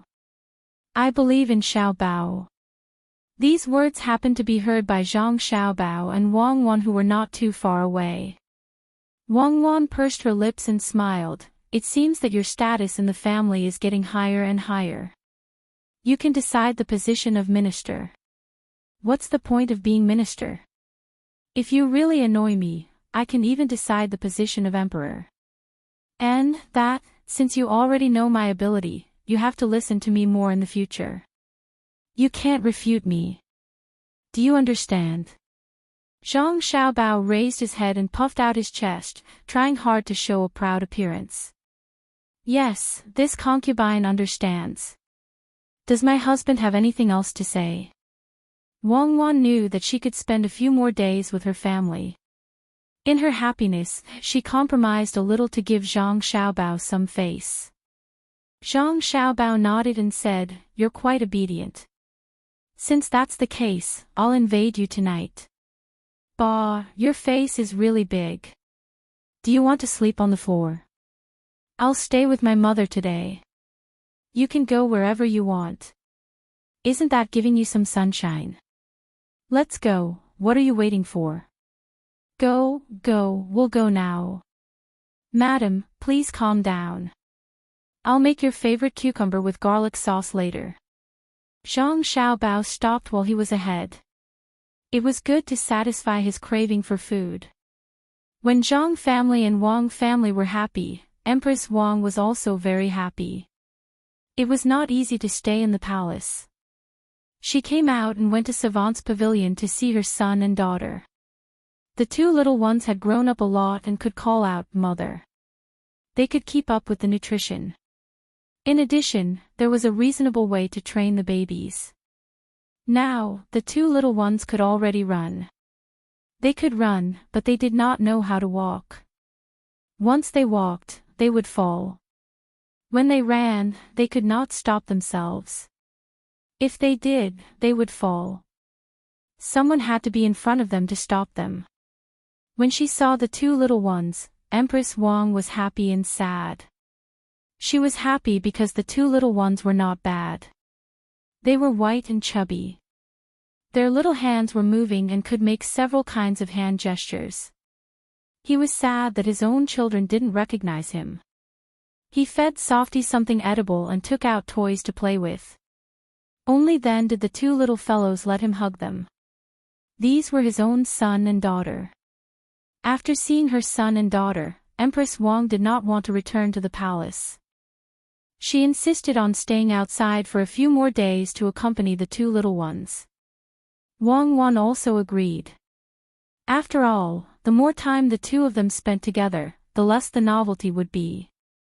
It was just right for Empress Wang to be separated from Li Longji for 10 to 15 days. Maybe after they went back, they could give birth to twins. That would be lively. Li Longji also took some time to come out and see his son and daughter. His son was very good-looking. He was not inferior to Li Yi in the past. In fact, he was even cuter now that he had grown up. Li Longji, who did not care much about women, changed his mind when he saw Pan. This was not because Pan was good-looking, but because of Princess Jincheng. Who said that a married princess could not come back? Who said that the women of the imperial clan would be bullied outside? Just look at Princess Jincheng and ask Zhu Zan if he dared to bully her. All of this was strength. Overwhelming strength. Dignity was gained from the roar of the cannons. After amiably chatting with the Zhang family and Wang family for a while, they decided that after the new year, Zhang Zhong would enter the imperial court and become the Minister of Works. Li Longji left happily. After returning, it was unknown who leaked this matter. When they heard that Zhang Zhong had returned from Luoyang, he did not even greet anyone and was going to become the Minister of Works. The jealous people glared at him until their eyes were as red as the robes of the fourth-rank officials. Before the new year, when the holidays were about to start, many memorials were sent to Gao Lisher. He did not say anything.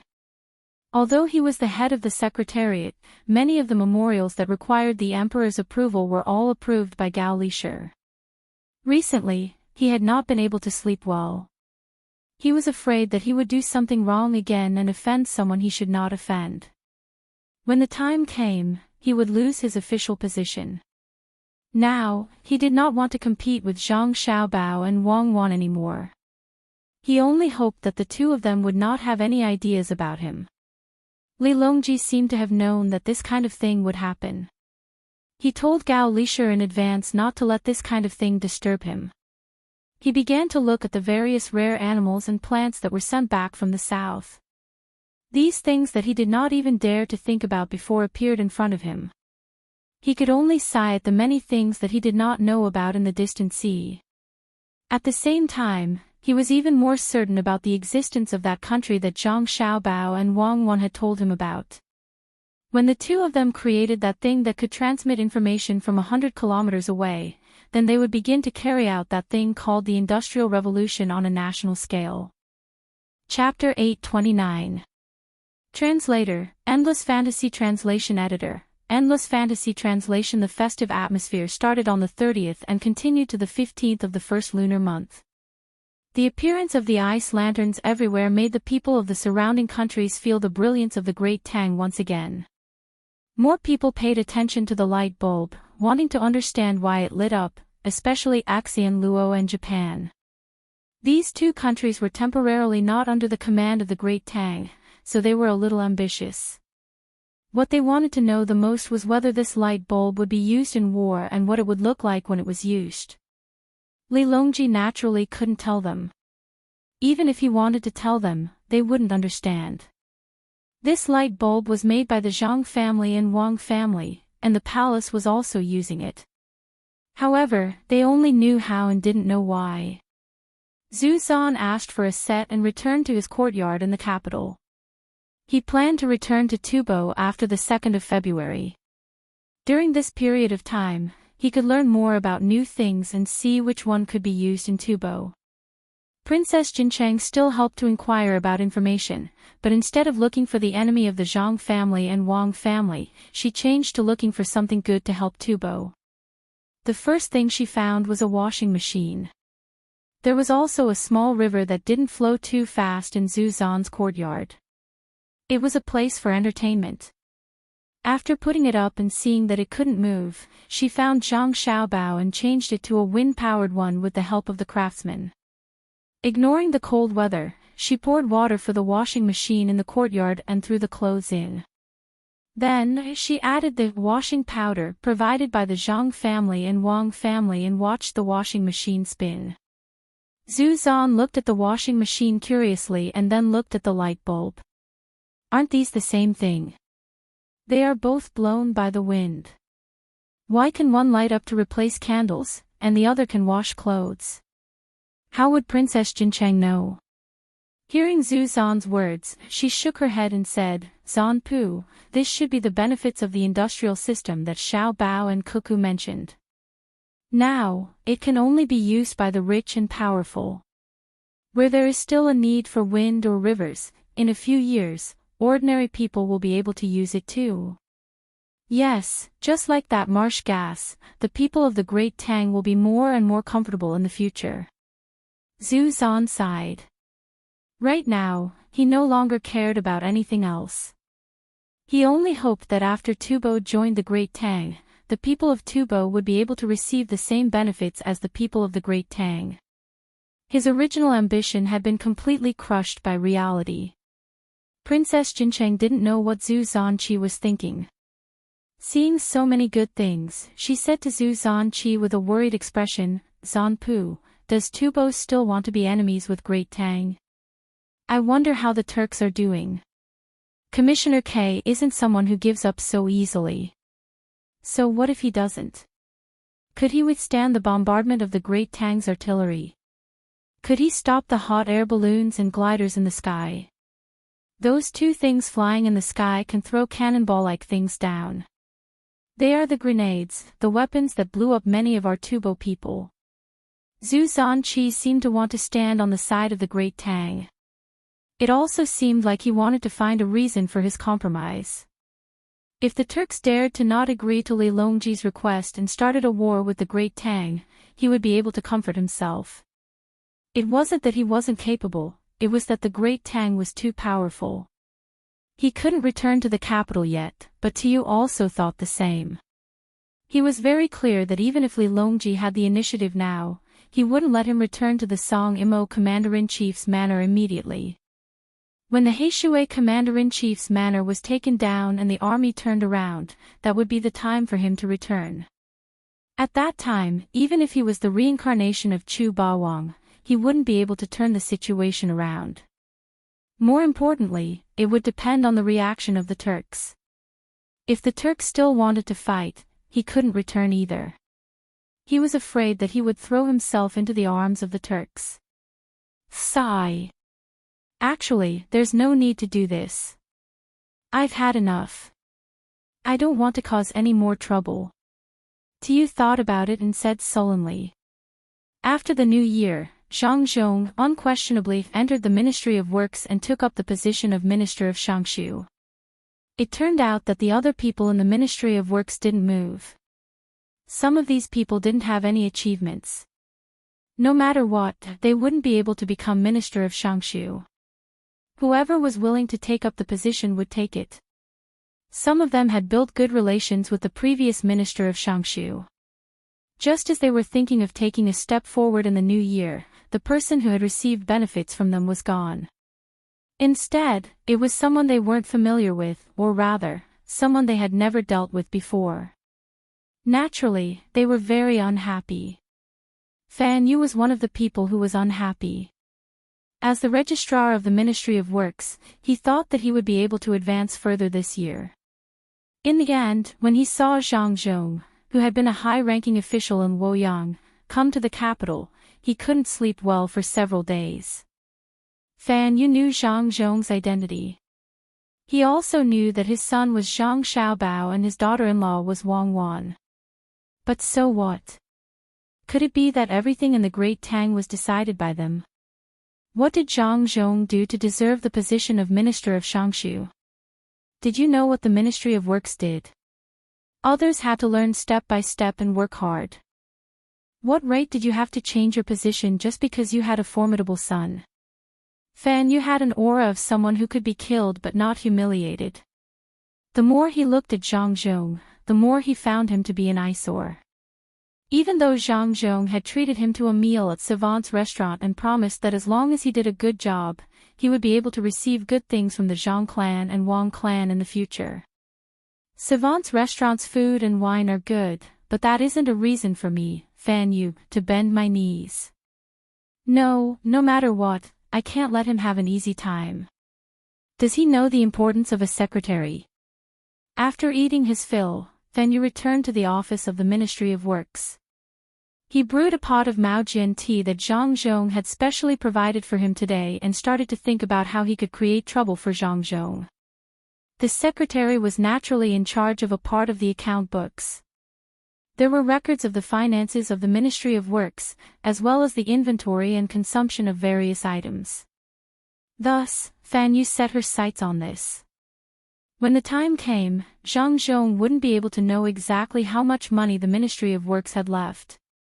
He wouldn't know how many items they had in stock.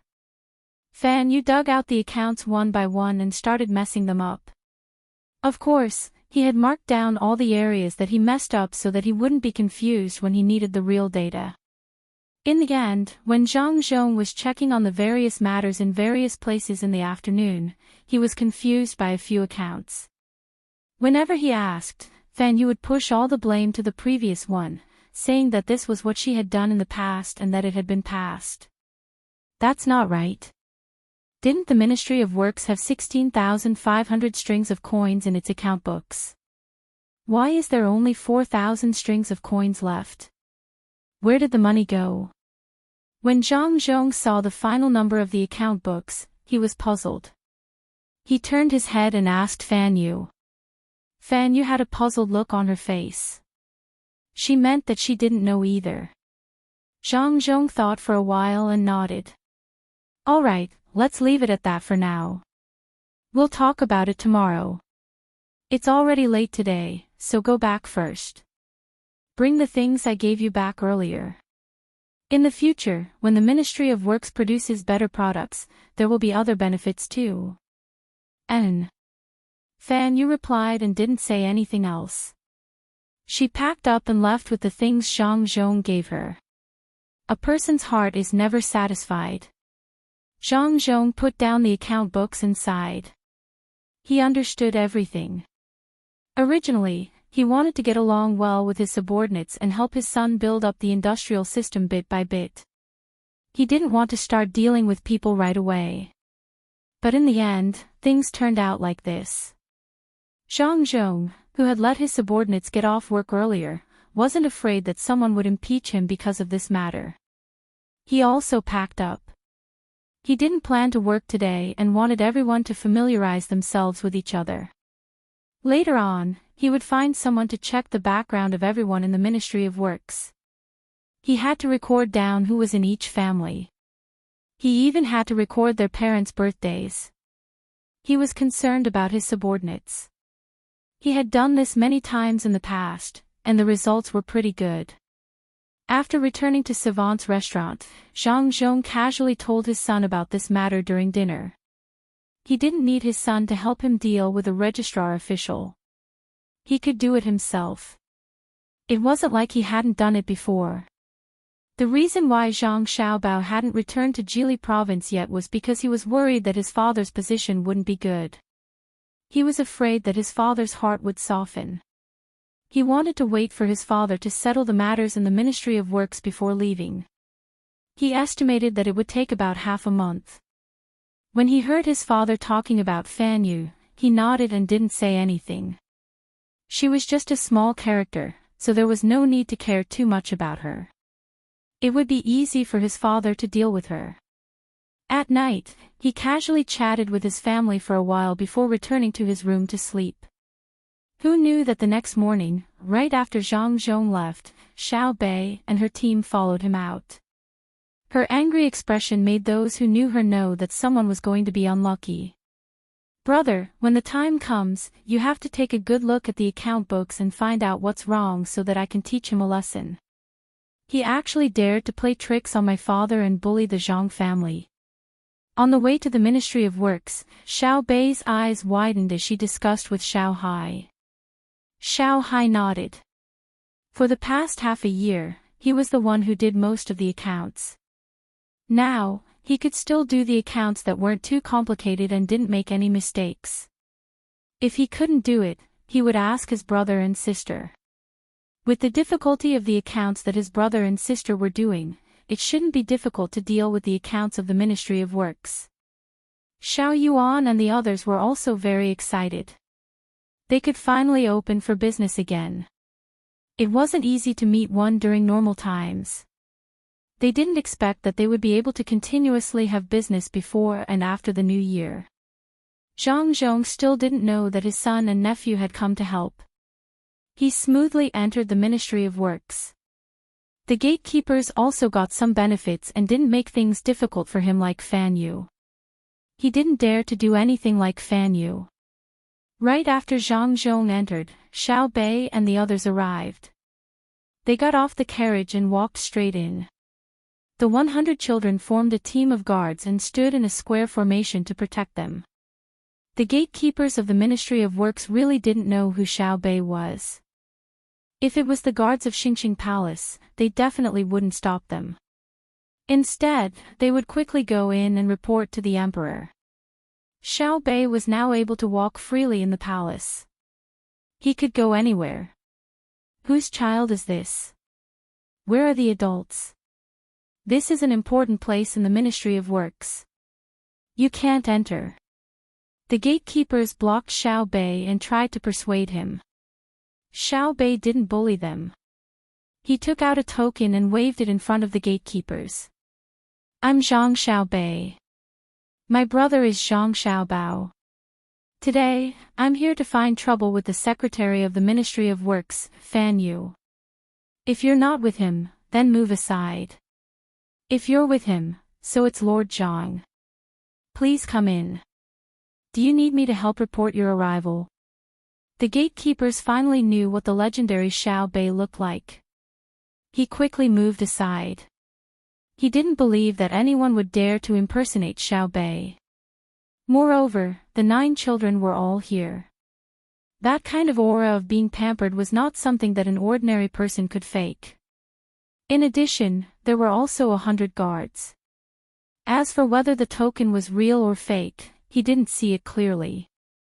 Seeing Xiao Bei and the others walk in, the gatekeeper started to mourn for Fan Yu. He knew who Fan Yu was. She was the secretary of the Ministry of Works. It seemed that she was looking for trouble with the newcomer, Zhang Zhong. He already said that the old man had come out after beating the young one.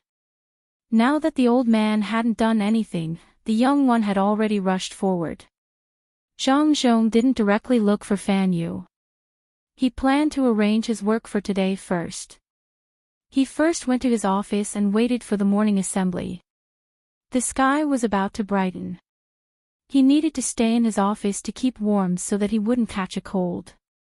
Fan Yu naturally didn't have the qualifications to attend the assembly. She was a fifth-rank official, so she came a little late. She just arrived a little later than Zhang Zhong. She had already prepared her speech and was just waiting for Zhang Zhong to come and find trouble.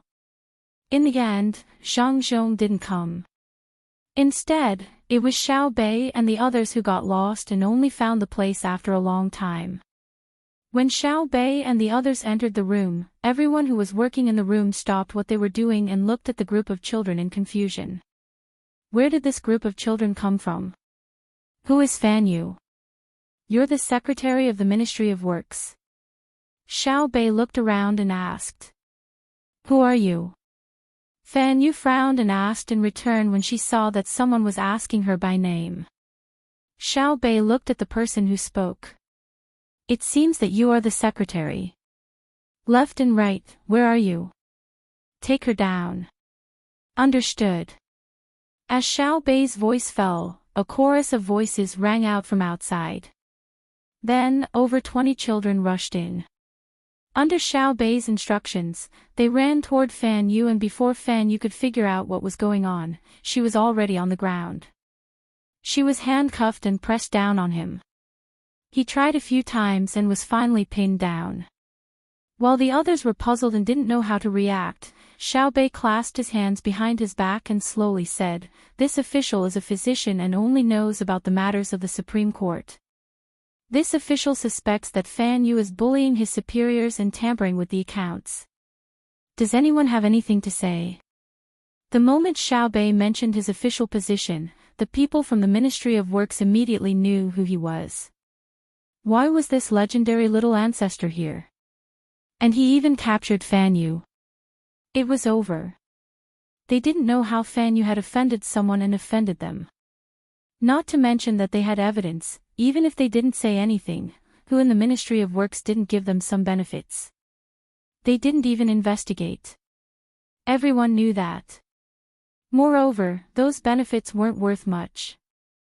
If they really investigated, it wouldn't be worth it. Even the emperor wouldn't care.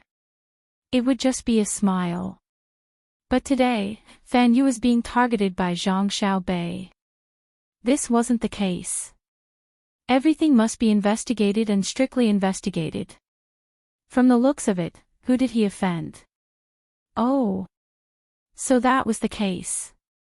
Fan Yu had offended Minister Zhang.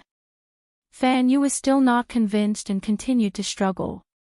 You said that I did, and I did. What evidence do you have? Even if I did, you can't arrest me. There needs to be a joint trial. Che, are you bullying me because I don't know? There needs to be a joint trial. If I arrest you, can't the Supreme Court arrest you? Today, I'll give you a joint trial. You don't usually have the chance to attend court, right? I'll give you a chance. Take him away. I'll go and talk to Uncle Emperor. My father has just arrived and someone wants to bully him. How can I let this go? With Xiao Bei's words, Fan Yu was forced to Hanyuan Palace Hall by Xiao Bei and the others without anyone interceding. At this time, the morning court session had already started. All the officials of the 5th rank and above had come here to stand in line. Zhang Zhong also stood slightly at the front, waiting for the discussion. After the morning court session, he probably had to meet with the emperor for a small meeting. Li Longji rushed over in his carriage. Just as he sat down and before he could say anything, he saw over 100 people rushing in. There was even a person being carried. When he took a closer look, it was actually a child. He recognized the person in the lead, Zhang Xiaobei. Because of Xiao Bei's appearance, Li Longji could no longer keep a straight face. He didn't know what was wrong with Xiao Bei. This was the first time that he came at such a time. He coughed and asked, "Official Zhang, why did you come to court today?" All the officials turned their heads to look. When they heard the emperor's words and saw the angry Xiao Bei, they wanted to laugh but held it in. Zhang Zhong also saw his daughter and saw Fan Yu being carried by people. He immediately understood what had happened. His daughter must have remembered what he said during dinner yesterday and went to find trouble with Fan Yu in the morning. Helplessly shaking his head, Zhang Zhong shouted at Xiao Bei, "Xiao Bei, what are you doing? Why aren't you withdrawing?" Xiao Bei didn't care about what his father said. He raised his head and said to Zhang Zhong, "Minister Zhang, this official is the imperial censor and also the High Commissioner of the Supreme Court. I have the responsibility to supervise all the officials. I hope that Minister Zhang will not overstep his authority." After speaking to his father, Xiao Bei didn't look at his father's glare and turned to Li Longji, "Your Majesty, this official has just found out that the registrar of the Ministry of Works, Fan Yu, is acting improperly and the accounts are unclear. This official requests for a joint investigation." The officials were stunned. They didn't expect that Xiao Bei would directly arrest Fan Yu and bring her to the palace hall. From the meaning of his words, it seemed that Fan Yu had offended Zhang Zhong. Many people looked at Zhang Zhong. It would be a lie if they said that they weren't jealous. Look at his children. Their father didn't even need to do anything himself and a bunch of brats would do it for him. Li Longji was stunned for a moment. After pondering for a moment, he immediately understood. This registrar of the Ministry of Works called Fan Yu saw that Zhang Zhong was young and was new to the Ministry of Works. She wanted to find trouble for him. Zhang Zhong should have mentioned this to Xiao Bao when he went back. In the end, Xiao Bei heard it and chased after her to arrest her. Li Longji looked at Fan Yu from afar. If Xiao Bei hadn't caught her, he wouldn't have known who Fan Yu was. Seeing that Fan Yu was still struggling, Li Longji's expression sank. Without a good industrial system, there wouldn't be good weapons. Without good weapons, there wouldn't be any way to intercept a missile. What was Fan Yu trying to do? Recommended book, Tai Sui Rebirth. Chapter 830. As the registrar of the Ministry of Works, Fan Yu's greatest opportunity to show his face appeared in Hanyuan Palace Hall. Following that, he was like a small stone thrown into the ocean. Before the waves could splash much, he was submerged in the tide. As for how much of an impact it had nothing to do with him. Xiao Bei left the morning court in satisfaction.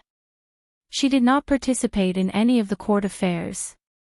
She wanted to return to Savant's restaurant as soon as possible and find her brother and sister for help.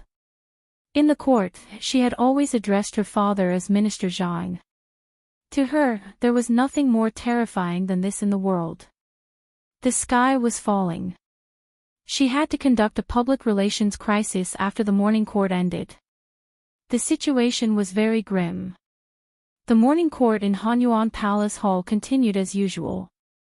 Zhang Zhong was not in the mood to think about how to deal with his daughter. He wanted to let more people agree with his proposal to change the Ministry of Works. When Li Longji finished dealing with the several memorials presented, the first to speak was Zhang Zhong. He held a piece of paper in his hand and read them out one by one. In the end, he requested for the country's finance to allocate funds. 4 million strings of cash. Li Longji was shocked by Zhang Zhong's words. The country's financial income had increased in the past 2 years. Compared to the past, it could be said to be a world of difference. However, to take out 4 million strings of cash at once for one of the 6 ministries seemed to be a little too much. Zhang Zhong also knew that he had opened his mouth too wide. He quickly explained, "Your Majesty, the 4 million strings of cash that I mentioned is a one-time solution. In the future, Your Majesty does not need to take out a single copper coin for the Ministry of Works to be self-reliant. In 2 years, we will definitely be able to recover the money invested. Your Majesty, I feel that this cannot be done." Just as Zhang Zhong finished speaking, Zhang Shuo jumped out and directly objected. All the officials focused their gazes on Zhang Zhong. They wanted to see if the prime minister would emerge victorious in his first official confrontation with Zhang Zhong. Zhang Shuo felt very helpless. He should not have been the first to object. Instead, it should have been one of his subordinates. He had already used his body language to send the signal. Usually, his subordinates would know what to do as long as they saw his signal. However, it was strange today. His subordinates seemed to have bad eyesight and were in a daze. No one stood up to speak. Gao Lisher also saw this situation. He was very clear in his heart. As the saying goes, one should be soft-hearted after taking advantage of others. Which one of the people who could appear in the morning court had not received benefits from the Zhang family and Wang family? If you don't believe me, you can go house by house and see which house doesn't have furniture with the Zhang family's and Wang family's logos worth a few thousand strings of coins. Today was the first time that Zhang Zhong had attended a court meeting. If anyone dared to cause trouble at this crucial moment, they could forget about counting on the Zhang family and Wang family to continue giving them benefits in the future. Coupled with Xiao Bao and Cuckoo's vengeful personalities, there was bound to be an outcome. Just as Gao Lisher had guessed, the people belonging to Zhang Xiaobao's faction did indeed have such thoughts. They could refuse the things given by the Zhang and Wang families, but they did not dare to offend Zhang Xiaobao and Wang Wan. Did they not see what happened to Fan Yu just now? The emperor did not even have the mood to investigate further. He directly sentenced Fan Yu to be exiled to Lingnan. Everyone who was not sent to Luzhou yearned for Fan Yu. This could be considered as sparing Fan Yu's life. Otherwise, when the locals heard that Fan Yu had offended provincial governor Zhang, the consequences were self-evident. Li Longji did not say anything. He was waiting for Zhang Shuo to say something. He could not just object because he wanted to. He needed a reason. After Zhang Shuo finished his objection, he was actually waiting for his people to stand out and agree with him. In the end, all he got was silence. Suppressing the anger in his heart, he continued, "Your Majesty, 4,000,000 strings of coins is not a small amount. Now that the 4 barbarians have submitted, our court should reward them with money and resources to win the hearts of the people. Tubo and the Tujue are not stable yet. In my opinion, we should first provide 2,000,000 strings of coins and resources to support the 2 barbarians and let them feel our imperial grace. Also, there are many martial manors in the northern part of Hebei province. If we don't appease them, I'm afraid the people will not be able to live and will change." When the officials in the court heard Zhang Shuo's words, some of them agreed in their hearts. However, they only agreed in their hearts and did not show it on their faces. Li Longji still did not say anything. He looked at Zhang Zhong and waited for Zhang Zhong to refute. Those who knew Li Longji understood at this moment that the emperor did not seem to agree with Zhang Shuo's words. However, they did not know the specific reason. They did not know, but Gao Lisher knew very well that the emperor's thoughts were no longer the same as before. Ever since he knew that there were more powerful people far away in the sea, he no longer cared about the things around him.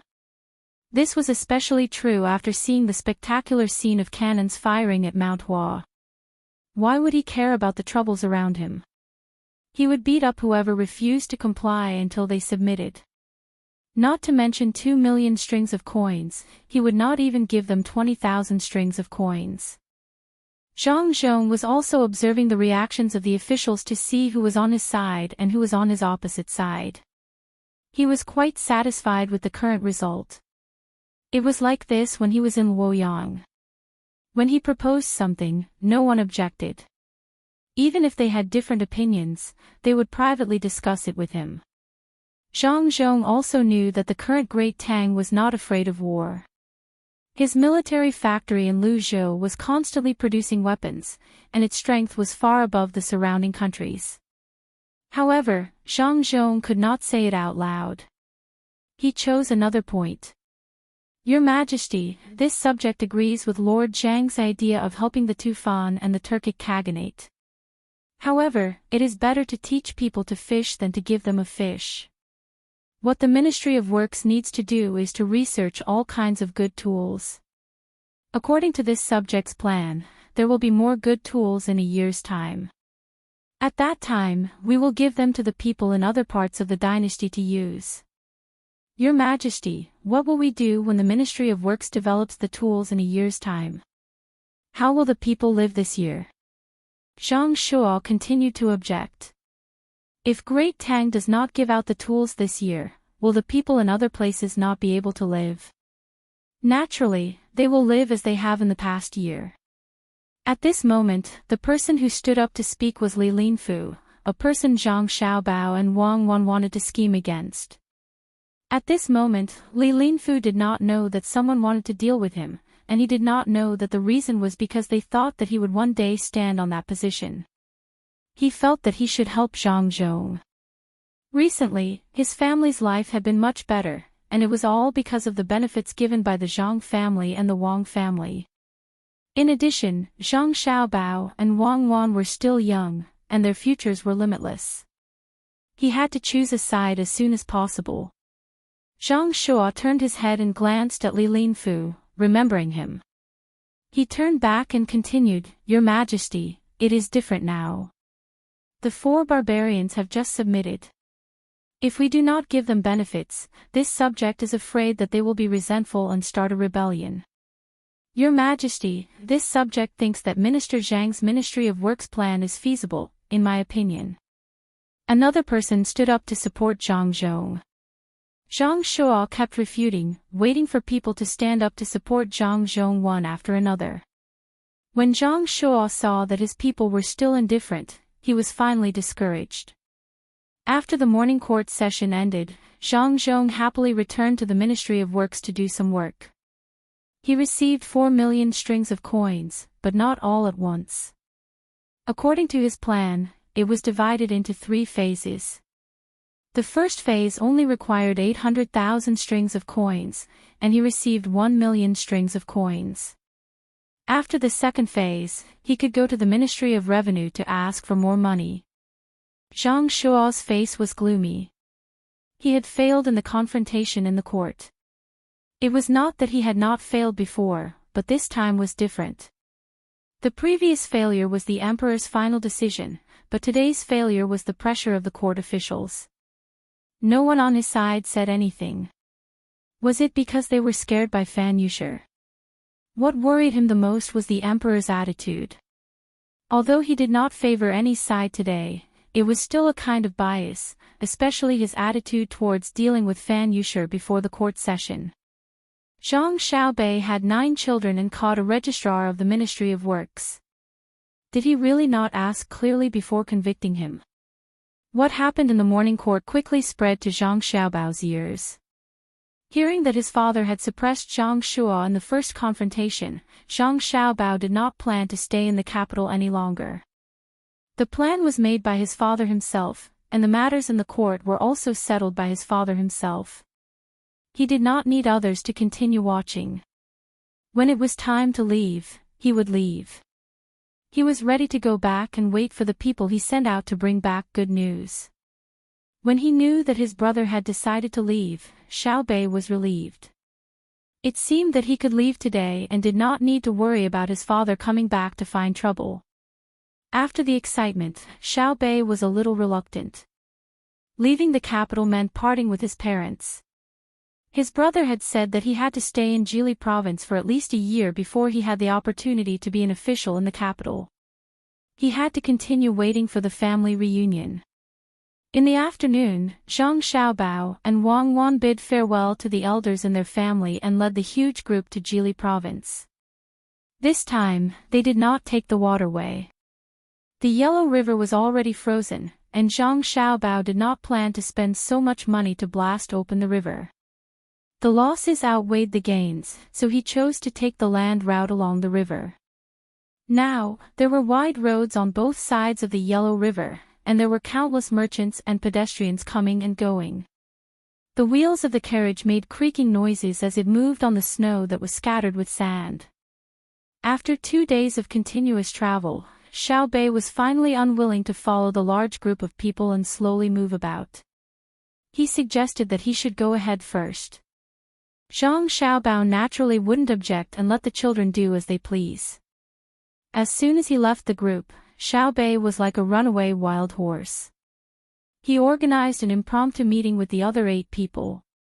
The main content of the meeting was to continue to carry forward the style of the children's protection team that was not afraid of hardship and fatigue. They had to deeply understand the main spirit of the children's protection team, and better reflect the intelligence of the imperial censorate. They had to live up to the emperor's trust and live up to the people of the world. In the meeting, group member Zhang Xiaobei was the first to speak. He praised the previous operation and felt that the children's protection team was an outstanding group. They were a strong group that would not be defeated in the face of any difficulties. However, they also found a problem in the previous operation. That was, group member Zhang Xiaohai did not check the accounts early enough, resulting in insufficient evidence in the Hanyuan Palace. Zhang Xiaohai deeply recognized his own shortcomings and did not make any excuses. He wrote a self-criticism, and the content was that X and Y intersected on the same line. At the same time, he also criticized the members of the Wang Xiaoyuan regiment for not being good at their job, for not properly listing out the crimes that Fan Yu had committed in the imperial court. The member of the Wang Xiaoyuan regiment softly admitted his mistake. He said, cold against summer, day against year. Qiufu against swing. Dan Shan against clear water, light rain against Tan Yen. Finally, group member Zhang Xiaobei gave a concluding speech. She had new expectations for the future of the children's protection team. She pointed out that the members of the children's protection team must continue to unite around a group member who could find a place for the children's protection team. The name of the children's protection team must not be shaken until they grow up. They must broaden their horizons and walk out of the world. The meeting ended in a warm and peaceful atmosphere. This was a great meeting. It was a meeting that connected the past and opened the way for the future. This meeting established the foundation for the children's protection team to be able to overcome all kinds of difficulties in the future. Half a month later, Xiaobei and the others arrived at Zhuo County and waited there. It was unknown whether they should cross the river and take the land route or try to take the sea route. The frozen sea showed signs of thawing. A few years ago, it was recorded in the booklet that Zhuo County was a Shangshan county. It had a large population, rich products, and convenient transportation. Xiaobei planned to rest here for a few days and train 100 guards at the same time. However, when the group entered the borders of Zhuo County, Xiaobei and the others, who already knew that it was a Shangshan county, were still shocked by how prosperous Zhuo County was. In front of them was a wide road that could allow 6 carriages to pass at the same time. Countless sheds were built in the fields on both sides of the road, covered with straw. As it was close to evening, wisps of smoke rose from the sheds, and countless people were busy working. Further ahead, there was a murmuring river or floating ice. There was a stone bridge connecting the shore. Outside the bridge, the water was channeled into a canal and slowly poured into a pond. As the sun set, the water sparkled. Small boats were propped up on the canal, making clanging sounds. Everyone worked together and shouted non-stop. When the net in the pond was raised, fat fish struggled and jumped. Further ahead, there were no catchers in the pond. They were dressed in leather and went back and forth into the water. They plucked lotus roots and threw them to the shore. There were children carrying school bags and picking them up. They piled up into a mountain and laughed non-stop. Aya, who's the county magistrate of Zhuo County? He's quite capable. The road is wide enough and flat enough. There should be a kong in the shed with chives planted inside. This place draws water to raise fish and plants lotus roots. The combination is quite reasonable. If you work harder, you can catch up to half of brother and sister. Xiaobei praised when she saw this scene. She commanded the group to continue forward. Zhuo County had piqued her interest. She wanted to see what would happen after they entered the county. The group increased their speed. When the sky turned dark, they arrived outside Zhuo County. What they saw was actually a city wall that was about 1 zhang tall. It's really not easy. I see a light over there. Let's go around it. Xiao Bei ordered again. After the group went around the place, everyone could clearly see that there were many houses here. They were placed next to each other, and the light was from small flames spurting out from pipes. Xiao Bei and the others recognized that this was the effect of burning marsh gas. It seemed that the marsh gas here was used quite well. When they wanted to take another step forward, the group was stopped by someone. Standing outside the fence, they could faintly hear the grunting of pigs and the crowing of chickens coming from inside. Xiao Bei nodded. This should be a planned breeding area. She asked someone to explain to the other party. Then, she turned around and entered the city through the city gate. The lanterns of the shops on both sides of the streets flickered. With the help of the light, they could see that there was a canal built with cement on each side of the road. It should be used to drain water. In between the canal and the shops, there was also a sidewalk built with cement bricks. The shortest shop was 2 stories tall. Every time they reached an intersection, there would be a few 3-story buildings standing there.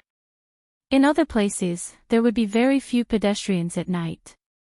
However, there was actually an endless stream of people coming and going here. They would either go to the nearby shops to eat or gather in a spacious area to hum a tune. A group of children walked past in a row, reciting the Analects of Confucius. They went straight to a stall that was set up outside. Each of them took out a few new coins and threw them into the money box before starting to eat. The smell of pepper oil wafted over. Xiao Bei sniffed and rubbed his stomach. I'm hungry. Let's go and eat. It's my treat. When they walked to the front, they saw that there were a few metal boxes on the stall. Each box was filled with different food. There were tofu, tofu skin, dried tofu, fish balls, crab balls, shrimp balls, bean sprouts, cabbage, sausages, and so on. There were many types of food. Xiao Bei and the others were no stranger to such things. At first, it was their older brother who made them for them. Later, it was spread to various places. Line up in 10 rows. Xiao Bei took out a piece of paper from her bag and shouted to the 100 guards. Whoosh! 10 rows stood out in an instant. Everyone in the lead had a corresponding metal box in front of them. Then, they picked up a string of notes and passed them to the back. Xiao Bei slapped the notes into the money box and said to the stall owner, "Put the money here. Later, count the sticks and count them as meat. In the future, remember to use different sticks to distinguish between meat and vegetables. Otherwise, when there are many people, you won't be able to do anything if you keep staring at others." After speaking to the stall owner, Xiao Bei started to eat. The price of meat was double that of vegetables. She didn't have the time to care about this. The stall owner was stunned. He took out the note from the box and was shocked. It was a $500 note. He looked at Xiao Bei and the others and knew that he had met the children of a rich family. He smiled and continued to put food into the metal box. Xiao Bei, who was eating freely, didn't care if the food was hygienic or not. After all, it was fine after it was boiled in boiling water. When she was half full, Xiao Bei remembered something very important. She looked up and asked the stall owner, "Who is the county magistrate of this county?" "It's County Magistrate Yan." The stall owner didn't want to tell a child, but he felt that her status was different, so he said it. "Oh." Xiao Bei nodded and asked, "Did he embezzle money?" Chapter 831. Little Bei had a lot of questions. She wanted to know the general economic situation of Zhuo County and the number of merchants coming and going. However, even after she finished eating, the stall owner went to a nearby restaurant to give her the change. She didn't get any useful information from him. Zua County didn't have any public announcements, so naturally, they wouldn't tell the people how much money was left in the county and where it came from. From this, Little Bay concluded that Zua County's county magistrate Yen had dirty hands. She planned to deal with an official before the arrival of the army. At this time, it was too late, and the children's group was full of children. Some people couldn't help but yawn. Like a contagious disease, one person yawned loudly, and everyone who saw him yawned as well. Little Bay rubbed her sore eyes and smacked her lips. She lowered her head and walked toward an inn with the brightest lights. As she walked, she muttered, "You took advantage of me for one night. I'll deal with you tomorrow." Early the next morning, Little Bay and her group ate breakfast leisurely. They came out of the inn and headed straight for the local yamen. On the way, they attracted the curiosity of many people. A group of children came out of nowhere and didn't look like students from school. At the entrance of the yamen, two yamen runners were looking at the sky in boredom. They wore thick cotton-padded clothes and looked listless. When they saw Xiao Bei and the others, one of the yamen runner's eyes lit up and a smile appeared on his face. He realized that the children who were being protected were about the same age as his children, but they were much more energetic than his children. Just as he was about to ask them kindly, he heard the voice of the smartest girl in the group. "I'm a doctor in the imperial court. I'm an imperial censor and..." The yamen runner was only focused on Little Bay's pleasant voice and didn't understand the specific content. When Little Bay glared at him and repeated herself, the yamen runner finally reacted. First, he didn't believe her. "I don't care if you believe it or not. Go in and report to your county magistrate that we're here to check the accounts. Tell him to prepare himself and don't lie. Go quickly.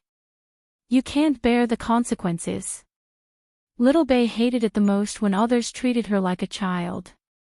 After all, she was an official. The yamen runner did not think that these children were officials. He thought that they were the children of some wealthy family who knew the county magistrate and came to play. He smiled and nodded, then ran inside to report. He didn't go to the signing room, nor did he go to the study, nor did he run to the empty hall. Instead, he went through 2 courtyards and came to the 3rd courtyard at the back. He said to a person wearing coarse clothes with a greasy face, "Sir, please take a rest first. I don't know which family's child is playing outside. Judging from his clothes, he should be from a rich family. Sir, can you go and identify him?" An official with a greasy face was adding coal to the stove under a large iron pot. When he heard the bailiff's words, he straightened his back and let out a sigh. After a while, he relaxed and asked, "What do you mean? Come, give me more." The yamen runner took the shovel and started to work as he replied, "Darren, there's a girl among them. She says she's a doctor or something. She's surrounded by a group of children. She says she wants to check the accounts. I don't know which of Darren's old friends she belongs to." The yamen runner spoke casually, but when the words reached the ears of the official with a greasy face, it was not easy at all. The official, who had an indifferent expression just now, grabbed the yamen runner who was still working and asked nervously, "How many children?" "A group. There's at least 180. Darren, you. How many are best dressed?" "Think carefully." The official asked again. "Let me think. 7. No, it seems to be 8. That's also not right. Oh, I remember now. It's 9. The group of children outside is in a circle, and in the middle is a square. The girl who spoke just happened to be standing in the middle. Darren, have you guessed who it is?" The yamen runner still did not take it seriously. He thought for a while and wanted to say it. The official staggered, and his face immediately turned pale. He muttered, "It's over. They've finally set their sights on me." Sigh. If I had known this would happen, I wouldn't have chosen Zhu, a county magistrate. Add coal, don't stop. I admit it. Darren, Darren. Darren, what are you? The Yamen runner was startled. He did not understand why the official, who was usually very indifferent to everything, would be so evil today. No, nothing. That girl is a traditional Chinese physician. You don't know. You don't know. This road leads to Jili province and the capital. I've been feeling uneasy recently, but I never thought that it would happen to them. County Magistrate Yen muttered, waved his hand, and walked out with his back hunched. He knew who had come and thought of the consequences. He was greedy. He was really greedy. If another official came to investigate, he might have heard the news in advance and made some preparations. There would not be too big of a problem. But who would have thought that it was the 9 children of the Zhang family and the Wang family who came? The news had just come from the capital along the road, but they had already arrived. When County Magistrate Yen moved to the entrance of the Yamen with his legs that had almost lost all strength, Xiao Bei was using a colored pen to paint the edge of the door. He stepped on a big stone and seemed to be using a lot of effort. County Magistrate Yen saw the goldfish bag hanging from the waists of Xiao Bei and the others. He looked at the group of children and confirmed that there was no doubt. Darren, I am County Magistrate Yen, Head Foreman Yen. I didn't know you were coming and did not welcome you.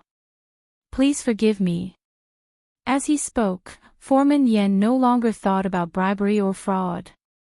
He waited for the final judgment.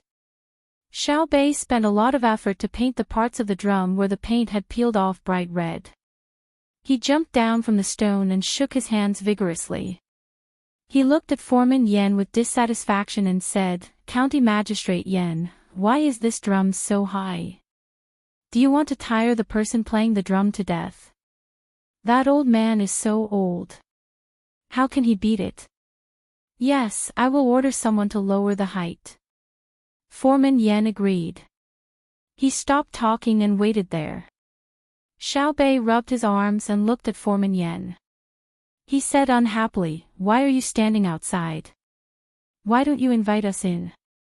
Yes, we'll go in now. Please. I will immediately have someone bring the accounts. Foreman Yen gritted his teeth and hoped that his attitude was better. The child was easy to coax. If he admitted his mistake, he could be dealt with lightly. He didn't want to lose his position.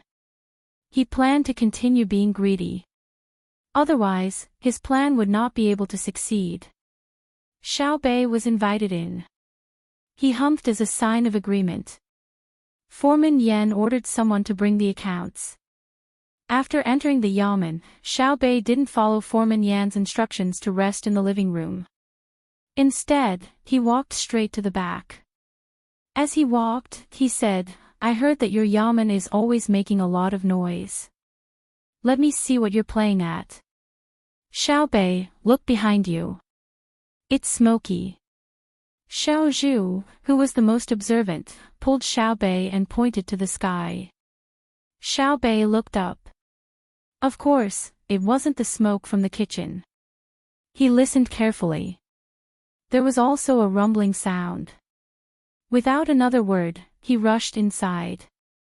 The group of children followed closely behind. Foreman Yan's face was full of bitterness. He was afraid that Xiao Bei and the others would take a fancy to his things and take them as toys. Those were the fruits of his hard work. He wanted to stop them, but he didn't dare. When Xiao Bei and the others entered the third courtyard, the obedient Yamen runners were still sending coal into the stove. This thing is fun. It's so big. Brother, don't you think it looks a little familiar? Xiao Bei saw the jar that was almost as tall as the house. He suddenly felt that it looked familiar.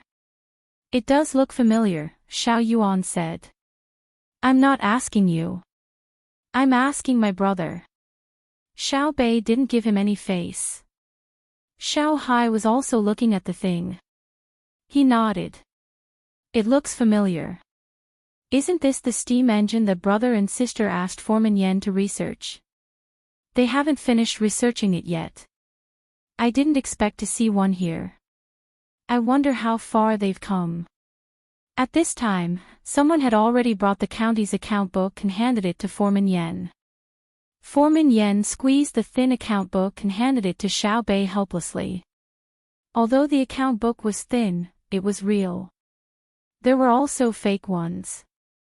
If it were another official checking, Foreman Yen would take out the fake ones. Even if the other party really checked seriously, they would have to spend a lot of effort to find the problem. Moreover, it would only be a small problem. Today, he was facing Xiao Bei and the others. Craftsman Yen didn't plan on taking out a fake account book, nor did he dare to. Otherwise, this group of little fellows would tire themselves out from checking the account book. If they couldn't find any problems in the end and started crying, Zhang Xiaobao would definitely be angry. When he came to investigate, it wouldn't be so simple. It was better to be straightforward. In any case, if they were greedy and bad ideas were found by the 9 people, they wouldn't be able to count on any luck. What is this? Xiao Bei looked at the thin account book and asked. It's an account book. It records the county's income and expenses this year, as well as the portion that I spent on myself. Foreman Yen sighed and introduced. Oh. Let me see. Xiao Bei opened the account book as she spoke. She didn't recognize some of the words, but fortunately, she knew the key numbers. After flipping through 2 pages, she exclaimed, "Wow! Zhu, a county's tax income reached 820,000 strings of cash this year. How did you do it? How much was it last year?" I just figured out a way to do it after hearing about Jili Province and Bushin County from my younger brother. In the first half of last year, it was 140,000 strings of cash, and in the second half, it was 60,000 strings of cash. I invested all the money into breeding. Naturally, this year's harvest was more. Foreman Yen was very proud of the county's income. In 1.5 years, the amount had quadrupled. Xiao Bei was very surprised. If this result was achieved by her brother or sister, it wouldn't be a big deal. However, an ordinary official could do it, so it was definitely different. Then how much did you report? 760,000 strings of cash, Foreman Yen answered honestly. Xiao Bei nodded. So you took a full 60,000 strings of cash. That's the entire revenue for the second half of last year, right? Yes. What did you do with the money? Xiao Bei didn't feel any sense of accomplishment when Foreman Yen admitted to it right away. Instead, she was more interested in what Foreman Yen did with the money he took. Foreman Yen pointed at the big thing in front of him. I'll do this. A few broke, and this is the last one. I'm about to succeed. Can you give me a few days? Okay. This big thing only cost 60,000 strings of cash. Xiao Bei started to spin around the steaming thing. She returned the account book to Foreman Yen and stopped paying attention to it. After spinning around a few times, Xiao Bei stopped and turned to ask the nervous Foreman Yen, "What can this thing do? Can it be put on the car and let the car move on its own? Can it be put on the boat and let the boat move on its own? Can it help generate electricity and turn on the lights?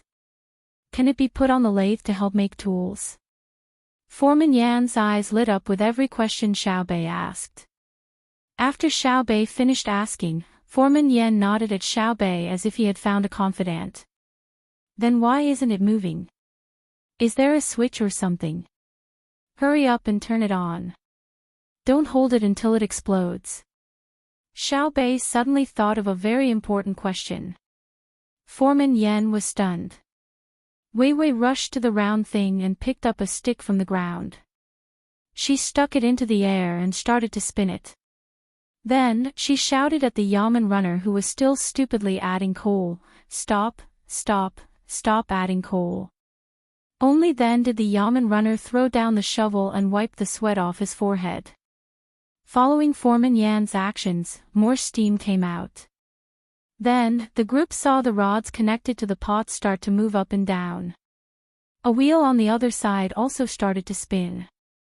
Xiao Bei and the rest widened their eyes when they saw this scene. They could always see the craftsmen at home working. They knew that as long as something could move, it could be turned in different directions. The most common example was a washing machine. Yay!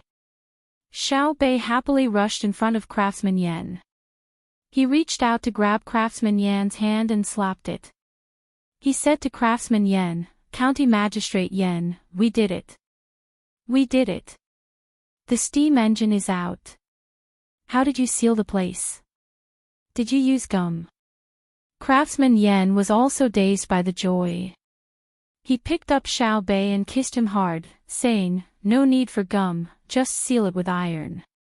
Find a piece of iron that is tough and make it into a piece. Just press it on the key points. If there are any leaks, use another type of glue. Yes, you're so smart. Let's go to the best restaurant in the county to celebrate. We'll tell my brother and sister later." Xiao Bei hugged Foreman Yan with one hand and waved his other hand excitedly. Foreman Yan nodded and walked out with Xiao Bei in his arms. When he reached the front hall, he suddenly stopped. Only then did he remember what they were doing. "Let's go. The best restaurant. My treat." Xiao Bei was still wondering why they stopped. "This." Foreman Yan put Xiao Bei down and pointed at the hole. "Lord Zhang, aren't you here to check the accounts?" "Huh? Check the accounts? Ah. I'm done. I know everything." Xiao Bei only reacted after being reminded. Then are you going to impeach me?" Foreman Yan said what he didn't want to say the most. "What impeach? The county's accounts are clear. The local economy is prosperous, and Lord Yan deserves the most credit. If there are more officials like Lord Yan in our court, why should we worry about the people not being able to live and work in peace? Xiao Yuan, help me draft a memorial and have someone send it to my brother first. When the time comes, send it to the capital. If Lord Yan doesn't reward such a good official, how can we spread the word?" Xiao Bei's righteous appearance stunned Foreman Yan. In a daze, he shook his head and asked, "Then what about the 60,000 strings of cash?" 60,000 strings of cash? Which 60,000 strings of cash? Oh, it's the special department fee for the Ministry of Works to research the steam engine that Lord Yan mentioned. Yes, it's a bit low. We should increase the investment. A person of Lord Yan's insight can't lose his determination to continue research because of money. Xiao Bei raised his hand to pat Foreman Yan's shoulder, but found the height difference. He could only pat Foreman Yan's leg to show encouragement. Foreman Yan stood there and pondered for a while. He finally understood Xiao Bei's words. Not only did he not pursue the matter of his corruption, but he also made it sound so righteous. It seemed that everything was because of the steam engine. Xiao Bei didn't care what Foreman Yan thought. There was finally a steam engine. His family hadn't developed it yet. His brother and sister only gave him an idea and didn't have the time to personally guide him. Now that it was done, his brother and sister would definitely be very happy. Thinking that this joyous matter could allow him to drink a small cup of wine, he excitedly pulled Foreman Yan outside. "Hurry and find a good restaurant. I brought some wine from my collection. I'll treat you to a cup." Foreman Yan followed Xiao Bei out. He didn't care about the grease on his face. He pulled a bailiff over to give him directions and headed towards the restaurant closest to them. He wouldn't foolishly disagree with Xiao Bei's words. He managed to escape a calamity. It was still early in the morning, so it wasn't time for lunch yet. There weren't many people in the restaurant, and there wasn't a single person on the third floor. A group of people rushed up and occupied the entire third floor. They removed the partition screens and opened the doors to the rooms. They ordered a table full of dishes. Xiao Bei had someone bring out the wine he brought with him. He personally poured a cup for Foreman Yan and a small cup for himself. He raised his cup and shouted, "For the birth of the steam engine, let's have a small sip." Lord Yan, do as you please. Later, tell us how you came up with the idea of making this steam engine. Everyone else was eating. Only Xiao Yuan drank a sip with him and continued to write the memorial. He had fewer mistakes than Xiao Bei. When Foreman Yan, who hadn't eaten anything since he woke up in the middle of the night to figure out the final steps of the steam engine, was about 30% full and began to talk about his original idea, Xiao Yuan finished writing the letter, blew it dry, and handed it to Xiao Bei. Xiao Bei crumpled the letter into a ball and threw it out of the window. "Send this memorial to my brother as fast as you can. Then pass it to General Gao and have the Ministry of Work send someone here." He turned around and was about to listen to the story when he saw Foreman Yan's confused expression. He smiled and explained, "It was for the person my brother sent. I didn't know about it before, but I accidentally found out. I just happened to help deliver the letter." Foreman Yan nodded. That was right. If a group of children didn't have anyone to protect them, it was easy for them to get into trouble when they encountered danger. No wonder they dared to barge into the yamen. If he really wanted to detain them, he would have been shot to death long ago. The people sent by the Zhang family and the Wang family were definitely not ordinary people. There might be a gun aimed at him from somewhere outside the window. Fortunately, he wasn't too ambitious. Xiao Hai guessed what Foreman Yan was thinking and comforted him, "Don't worry, they won't do anything to good people. Even if you didn't make the steam engine, they won't arrest you. Brother and sister will at most make you spit out the money you coveted. When your term ends, they will think of a way to reward you with more money." Xiao Hai's words confused Foreman Yan again. Xiao Bei echoed, that's right. They won't arrest you. The county's income has more than doubled, so it's reasonable to be a little greedy. We can see that the people in the county are living very well. No one has sounded the drum for a long time, which means you are doing a good job as the county magistrate. It's inevitable for people to make mistakes. We can't just kill a capable official. The other children nodded. They had been with Zhang Xiaobao and Wang Wan for a long time. They knew how their brother and sister did things, so they tried their best to imitate them. Foreman Yan looked at the children and his eyes turned red. He was touched. He was finally recognized. Although it was only by a group of children, it was more precious than being recognized by adults. He didn't know how these 9 children were taught. They spoke like adults. Perhaps with his performance, his younger brother would have a better life. Xiao Bei peeled the salted prawns cooked with fresh prawns and took a sip of wine.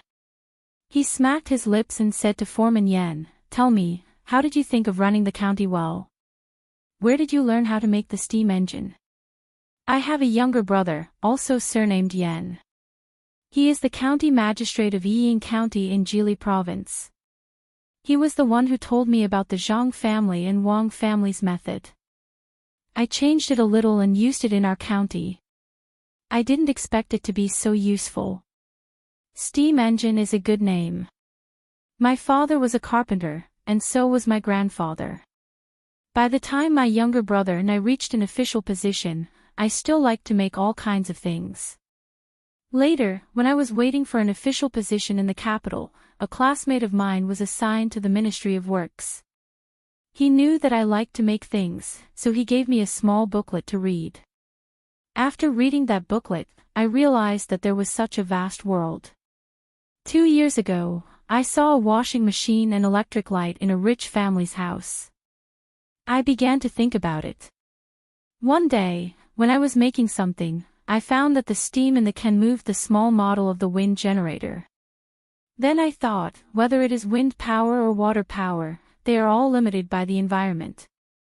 Is there a way to get rid of the environmental restrictions? So I began to think about it from the perspective of steam. Then, I came up with that steam engine. Foreman Yen didn't care about the age of the audience. He finally found a place to vent the things that had been bottled up in his heart for a long time. He began to tell Xiaobei and the others some of his stories. It seems like you can't be a county magistrate anymore. You can either come to our family or go to the Ministry of Works. Otherwise, it would be a pity, Xiao Yuan said to Foreman Yen. Chapter 832. The winter snow had just melted, and the damp air on the ground was blown by the wind, chilling people to the bone.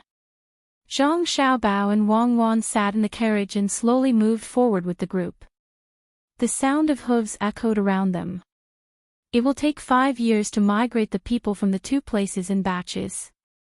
While the Tang Empire is strong and prosperous, we have to act early. Even if we have to deceive them, we have to lure the Tubo and Turkic people here. Zhang Xiaobao added a piece of smokeless charcoal to the stove in the carriage and put a teapot on it. He looked at the bleak scenery of early spring through the window and said. Wang Wan, who was sitting opposite him, put down the information that had just been sent by Lu Zhou and agreed, I think so too. The problem of ethnic groups is the most difficult problem to solve. If we really don't care about those two places, there might be a situation where we can't get rid of them. There will always be some tribal rulers who are unwilling to give up the little power in their hands. They know that harmony can play a positive role in promoting the lives of the people, but they just have to look for trouble. They even use the lies of their status and religion to brainwash the people under their rule. Zhang Xiaobao and Wei Wei nodded. They looked at the information in Wang Wan's hand and asked, what does it say? Nothing much. Our arsenal is still as stable as ever. It's just that the business of the shipyard has been getting better and better recently. Ever since the merchants from the east of Jiangnan came back from afar and made a fortune, more people are thinking about ordering more ships from the shipyard. They also want to go out and look for the Golden Road. Wang Wan shook the paper in her hand and introduced it to Zhang Xiaobao with a smile. Zhang Xiaobao also smiled and said, that's good news. What's that again? Anyway, it's a very powerful small country.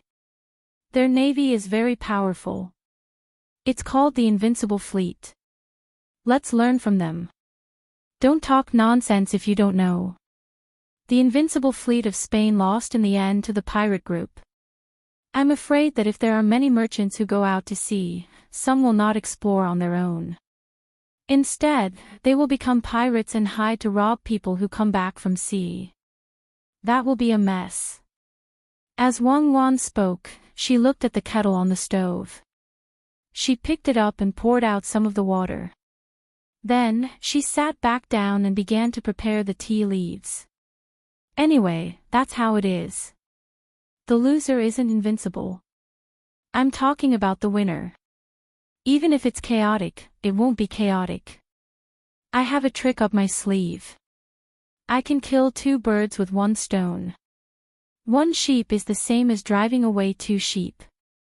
What analogy! What a mess. Tell me, how do we deal with our own people attacking each other? Does it say that we'll annihilate their entire family once we find out? Wang Wan picked up the tea balls one by one and knocked on the teacup with her hand. She began to be curious again. Zhang Xiaobao didn't immediately voice his thoughts. He rolled down the glass and allowed the cold wind to blow. After shivering, he opened his mouth. I'm thinking that we should let our people have a little more courage. Don't let people say that there is no China behind the mountains. There has never been peace in this world. The so-called peace is not between 2 or a few people restraining each other. It's just a temporary unification. While we are still around, we should fight as much as we can. In fact, sometimes I wonder if I'm an evil person. In the past, I always hoped that one day the sea would suddenly collapse and sink a certain country into the water, just like the Yatlan civilization. Wang Wan leaned back lazily to attract Zhang Xiaobao's gaze and asked, You're talking about Japan, right? Zhang Xiaobao carefully looked at Wang Wan and said in puzzlement, I didn't realize that the girl beside me has become a woman. If this figure is taken out, wouldn't it be called an S shape? Come, let me hug you. Wang Wan curled her lips and didn't respond to Zhang Xiaobao's words. Zhang Xiaobao didn't mind and continued, I've never taken Japan seriously. I admit that they are developing well, but that small place is destined to be unable to achieve great things. I'm planning to let Li Longji stabilize and expand at the same time. He has to fight hard like the Yuan dynasty and develop the economy like the Song dynasty. I always hear that the Song dynasty is good, but didn't it still fail? What you said about there being no China behind the mountains is actually referring to the Song dynasty and the southern Song dynasty. Many people jumped off the cliff. When I was in Beijing, my mother asked me to discuss the engagement with you. She said that it should be decided by next year at the latest. You should think of a way to reject it. Why should I reject it? It's not like we are getting married or engaged. It should be decided first. In fact, many rich families already have mothers at your age. I'm afraid that you will bully and be a hooligan at night after the engagement. Now that there is no crime of being a hooligan, the engagement is settled. Oh, I remember something. When some of the merchants become pirates, we will form a special maritime patrol team. One will train the navy, one will help the merchants to safely plunder resources from other places, and one will be able to beat people up as we wish. Just like the United States, we can openly bully people. Zhang Xiaobao did have the intention to take advantage of her, but only a little. Wang Wan didn't discuss the engagement anymore. She followed Zhang Xiaobao's words and said, a pitiful person must have a hateful side. The small countries that are bullied are not wronged at all. They want others to help them, but they don't want to take sides. No one is a fool. Why should they help others for free? What I am worried about is that as we expand, there will be colonization on many islands, and then they will start to become independent. This is a problem, but unfortunately, I can't do anything about it. There will always be some people who want to be the emperor, even if it's a small emperor. This is called better to be the head of a chicken than the back of a cow. To solve this problem, the best way is to develop technology and have enough military power. If anyone dares to become independent, we will fight them within a day. When we have nothing to do, we will call back the people in various places. Who knows? Zhang Xiaobao didn't have any solution to this problem. It could be said that there was no solution. At this time, the person in charge of delivering the message to Zhang Xiaobao came over and handed the balled-up memorial to Zhang Xiaobao. When he opened it, Zhang Xiaobao was happy. Come, look. Our Xiao Bei has done another big thing. Zhuo County's county magistrate Yan is actually an inventor. He made the steam engine. Comrade Xiao Yan, who is the county magistrate of Yiying County in Jili Province, is his younger brother. As he spoke, Zhang Xiaobao handed the letter over. Wang Wan also smiled after reading it. Xiao Bei and the others are really lucky. What are you going to do with Craftsman Yan? We can't let him continue to be a county magistrate. That would be a waste of his talent. Yes, if he can't be a county magistrate, he can be transferred to Jili Province to reunite with his younger brother. Arrange a judge position for him and let him study together with Craftsman Yan. The steam engine is a small matter. Even without him, we can still make it. The key is this person's idea. It is very rare. Come, give the order. Hurry up. Zhang Xiaobao wasn't willing to give such a talent to others. If he could make the steam engine today, he might be able to make the diesel engine tomorrow. The speed of the team suddenly increased. After rushing for 6 days, they finally arrived at Zhuo County. They saw Craftsman Yan, who was working with Xiao Bei and the others to improve the steam engine. Xiao Bei was very reserved and explained her advanced theory of using the steam engine to generate electricity and then use electricity to boil water. She received Zhang Xiaobao's affirmation and praise. Craftsman Yan was much more restrained. He knew that his fate was no longer in his control. He hoped that Zhang Xiaobao and Wang Wan were really as open-minded as Xiao Bei and the others said. Zhang Xiaobao was very kind. He naturally wouldn't let go of such a great talent. After discussing with Craftsman Yan for a long time, he tricked Craftsman Yan into agreeing to go to Jili province to develop. The matter of the transfer was also handled by Zhang Xiaobao. After 2 days, the team continued their journey under Craftsman Yan's expectations. After a month, Craftsman Yan could go to Jili province. After telling a few stories to his younger brother and sister as a reward, the team went all the way to the seaside. At this time, the sea had already been unfrozen. There was no ice at all. Only the bone-chilling wind was blowing. The group boarded the boat and headed in the direction of Jili province. The boat traveled for 2 days. Just as they were about to reach their destination, a boat came in front of them. The people on the boat hurriedly found Zhang Xiaobao and Wang Wan.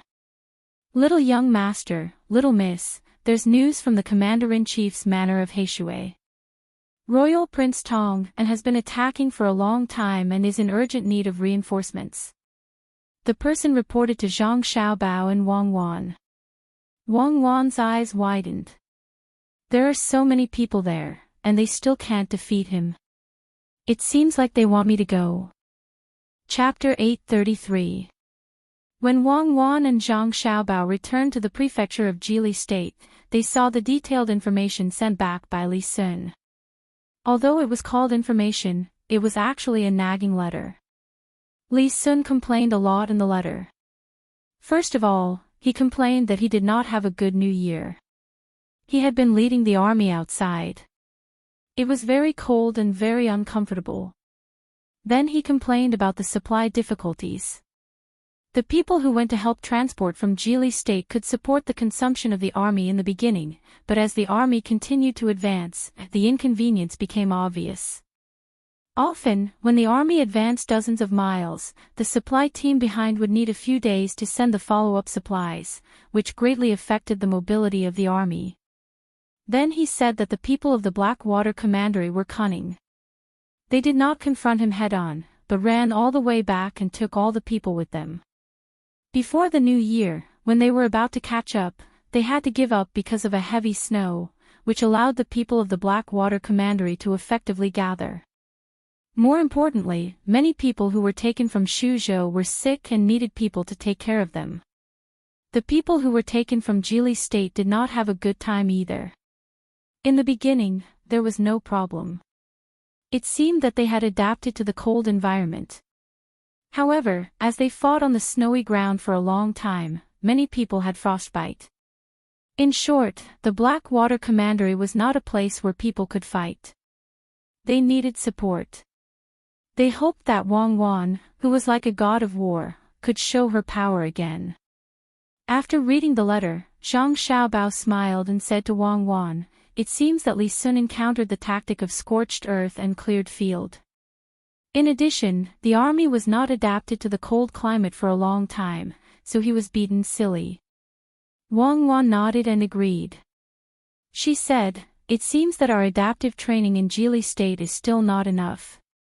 I am very worried about the people who went to North America. I don't know if they can survive. There is no news back yet. Li Sun is really too much. He only knows how to complain. He doesn't know how to clearly write down the tactics of the enemy. It makes it difficult for me to judge what the enemy's general is planning. How else could he have fought? When winter comes, he should have used the fastest speed to infiltrate the enemy. I think Li Sun wanted fewer people to die and wanted to use the momentum of the army to crush the enemy. In the end, the enemy didn't compromise and used all the available circumstances to teach Li Sun a lesson. The mountains there are high and the forests are dense. There should be a lot of primeval forests. Fortunately, we didn't give him a rifle unit this time. Otherwise, it would be easy for someone to set up an ambush and steal the rifle. It's so cold that he can't even pull the trigger." Zhang Xiaobao also analyzed the situation. Time and place were on the opponent's side. As for the people, both sides seemed to be about the same. Wang Wan put down the letter in her hand. After thinking for a while, she said, "We should have Li Sun stop. Withdraw the army and replace it with a new one. Right now, the morale of the more than 20,000 troops is as low as it can be. The Blackwater Commander-in-Chief's mansion is large. We can't expect to take it down in a short time." After Wang Wan made the decision, she quickly sent someone to deliver the letter to Li Sun. It was estimated that it would take at least a month for the letter to arrive. There was no other way now. Zhang Xiaobao also agreed with Li Sun's proposal to withdraw the army. He added, "The gunboats can't go forward to reinforce from the sea because of the ice over there. Shouldn't we use them? I wonder if Shuayun can go with them. It's best if she can send back the news as soon as possible." Perhaps because she heard Zhang Xiaobao's call, Shuayun flew back the next day.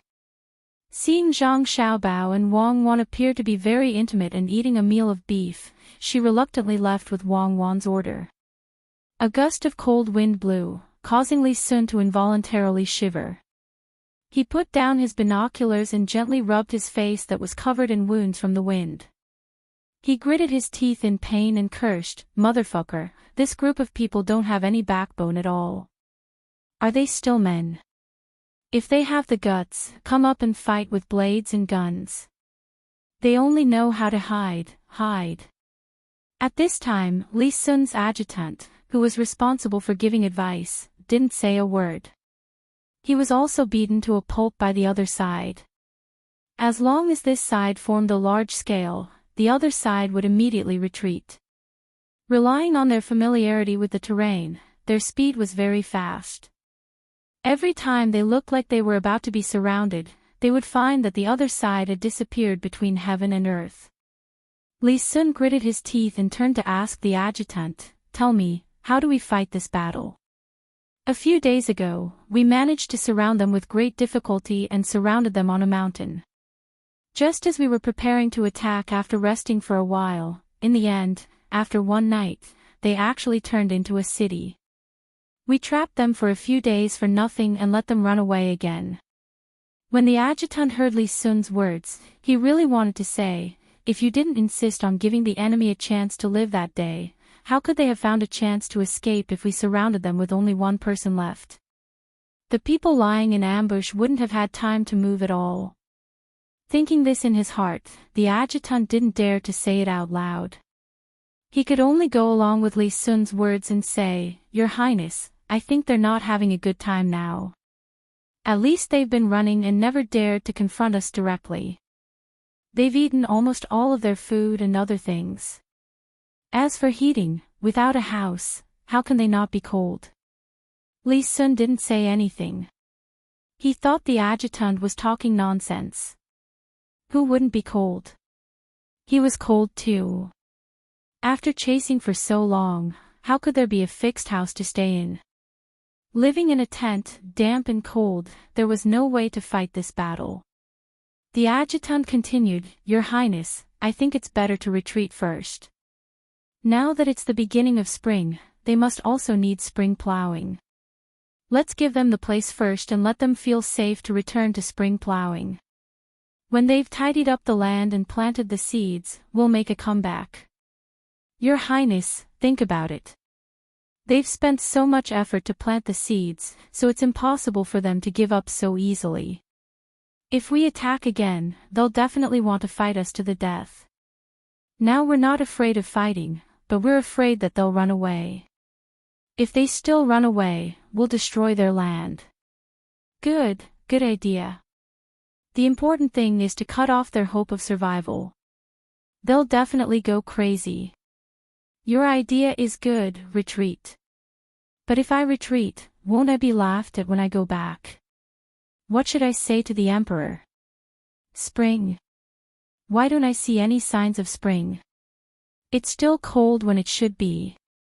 Li Sun didn't want to fight anymore. He was physically and mentally exhausted. Now he was in a dilemma. He couldn't enter, because the Blackwater Commander-in-Chief's mansion was too big. He couldn't retreat even if he chased after them. Everyone knew that this was the Emperor's sword competition on Mount Hua. The people of the Blackwater Commander-in-Chief's mansion wanted to wipe them out. If he didn't submit to such an obvious provocation, where would the national prestige be? What's more, this was his first battle. If he ran away with his tail between his legs, wouldn't the other brothers laugh at him? The adjutant might not be able to fight in such an environment, but he had a good grasp of human nature. At first glance, he knew what Li Sun was thinking, so he gave him an idea. Your Highness, we're not retreating. In fact, this is called a strategic shift. When Adjutant Wang was at the front line of Jinchuan, he also shifted a lot. Didn't he win in the end? A good general who only knows to move forward is not a good general.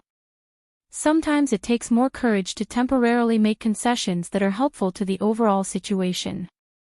Li Sun liked to hear this. He squinted his eyes and kept nodding. He said to the adjutant, "Since you insist on shifting, I'll listen to you this time. Pass down my order.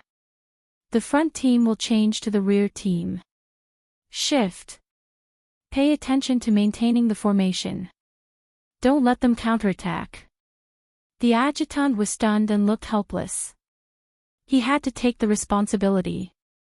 But he didn't help to win the battle, so he had to do this. With Li Sun's order, the troops began to retreat. It was easy to say, but it couldn't be done in a short time. And it was impossible to retreat to Jili in one breath. They could only retreat to the Bohai Commander-in-Chief's mansion first. Li Sun was very reluctant to go there. He was afraid that if he met the people of the Bohai Commander-in-Chief's mansion, they might learn from the Blackwater Commander-in-Chief's mansion and make trouble. It would be really difficult to deal with them. The Tang army retreated when its morale was at its lowest. As in all wars, the people of the Blackwater Commander-in-Chief's mansion would not give up such an opportunity to chase. Although they did not engage in a large-scale battle, the harassment of the small groups of troops never stopped. Traps, night attacks, and all the tricks that could be used were used, making it very difficult for the troops that Li Sun sent to bring up the rear. Li Sun could hear the casualties from the rear every day. Not many people died, but they were always dying. He was very worried that the troops at the rear would retreat when they had no morale. In that case, he didn't know how many people would die. After retreating for a few more days, what Li Sun was worried about did not happen. Instead, there was a turning point. The 2,000 people left behind to stay behind actually built a temporary camp in an open place. They learned from the people of the Blackwater Commander-in-Chief's mansion that they also poured water into ice and were resting. Your Highness, the 2,000 people at the rear seemed to want to counterattack. One morning before breakfast, the army officer came to Li Sun's tent and said to Li Sun. Li Sun was stunned and asked puzzledly, "Do they want to fight to the death?" "That won't do. 2,000 people are not a small number. If they die, how can I explain it to Xiao Bao? They are from Jili province." The army officer shook his head and replied, "Your Highness, I don't know whether they want to fight to the death or not." They didn't continue to send back messages as before. Instead, the people in charge of receiving them saw a lot of smoke rising there. "I thought they wanted to stay there for a long time and wait for a chance to counterattack." Hearing the army officer's words, Li Sun was more confused. "I don't seem to have given such an order, right? Aren't they messing around? Stay. With what? The food left for them is enough for them to eat for a few days. Now they are almost finished. Do they want to starve themselves to death? Find a way to get in touch with them." The more Li Sun thought about it, the angrier he got. They didn't listen to his order. Could it be that he couldn't command the people from Jili province after fighting such a depressing battle? While they were talking, a messenger rushed in from outside. He looked anxious and reported to Li Sun, "Your Highness, bad news. Your Highness, there is smoke rising there." "I know. Isn't it just the troops at the rear? Li Sun said disapprovingly. Yes, yes. But that smoke, Your Highness, you'd better go and see for yourself. The messenger wanted to explain, but suddenly gave up. It was only a few steps away. He could see the situation over there as soon as he walked out of the tent. Let's go and see. Li Sun, who was puzzled, walked out of the tent. At this moment, there were many people standing outside. They were all looking towards the north. The first thing Li Sun felt when he came out was that it was a cloudy day. When he followed the others' gazes, he was frightened. He saw that in the north, there was thick smoke that covered the sky. It was not smoke at all. It was smoke that would only appear when there was a big fire. At this time, the wind was blowing towards the north and a little towards the west. The smoke was also slanting towards the northwest. After being stunned for a while, Li Sun shook his head hard and shouted, "Who knows what's going on? What happened over there?" Everyone was at a loss. Standing beside Li Sun, Lu Jun muttered, "It turns out that a big fire can be ignited in such a cold time. Even snow can't stop the spread of the fire." Li Sun nodded. It was also the first time he thought that such a big fire could be ignited. He suddenly had an idea that he didn't want to believe. He said to Lu Jun, "Could it be that the people from the Blackwater Commandery saw that we were guarding the rear, so they got a lot of things to ignite the fire and wanted to burn them to death?" That's 2,000 people. The army officer was speechless for a moment. His eyes were filled with fear, and his body was trembling slightly. He seemed to be imagining the scene of those 2,000 people being burned alive. He had a painful expression on his face. Those were the elite troops of Jili State. Quickly think of a way for me to contact them and ask them to retreat. Retreat quickly. We should retreat too. If the wind changes direction, it will be troublesome. Li Sun quivered and shouted to the people around him. The soldiers around him shook their heads helplessly. How could they contact them? Who wouldn't die if they went there? At the moment when everyone was at a loss and helpless, a clear eagle cry suddenly sounded in the sky. Everyone couldn't help but look up. They saw a snow-white eagle hovering in the sky with its wings open. Then it began to dive toward the ground. When Lu Jun saw the eagle, the first thing that came to his mind was to shoot it down. He shouted, "Quickly, shoot it down, so as not to hurt His Highness." After shouting, he found that many people didn't move. Only a few people pulled their bows. Before they could aim, Li Sun's voice came. "Put down your bows. If you shoot it, you won't live. Shueyun, I'm here. Shueyun, come down." The eagle in the sky responded with a cry. As expected, it flew down toward Li Sun. It hovered at a low altitude. Seeing no danger, it landed on the tent and scratched a few holes in it. "Your Highness, this eagle." Lu Jun had never seen Shueyun before. He didn't know what it did. This is Xiao Bao and Cuckoo's treasure. I didn't expect it to come here. Quickly, have someone prepare some food. I want raw meat." Li Sun's mood suddenly improved a lot because of Shueyun's arrival. He rubbed his hands together and came under the tent. He looked up at Shueyun and said, "Where did you come from?" "Xiao Bao and Cuckoo have a message." Shueyun nodded to Li Sun under the shocked gazes of the soldiers who had never seen it before. Then it raised one of its wings and pointed to the sea. It let out a short cry. "From the sea. Are you with the fleet? Are you sending me a message?" Li Sun picked up a thick wooden stick from the ground and put it on his shoulder. Shueyun nodded again.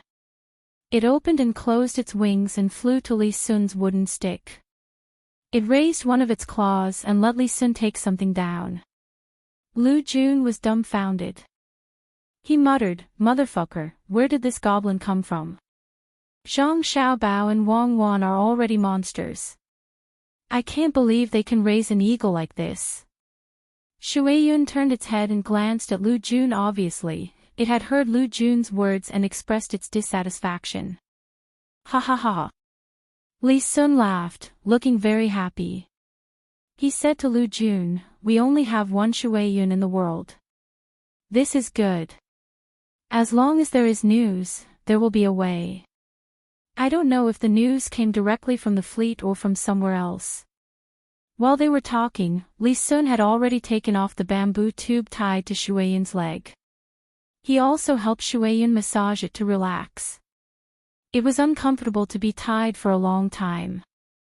When Li Sun stood up and opened the letter, someone had already brought the wild animals that had just been killed to him. They cut them into strips and put them on the ground. They wanted to see how Shuai-yun would eat them. However, Shuai-yun didn't move at all. It only stared at the person who brought the meat. "All right, let's do it this way. Those who should withdraw, withdraw, and those who should stay, stay. What's there to be afraid of burning the forest? As long as we can disrupt the enemy's deployment in the Blackwater Commander-in-Chief's office, everything will be worth it. Cuckoo is indeed cuckoo, she can command from so far away." After reading the letter, Li Sun suddenly seemed to change into a different person. He went from a defeated general to a victorious general. Lu Jun really wanted to see what was written in the letter. Seeing that Li Sun didn't give it to him, he had to change the topic. He pointed to the meat on the ground and asked, "Your Highness, does this eagle not like to eat venison? It's called Yun Shui. It's not that it doesn't like to eat it, but it's afraid of being poisoned. Shuai-yun, don't worry. Eat it. If someone dares to poison it, I'll kill his whole family." Li Sun explained to Lu Jun and made a promise to Shuai-yun. Shuai-yun shook its head and still didn't eat it. Obviously, it didn't believe Li Sun's promise. "Go, get a live one." Li Sun had to give another order. This time, a very thin rabbit was sent. It might have been hungry in the winter. Li Sun personally cut off strips of meat. Only then did Shuai-yun cooperate and eat it. Lu Jun looked at Shuai-yun enviously and asked Li Sun, "Your Highness, what are we going to do next?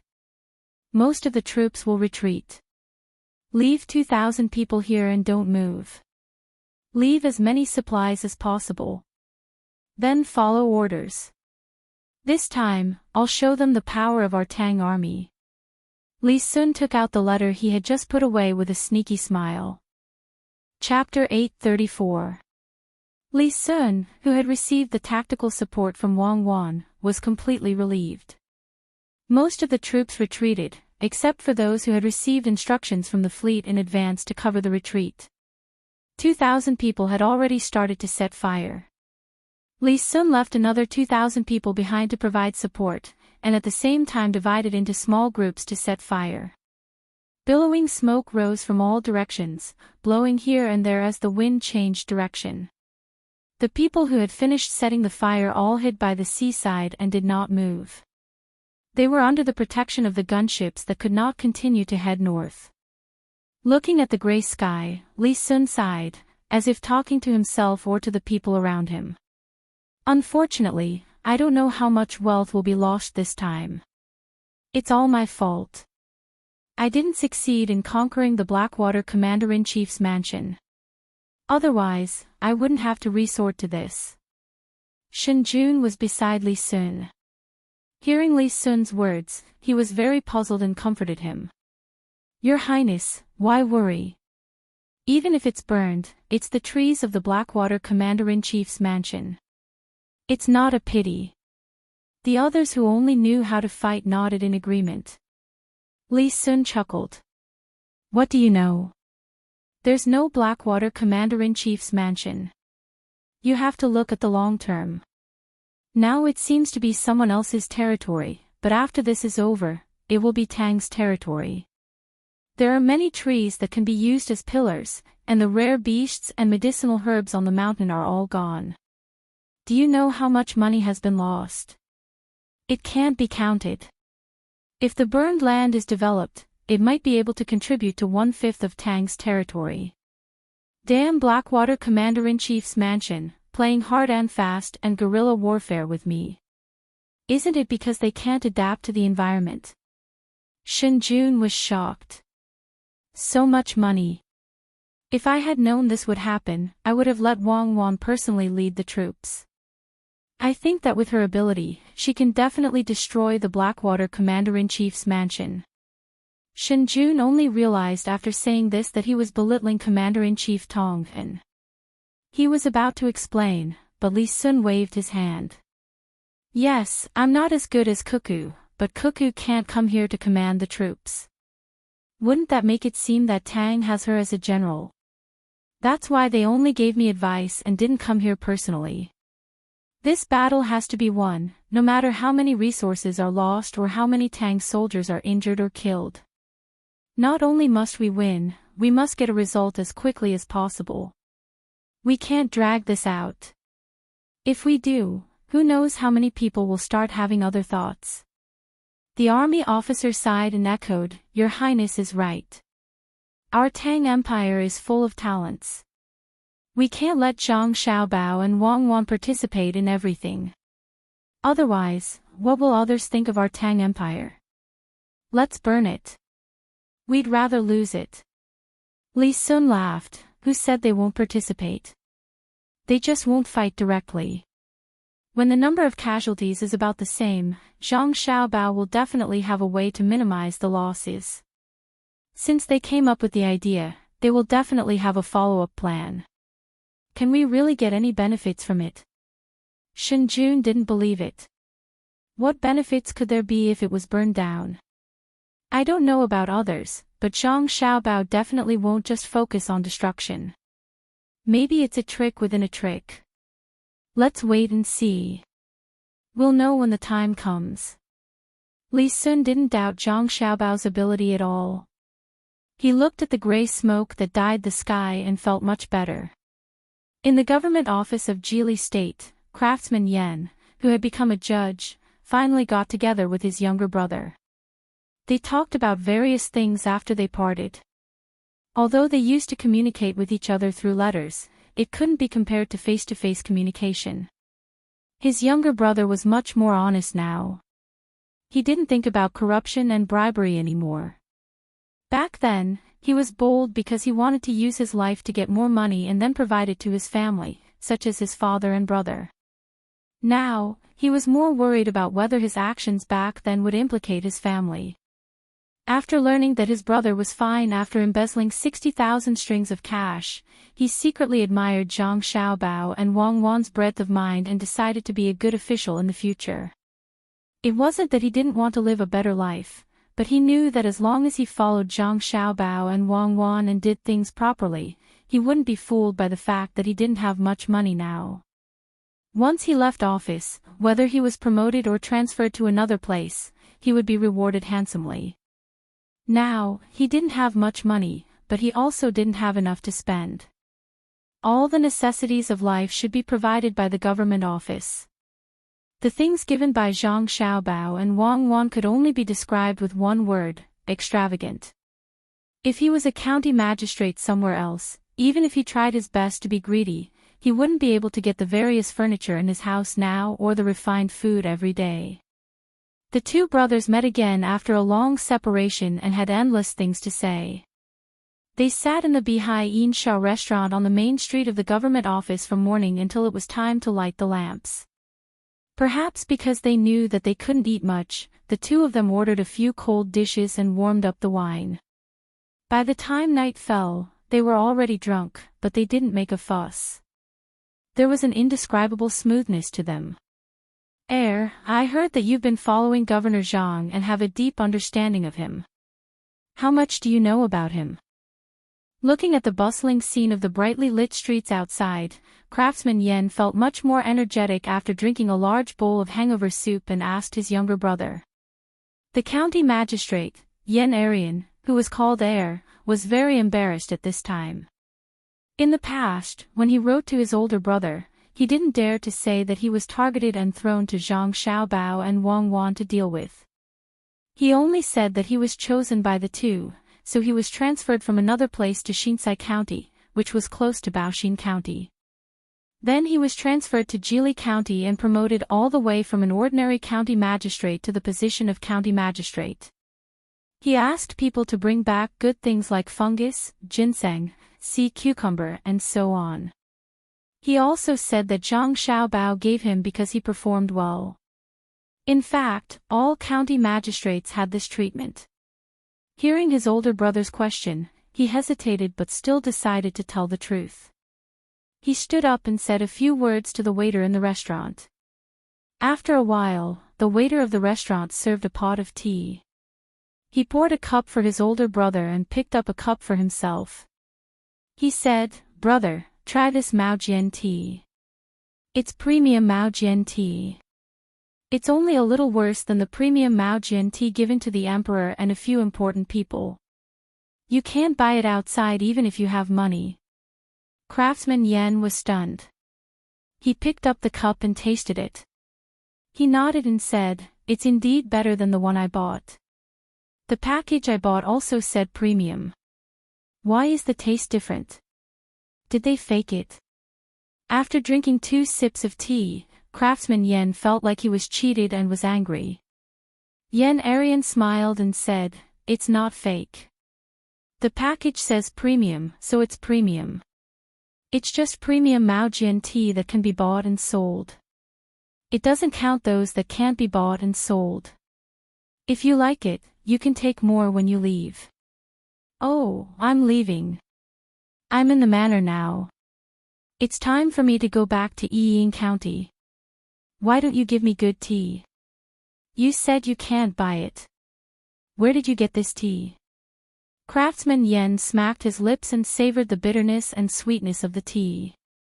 He was very happy that his younger brother was living a good life now. "It's from the Blue Sea Silver Sand. You're now the magistrate of Jili Province. Your benefits are better than mine. I won't use my own things to make up for it. I say I understand Governor Zhang, and I really do. How can I not understand the so-called enemy? It's a pity that I'm too bad as an opponent. He doesn't recognize me as an opponent. I've racked my brains to create some trouble, but he doesn't even look at me. I've worked myself to death and learned some skills. It's nothing more than a fool's dream to want to deal with Governor Zhang. Big brother, what do you want to know?" "I'll tell you what I know." After Yan Arian told him his original thoughts, he felt much more relaxed. It was as if he had put down a heavy burden. His words shocked Craftsman Yan. He began to look at his younger brother again. He wanted to see if his younger brother had 3 heads and 6 arms. He actually dared to go against Governor Zhang. After looking at him for a while, he lowered his voice and said, "Arian, didn't the letter say that Governor Zhang likes you? Why did it change?" Yan Arian smiled bitterly and said, "How could he like me? Any random person from his family is better than me. It was the emperor who liked me. No, it was the emperor who liked him. He put me, a useless official, by their side to train them. I'm not the first one. The first one was a man named He Wei. Now, he's a high-ranking official in Yaozhou. I came later. His Majesty wanted to see what they were capable of, so he threw me around them. After a while, the edges and corners in my heart were smoothed out. Before I came to Jili Province, I wanted to make trouble for them. In the end, I didn't succeed. I didn't want to accept it, so I did my best to understand it. That's why I wrote to you about how to build the province. Don't worry, I've already given up on my previous plans. I'm going to follow them and be a good official. I won't be as reckless as before." When Craftsman Yan heard the last part of his brother's words, he wiped the cold sweat on his forehead. He let out a long breath and asked, "How much do you know?" "A lot. I know that their family has a lot of money. They have a lot of shares in the Tang Bank. They also do business between the clouds and the water, between the clouds, Blue Sea Silver Sand, and the supermarket. They also do business on roads and bridges. They also have a fleet on the Yangtze River and the Yellow River, a fleet on the sea, and a land transport team. Luzhou is their world. They also have a huge force in Tubo's Jinchuan. They have a big ranch in Feng Province. They have a winery and a ski resort in Wing Province. There's no need to mention this place. In addition to these, I also know that they have a lot of weapons. Not all of them are exposed to the public. I know that the number 0 seedling protection team of their 2 families has started to form their own teams. They are trained to be generals. I know that all the servants in their family's inner court are very powerful. I know that there is an even more important matter that others do not understand, and that is that in my observations, I have discovered that they are not thinking about fighting with the officials of the Great Tang, nor are they thinking about competing with the merchants of the Great Tang. They want to solve all their problems at once, such as... Yen Er told his brother what he knew, but before he could finish, his mouth was covered by his brother's hand. Craftsman Yen looked around nervously. When he saw that there was no one else, his face turned yellow. He moved closer to his brother's ear and said, "Second, let's not talk about what they want to do. If they want to rebel, they need evidence. Otherwise, trouble comes from the mouth." "Brother, what are you talking about? Rebel? Who's rebelling?" "I didn't say that the Zhang family and the Wang family wanted to rebel. If they wanted to rebel, they would have done so long ago. With the strength of their 2 families, even if they don't directly become the emperor, they can at least control half of the country. What I want to say is, for example, they sent people to travel along the sea. It seems that they are looking for some very good things. From the people in their family's inner court, I heard that as long as they can find those things, our Tang won't have to fear any disasters in the future. Also, they want to turn all the places they can see into our Tang's land. Xinyuan Island is one of them, but there will be more in the future. For example, the Bohai Sea Commander-in-Chief's office. In the past, our dynasty couldn't directly control it, but now we can. They are currently attacking the Blackwater Commander-in-Chief's office. Once they take it, they will continue to occupy the north. What I want to say is that if you follow Zhang Xiaobao and Wang Wan, you won't have to worry about not being able to become a high-ranking official. Wang Wan doesn't have to worry about losing a war. Even if they don't have the legendary mystical abilities, with just their weapons, others won't be able to defend their territory. Zhang Xiaobao's ability to build a territory has already reached the level of a demon. I've studied it before. Miraculously, no matter where they go, they can always find the local resources very quickly. There are coal mines, iron mines, gold, silver, copper, and so on, as well as all kinds of local specialties. For example, when I interplanted soybeans and sesame seeds in Shinsai County, they produced sesame oil. Sure enough, it's different. It tastes good and sells well. Yen Er's words left his brother dumbfounded. Craftsman Yen knew of the power of the Zhang family and the Wang family, but he didn't know so much about it. Only after hearing from his brother did he truly understand the power of the Zhang family and the Wang family. If that's the case, doesn't that mean they can turn stone into gold? No wonder the 9 children in their family can be so arrogant. At such a young age, they are already 4th-rank officials. Although they are not official, they are still officials. They can be impeached and can also be questioned. It turns out that the current emperor is afraid of them rebelling. Craftsman Yen felt a lot better. He no longer cared about why Xiao Bei and the others could be such high-ranking officials. Going back to the history, such a thing had never happened before. Yen Er shook his head. No, it has nothing to do with that. His Majesty is... Speaking of this, Yen Er lowered his voice. His Majesty feels that he owes the Zhang family and the Wang family too much. The 2 families have countless businesses, such as the Tracker Association on the Yangtze River, the Breeders Association in Jiannan, and the construction team in Jiannan. But they don't have a lot of money to spend. Little brother's not a lot refers to the proportion, not the actual amount.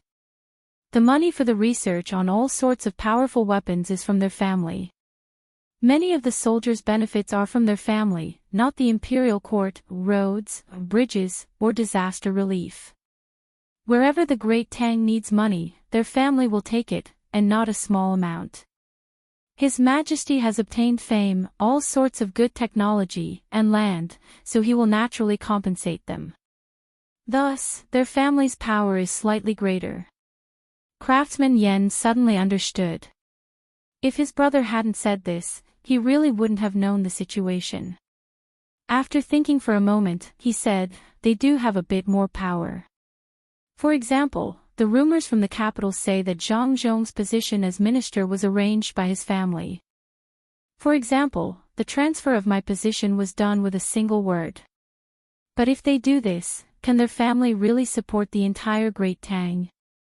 Will His Majesty tolerate a family like theirs in the Great Tang? Of course, they won't be able to support it for long. They are currently changing. One reason is to avoid His Majesty's suspicions, and the other is to gradually withdraw from this kind of financial support. For example, in Geimu province, they miraculously found a very large coal mine. I don't know how they were so accurate. After they found it, they started to contact others to mine it. It's the same for aluminum and other mines. They also transported all sorts of resources back from overseas. In the future, when there are other people to be officials in this place, they can split the benefits and have money. Naturally, they can support the local army.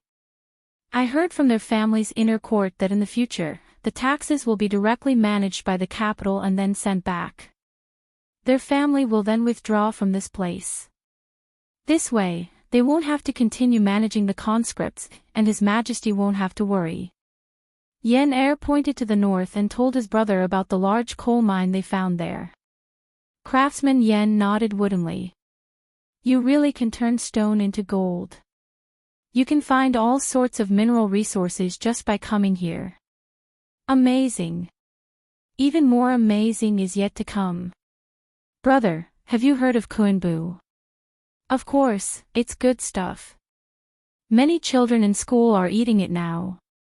It's said that eating it won't make one's neck grow longer. It's also written in the medical books. Why bring it up?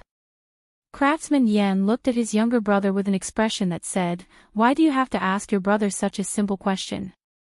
Then, do you know that Kuanbu can be planted? Do you know that the wood ear I usually ask people to bring back to my family is planted by their family? Have you seen the place where ginseng is planted? Have you seen the pearls that are planted? Yen Heir asked one question after another. Every time he asked a question, Craftsman Yen would shake his head vigorously. When Yen Heir was done, Craftsman Yen blinked and said in disbelief, don't tell Big Brother that they can grow these things. Yen Heir did not say anything directly. Instead, he took out a box from his pocket and opened it, revealing a necklace made of pearls. He pushed it in front of his brother. Brother, this is a gift from your younger brother to sister-in-law. It's a reward for doing a good job in the county. These are the pearls that Lu Zhou cultivated for 3 years. There are also more than 10 bottles of pearl cream. I didn't bring them today. I'll ask someone to send them to you when I get back. When Craftsman Yen saw the pearls in the box, he was completely dumbfounded. After a while, he recovered slightly. He picked up the pearls and examined them carefully. They were round and shone with a dazzling radiance. Under the illumination of the street lamps, they looked extraordinarily beautiful. Each pearl was about the same size, about 5 minutes long. It was not that he had never seen bigger pearls. Although he did not own one, he had seen more than 10 6-minute pearls placed together. However, those pearls were different from the ones in front of him. He had seen them before and knew that they were priceless. It was not easy to find them among the shells. The pearls he saw today were cultivated. If they could be cultivated, the pearls would not be as valuable as before. How could pearls be cultivated? How did the Zhang family and Wang family do it? When he thought of this, craftsman Yan asked, have the pearls lost their value? No.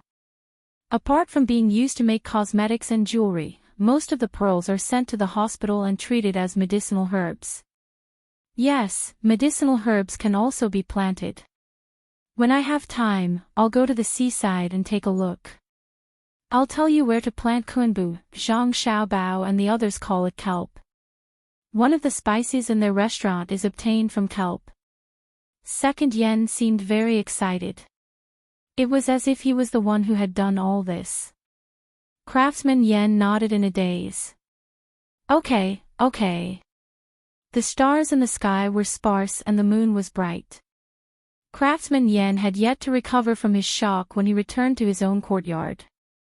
Today, from what his younger brother told him, he completely understood the background of the Zhang family and the Wang family.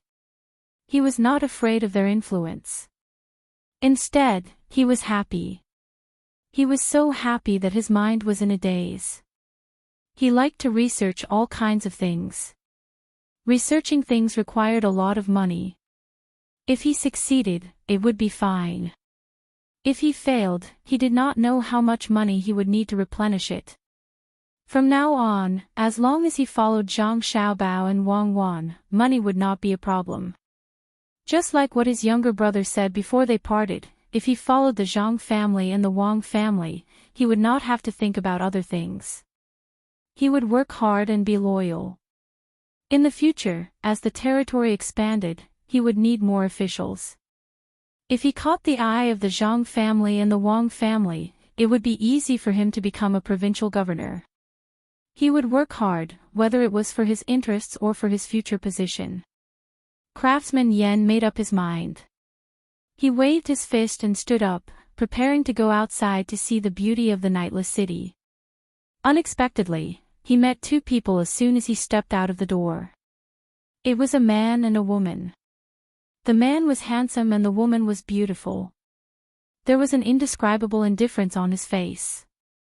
When he was easygoing, he gave people the feeling that he was a crane in a flock of chickens. No matter how he looked, he found them familiar. He rubbed his eyes and looked carefully under the light of the street lamps. Yes, he knew them. Provincial Governor Zhang, Adjunct Officer Wang, why are you two here? Craftsman Yen asked, puzzled. Magistrate Yen, you really want to go for a walk? Before I came, I made a bet with Xiao Bao. I said that after drinking with your younger brother today, you should be tired and would go to bed early and come back tomorrow. Xiao Bao said that you would definitely sit in the courtyard for a while and then want to come out. Who would have thought that you would really come out? Wang Wan blushed slightly as she spoke. She glanced at Zhang Xiaobao. Zhang Xiaobao had a smug look on his face. It was unknown what the bet was. Craftsman Yen did not pay attention to other people's expressions. His own face had changed, becoming incomparably pale. Before he came out, he had been frightened by the conversation with his younger brother. He had not recovered yet. Now, he was frightened again. Wasn't this too amazing? He could even predict whether he would go out or rest at night. Before he could even take a step out of the door, he was already blocked at the door. What else did they not know? No wonder his younger brother was so arrogant. With this kind of ability, he would not lower himself to his younger brother's level. When his younger brother did something, he did not need to send people to monitor him. Perhaps he could predict it with his fingers. Ah, the heavens, the earth, it was no wonder that they led the army to war or engaged in economic construction, and discovered all kinds of mines so smoothly. It turned out that it could be calculated. It was no wonder that His Majesty was so good to the two families. Presumably, His Majesty was aware of their abilities and might even calculate the fate of the country. The result must be good. Official Yen, what are you thinking about? Perfect, the two of us have something to say to you. Let's go out and take a look. To be honest, even though the two of us watched over the construction of this place, the two of us did not have much time to appreciate it. We were busy all day, running from east to west, and from west to east. At this time, Wang Wan spoke to wake craftsman Yan. That's right, that's right. The two of you must be very tired. It must be very tiring to predict. Craftsman Yan followed up on his earlier thoughts. Zhang Xiaobao and Wang Wan were stunned. At the same time, they smiled at Wei Wei. They did not explain what psychology was and walked on the street with Craftsman Yan. Craftsman Yan was a little nervous and a little excited. He did not know how to talk to Zhang Xiaobao and Wang Wan. After walking for a few dozen steps, he seemed very bored. It was Zhang Xiaobao who spoke first. Official Yan, do you want to be an official or a researcher? If you want to be an official, look at the construction situation of Zhuo County. As long as you don't go greedy for money to do research, I can arrange for you to be the provincial governor of a province. Zhang Xiaobao's words stunned Craftsman Yan. He then reacted and asked, what if I do research? If you do research, you can't be an official. You can only be a research official. It's not the Ministry of Works, nor is it the Military Weapons Administration. It's a new department that will appear soon. What you need to do is to research all kinds of technology. There will be other people taking care of your daily life. Zhang Xiaobao told Craftsman Yan about the things he had been thinking about recently for him to choose from. Craftsman Yan knew that if Zhang Xiaobao said that there would be a department dedicated to this in the future, there would definitely be one. No one in the imperial court could stop it. Which aspect did he want to work on? The meaning behind his words was that as long as he became a research official, he would not be able to manage the people. He had to consider it carefully. As he thought about it, Craftsman Yan raised his head to look at the bright street lamps. For a moment, he did not know how to answer. Wang Wan also looked at the street lamps and explained, the electricity used for these street lamps is driven by wind turbines. They found a vent here and set up a cluster. No matter which direction the wind blows, there will be a windmill that will turn. Usually, it will provide public services and street lamps in the provincial capital. Some merchants who are willing to spend money will also receive electricity. This is all due to the advancement of technology. If the steam engine is good enough and can be used to generate electricity, there won't be a need for a vent. Being a research official is a blessing to the people. In fact, researching more advanced technology will also benefit many people. As for the treatment of technical officials, they will be treated the same as administrative officials. At the current stage, they will be treated better than administrative officials. Our great Tang needs the rapid development of technology to leave other countries far behind. We need to build bigger ships and search for more useful resources overseas. As soon as Craftsman Yan heard this, he understood what Wang Wan meant. Wang Wan wanted him to be a technician because he had figured out the steam engine. He couldn't help but feel excited when he thought about how the things he made in the future could be as convenient as this electric light. He felt a great sense of achievement. Adjunct Wang, is my steam engine going to be used on the people soon? I will continue to improve it and try to make it smaller and easier to use. What benefits will the people get from it? In an instant, Craftsman Yan felt that he was very noble to be able to use the things he made on the people. Wang Wan and Zhang Xiaobao also admitted that Craftsman Yan's idea was noble, but the two of them couldn't follow Craftsman Yan's suggestion and use the steam engine on the people. Zhang Xiaobao glanced at Wang Wan and said to Craftsman Yan, Lord Yan, the steam engine is good, but it can't be used on the people right away. Then where should we use it? Craftsman Yan was surprised. Use it on warships. I'm sure Lord Yan has heard that we have a very powerful naval weapon called the gunboat. Wherever it goes, even ghosts and gods will retreat. However, the speed of the ship is still too slow, and it consumes a lot of manpower. A lot of space is wasted. If we put the steam engine on the ship will be faster and save the space needed to move the oars. We can also carry more cannonballs and hit whoever we want. Zhang Xiaobao explained to Craftsman Yan directly. Craftsman Yan opened his mouth and sighed. He said, so it's used to kill people. The invention of this technology isn't to immediately benefit the people. Yes, it's used to kill people. If people don't accept it, then kill them. If they accept it, then it's a deterrent. It's not directly benefiting the people, but it's still in the category of benefiting the people. Without powerful military force, how can the people live a stable life? Good technology should always be used on the military first, even if the creator of the technology didn't think so. For example, when my family made firecrackers, it was to prepare for cannonballs in the future. Now, go to Tubo and say you're from the Great Tang. See if anyone dares to be disrespectful to you. Go to Xinlua and see if they dare to expel you and look down on you. Zhang Xiaobao was afraid that Craftsman Yan would give up being a technician. Such a talent was not easy to find, especially since Craftsman Yan's thinking was what Zhang Xiaobao and Wang Wan needed the most. Therefore, he gave an example when persuading him. Craftsman Yan lowered his head and thought for a moment.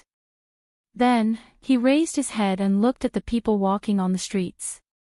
He nodded and said, they don't dare. They're already scared, especially Xinluo. Your Jili province is so close, and you can attack from both land and water. Plus, with Adjunct Wang's vengeful personality, they don't dare.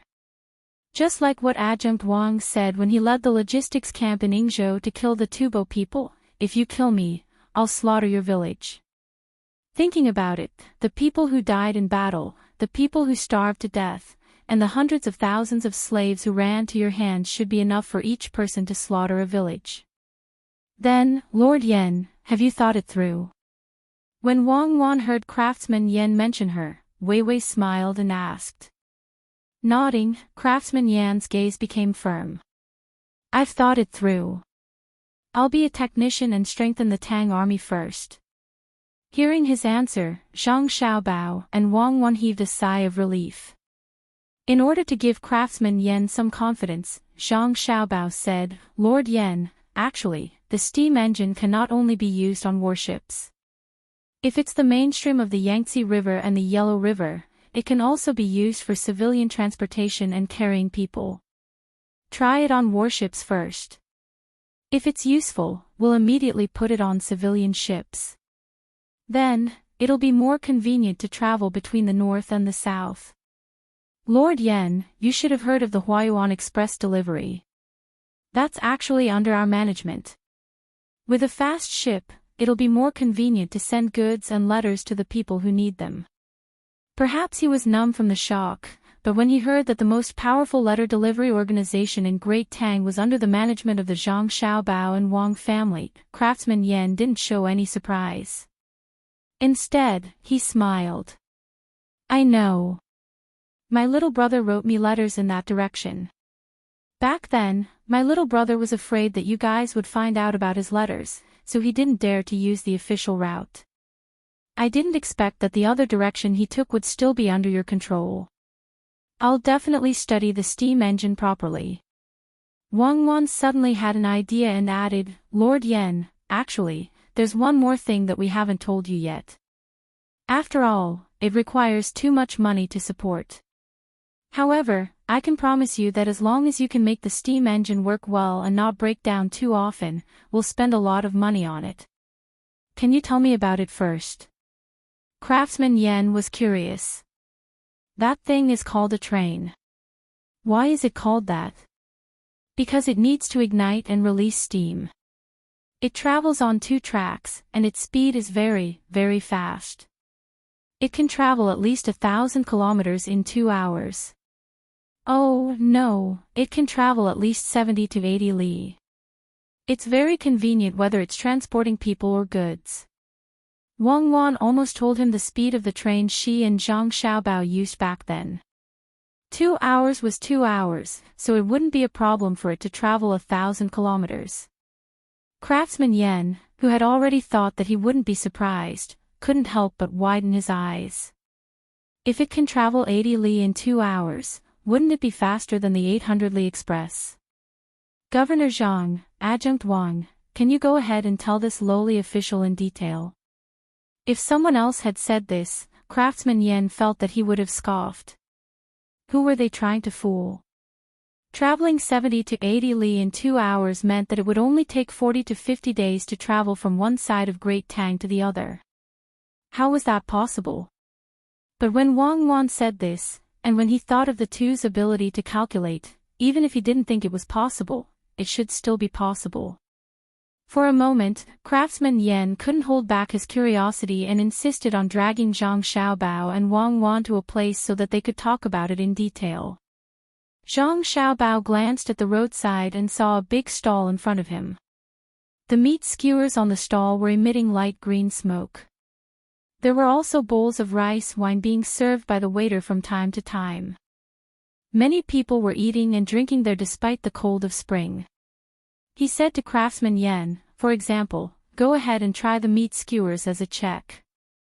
If they dare to use bad meat, I'll get Xiaobei and the others to come over. Craftsman Yen knew that Zhang Xiaobao was joking. During the day, he had heard from his younger brother that the people of Jili province already regarded Zhang Xiaobao and Wang Wan as gods. No one would violate the rules set by the two of them, let alone use bad meat when roasting meat. Thinking of how Xiaobei and the others had come to find him not long ago, he smiled and said, yes, if Governor Zhang really went to find Xiaobei and the others, even if that person didn't have a problem, he would have said what he was thinking. At the time, I was so scared that I didn't even dare to hide it. They're just children, they only know how to fool around. If it weren't for that, I wouldn't have met such a formidable person like Official Yen. Let's go, it's my treat today. Zhang Xiaobao was also very happy to hear his younger brother and sister praised. Of course. Who told Governor Zhang to be so rich? Craftsman Yen followed over and found an empty table to sit down. He first ordered a pot of hot tea to warm himself up, then randomly chose a few skewers to roast. The three of them began to talk about the train. Chapter 835. The Blackwater Commander-in-Chief's mansion, which was the Swanee tribe and its affiliated tribes, had just turned defeat into victory. They were ready to take down the Bohai Commander-in-Chief's mansion, which was secretly supporting the Tang army. The battlefield was very bright. The Tang army could not adapt to the bad weather. Although there was an army that was very good at fighting in the forest, they could not withstand the cold of the snow, so their fighting strength was greatly reduced. Just as they were about to defeat the Tang army of more than 20,000, the Tang army suddenly changed tactics at the critical moment. They used a small elite force to pin down the enemy and then set fire everywhere. The thick smoke not only scared away all kinds of animals, but also made the Tang army lose the strategic initiative. It was said that the commander of this army was a nephew of the great Tang emperor, Li Longji. He had been accustomed to a life of ease, so he wasn't very familiar with war. For some reason, his fighting style had changed, becoming unfathomable. It was impossible to continue north. That kind of cold would not be relieved by the change of season. Coupled with the cold of the late spring, one would die if one went. If they wanted to head west, those high mountains would not be easy to cross, and even if they did, they would probably be met with fierce attacks from the Turks. They would not give the Great Tang an excuse to send a large army to pressure them. There was no need to consider the south. That was the territory of the Tang army. The only place that could temporarily avoid the fire was the east. If they went down the mountain and ran to the coast, the fire could not reach the water. After this consideration, the Blackwater Commander-in-Chief's mansion began to carefully move toward the coast. Fortunately, the sea was still frozen where they were going, so the Tang ships could not get close. Throwing away everything that was in their way and taking only clothes and food, the people of the Swanee tribe headed for the seaside. They no longer thought about taking down the commander-in-chief's mansion in Bohai Sea, nor did they have any intention of wiping out the entire Tang army.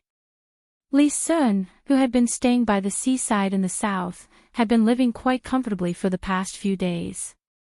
Originally, he was worried that they wouldn't be able to win the war, but after seeing Zhang Xiaobao's follow-up plan, he knew what to do. The hot air balloons on the fleet rose to avoid the smoke and were responsible for patrolling high in the sky.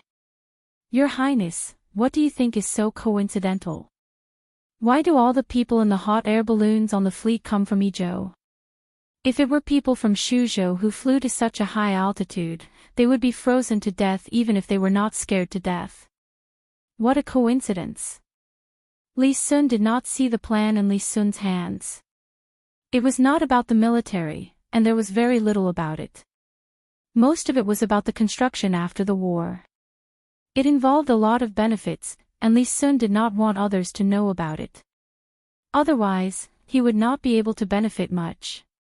Hearing Lu Jun's words, the team responsible for protecting Li Sun huddled close to Li Sun and rested.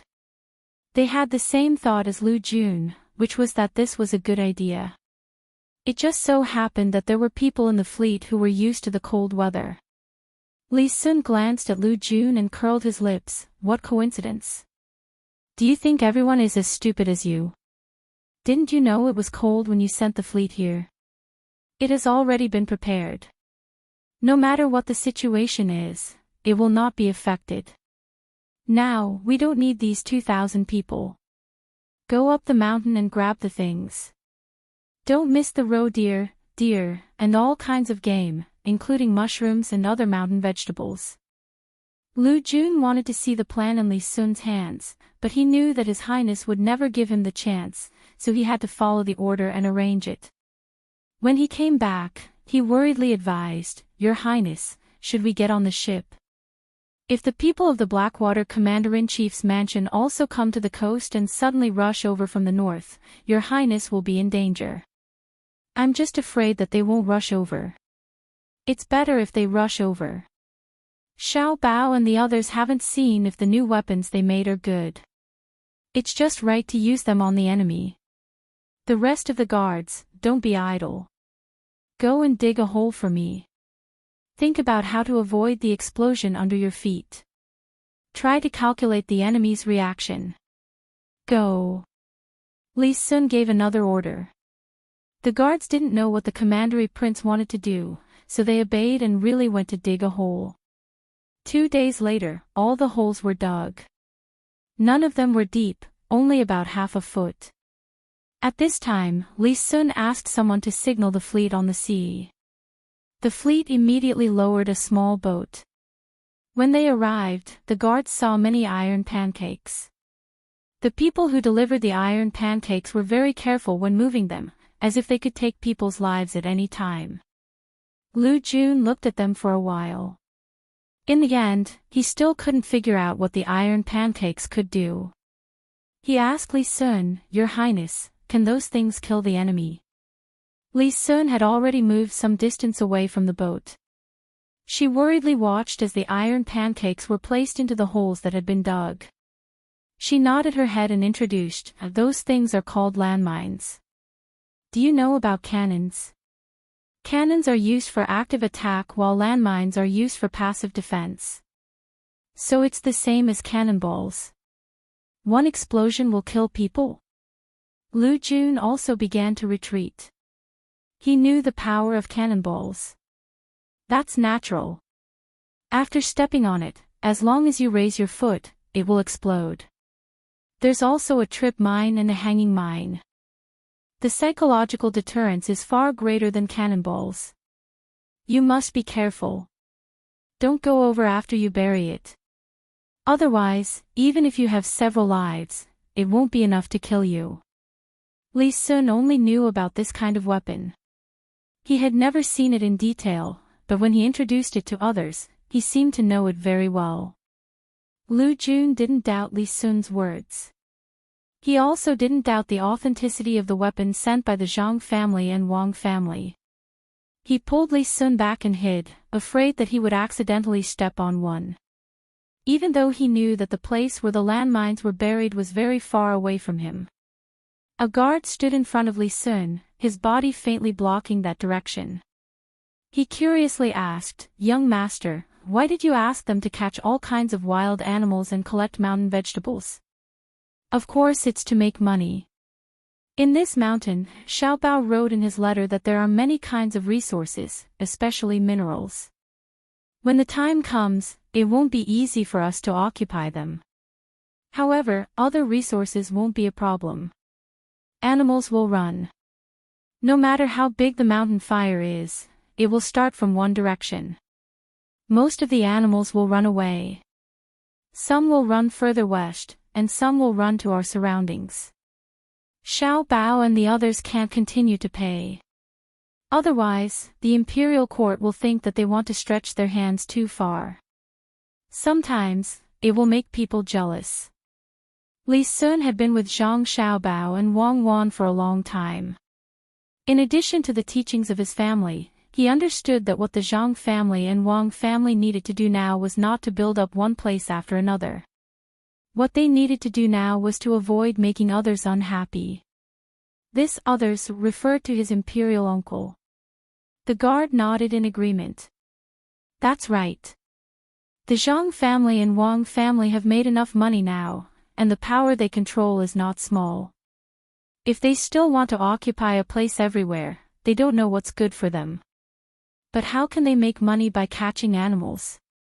The other guards also had the same idea. Now, there was no one in Gongji province who did not know about the Zhang family and Wang family.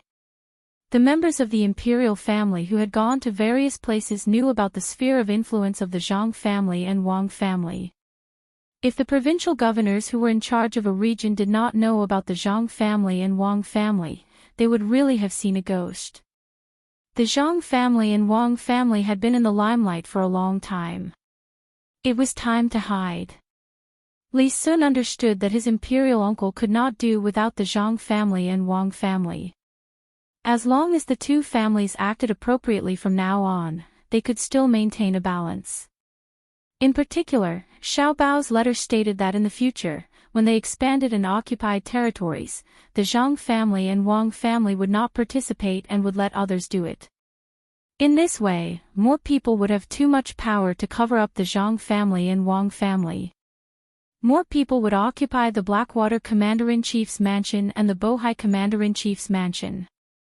His imperial uncle had to find a way to maintain a balance.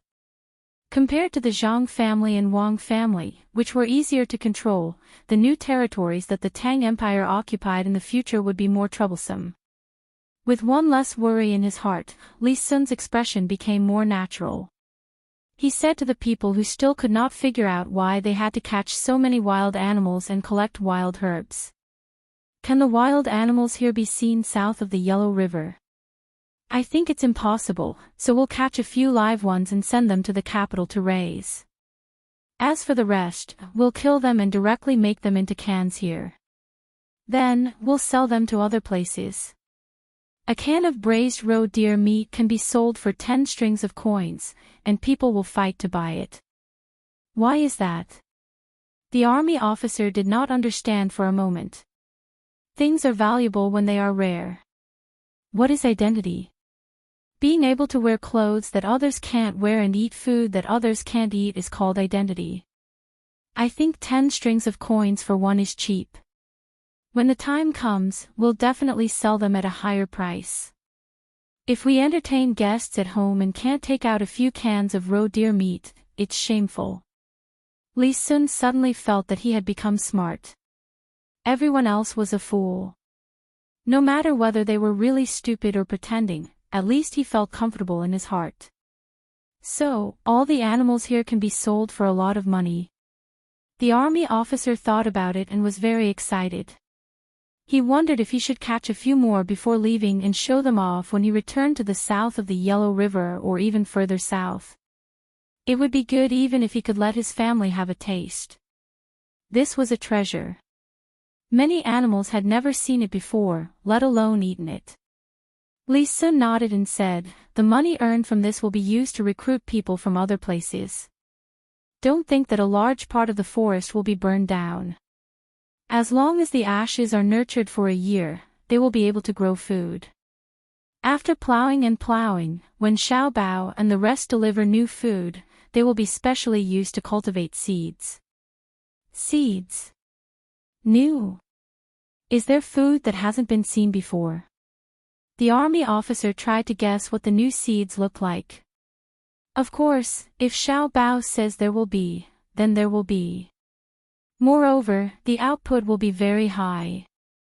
Even if people don't like to eat it, it can be used to feed more animals. It can also be brewed into wine. After purification, it can be used as firewood. Li Sun once again put the future matters on himself. He felt that he had participated and was also the organizer. Even if no one gave him credit, he thought that he could get a share of the credit. Now the people around him were silent. They all thought about the future and whether what His Highness said was true. In Jili province, Zhang Xiaobao and Wang Wan no longer bothered to think about the situation in Blackwater's commander-in-chief's mansion. The two people's energy was more focused on science and technology. Now they had written down all kinds of ideas and passed them to the craftsmen from all over the country. It included all kinds of aspects. For some aspects, the two people understood more thoroughly and developed faster. For those that they didn't understand, they gave a general idea and let the craftsmen figure it out by themselves. After meeting Zhang Xiaobao and Wang Wan, the craftsmen who didn't have a high status obviously improved a lot. In addition to being given official titles, the treatment they received was also incomparable to before. According to their own abilities, they were evaluated. The higher the rank, the more salary they could receive every month. At most, they could receive 200 strings of coins a month. Under the temptation of money and the promotion of official positions, the craftsmen worked very hard. If they were interested in a certain aspect, they would dive into it and study it. They wouldn't give up until they had some results. The leaders in charge of various fields, according to Zhang Xiaobao and Wang Wan's request, had to gather together once every 10 days to discuss their own achievements and areas that they didn't understand. They could get inspiration from other people's fields and cooperate with each other. More Taoists were also invited. They had nothing to do, so they refined pills. Zhang Xiaobao and Wang Wan didn't eat their pills, but they appreciated their persistence. They personally refined several kinds of pills for them. After using both fire and water methods, the Taoists saw a new world. On this day, after reading the report on the progress of the Industrial Revolution, Zhang Xiaobao and Wang Wan stayed in the room to discuss new things. There are still many Taoists from all over the country who haven't come. Think of a way to trick them. People like them are very useful if we use them well. They already have a lot of knowledge, but they lack a guide. We can't let them continue to pretend to be gods and ghosts. We have to get them into scientific research. Zhang Xiaobao had lost weight recently. He was busy with the matters of the bank and managing the accounts at home. He also had to learn physics and chemistry from Wang Wan and guide the other craftsmen.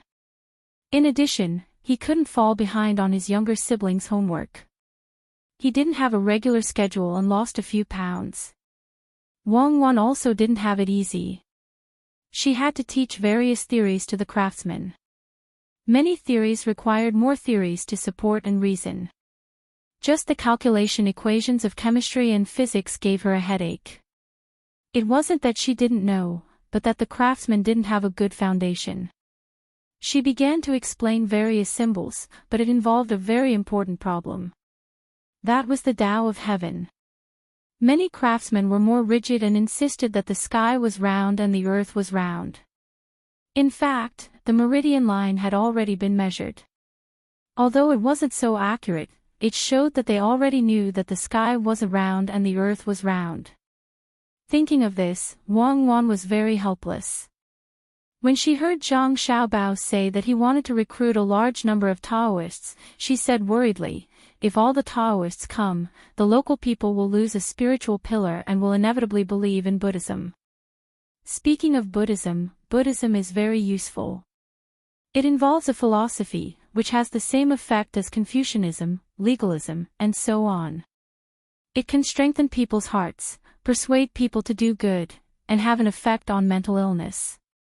However, I am very opposed to this Buddhism. I don't see any other effect besides collecting money. Not all the people who believe in Buddhism are kind people, and not all the monks in the temple are compassionate.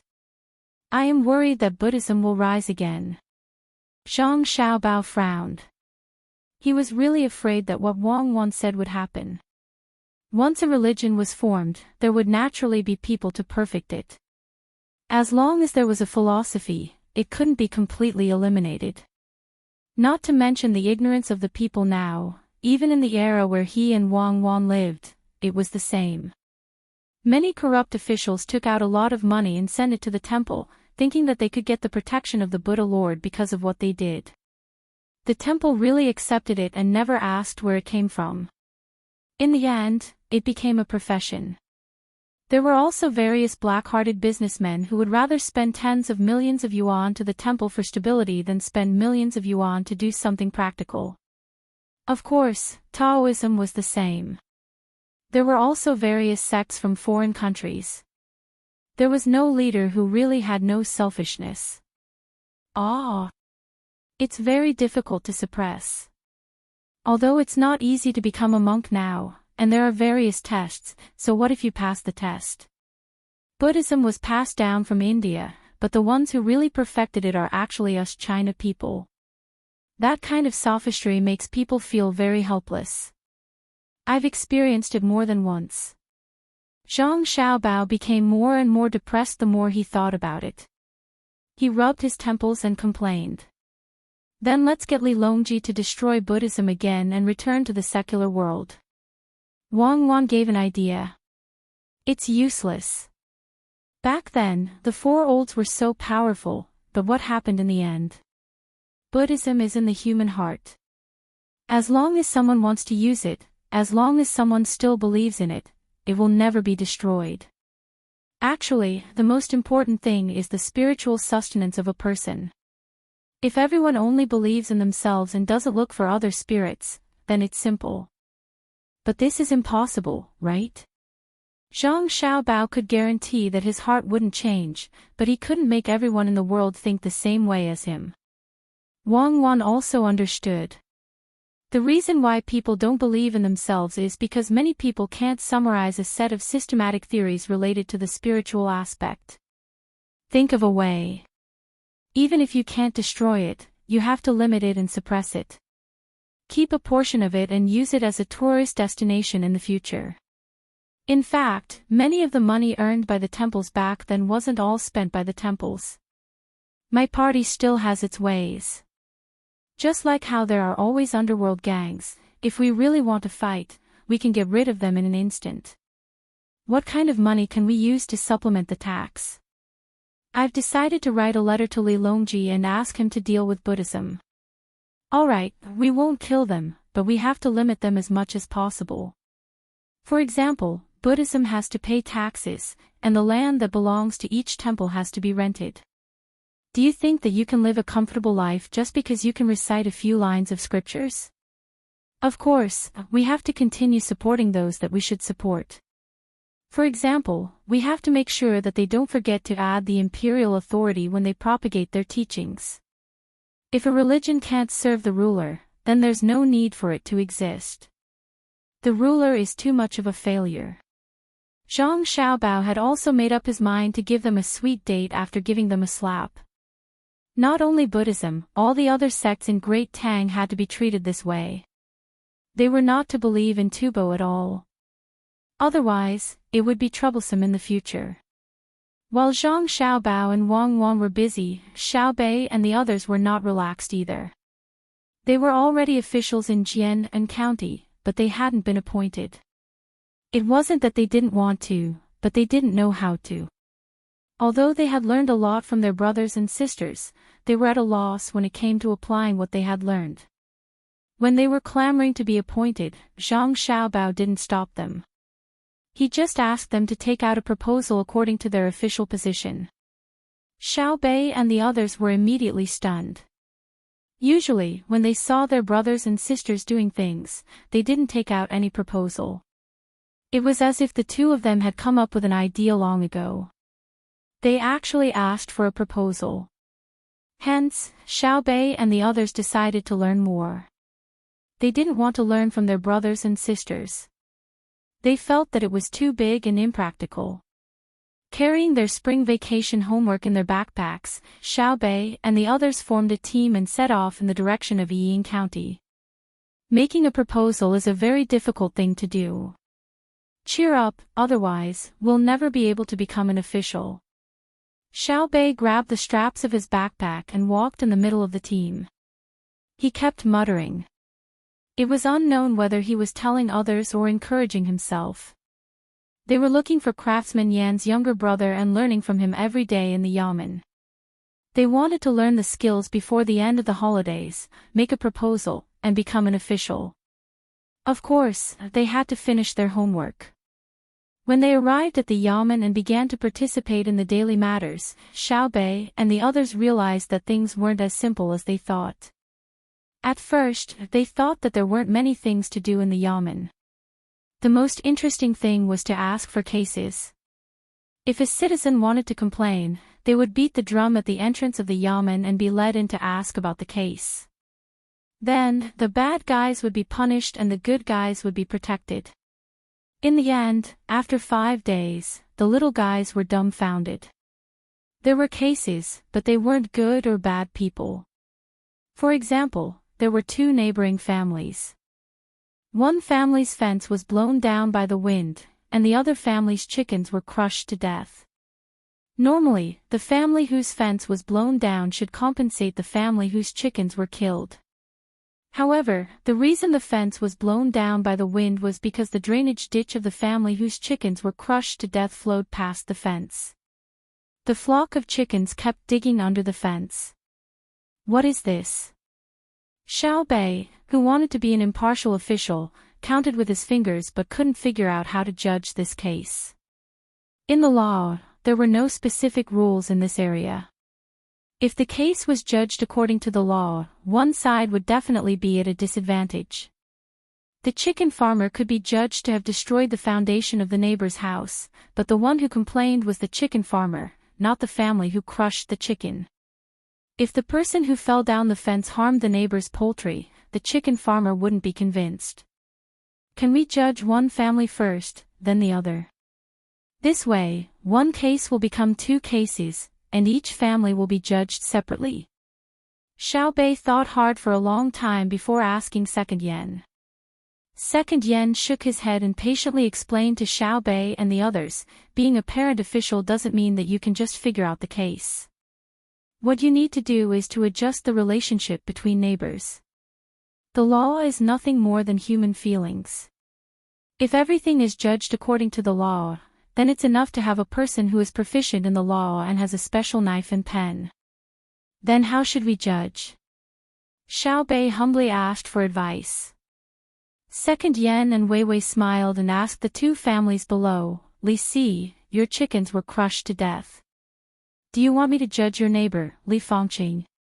County Magistrate Yan, yes. Li Si, who was asked, glared at Li Fangqing angrily and replied. Second Yan then turned to Li Fangqing, do you feel wrong that Li Si destroyed your fence? That's right. Lord, you have to judge for me, Li Fangqing said. Second Yan nodded, then I will judge. Li Fangqing, there is a ditch next to your fence. Did you not know about it? Why didn't you report it if you knew? Today, you crushed a chicken. Who knows, tomorrow, you might crush a neighbor's child. Many chickens don't return to the nest after laying eggs. There are children who go and pick them up. I think you are planning to crush Li Si's child one day. Do you admit to your crime? Li Fangqing was dumbfounded when he heard this. It was just crushing a chicken.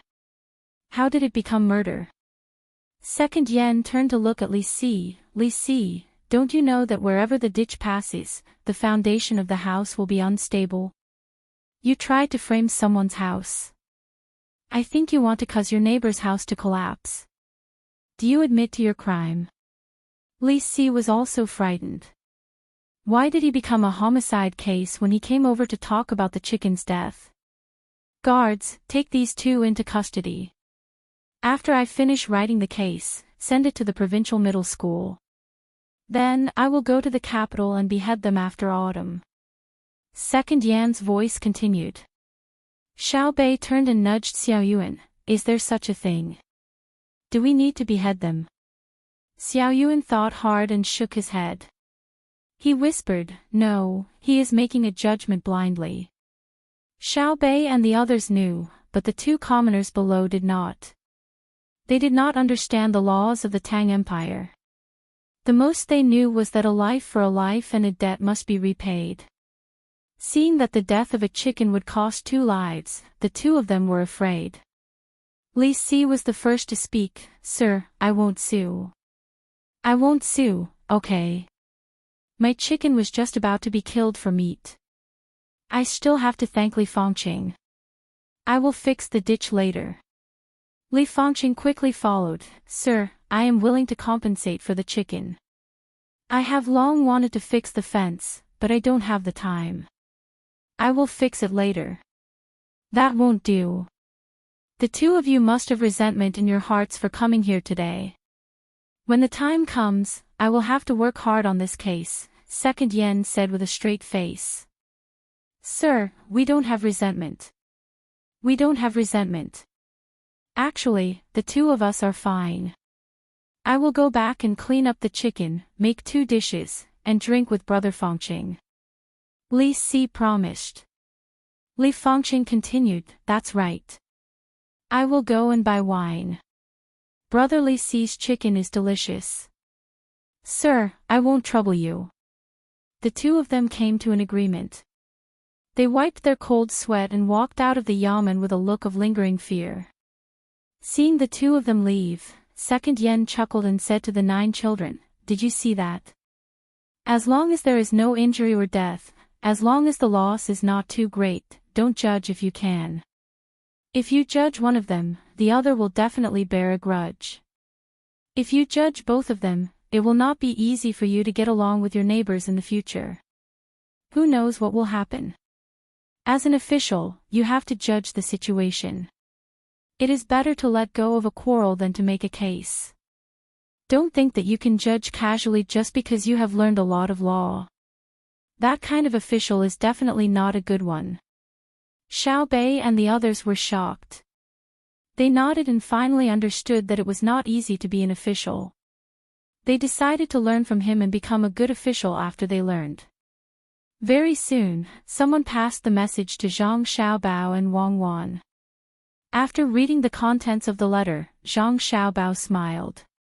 It seems that to be a bad official, you have to be more capable than a good official. Once you become a good official, you will be more impressive than an ordinary good official. Isn't that so? This is good too. We can let Xiao Bei and the others learn from others since we can't teach them directly. Do you really intend to let them become officials in Jinan? Wang Wan was also very happy. It was indeed not easy to find such a good official.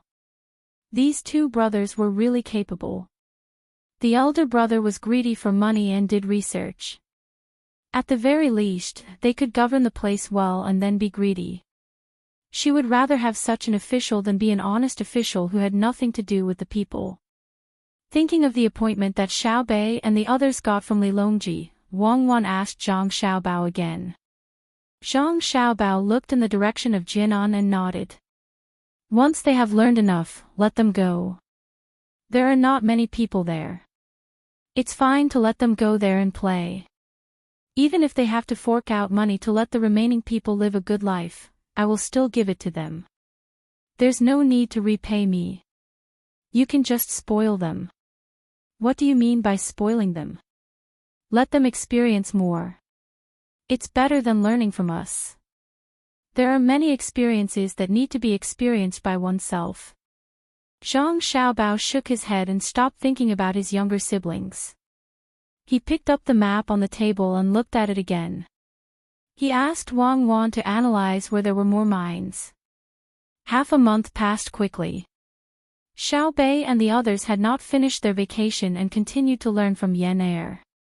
Zhang Xiaobao and Wang Wan were still waiting for the people they sent out to discover North America and return safely. Li Sun ended his leisurely days. As the weather warmed up, the seawater gradually melted. He was a little emotional when the people from the Blackwater Commander-in-Chief's office did not attack. He wanted to take the initiative to attack. Li Sun carefully looked at the map that was drawn up on the spot.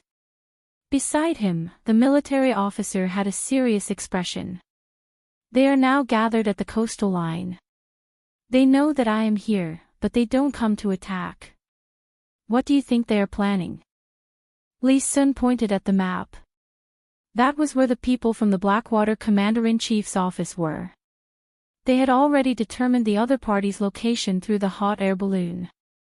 Lu Jun came closer and thought about it carefully before saying, could it be that he's recuperating from his injuries and is preparing to take us down in one fell swoop after the injured people have more or less recovered? Recuperating? I don't think so. I suspect that they know that we have gunboats here and don't want to put themselves in a dangerous place. It seems that we need to let the gunboats leave. Pass down my order. Let the gunboats sail to a place where people can't see. The hot air balloon in the sky continues to rise. Li Sun thought about it and issued an order.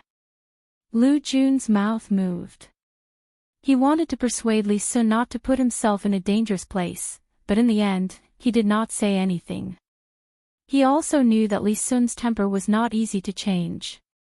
He could only wait for the people from the Blackwater Commander-in-Chief's office to attack and protect them. As the fleet retreated, Li Sun also pretended to leave. He sent all the prey to the fleet, including wild vegetables and other things.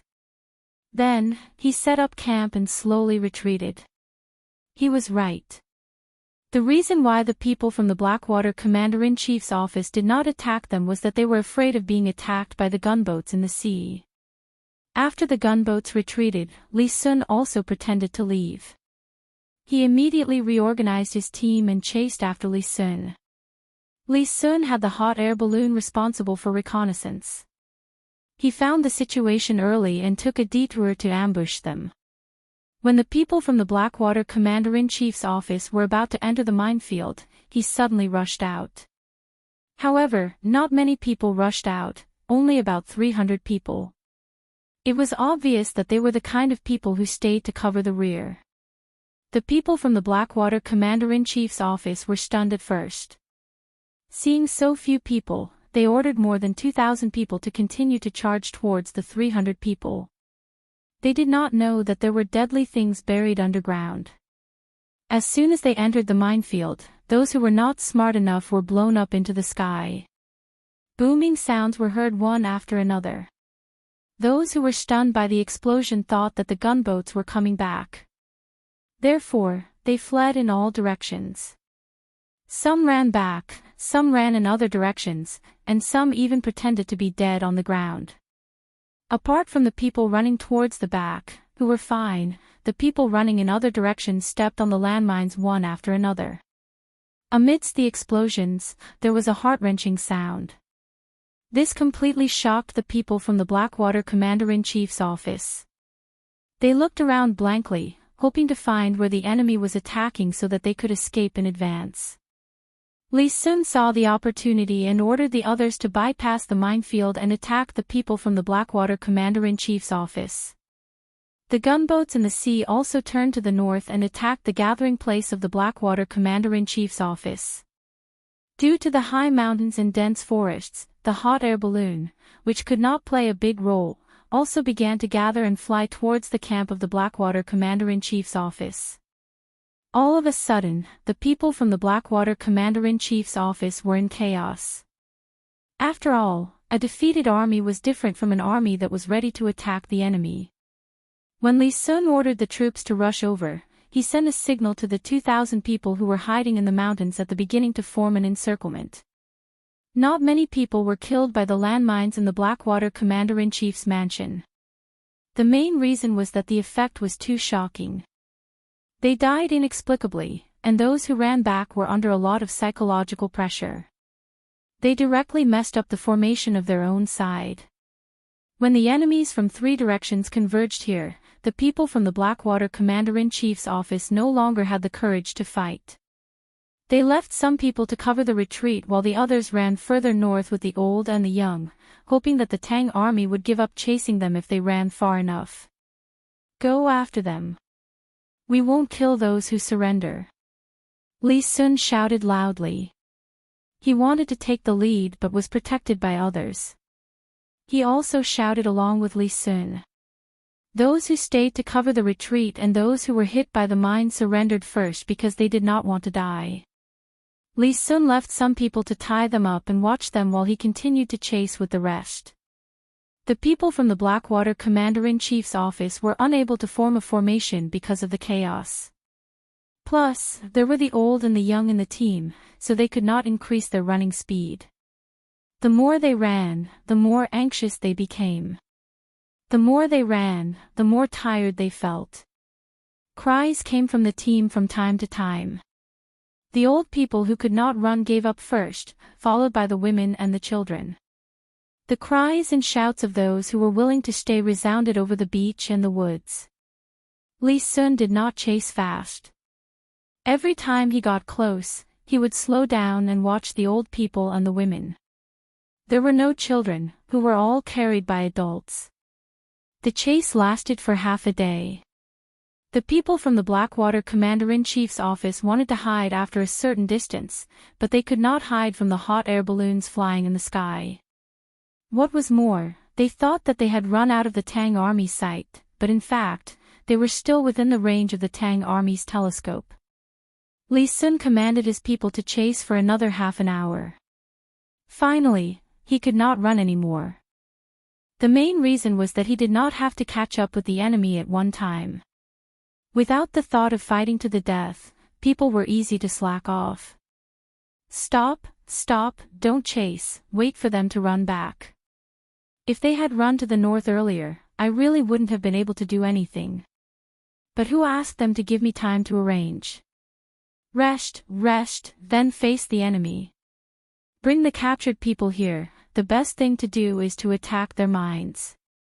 Li Sun gasped and put his hands on his waist. He really could not run anymore. Shen Jun had been left behind. Compared with Li Sun, Shen Jun was much worse. After all, Li Sun had received training from Zhang Xiaobao and Wang Wan. In fact, the people from the Blackwater Commander-in-Chief's office could not run anymore, but they had to. If they did not run, they would lose their lives. When they found that the pursuers behind them were silent, they cautiously stopped and temporarily reorganized. Many adults were listless, while the children were tired of crying, resting or sitting on the ground in a daze, waiting for the arrival of an unknown fate. A large number of things were thrown away in the process of running away. Only a few people still had jerky and pancakes. They sent people to look back and found that the Tang army really did not chase, so they began to gather up the edible things to fill their stomachs. Eating a mouthful of dry things and finding unmelted snow as water, the people of the Blackwater Commander-in-Chief's office had a very difficult time eating. After they finished eating, they felt even more tired after running for so long. Suddenly, they heard the sound of killing coming from the north. They struggled to stand up and looked at the road that should have been their escape route. They saw a dense crowd of figures on the hillside in the north. The monarch of the Blackwater Commander-in-Chief's office looked at the less than 10,000 people around him and then looked at the thousands of vigorous Tang soldiers in front of him. He could not summon up any fighting spirit for a while. When the other party was less than 100 steps away from them, they all had helpless expressions on their faces. Where did you run from? The monarch of the Blackwater Commander-in-Chief's office wanted to know why he died. He knew that he could not survive in any case. After all, he had sent people to plot against Li Longji. A person stood out from the opposite side and shouted at the top of his voice, "Run, why don't you run again?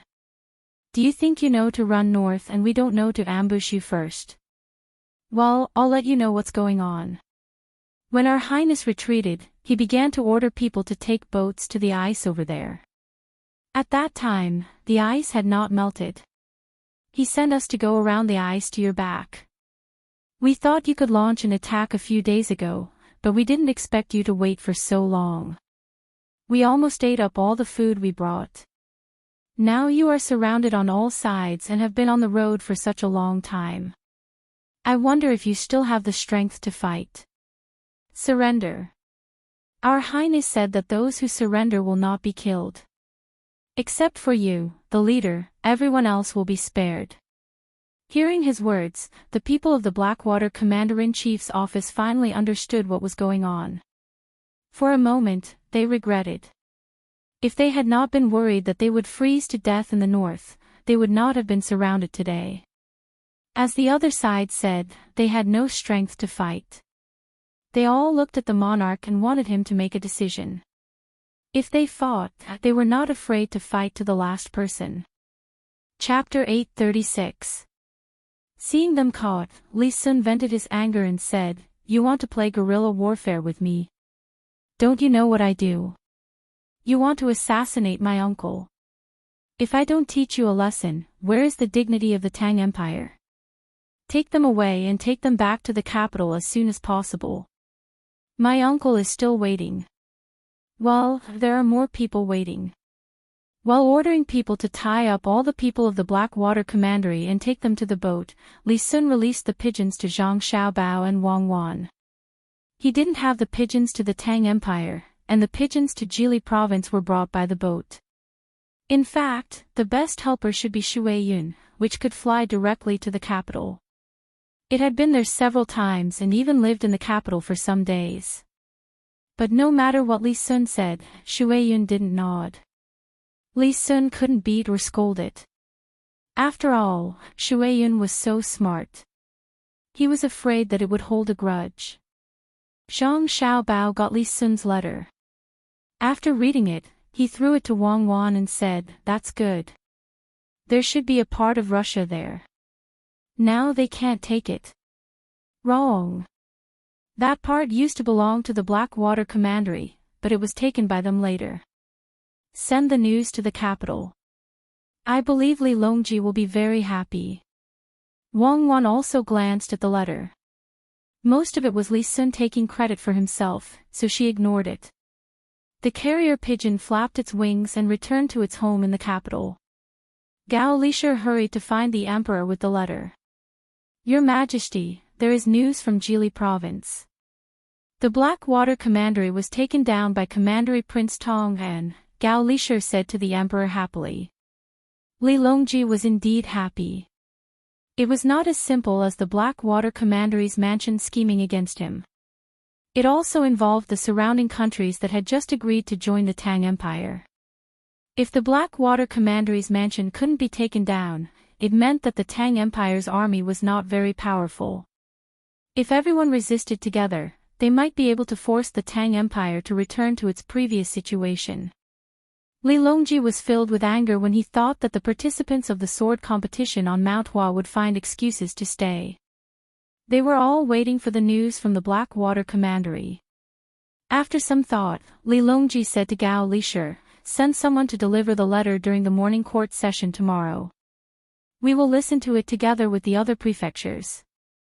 Gao Lisher understood that the so-called other prefectures were referring to Tufan, Turkic Khaganate, and other places. Their status as vassal states was no longer there. He nodded and left to make arrangements. Li Longji continued to admire the flowers blooming in the greenhouse with Princess Jincheng. Princess Jincheng had been living a good life in this period of time. She would take a stroll around the palace every day to understand the current situation in Great Tang and catch up with the people she knew in the past. Right now, her thoughts were no longer on Tubo. The more she understood, the more she felt how powerful the Tang Empire was. That person floating in the unsinkable lake was actually made by someone. There were many animals in the zoo that she had never seen before. From the models, she could clearly see the various places in the Tang Empire. The oven that was used to bake pastries and bread could also be used in tubo. The eggs that were beaten with an egg beater and mixed with milk tasted very refreshing. From a small place, one could feel how prosperous the Tang Empire was now. Walking on the streets of the capital and seeing the living conditions of the people, it was like heaven and earth compared to Tubo. During the morning court session the next day, Li Longji deliberately asked the others to come to the court session to discuss matters. The people of the surrounding countries did not know that the Blackwater Commandery had been defeated.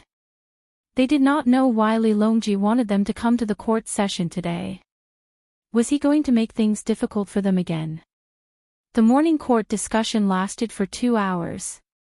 When an urgent report came in saying that the Blackwater Commander-in-Chief's manor had been captured and all of them were going to be escorted back to the capital, everyone finally understood that Li Longji was telling them not to count on the Blackwater Commander-in-Chief's manor to win against the Great Tang. They should just do what they had to do. Li Longji looked at the expressions of the people and was in a good mood. He thought to himself, "You want to see the Tang Empire in action? Dream on. Let's see who else dares to stir up trouble." The officials had also just heard of this matter. The first thing that came to their minds was that Li Sun was quite capable. The second thing that came to their minds was that with such a big place, who was going to govern it if everyone was escorted back? Everyone, who do you think should be sent over? Li Longji also thought of this problem. If it was based on distance, it would be best to send Zhang Xiaobao and Wang Wan. However, he could not do this. Zhang Xiaobao and Wang clan were already very powerful. If they were any more powerful, even if he did not say anything, the pressure from the officials would not be able to withstand. This was not a good thing for Zhang Xiaobao and Wang clan. The officials looked at each other, but no one said anything. They were thinking that that lousy place was far and cold. If they sent their own people over, it would be no different from being exiled. Official Zhang, how should we arrange it? Li Longji was very dissatisfied with the silence of the officials. This was because he felt that if Zhang Xiaobao and Wang Wan were given that place, they would definitely turn it into a prosperous place. With this comparison, if others were not willing to go, it could only mean that they did not have the ability. If they all wanted to go to a better place, would they not want to work hard to change it? Then what was the future of the Tang Empire? Thus, he stared at Zhang Shuo and let him speak. Zhang Shuo did not want to be seen by the emperor, but he was standing very close to the emperor. There was no one in front of him, so the emperor looked up and saw him.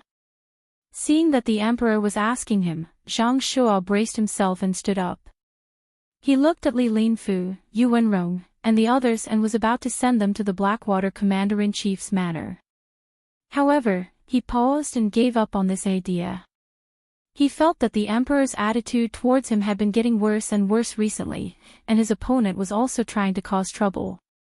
If he was really the one who suggested it, what would the emperor think? Would it force his opponent to make a move against him in advance? Of course, he could not mention his opponent, nor could he mention his own people. That would make his subordinates cold. Last time, when he fought with Zhang Zhong, his subordinates were a little uncontrollable. Thinking like this, Wei Wei lowered her head and rolled her eyes. Suddenly, she had a good idea. Your Majesty, this official thinks that we can choose one person from Li Sun or Li Yu to work there. Li Yu has done things steadily in Changning and has developed the area well. Not only is the economy prosperous, the government is smooth, and he knows how to help the surrounding provinces and counties become prosperous together. This official thinks that if Li Yu is sent to the Blackwater Commander-in-Chief's manor, it will definitely be another Changning. I believe that it will not take long before that place will become prosperous. Li Sun is the commandery prince of Tongan. I believe that all of us know how to govern Suzhou. He is even more capable and is a member of the imperial clan. We can trust him. This is what this official thinks. Your Majesty, please make a decision. After saying this, Zhang Shuo let out a long breath. He felt that he had not offended anyone. As for Li Sun and Li Yu, there was no other way. After all, they were not princes. He believed that the emperor would consider it. Li Longji knew what Zhang Shuo was thinking. He was very dissatisfied with Zhang Shuo's words. Did he think that governing the country was a child's play? Was it a question of who was taking advantage and who was at a disadvantage? A capable person would be capable no matter where he was placed. Thinking of this, Li Longji did not let Zhang Shuo go. He asked him again, how many capable people have come out of Jinjia Academy this year? What do you think? Your Majesty, you can't do that. The people of Jinjia Academy are indeed extraordinary, especially the internal assessment that they have to pass before taking the imperial examination. They are good at managing the people of a region or managing a family in the capital. However, they are too close to the Zhang family and the Wang family. Zhang Xiaobao and Wang Wan are in Jili province. If we send them there, the entire northern Hebei province will be connected by them. It will be difficult to govern at that time. If they are plotting something. Before Zhang Shuo could finish, Zhang Zhong, who was standing beside him, was unhappy and questioned him loudly. Zhang Shuo, who are you saying is plotting something? Zhang Shuo also reacted. Usually, Zhang Zhong was always silent in the court, so people almost forgot that he blurted it out. He quickly smiled at Zhang Zhong and said, Haha, Minister Zhang, I misspoke just now. Sorry, but I said that we can't send the people of Jinjia Academy. Zhang Zhong glared at him and said, according to what you said, the people of the academies funded by Zhang family and the Wang family, who have been trained by us, can't be sent to the places where our family members are officials as long as they pass the imperial examination, right? Apart from this group of people, the people who have been officials with our family members should also be the same, right? Your Majesty, I misspoke again. Zhang Shuo was about to refute, but he suddenly saw the emperor's bad expression and quickly admitted his mistake. Li Longji took a deep breath and was silent for a moment. He said, since Minister Zhang recommended Li Yu and Li Sun, then I will send Li Yu. When Zhang Shuo heard that the emperor agreed to his suggestion, he didn't dare to show the slightest bit of pride. He lowered his head and stood back. Li Longji wrote a decree and sent it to Changning, which confirmed the appointment. When the morning court ended, Li Longji invited the people of the surrounding state capitals to have lunch together. When the meal was finished, everyone began to leave the capital the next day. They already had a plan in mind. When it was time for Princess Jincheng and Zhu Zan to leave, Li Longji sent Gao Lishir to bring them a lot of things. He also specially arranged a dozen palace maids and a group of guards. Zhu Zan didn't say anything. Originally, Princess Jincheng had brought along palace maids and guards, but after they went to Tubo, they were slowly dealt with. He knew that he couldn't continue to deal with the people sent this time. Otherwise, he would incur Li Longji's endless anger. When all the things were done, Gao Lishir returned to the palace and found Li Longji. He reminded, Your Majesty, the governor's mansion of Heishui doesn't seem to be easy to manage. There are no people, and the roads are not smooth. In addition, it's cold, so it's useless for Li Yu to go there. Don't forget that your adopted son is in Jili province. Li Yu will naturally go to Xiaobao and Cuckoo to ask for a plan. Others may not have a solution, but I don't believe that Xiaobao can't do it. If you don't believe me, just take a look. Li Longji didn't have the slightest doubt about Zhang Xiaobao's ability. His words were very firm. I hope so. Gao Lishir didn't object this time. A few days later, Li Yu, who was enjoying peace in Changning, received the imperial decree. When he saw the content, he showed a sad expression. He muttered, How can this be? I worked so hard to make Changning rich, and now you want to transfer me elsewhere. What about Changning? Give it to someone else. You're clearly bullying me. Little Worm, who had been Li Yu's advisor, also came over and read the imperial decree. He said, Your Excellency, there's no one in the governor's mansion of Heishui now. What can we do there? Why don't we write a letter to His Majesty and postpone this matter? Dream on. Changning is gone just like that. Pack up and take a boat. When we pass by Jili province, ask Xiao Bao. Li Yu, who didn't want to leave Changning, finally decided to leave as soon as possible. Yes, Your Excellency, we should leave early. The young master of the Zhang family must have a solution. There weren't many families in Jili province back then. Didn't they end up like this when they went there? The earlier we leave, the earlier we can make arrangements. Little Worm also thought of the people they would meet on the way. Li Yu closed his eyes and waited for Little Worm to come back. He asked Little Worm, do you think we can trick Xiao Bao and Cuckoo? Even if they stay in the governor's mansion of Heishui for 2 months. Your Excellency, it doesn't seem possible. Jili province is to the west of Xinluo while the governor's mansion of Heishui is to the north of Xinluo.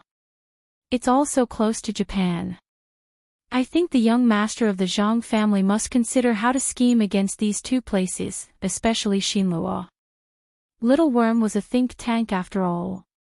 His analysis was clear and logical. Oh, you're right. Xinluo hasn't made its stance clear. Even if we don't beat him, we should give him some pressure. Xiao Bao and Cuckoo can't always stay in Jili province. Li Yu thought carefully and realized that Jili province was too important. Zhang Xiaobao might not be able to spare time. Li Yu packed up his belongings and bid farewell to the people of Changning with tears in his eyes. He boarded a big boat in a neighboring county and was carried dozens of miles by some strong people of Changning. Only then did he enter the Yellow River.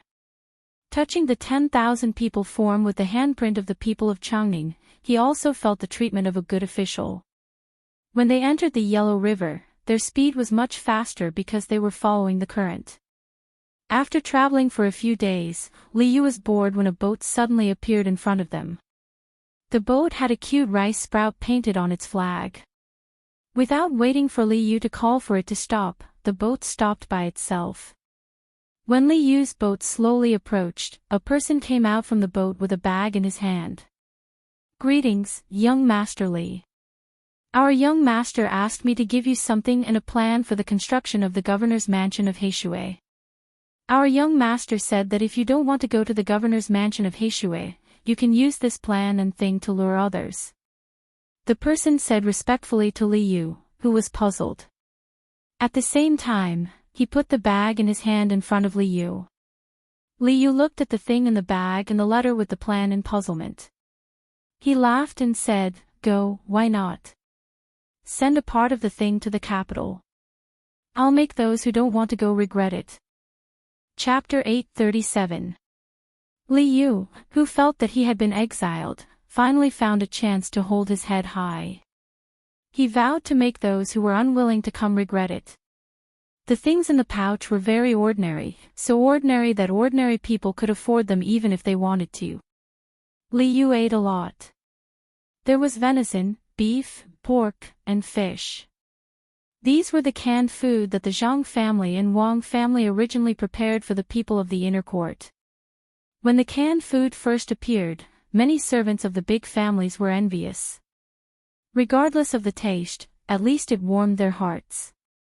Later, Li Longji also asked for a lot of canned food and put it in the palace.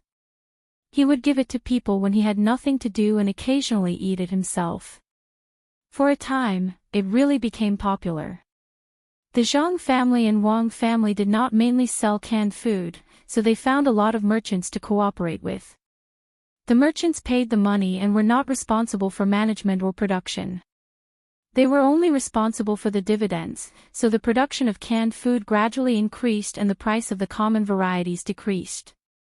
Li Yu was holding a can in his hand. What made him happy was not what was in the can, but the packaging. The outermost layer of the can was a paper box. Inside the paper box was a wooden box. The wooden box had a beautiful pattern on it, and the can was at the innermost layer. The can was placed in a groove in the wooden box. The bottom was lined with smooth fur, and the iron was pressed with a yang seal. Book, do not blame the cold for 3 feet, and the delicacies are fairies in the snow. Product, Northern Mountain Beyond Mountain. There was also an exquisite can opener with a sharp blade and a smooth wooden handle. The words, Beyond Mountain, were carved on it. Seeing this packaging, Liu thought of a phrase, buy the casket and return the pearl.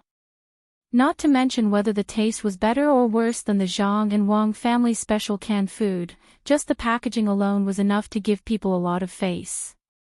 They could invite 3 or 5 friends to sit in the corridor and listen to songs and eulogies. When they were hungry, they could take the canned food out. It had to be 30% more elegant.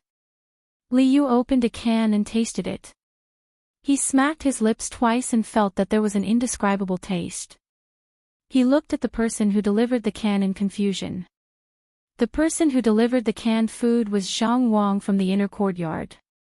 Naturally, he was good at reading people's expressions. Before Liu could ask, he introduced, Young Master Li, this can contains raw deer meat. In order to get rid of the fishy smell, it was smoked with pine wood before it was canned. There's a rosin smell in it. Yes. Now that you mention it, I can taste it. It tastes like pine oil. How much is it? Liu took another bite. Sure enough, it tasted like pine oil. The one in your hand costs 10,000 copper coins, and the one below costs 500,000 copper coins. They can't be sold directly. They need to be custom-made, and the quantity is limited. We only accept 10,000 sets every year. The person from the inner court explained. It's really expensive. According to previous calculations, it's 10 strings of coins and 50 strings of coins. Is this box more expensive? Liu took out a bigger box from his pocket and asked. You don't need the box. You don't need to pay for the canned food. What you're holding right now is a small bottle of wine brewed with ginseng, velvet antler, and other precious herbs. It's also stored in a glass bottle. The person from the inner court was careful and didn't give Liu a chance to ask for the box. Liu didn't care and opened the other package. There was indeed a bottle of wine inside. There were a lot of medicinal herbs written on it. He didn't know if they were really put in. Well, let's see how regretful they are. Well, since we only sell 10,000 cans a year, it doesn't seem like we earn much. The governor's mansion of Heishui is a large area. Even if we don't use a single copper coin, it's only 500,000 strings of coins. That's equivalent to the land of several provinces. Liu felt that he earned too little again. Young Master Li, it's said to be 10,000, but when it's done, it might not be 10,000. Each can has an individual number, but it's not the one that counts next to each other. It's the pinyin alphabet used to mark the pronunciation. It's a very long string. Who knows which one it is? Don't you agree? Yes, there's no such thing as a businessman. Liu admitted that he couldn't compare with Zhang Xiaobao in this aspect. He asked people to send the other cans to the capital on the ship, especially to the high-ranking officials. He slowed down and headed for Jili province. When Liu arrived at Jili province and met Zhang Xiaobao and Wang Wan to discuss the follow-up plan, the cans had already reached the hands of the officials in the capital. The exquisite packaging and unique taste immediately won the praise of the officials. When the pigeons that Liu released from Jili province flew to the capital and reported the various mines of the governor's mansion of Heishui, the officials who didn't want to send their own people to the governor's mansion of Heishui all regretted it. It turned out that the governor's mansion of Heishui wasn't barren. The people of the governor's mansion of Heishui didn't have a good idea. They used to beg for food with a golden bowl. When they regretted it, they began to propose to the emperor to send more people to help with the construction.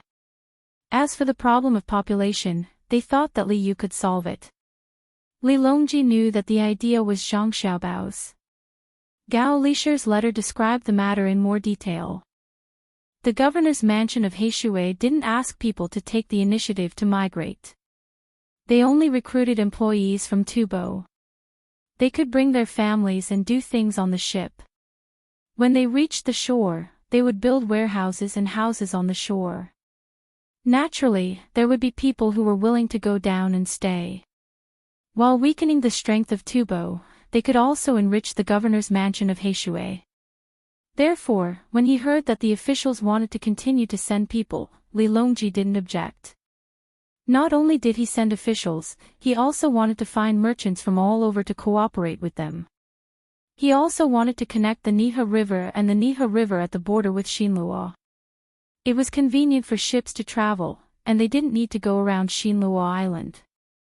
When the officials made a suggestion, they had to think of a way to send merchants who were related to them. Even if they weren't related, they had to think of a way to make connections. Does everyone agree? Seeing that the matter was almost done, Li Longji asked another question. The people led by Zhang Shuo nodded. Their political opponents also agreed. Since that's the case, then we'll wait for the merchants to find them and talk to Li Yu about the cooperation in detail. The imperial court will use the entire governor's mansion of Heishui as a shareholder. The land and resources there will be considered as an investment. Tomorrow, everyone will decide on the merchants who will participate. Li Longji finally said something that stunned all of the ministers.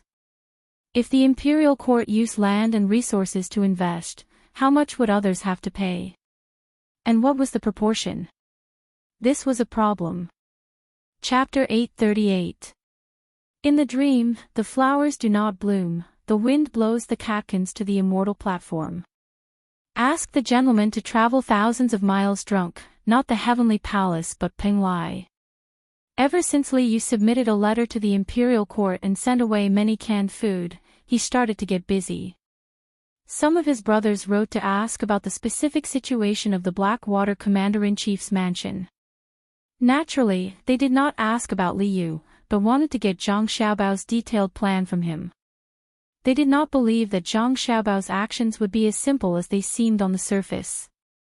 Otherwise, Xiaobao would not be Xiaobao. Zhang Xiaobao himself did not know that he had another nickname, Ji Lianhuan. In many people's hearts, he was already a godlike existence. There was a nursery rhyme that said, "Millionaire, make a lot of money, the top ranking is hard and hard. Hard and hard, you have to be humble, the top of the sky beyond heaven." Sky beyond heaven, Sanshui City, Sanshui Zhang family had a man. Jumping out of the 5 elements, not in the 3 realms. Seeing that he did not speak of a scheme within a scheme, he used a chain of schemes. Zhang Xiaobao's reputation spread like this. It was said that the current emperor complained when he was drunk one day in Xingqing Palace. His desolation could not be described in words. Whether it was true or not was still to be verified. Li Yu's brothers and sisters replied to his letters one by one. His blood brothers and cousins came to him one by one, and he also had quite a number of cousins. Adhering to the idea of making money together and helping each other when it was difficult, Li Yu boasted about the future development of the Blackwater Commander's mansion. In addition to those close to him, there were also capable officials and connected businessmen in the capital. They all contacted Li Yu because of Zhang Xiaobao's name, hoping to get a share of the soup. Li Yu told others according to Zhang Xiaobao's plan, but in his heart, he always felt that Zhang Xiaobao still had a backup plan.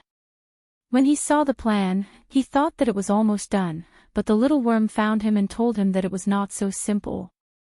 According to the plan, one was to transfer other people to the Blackwater Commander-in-Chief Manor to weaken their cohesion, develop the Blackwater Commander-in-Chief Manor's mineral resources, hunt wild beasts, collect medicinal herbs, and make the Blackwater Commander-in-Chief Manor rich. It was to facilitate the transportation of merchant ships to and fro, to connect the Mud River, and to cut the journey short. After reading the plan, Little Worm said to Li Yu, "Sir, what do you think of Changning?" Li Yu was puzzled.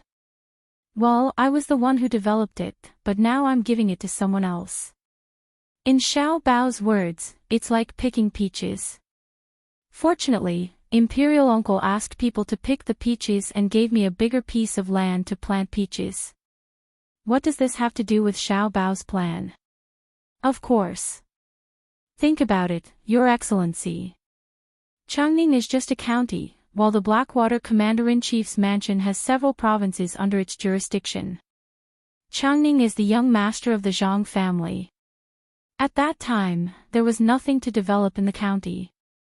It was only after the young master of the Zhang family came up with one plan after another that Changning became what it was today. Since the young master of the Zhang family was able to come up with so many plans for a county, what more for several provinces? If that was the case, Zhang Xiaobao wouldn't be the Zhang Xiaobao we know, and he wouldn't be in existence that surpasses the top ranking list. This humble one thinks that things can't be as simple as the plan in front of us. What do you think, Your Excellency?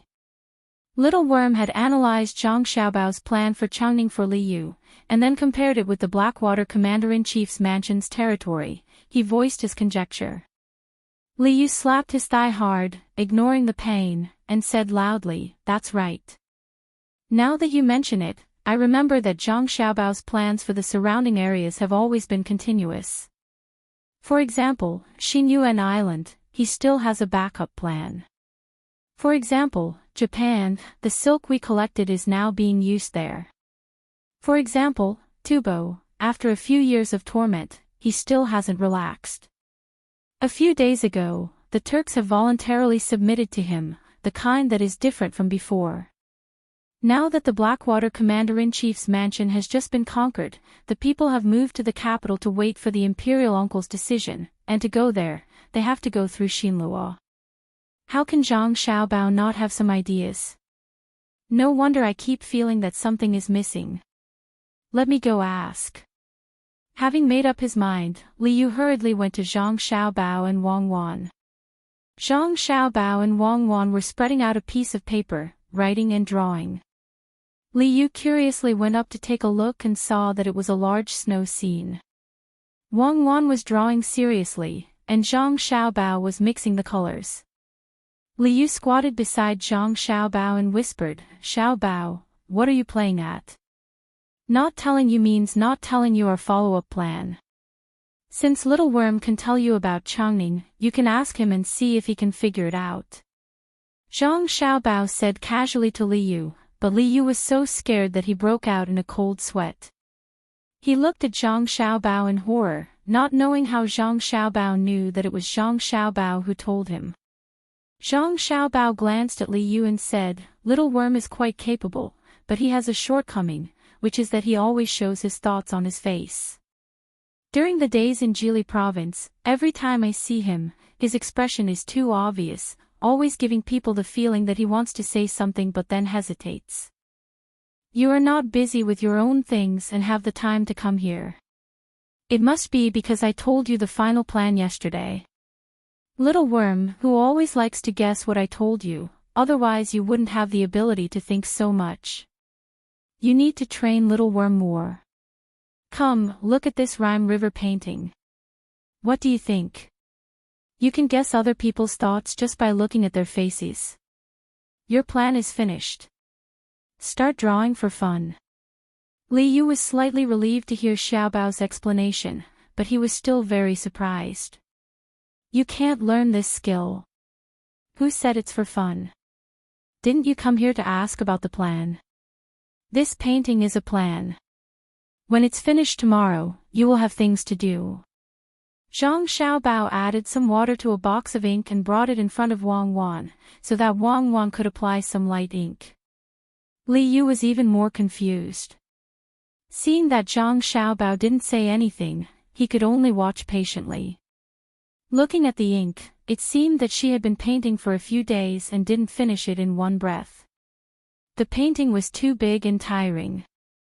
Now that the painting was almost finished, it looked good, but he didn't know what it had to do with the plan. Wang Wan painted for a while more, then handed the brush in her hand to Zhang Xiaobao. She picked up another brush, paused for a moment, and then began to write on the completed painting. The flowers of the northern kingdom bloom and disappear. Floating clouds fall from the 9 heavens. The river water is soft, and the snowy mountains are painted with frost. Brewing wine, Swords are like rainbows. Brewing tea, people at the border are like jade. One is not a hero until he reaches the northern kingdom. Looking back on last night, the wind came. When Li Yu looked at the painting, he thought it was very beautiful, but when he saw Wang Wan writing, he was shocked. He whispered, "Is it very dangerous over there? Why does it feel like going to the Blackwater Commander-in-Chief's mansion is like going to a hero and not coming back? It's not dangerous. It's just a saying. That's the real place to go for skiing and skating. How many heroes and heroes have actually gone there? If you exaggerate, when people go there and realize that it's not that dangerous, you can brag to others when you come back. For example, you can make a ski slope that's a few hundred feet long and not too steep. You can name it Heroes Snow Road. When you go there, you'll realize that even children dare to skate down a wooden plank." Zhang Xiaobao explained to Li Yu. Li Yu nodded. "Oh, it's a lie. Sure. I'm not lying to anyone. It's really cold there. You find a way to find a woman from the brothel there. Find someone who's not afraid of the cold. It's okay if her skin is a little darker. She'll be white after a while. Now your task is to go to Penglai, Hunan province, take this painting, and advertise that the Northern Kingdom is the place for immortals. Let people refute. It's best to make it look like they're about to fight." Zhang Xiaobao pointed to the south. Li Yu continued to nod. "Should we let people go there together and then compare which side is better? When we compare, even if we can't say which side is better, the Blackwater Commander-in-Chief's mansion will be famous." "Okay, I'll go." Go. It's best to find more literati and bring them to the Blackwater Commander-in-Chief's mansion. If they can write a few famous works, we can post a notice and offer a big reward. Zhang Xiaobao dried the ink on the handwriting, rolled up the painting, and handed it to Li Yu. Then, he waved his hand at him. Li Yu pursed his lips solemnly. He really looked like he would never return. He walked out. When he reached the door, he suddenly remembered something important. He stopped and turned his head to ask, "I haven't told you the plan yet. It's definitely not as simple as a painting. I'm afraid that you won't keep your mouth shut. In fact, it's not a big deal. Ships travel between the Blackwater Commander-in-Chief's mansion and Penglai. No matter how Xinluo goes around, it will stick to it. Some people who want to get close will directly cross the Mud River. Some who are willing to enjoy the scenery will go around Xinluo. They can even disembark on the shore and pass through Xinluo on land to experience the local life. At that time, I'll organize a tourism agency and find a suitable place to build a house along the coast of Xinluo. Then, I'll help Xinluo build a road that crosses the northeast and southwest. I'll do business on both sides of the road so that it's convenient for people to rest and shop. If the people of Xinluo dare to bully the people of the Great Tang, I'll have an excuse to beat them up. If they don't bully and get used to interacting with the Great Tang, I can arrange for the people of the Great Tang to buy land and live there. Build more boats and let people go to the seaside around Xinluo to play. Build more shops and send the things of the Great Tang to be sold there. Let them get used to the clothes of the Great Tang, get used to the food of the Great Tang, get used to the culture of the Great Tang, get used to the clothes of the Great Tang, get used to the food of the Great Tang, and get used to the culture of the Great Tang." Zhang Xiaobao counted with his fingers as he spoke to Li Yu. Li Yu finally understood. Zhang Xiaobao wanted to stab people with a soft knife. It was related to the issue of sovereignty. "I know, I'll definitely keep it a secret. Xiaobao, you're really something. Others are just trying to get some money to spend, but you're planning to take over the country. I hope I can see that day in my lifetime." Li Yu felt that the burden on his shoulders was heavier. Regardless of whether he succeeded or not, at least he was very excited in his heart. He shook his head, carried the painting scroll, and strode out of the door. Zhang Xiaobao craned his neck and waited for Li Yu to walk away. Then he said to Wang Wan, "Why do I feel like he's carrying a dynamite to blow up a fort? Come on, don't mock people. Li Yu is a good comrade with ideals, but I also feel that he wants to be heroic. Don't ruin the painting I painstakingly painted." Wang Wan also came over and looked at Li Yu's back. Li Yu knew the importance of his task. He took a boat to Penglai as quickly as possible and went straight to the Blue Sea Silver Sand restaurant. He asked someone to frame the painting and hang it in a conspicuous position. Then he began to look for people to make trouble. He also posted a notice and offered a large reward. Any scholar who knew and liked snow could write a poem about snow. Once selected, they would receive at least $10,000. Once the notice was posted, there were quite a few people who wanted to earn $10,000. For many people, it was not just a matter of money. Once they were selected, they might become famous because of it. That was the most important thing. In the past, there were many people who came to Penglai. Now there were even more people passing by. They were all businessmen who wanted to get some benefits from Heishui Commandery. Some of them even had official backgrounds. When there were more people, it would be chaotic. Many businessmen picked the bigger ones from the smaller ones and found people who were slightly more capable to organize others. On this day, a group of people came from Huainan Dao. Many people in Huainan Dao were soldiers in Jili Province. They occasionally wrote letters back and knew that Jili Province was good. Especially those whose family members were soldiers in Jili Province. When they received benefits from the local shops of Zhongli and Wang every month, they were not only envious, but also jealous. Today, more than 400 people from an province had just arrived in Penglai. They wanted to go to Jili Province to see if they could find a job. If not, they would go to Heishui Commandery. These people thought that Governor Zhang and Adjunct Wang, who could build Jili Province well, could also guarantee the interests of Heishui Commandery. As soon as they received the news, they left their hometown and rushed here as fast as they could. Fortunately, the waterway was smooth. They arrived in Penglai in 2 months. The discipline of these 400 people was much better than that of other places. The leader was a person surnamed Su, called Su Gue. His family was also a small local family. He organized this group. When they arrived in Penglai, everyone wanted to see the mirage. Unfortunately, the weather was not good today. It was foggy and they couldn't see anything. Su Gue inquired about the price of the inns in Penglai. They were very expensive. Since there were many outsiders, the price naturally rose. Now that the weather was warm, he was reluctant to spend more money. He was going to find a spacious place to camp in the wild. He knew that he was not good enough, so he had to find his brother-in-law or son-in-law. Thinking of his son-in-law, Su Gui's mood was very complicated. He looked down on this son-in-law who was like marrying into the family.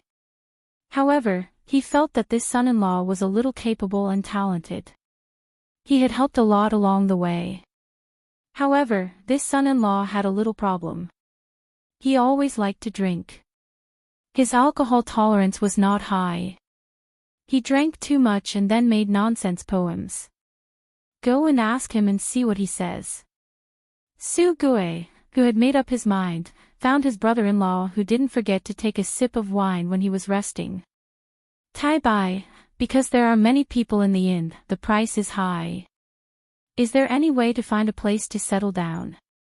Su Gue found his brother-in-law and asked his brother-in-law who had just put down the wine gourd and looked at a place in a daze. Tai Bai didn't seem to hear it. He took another sip of wine and continued to be in a daze. Su Gue had to repeat it loudly. This time, Tai Bai woke up. He looked at Su Gue and suddenly laughed.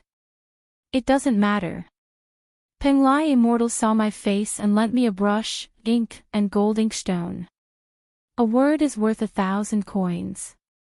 Good wine and delicious food. Inviting fairies, singing without stopping, drinking 300 jars, not getting drunk, walking on the East Sea, leading the giant turtle, sleeping on the beautiful carpet, the mirage railing, the pen is still not dry. Su Gui frowned. This brother-in-law of his should be drunk again. What splendid felt. Quickly find a place to shelter from the wind. It would be a good thing if he fell ill from the cold at night. Tai Bai, have you thought about where to live? Su Gui touched his brother-in-law again and asked.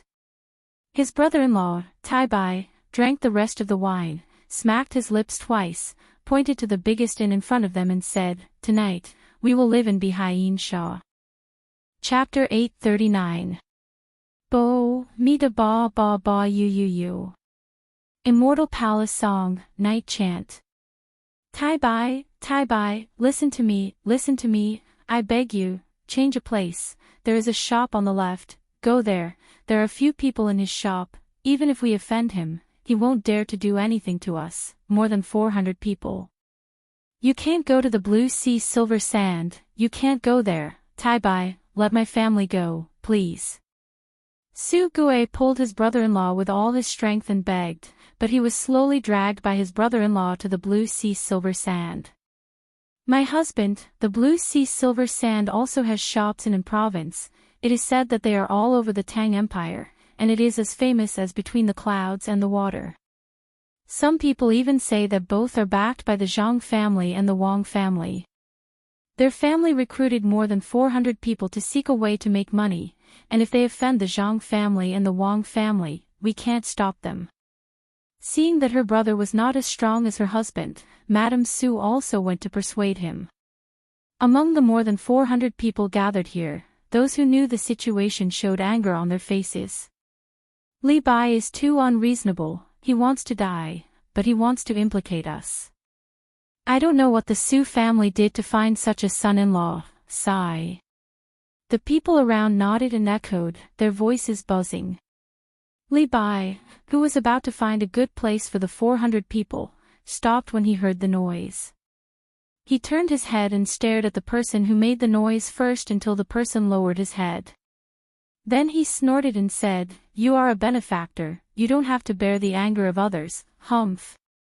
The person who made the noise just now lowered his head, he knew that Li Bai was scolding him. On the way here from province, Li Bai had been helping to organize. When they met, he always said that he met Li Bai, that he met a benefactor, but others said that he was a fickle villain. Su Gui's face was also hot, he said to Li Bai embarrassedly, "Tai Bai, I didn't think so, but the blue sea silver sand is unusual, have you heard of anyone who dares to make trouble at the blue sea silver sand? How can we let more than 400 people live in the blue sea silver sand for nothing? Zhang Wang is noble, like the convergence of the sea, not tired of the trickle of water. Today, the solid has become great. The Zhang family and Wang family are wise. Now, I will put up a bounty.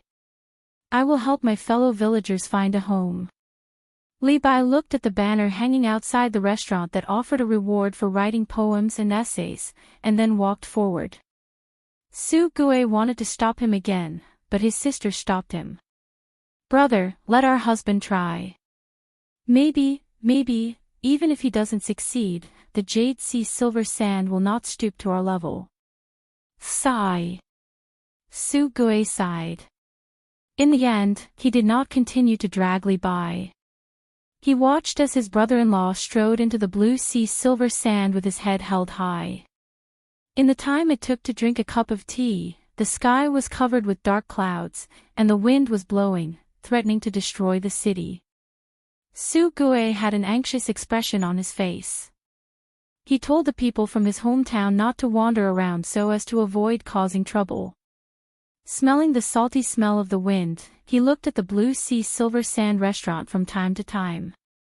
Mrs. Su was also anxious. She was afraid that her husband would be detained in the restaurant if he was careless. Although there had never been a case of bullying in the Zhang family and Wang family's restaurant. After a while, the sky became darker, and the wind became weaker. Suddenly, there was a crackling sound around. Everyone felt that it was easier to breathe, and raindrops appeared on their faces.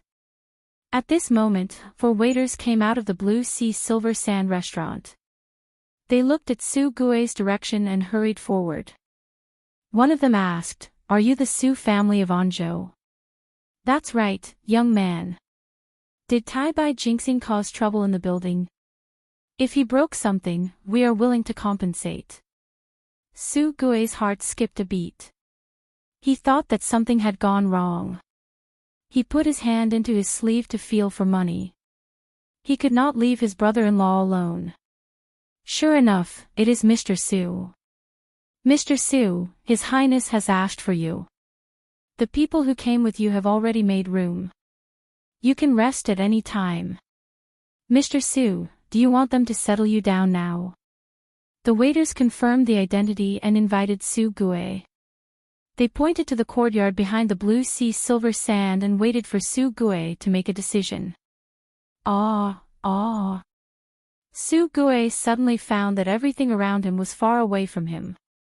He was the only one standing between heaven and earth. He turned and turned until the sun and moon lost their light. He was in a daze. His body swayed twice before he found that he had returned to the mortal world. The sky was still the same, but the rain was heavier. "Is my husband, Tai Bai, okay?" Su was calmer than her brother. She stepped forward and asked. The waiters were told to be polite. They looked at Su and said with a smile, "Are you the young lady of the Su family?" "Young Master Li is talking happily with His Highness Li Yu.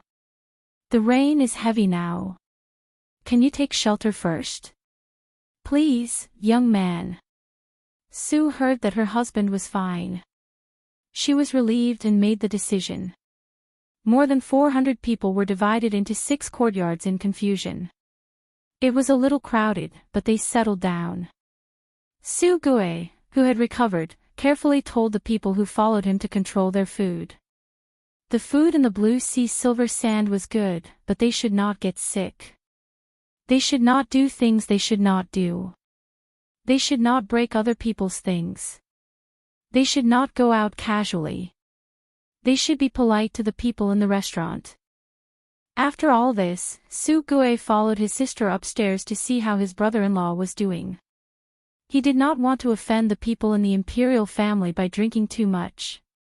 When the 2 of them were brought to the 3rd floor by the waiter, they walked up another floor. When they arrived at the highest room in the entire restaurant, they heard a familiar clanking sound coming from inside. It sounded like someone was knocking on plates and bowls with chopsticks. Before the waiters went to knock on the door, 2 people sang from inside. "Thunder rolls on the windowsill. The heavy rain carries me to the blue sky. Peng Lai has 1,000 cups of wine. The immortals eat outside the mountain. Calling my heart, flying across 9,000 mountains on a crane, confusing my eyes. When I wake up, I am drunk, and when I am happy. Rhyme does not belong to the mortal world. This is Chang Yi's face in the moon. Stepping on the snow without any trace, waving my hand to plant a green lotus. Tai Bai, drink. Today's wine is hidden by Xiao Bao for 7 years. I am happy. There is another jar. Let's drink it. I am so annoyed these days. When the Blackwater Commandery was not famous, no one was willing to come here. After the canned food and several mines appeared, people rushed to come here. Drink. Su Gui and Su stood outside and listened to the singing. They did not dare to go in and disturb them. At this time, they heard a voice. It seemed that the speaker was not old. The waiters did not lock the door. They guessed that the 2 people inside were almost drunk. They quietly opened the door and motioned Su Gui and Su Gui to go in. He turned around and went downstairs. It was very dark under the dark clouds. There were no candles in the room. Only the flashes of lightning outside occasionally illuminated the whole earth.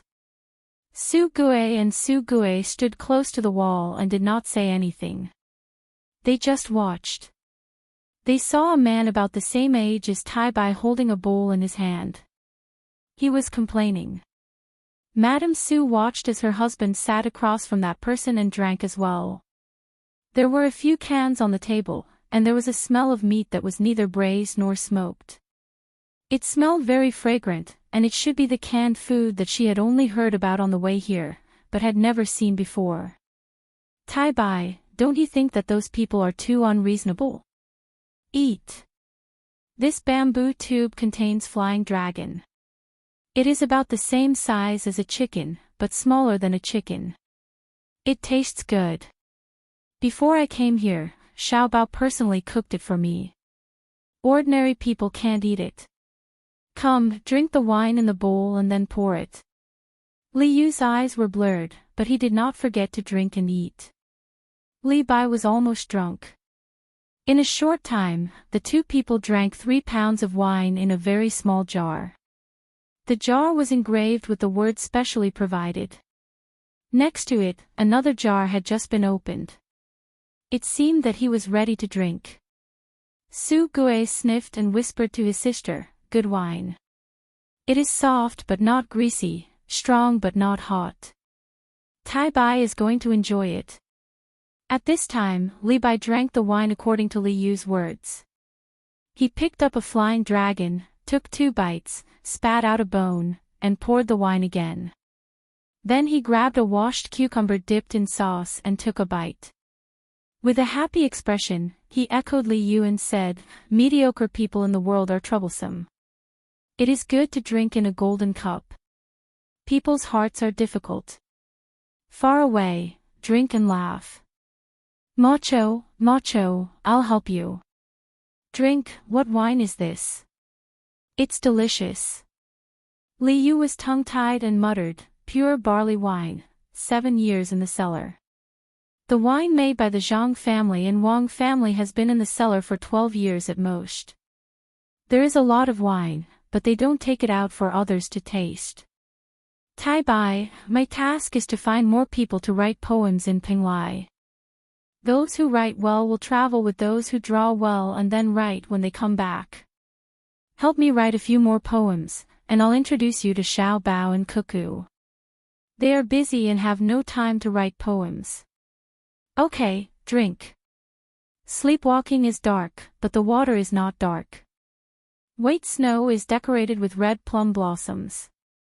Fairies can't help but fall into the pot. They make a pile of mistakes in the human world. Suddenly smelling a fragrance, they come on the clouds and are unwilling to return. In the 9th day, the gong calls 10,000 times, leaving the purple flute and jade people blow. Li Bai rarely had a chance to contact the upper-class people. Naturally, he worked hard. After a few words, he drank half a bowl of wine. The wine that he drank first came back. He put his legs on the chair next to him, grabbed the back of the chair with one hand, and held the empty bowl with the other. He narrowed his eyes and looked at the rain outside the window. It was getting heavier and heavier. He didn't say anything for a long time. Li Yu didn't want to disturb him. He drank slowly and tried to remember what Li Bai said just now. When he felt that he couldn't remember, he said to the people outside, "Someone, ask some girls to come in and sing. Great talent, I met a great talent." When a few women came in from outside, they curiously looked at the 2 people standing against the wall and sang what Li Bai had just said. Li Yu drank the wine in his bowl and shouted a few times to the beat. When he wanted to pour more wine, he found that there were double images everywhere. Just now it was 1 Tai Bai. Now it's 2. It means that I drank too much. I can't drink anymore. Tai Bai, Tai Bai.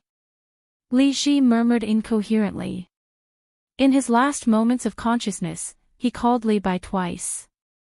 Then, his head fell on the table and he fell into a deep sleep.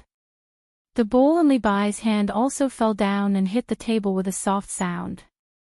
Then, both of them fell silent, leaving only the women singing over and over again in the rain. The next morning, Li Yu opened his eyes and saw that he was lying on the bed. Beside him was a servant girl. She was guarding the charcoal stove and pouring water into the pot. How many years have I been drunk? Li Yu still hadn't recovered from the scene of drinking with Li Bai yesterday. He kept talking in an exaggerated manner. The servant girl laughed and replied, "Young Master Li, are you asking about the immortal palace or the mortal world below? Since you're awake, try the hangover soup made by the Queen Mother of the West. After drinking it, you'll wake up." "Thank you, fairy." "What about Li Bai?" Li Yu took the soup the servant girl brought over and took a sip. It was neither cold nor hot. He raised his head and drank it all. Immortally went to the Dragon Palace. "He left a message for you." The servant girl picked up a piece of paper from the small table and handed it to Li Yu. Li Yu took a look. Sure enough, it said, "Jin Yuliang of the Dragon Palace of the East Sea invites me to drink. After 10,000 cups of wine, I return on the waves. The Phoenix girl wears a red dress on the West Mountain. You can drink more than me." Li Yu rubbed his stomach and asked the servant girl to help him put on his clothes. He went outside to take a look. "Your Highness, is Tai Bai here?" Li Yu walked out for a while and met Su Gue, who was looking for him anxiously. Yesterday, the two of them drank too much and were carried away by the servants. Su Gue and Li Yu didn't intervene. They planned to leave today for fear that they would delay things. Li Yu handed the paper left by Li Bai to Su Gue and said, "He went to the beach to drink and will come back at sunset," he said on the paper. Su Gue looked carefully and whispered, "Your Highness, what did it say on the paper?" "So stupid. Do you really think he can go to the Dragon Palace of the East Sea? He went to the beach in the east to drink and will come back at sunset in the West Mountain. I already know that you are from an province. Don't worry. After Tai Bai stays for a few days, I will take you to Jili Province. I will ask Xiao Bao to arrange a good job for you in Blackwater. Oh, I will be in charge of Blackwater's governor's mansion in the future. I will arrange it." If it weren't for Li Bai, Li Yu wouldn't have said so much to Su Gue. Penglai was not a place he was in charge of, so he didn't need to be so kind. He still had to put on airs. Su Gue also understood that the status gap was a little big, so he didn't dare to ask more. He thanked him again and hurried to the place where more than 400 people lived. He told them the good news, otherwise they would always be worried. Once Su Gue was far away, Li Yu shook his head, which was still a little confused. As he walked back, he said, "I met a great talent. I have to write to Xiao Bao and Huan Huan to tell them." Children were playing, and the mountains were noisy. The sun shone through the thin fog, the dew and green leaves hung their heads shyly, and the green grass and flowers were delicate. The tea house by the road was boiling warm water. Suddenly, people waved and laughed. On the mountain outside Enian County in Jili Province, Xiao Bei led a large group of people. She carried a bamboo basket on her back and carried tools in her hand. Early in the morning, she began to pick 2 kinds of wild vegetables, root vegetables and cat ears. When the sun was high in the sky, she came back with a full harvest. The people behind her helped her pick up the wild vegetables from time to time. When she arrived at the tea stall at the intersection, Xiao Bei, who was full of strength just now, did not do anything. She took out a small note from her bag and didn't let the people make tea. She just watched the people in the tea stall wash the bowls and pour a bowl of water for each of them. She breathed hard and tried to drink it. "Today we are going back to the prefecture. After my brother and sister finish the examination, we will go to Jinan Province to be officials and pick vegetables. Then we will ride a horse and go back to ask my brother to make a root vegetable box." Xiao Bei, who was thinking about being a parent official, began to assign tasks after she was no longer thirsty. Everyone immediately got busy at the tea stall. Everyone was very serious. Even Xiao Hai, who did not care much about things, was looking forward to what would happen after he became an official. When a group of little guys finished picking the wild vegetables and left enough for the people in the tea stall to eat, it was already afternoon when they rode back to the prefecture. A carrier pigeon flew from Penglai along with them. Zhang Xiaobao first comforted his brother and sister, asked them to rest and eat the box at night. Then he took the letter and went back to the room with Wang Wan to read it. Opening the letter, Zhang Xiaobao glanced up and suddenly froze. He and Wang Wan, who also saw the letter, looked at each other and said tacitly, "Li Bai jumped out." "What do you mean by jump? Li Bai is not young." Wang Wan refuted Zhang Xiaobao. "You just said it. Why did he go to Penglai? It seems that it will not take too long to see him. Many people praise him.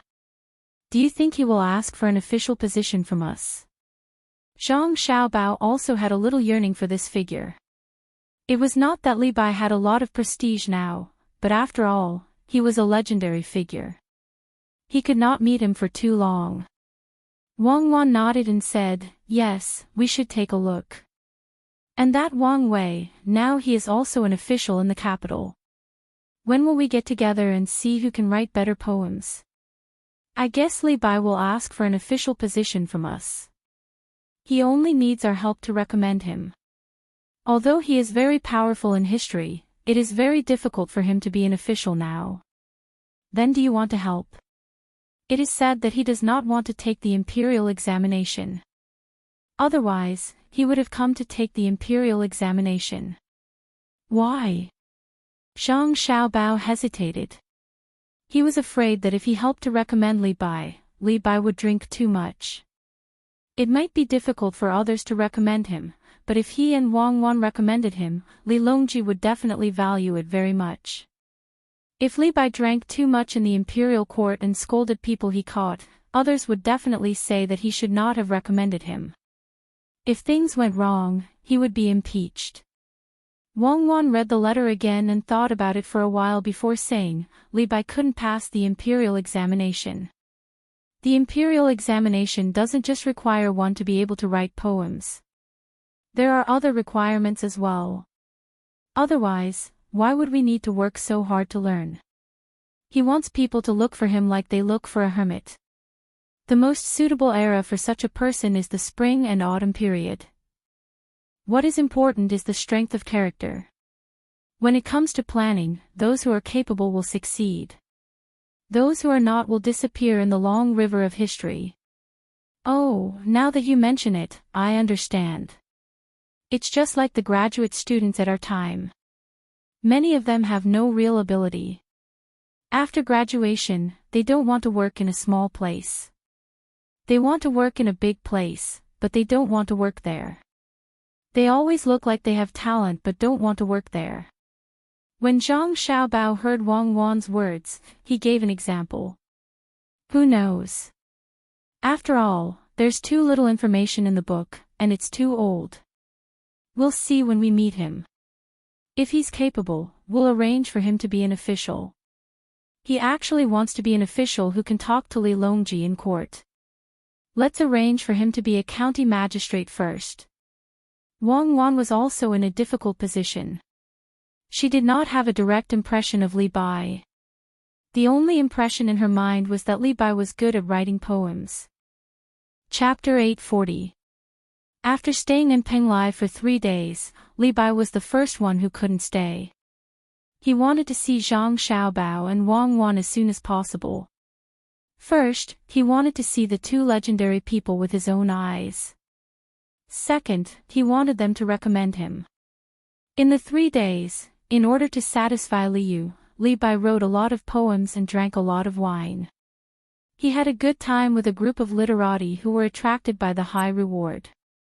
Liu planned to let the literati quarrel with each other according to the original idea of Zhang Xiaobao and Wang Wan. However, because of Li Bai's participation, he wrote a few good poems in succession. Many people began to agree with the Blackwater governor's mansion. It was almost one-sided. Very few people have been to the Blackwater governor's mansion. they didn't know the specific situation there at all. However, it was imaginable that people with good literary talent would write a poem or an essay. People with good painting skills would also draw snowy scenes according to the appearance of winter in other places. With Wang Wan's painting of the fog, it also gave them a reference to imitate and sublimate. Li Yu chose a good painting and hung it up. Within 3 days, Pinglai became the focus of a special discussion about the Blackwater governor's mansion. Anyone who came to Pinglai found that if they didn't talk about the Blackwater governor's mansion, it seemed that they couldn't keep up with the times. Seeing that the general trend was set, Li Yu didn't plan to continue to waste time in Pinglai. He arranged a few clever people to be in charge of the next publicity matters. After several hints from Li Bai, he finally took more than 400 people from Anzhou to Jili State by boat. The boat sailed for half a day. At noon, Li Yu set up a banquet on the bow of the boat. He found Li Bai and continued to drink. He wanted to discuss with Li Bai about going to the Blackwater governor's mansion to help him. Li Bai gladly accepted the banquet. He was addicted to the past 3 days. He knew that the wine and dishes of Bihai Yin Sha were good before. Unfortunately, he didn't dare to go to the 3rd floor. At most, he was invited to the 2nd floor by others. The wine and dishes he ordered were not so expensive. There was a big difference in the price of good wine and bad wine. In the past 3 days, Li Bai had been drinking white wine and red wine back and forth, and was flattered by other people who were not as good as Li Bai in literary talent. Li Bai felt as if he was not in this world. The wind blew from the surface of the sea, bringing with it the salty smell of the sea. In the distance, the fishing boat chased the direction of the circling seabirds. The sun shone on the waves, sparkling endlessly, making Li Bai, who had never really been out to sea, have a different feeling in his heart. Tai Bai, when we meet Xiao Bao and Cuckoo after we return to Jili province, I guess they will let you follow me to the Blackwater Commander-in-Chief mansion. What kind of job do you want to do? Li Yu asked Li Bai while he was waiting for the rice wine to start boiling. He added some ginger, salt, and sugar into the jar from time to time. When Li Bai heard Li Yu's words, he hesitated for a moment and asked, "Can I work for Provincial Governor Zhang and Adjunct Wang?" Li Yu blinked and felt a little uncomfortable. He understood what Li Bai meant. Li Bai just wanted to work for someone with great ability and then enter the imperial court. When they were talking yesterday, he told Li Bai that his recommendation would not be of much use now. He thought that Li Bai was preparing to take another path. Li Yu pondered for a moment and was really angry. He was indeed not as good as Xiao Bao and Cuckoo. When he saw Li Bai was still waiting for a reply, he thought for a moment and said, "Tai Bai, Xiao Bao and Cuckoo also like poetry, but only a little. They prefer to do practical things. They began to learn how to do things when they were in Sanshui County. When they came to Luzhou, they had a lot of opportunities to practice. Tai Bai, why don't you follow me to the Blackwater Commander-in-Chief mansion first? You can get used to the feeling of being an official, sort out the accounts, and organize the people to work. When it's time, you can go to Xiao Bao and Cuckoo." Li Bai felt a little regretful. He thought for a moment and said, "All right. What do they like?" "They like money.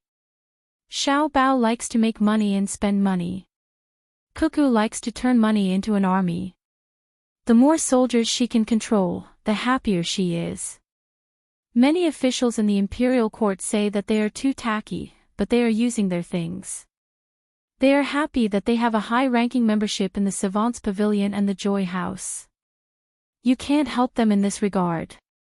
Li Yu knew that Li Bai wanted to cater to Xiao Bao and Cuckoo's interests. Unfortunately, ordinary people could not help much with the things that Xiao Bao and Cuckoo liked. Only the imperial uncle could help a little in terms of policy. That was the return of their efforts. As expected, Li Bai was worried. He picked up a tune bean and threw it into his mouth and chewed slowly. Then, he asked, Do Provincial Governor Zhang and Adjunct Wang have any other ideas about Tubo and its surrounding areas? I know a little about it. Well, you can talk to them about it when the time comes. Li Yu really did not have the heart to attack Li Bai in this regard. Xiao Bao and Cuckoo certainly had ideas about Tubo. Not only did they have ideas, but they had also made practical actions. It was good to let Li Bai talk to them. Maybe he could really provide them with a new idea. Li Yu looked at the boiling wine and felt that it was almost ready. He scooped out 2 bowls and said to Li Bai, Tai Bai, although Xiao Bao and Cuckoo seem to be young, they know a lot of things. They don't like things that are too vague. Remember, try to be practical when the time comes. Of course. After hearing Li Yu's words, Li Bai was a little nervous and answered. At this time, Zhang Xiaobao and Wang Wan were also thinking about how to arrange Li Bai. Li Bai is coming. What position do you think we should arrange for him? I know that he's ambitious, but we can't just assign him the position of Prime Minister. Even if we do, Li Longji won't accept it. There are still 2 Prime Ministers in the Imperial Court. Zhang Shuo hasn't stepped down yet. According to history, he's finished. Sigh, it's all because we helped him. As Zhang Xiaobao spoke, he used a pen to write a poem on a piece of paper. The moonlight before the bed is bright.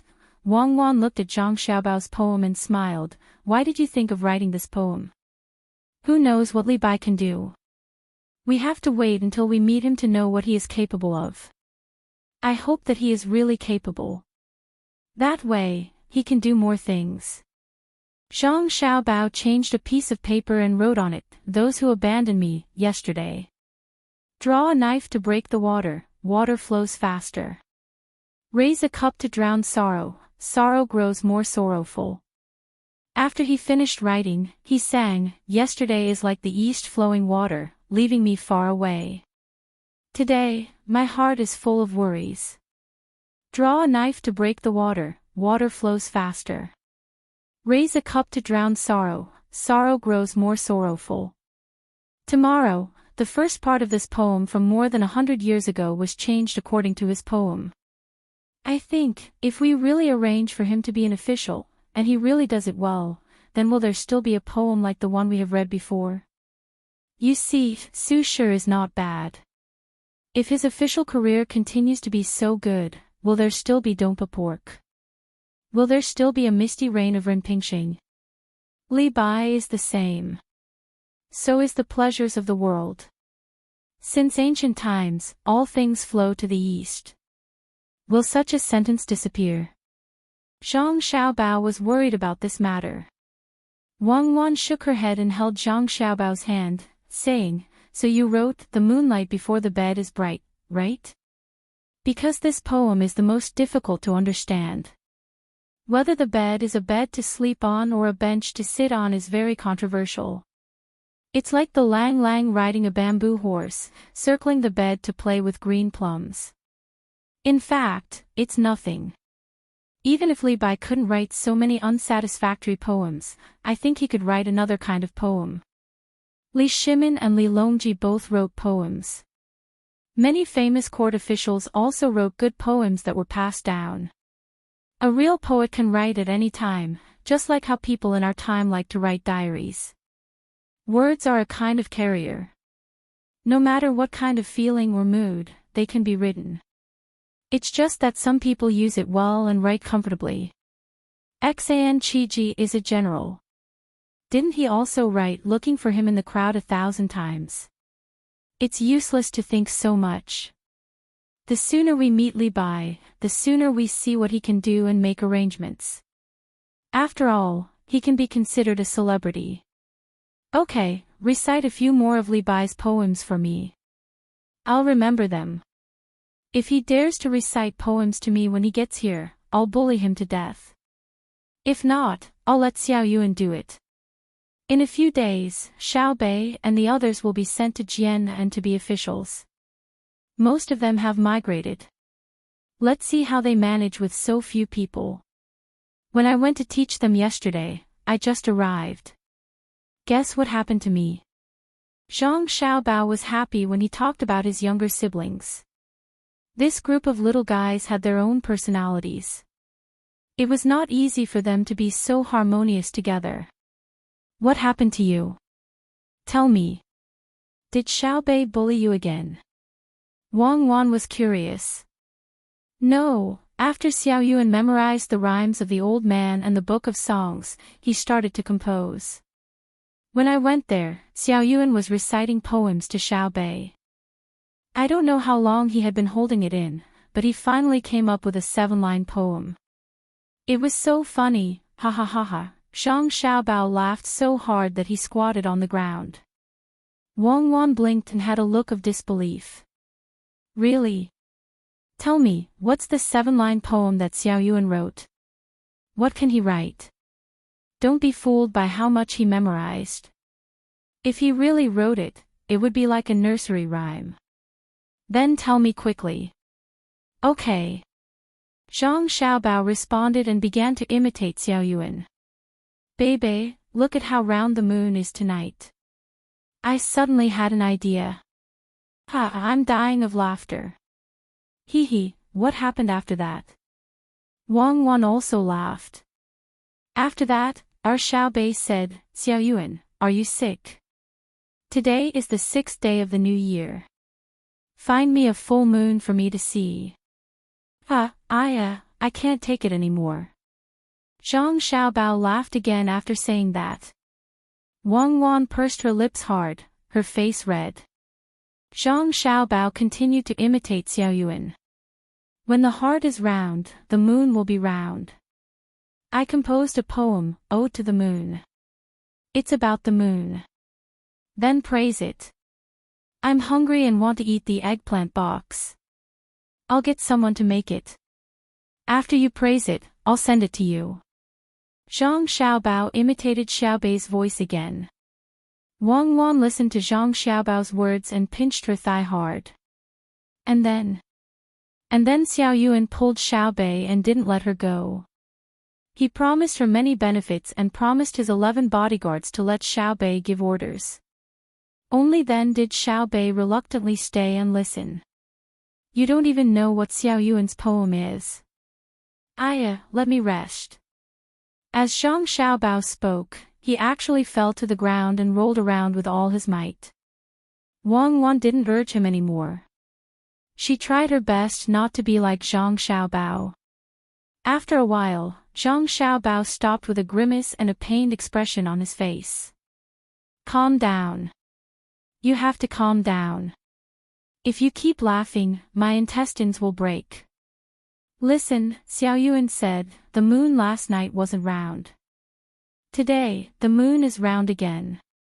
The river of stars has fallen to the Vega's tears.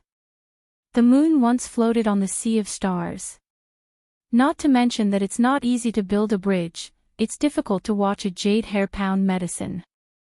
Immortals have their own hardships, but mortals can sleep together. Xiaobei, are you sleepy?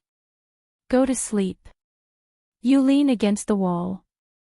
I'll be outside you to block the wind. Xiaobei said, stay away from me. It's colder when you say it. I'm really going to eat. Do you want to eat?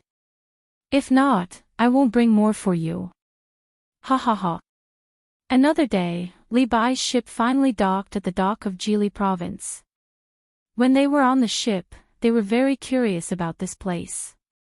It was said that Jili province used to be poor, but it became rich after Governor Zhang and Army Commander Wang came. Seeing was believing. They didn't know how poor Jili province used to be, but now they saw how prosperous it was. Anzhou was located north of the Yangtze River. There was a big river flowing into the river. Many people came and went, so it was quite prosperous. It was much better than several places in the west. It was often said that the north was bitterly cold, but now it didn't seem to be bitterly cold at all in Jili province. At the wharf of Jili, people came and went. Bearers shouted as they unloaded sacks of goods from ships coming from other places, and carried them to a spacious place on the shore, where there were innumerable carts and horses. Every time a cart was loaded, it would leave. On the shore, there were many restaurants and inns. There were rows of restaurants and tea shops. There was even a long street full of people hawking their wares. Once again, Liu warned Li Bai, who had a curious look in his eyes. Xiao Bao and Wan like to make a poor place rich, so that the people can live a good life. Usually, they are more willing to listen to a commoner talk about how good life is at home, than to hear about whether the immortals will come or not. Wherever the Zhang and Wang families have been officials, the people do not worship the gods or gods. Wherever the Zhang and Wang families have been officials, the people do not worship the gods or gods. Wherever the Zhang and Wang families pass by, the people smoke. If you manage to improve the lives of the people in a certain place and obtain a real reputation, you don't need to look for Xiao Bao and Wan Wan. The two of them will take the initiative to look for you and arrange a higher official position for you. Li Bai was really shocked by what he saw. He looked around and asked doubtfully, "Why don't I see any children? Can they really arrange an official position for someone? They are in school." "Don't you have a school in Anzhou?" Liu asked. "I never cared. No one mentioned it." Li Bai really didn't care about this kind of thing. Madame Su, who was standing next to him, whispered in his ear, "My husband, it is the same in Anzhou. My father sends a few thousand to the school every month to participate in the Chaoyang mission. My husband is busy and doesn't know." These words made Li Bai's face turn red and then white. He suddenly remembered what Liu said. Xiao Bao and Cuckoo liked people who did things. When they met and asked, he couldn't say it. Wouldn't he lose a good opportunity?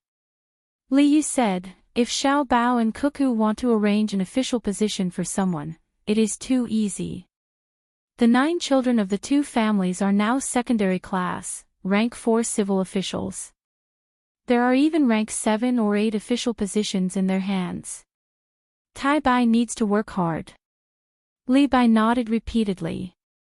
He wanted to find Su Gue and ask him more about specific things, especially things related to the people's livelihood. "I will send someone to send a letter to Xiao Bao and let them know in advance." As Liu spoke, he waved his hand and called someone over. He gave a few instructions and the person quickly left. Zhang Xiaobao and Wang Wan didn't wait for Liu's letter. Instead, they waited for 3 pieces of bad news. The 3 pieces of news arrived almost at the same time, not a quarter of an hour apart. One came from the Mud River, one from the capital, and one from the Jiangnan East Road merchants on horses. The 3 letters were placed on the table. Zhang Xiaobao's expression was not very good. He looked at Wang Wan and pointed to the letter on the left. The news from the capital says that the Tujua people suddenly gathered and headed north. They sent a letter to Li Longji saying that they are willing to be officials and that Li Longji should send people to govern there. Li Longji was obviously unhappy. If the people were gone, who would be the officials sent to govern? It seems that the left virtuous Prince Kai Tichin is still not reconciled. He would rather migrate in the cold north than truly submit to the Tang Empire. What do you think we should do? Wang Wan bit her lip and exhaled heavily through her nose. Is there a mountain over there? It's not easy to cross the mountain. I don't have time to deal with them now. I'll let them suffer more. When I'm done with Xinluo, I'll see if they are really determined to be hostile. The second letter says that Xinluo is causing trouble at the Mud River on our side. The people of Xinluo are unwilling to clear the river and have gathered there to obstruct the construction. This is the attitude of the Xinluo king. Now there are many mountains and few plains. Do you think we should fight? If we fight, I will mobilize the army immediately. After talking about the second letter, the two of them looked at the third letter. This letter was written by a merchant from the Jiangnan East Road. There were many big ships in Japan, and they wanted to cooperate with the local merchants to explore overseas. They wanted to freely dock at Xinyuan Island and resupply. Why do I feel that they have discussed this beforehand? Don't worry about the Japanese. Tell the merchants in the Jiangnan East Road not to cooperate with the Japanese. Otherwise, there will be no good results. If the Japanese want to explore, they can go by themselves. I don't believe that their ships can reach Molucca without our help. The Turkic matter is not urgent. That place is not suitable for survival. If they dare to go north, they will freeze to death. Didn't they give up the place? Tell our people in Fengzhou to organize armed guards and invite other merchants to enter the Turkic area together and open up pastures. Zhang Xiaobao tapped his face with his hand. Wang Wan knew that he was really angry. Some people would not cry until they saw the coffin. So we have to take care of Xinluo now. Yes, Xinluo. We don't need to gather too many soldiers. 3,000 is enough. The two of us will go and take a look first. If we can solve it without using force, then we won't fight. However, the river must be connected. Otherwise, we will have to go around a large bay to transport goods. Zhang Xiaobao clenched his teeth. Chapter 841. You're not allowed to dig. If you dig through the river, you'll break the vein. We won't have a good life in the future. You can't dig. Zhang Xiaobao and Wang Wan stood on the west bank of the muddy river, watching the place where the muddy river was supposed to be excavated stop. They could clearly hear the reason that the people who were obstructing the construction were shouting. I hate people who use such means for their own selfish interests. The saddest thing is that many people who don't understand things are incited to make trouble. Xiaobao, who do you think doesn't want the river to be dug through the most? Wang Wan didn't need to ask anyone. Looking at the situation in front of her, she knew what was going on in her heart. Zhang Xiaobao, who was standing beside Wang Wan, took out the fishing rod he brought and walked to a place where they could rest. He slowly put the fishing rod on and said, "The road is really difficult to walk on. It took half a month to come here from Jili province. I didn't even get to meet Li Bai. Let's repair the road from Jili province to here." You don't dare to meet Li Bai. You're afraid that the character in your heart will suddenly fall into the mortal world. Who will pay for the road repair? Wang Wan said Zhang Xiaobao's thoughts. In fact, she was the same. Seeing that she was about to meet Li Bai, she suddenly felt that if Li Bai was too close to her, she would lose the cultural sustenance that she once had. He hung the bait and swung the fishing rod. With a swoosh, the lead fell into the water with the fishing line. Then, he gently flicked the small bell on the rod. Zhang Xiaobao smacked his lips twice and felt that it was tasteless. According to the analysis in Li Ji's letter, Li Bai's poems are not bad in the future. But now, I haven't seen what great abilities he has. It's better to miss him than to meet him. Xiao Bei and the others will go to Jian and with Li Bai to be officials and see how he is. As for the road repair, our Xinjiang construction group will do it. We will greet all the caravans that travel between Xinluo and the Great Tang. They will pay a portion of the money and take up 30%.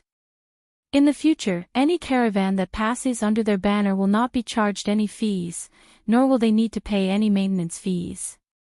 In a while, I'll get someone to contact them to build a narrower road. It will cost a lot less money. If they think it's expensive, they can join forces and take 10% of the money. My initial estimate is that the road will cost 10 million strings of cash. As long as they pay 1 million, they can enjoy huge benefits in the future. Zhang Xiaobao said 10 million strings of cash as though it was 1,000 yuan. It was very easy. Wang Wan was confused by her words. Now that the river is blocked, you want to build a road. Bored? It's not like you don't know the situation at home. Where are you going to find 10 million strings of cash? In another 10 years, maybe you won't continue to spend money and you'll be able to satisfy your current needs. You and I know how much cash the family has. Others don't know. Our family has so many businesses. In the hearts of others, we are as rich as a country.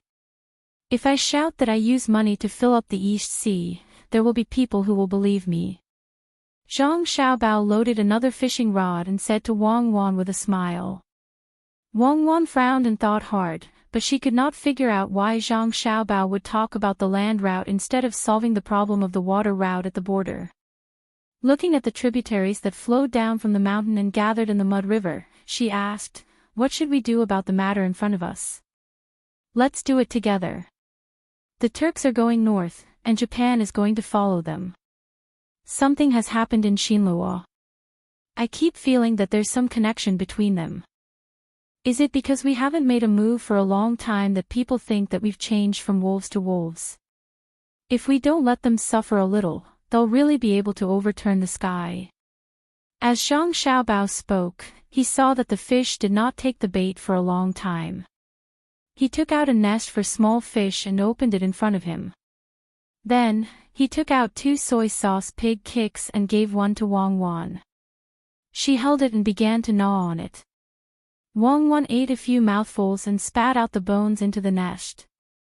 "Didn't you write a letter to the people of Jiangnan East Province not to let them participate in Japan? Are you going to change your mind? If you change, you'll be a good comrade. If you don't cooperate with them, you can sell the sea map to the Japanese. There are many things at sea: storms, reefs, whirlpools, and pirates. I hope that the Japanese brothers can find the continent of hope in their hearts safely. Amen." Zhang Xiaobao ate quickly, but he did not eat too cleanly. He ate a large piece of meat into his stomach and stuffed the bones that still had a lot of meat into the nest. He rubbed his hands on his body casually and said with a smile. Wang Wan curled her lips and stopped eating. She tore off the meat and wrapped it in oil paper. The bones were given to Zhang Xiaobao to nest the fish. She rubbed her hands on Zhang Xiaobao's clothes and said, "After being with a person like you for a long time, it's hard to find that little bit of kindness in my heart. Thank you for the compliment. I'll fish more in a while. I'll fry them for you as a snack at night. Get someone in charge of foreign affairs here." Zhang Xiaobao shook his head happily and went down to the river. He called out, and someone immediately did as he ordered. As a wholesale and retail merchant, Li Dong's life had not been good recently. There were more and more ships coming to and from Tang Empire to Xinluo. A large number of goods were unloaded and turned into money. The low price made many people who used to buy goods from his shop run to the dock to buy. In recent months, his profits had been getting smaller and smaller. If this continued, it would not be long before his family's business could not continue.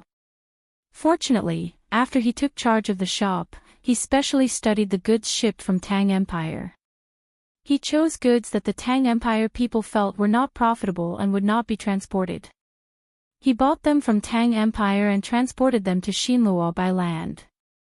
The shop also opened a new branch. As it was far from the sea and the Tang Empire's ships did not transport such goods, his life became much better. He was looking forward to making a lot of money, but who knew that Tang Empire wanted to connect the Mud River? Once it was connected, ships would come over. Now that the price of a few goods had been raised by him, people with intentions would definitely notice. A few days ago, someone from the imperial family came over to discuss. In order to prevent Tang Empire from successfully clearing the river, he stood in front and found people to use all kinds of excuses to obstruct. Although it was a temporary success, when he heard that Zhang Xiaobao and Wang Wan from Jili province were coming, he did not know if they would kill him. They were people who could do anything. He regretted that the imperial family was afraid back then. Why did he foolishly agree? No, he had to find a few more colleagues. When trouble came, everyone would face it together. With this thought, Li Dong rubbed his sore eyes, got up, and walked out of the room. He called out to a servant who walked past him. "Tell the steward to write a few invitations and send them to the vegetable workshop, the distant mountain chamber of commerce, and the horse gang. Tomorrow, there will be a banquet at Chongfeng Pavilion." The servant left in a hurry. Not long after, he came back to report, Master, the steward knows. Someone came outside saying that he's the steward of Xingjing Construction and wants to see you. Xingjing Construction. Li Dong felt that the name was familiar, but he could not remember what it was. The servant reminded him respectfully, Master, it's the business between Zhang Xiaobao and Wang family that you often told us about. They specialize in all kinds of construction work. Most of the money they earn is used to build the school of Tang Empire. They are unyielding. They once said that no matter what disaster it is, even if the sky falls and the earth sinks, the school will be the last to be destroyed. After the servant mentioned it, Li Dong matched the things that had happened a while ago with what he was hearing now. Oh, it's this. A few days ago, there was an earthquake in a place near the sea in Dengzhou of Hunan province. I heard that many houses were knocked down and washed away. The two-story school in the village stood alone. The crack in the ground passed through the middle of the building, but the building did not fall down. The seawater flooded the lower floor, and the children ran to the upper floor to avoid it. Why are they here? Did the Tongha River alarm them? Tell them that I'm not here and let the second steward receive them. If they are not looking for trouble, I'll take a detour from the back door and just came back. It was not the first time that the servant had done such a thing. He agreed and trotted to arrange it. Watching the servant leave, Li Dong began to recall the things that had happened in Dengzhou. He murmured, Xingjing Construction is rich. I heard that the crack in the middle of the school is 4 feet wide. If it were other small houses, they would have fallen in directly. But the upper floor of the school is still connected. It is said that steel bars as thick as a child's arm can be seen in the crack. Did they come here to repair the bridge? If so, it will be troublesome. If Zhang Xiaobao and Wang Wan do it personally, I don't know if they can hold on. It did not take long for the second steward, who was in contact with the foreign affairs of Xingjing Construction Group, to send a message. Master, the second steward said that the man is not here to repair the bridge, but to repair the road. He said that he wants to give you a fortune and asked you to choose a good place to start the construction. Chapter 842. In the morning court, after Li Longji received the news from Jili province, he issued a new decree with the support of a group of officials. Guns and cannons would be transferred from the arsenal and 3,000 Jinwu guards would be sent to the grassland to train. This was the place left behind by the two Jue after they retreated. Zhang Shuo was especially happy because the guns and cannons had always been in the hands of the Zhang family and Wang family. He had tried several times to figure out how to make them, but to no avail. In addition, the reason he objected last year was not approved by the emperor, so he did not dare to propose to take control of the arsenal. It seemed that the emperor trusted Zhang Xiaobao and Wang Wan more. This time, he strongly supported the emperor's proposal because he heard that the manufacturing of guns and cannons was very troublesome. For every gun that was up to standard, there would be around 5 that were not. The craftsmen that Zhang family and Wang family had gathered were working hard to improve that thing called lathe. 3,000 Jinwu guards, it was impossible for them to only take 3,000 guns. Perhaps some of them would break down, but at least 4,000 would be needed. This would put a lot of pressure on the Zhang family and Wang family. Furthermore, the cost of the cannons was not low. If the Zhang family and Wang family could not provide enough ammunition, he would have a reason to fight for power. Standing there and thinking about happy things, Zhang Shuo could not help but smile. On the other hand, Yuan Rong's side was worried. The enemy of an enemy was a friend. Zhang Xiaobao and Wang Wan didn't like Zhang Shuo, so they had to rope them in. They didn't expect the two of them to stand on their side, but at least they had to let them know that they weren't a threat to them. Gao Lisher was very good at reading people's expressions. When he saw the smile on Zhang Shuo's face, he bowed and said to the emperor, Your Majesty, the officials are very happy to hear Your Majesty's proposal. Li Longji's eyes also swept back and forth between the officials in sight. He did not miss Zhang Shuo's expression, and his face could not help but become gloomy. He thought to himself, I don't know when Xiao Bao and Cuckoo's master will fight. I am already worried, but there are still people thinking about internal strife. Xiao Bao and Cuckoo are so sensible. Not only are they not supporting them, but they are also hoping that something will happen to their families. Their intentions are unforgivable. Thinking of this, Li Longji was even more annoyed with Zhang Shuo. In the past, he had thought that Zhang Shuo was not bad, but why was it that he could not see the maturity in him recently? Li Shi, is there any news from Governor Zhang and Adjunct Wang in Jili province? Li Longji decided to let Zhang Shuo's faction suffer for a while as a form of warning. If they still didn't know when to back down, he would have to make a move. Gao Lishir seemed to have a tacit understanding as he replied, Your Majesty, Xiao Bao and Cuckoo know that the Turks are retreating to the north, that Japan is going to participate in the sea exploration, and that Silla is ready to make a move.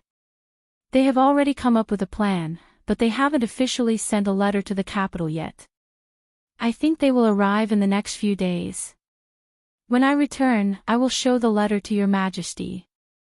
As Gao Lishir spoke, Li Longji seemed to have really not seen Gao Lishir's letter. He happily said, That's good. The two of them have worked hard. I heard that the two of them have personally gone to the border with Silla. I hope there won't be any danger. The officials really thought that the emperor did not know the specific situation, but when they heard the emperor say that the two of them had arrived at the border, they immediately understood that the emperor was pretending. How could he know the situation if he had not read the letter? Heard it? Who told him? Your Majesty, please rest assured. The two of them have personally gone there because Xiao Bao does not wish to use war to solve the problem. I feel that with Xiao Bao's help, the matter of Silla can be solved. Perhaps there will be an unexpected situation. Gao Lishir did not get the specific information from the letter, but he knew that it was fine if his godson did not make a move. Once he did, Silla could only wait to be unlucky. Xiao Bao's methods were unusual. At this time, Zhang Shuo also restrained the smile on his face. He understood the meaning of the emperor's words. Zhang Xiaobao and Wang Wan were still busy with the Tang Empire. They should not have any thoughts about the two of them. They should not do anything that they should not do. Otherwise, it would be easy to put the blame on someone else, such as sending them to Jili province. Li Longji seemed to feel that the blow was not enough. He asked again, Li Shi, how much military equipment and ammunition are in the armory now? Apart from Gao Lishir, Li Longji, and Zhang Zhong, the other officials really did not know. This was because it had been agreed that the emperor would be in charge, and the people of the Zhang family and Wang family would assist in the management. The Ministry of War and the head of the Secretariat could only stand aside. Everyone's eyes were fixed on Gao Lishir, wanting to get a detailed report from him. Your Majesty, I just went to count yesterday. Now, there are 4,000 pistols in the armory, 6,000 single-shot spears, 1,500 semi-automatic spears, 200 boxes of pistol bullets, 500 rounds per box, 400 boxes of rifle bullets, 800 rounds per box, 150 towed cannons, 3,000 shells, 15,000 grenades, and landmines. The number of weapons reported one by one made everyone dumbfounded.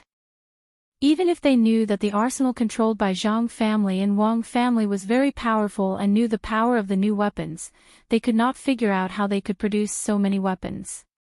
Zhang Shuo felt even more pressure. For a person, the most terrifying thing was not knowing. Zhang Xiaobao and Wang Wan seemed to have a close relationship with the emperor, to the extent that they were closer than the prime minister. In terms of favored officials, the two of them were not the kind of people who relied on the emperor's good impression to do things. Their own strength was there. In terms of being able to be an official, many times, they did not follow the etiquette of a monarch. Should they secretly remind Xi and Luo that Zhang Xiaobao is going to use underhanded methods? Zhang Shuo, who felt the pressure, was tempted. As soon as this thought appeared, he suppressed it. Forget it, He believed that the people of Axian Luo also knew how Zhang Xiaobao and Wang Wan's methods were. It was better for him to be honest. Otherwise, if the two of them found out, they could easily kill their way to Hanyuan Palace Hall on a whim one day and shoot him a few times. Yes, it was very easy. Even Xiao Bei and the others dared to bring up the official registrar of the Ministry of Works, let alone their brother and sister. There was no normal person in this family. They did not know what compromise was and did not follow the rules. All the officials had their own thoughts. For a moment, Hanyuan Palace Hall was silent. Seeing that his initial goal had been achieved, Li Longji opened his mouth and said, "The 3,000 Jinwu guards entered the grassland this time. First, they represented the imperial court to accept the Turks. Second, they were to check the terrain and make a detailed map. Third, they were to improve their proficiency in using weapons. Fourth, there were too many wolves on the grassland. They were to find other animals and let the people of Fengzhou follow them. They were to make canned food and bring it back to the capital for everyone to taste." "Thank you, Your Majesty." The officials quickly expressed their gratitude. The canned food of Zhang Xiaobao and Wang Wan had been leaked, but the recipe had not been leaked. A food that was originally for the inner court to carry on a long journey had now become a luxury item. One could not help but sigh. In that case, the court is dismissed. Seeing that no one brought up anything new, Li Longji left with this sentence and left in his carriage. The officials looked at each other and hurried back to their respective offices. In their hearts, they knew that the Turks were finished. The 3,000 Jinwu guards were equipped with good weapons. In addition to the hot air balloons patrolling the sky, it was very likely that they would catch the Turks off guard and attack them directly. Changfeng Pavilion, built by the river, had 3 floors. One could see the murmuring water of the muddy river flowing, and there was even a slight breeze on the surface of the river. Just like other restaurants, the higher the floor, the more expensive the dishes were. This was especially so for the rooms facing the river. Ordinary people could only look at them but could not afford them. Li Dong had gathered the people from the other powers on the 3rd floor. Originally, he had planned to come tomorrow, but who knew that the foreign affairs of Xinjiang Construction would come today? Furthermore, they even said that they would give him a fortune. Regardless of the other party's intentions, he still had to show the necessary etiquette. Thus, he brought forward the date to this evening. If the people of Xinjiang Construction Group wanted to threaten him, he would have a few more helpers to help him. In a room on the 3rd floor, more than 20 people were seated at 3 tables. Some of them were clearly dispirited, as if they had just come out from a brothel not long ago. If one were to look carefully while walking, one might see that some of them had weak legs. More than 20 people gathered here and kept drinking tea. There was no dish on the table. After waiting for half an hour, they finally saw Li Dong, who had come back from outside and met the people of Xinjiang Construction Group by chance, walking in with the people of Xinjiang Construction Group while chatting and laughing. Finally, more than 20 people stood up and greeted them one after another. They glanced at the people of Xinjiang Construction Group from time to time. If they were just building houses for others, they would not pay so much attention to them. However, they knew clearly who was behind Xinjiang Construction Group, so they had to pay attention to them. After greeting each other, they sat down again. The waiter of the restaurant hurriedly served cold dishes and wine so that they could eat first. "Ladies and gentlemen, Boss Li has already introduced me. I am Zhang Tai, the Foreign Affairs Manager of Xinjiang Construction Group. However, I'm sure you don't know why I'm here today. I wish you all a prosperous business and fortune." The Foreign Affairs of Xinjiang Construction Group asked the waiter to fill the wine glasses first. Then, he picked up the glasses and started to talk to the people at present. After that, he drank up the wine in the glasses. Seeing him drinking up, the others also drank up a bowl of wine. After burping, they knew that Zhang Tai had something to say. Therefore, they all fixed their eyes on Zhang Tai and waited for him to open his mouth. After putting down the bowl, Zhang Tai picked up a cucumber and chewed it. Wei Wei shook her head. Apparently, he didn't like the cold dish of cucumber in Changfeng Pavilion. Li Dong didn't make any comment on this. Now that Zhang Tai was from Zhang clan and Wang clan, he must have eaten better food than Changfeng Pavilion. Besides, between the clouds and the water and blue sea silver sand were not decorations. After forcefully swallowing the cucumber, Zhang Tai put down his chopsticks. It seemed that he didn't want to continue eating. After looking around with a smile, Wei Wei shook her head and said, "Not many people." "That's it. After letting you know about it, we will find more people to cooperate with you." After hearing that, over 20 people also put down their chopsticks and pricked up their ears in case of missing something important. "Here's the thing. Xinjiang Construction Group wants to cooperate with you to build a road from Jili province to here. The total cost is estimated to be 11 million strings of coins. As long as you contribute a little bit, the road will be built." Zhang Tai casually uttered a figure. However, this figure startled all the people at present. 11 million strings of coins. How much was a little bit? If it was divided equally, it seemed that it was not enough even if they sold all the goods. Before someone raised the question, Zhang Tai continued, "If it's not divided equally, you will not have enough cash flow, right?" All the people nodded as they knew that Zhang Tai was giving them face. Otherwise, they would not have enough cash flow. They would not have enough cash flow even if they sold all their properties. Therefore, Xinjiang Construction Group will take 10 million strings of coins. You only need to take 1 million strings of coins in total.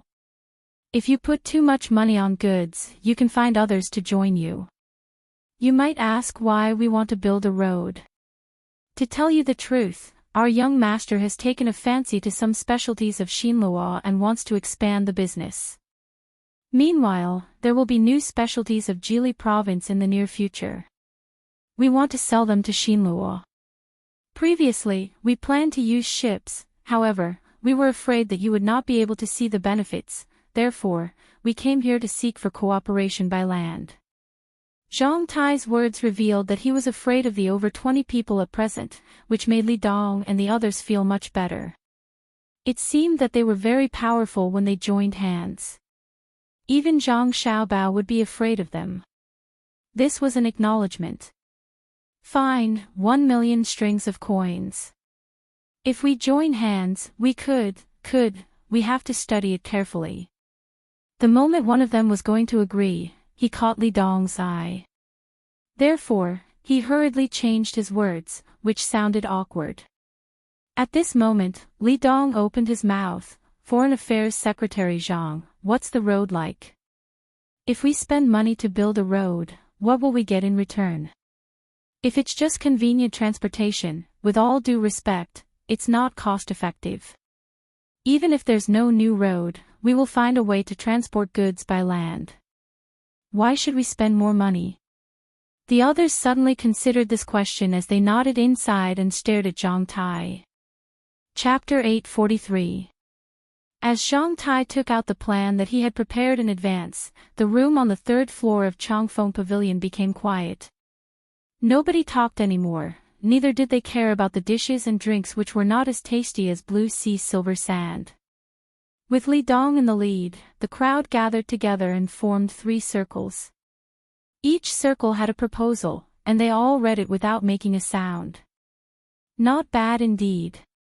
Zhang Xiaobao is really something. After looking through a few catalogues, Li Dong raised his head and said something in Xinlua to the people who were also looking at him. They nodded at once. If it were them, they would not be able to figure out the plan in their hands. After saying that, Li Dong turned over a page. They then continued to read it seriously. Part of the plan was how to mobilize the materials for road construction and where to find people to help transport them. Part of the plan was about the firmness of the road and whether it could withstand the flood and the trampling of horses' hooves. Li Dong and the others were not interested in this information. It was not easy to get 1 million strings of coins. Even if over 20 families worked together, they could not afford 1 million strings of coins. They had to find more people. They had to find a reason for others to help them. What they wanted to know was how much benefit they could get from the road construction. After turning over another page, they finally found the information that they needed. Firstly, the road would be built at the junction of the two places, namely the border between Xinluo country and Tang dynasty. It would not take long for them to see the results. They would build inns, restaurants and other houses on the roadside for those who had just come from Tang dynasty or Xinluo country to rest. It was estimated that they could get 1,000 strings of coins per month. In the future, as trade and transportation became more frequent, they could make more money. Xinjiang construction only needed 20% of the profit. After the road in Jieshi province was built, the investors in Xinluo country could also get 20% of the profit. Seeing the first point, a smile appeared on Li Dong's face. An 80% and 20% profit was like money falling from the sky. If they were to calculate according to the proportion of money invested, they wouldn't even be able to get 10%. It seemed that Zhang Xiaobao would give them some benefits first and then ask for it from other sources. After considering it, they continued to read on. Secondly, the road was built on the road that could barely be considered a road from afar. That way, the people or groups who could still use this road would have to walk on their own if they didn't want to walk on the newly built road. If they wanted to leave, they had to pay a toll fee to maintain the road. If they were traveling alone, they could stay at the two sides and wait for other caravans to come over to help guard and transport the goods. In lieu of paying the toll fee, both sides would receive a certain percentage of intermediary fees from the caravans. If a caravan were to pass through, they would charge a fee based on the value of the goods. Considering that the value of the goods could increase by several times from one place to another, they would charge a fee of 10% of the value of the goods or 5% of the goods. Good, the second point is good. If you don't take the road that we built and go to other places, firstly, it will be dangerous and secondly, it will be a waste of time. 10% of the money is not a small amount. It would be best to take 5% of the goods. If the goods are transported back and forth, they will all be things that are not available in the two places, so the value will be higher. When Li Dong saw the second point, he stopped and told the people beside him. They nodded once again. Third, the Great Tang would set up a toll gate on both sides of the border. All goods from Xinluo would have to pay a 20% tariff to protect the profits of the Great Tang's corresponding industries. The Great Tang would send people to patrol and put an end to smuggling. Why? Why do we have to pay a tariff for trade and transportation? It's the first time I've heard of it. It's really strange. Can Xinjiang construction represent Great Tang's imperial decree? When Li Dong saw the third point, he was not satisfied. He wanted to transport more goods from Xinluo to Great Tang to sell in the future. Since there were more people in Jilin province, there would be more goods in demand. Therefore, the price would be higher. If he had to pay this ridiculous tariff, wouldn't he be giving money to others for free? Therefore, he questioned Zhang Tai, who was sitting on the cushion. Zhang Tai was drinking the scented tea that he had brought. Recently, he had been a bit irritated by the boat ride. Thankfully, his master had prepared a scented tea for him. Tasting the faint fragrance of the flowers, he was interrupted by Li Dong, who licked his lips and said, "All the subjects of Great Tang know that my young master and young lady can make decisions on behalf of Great Tang in foreign affairs. His Majesty has also agreed to collect tariffs. Additionally, it's not the first time that Great Tang has collected tariffs in foreign affairs. Jiannan province has already started to collect tariffs. Even my master's caravan would have to pay the corresponding amount of money. It's the same for Xinyuan Island. I estimate that in a few days, the ships coming to and from Japan would also start to pay tariffs. We can't go against this. Xinluo could also collect tariffs. Otherwise, Master Li could consider it. If Master Li wanted to buy porcelains from Great Tang and transport them back to Xinluo, you could sell them at 6 copper coins per porcelain bowl and sell them at 30 copper coins per porcelain bowl. My Tang caravan could buy porcelain bowls at a lower price and transport them back to Xinluo at 20 copper coins per porcelain bowl. Would Master Li lower your price? If you lower your price, the Tang caravan would only need to maintain the same level of profit as Master Li.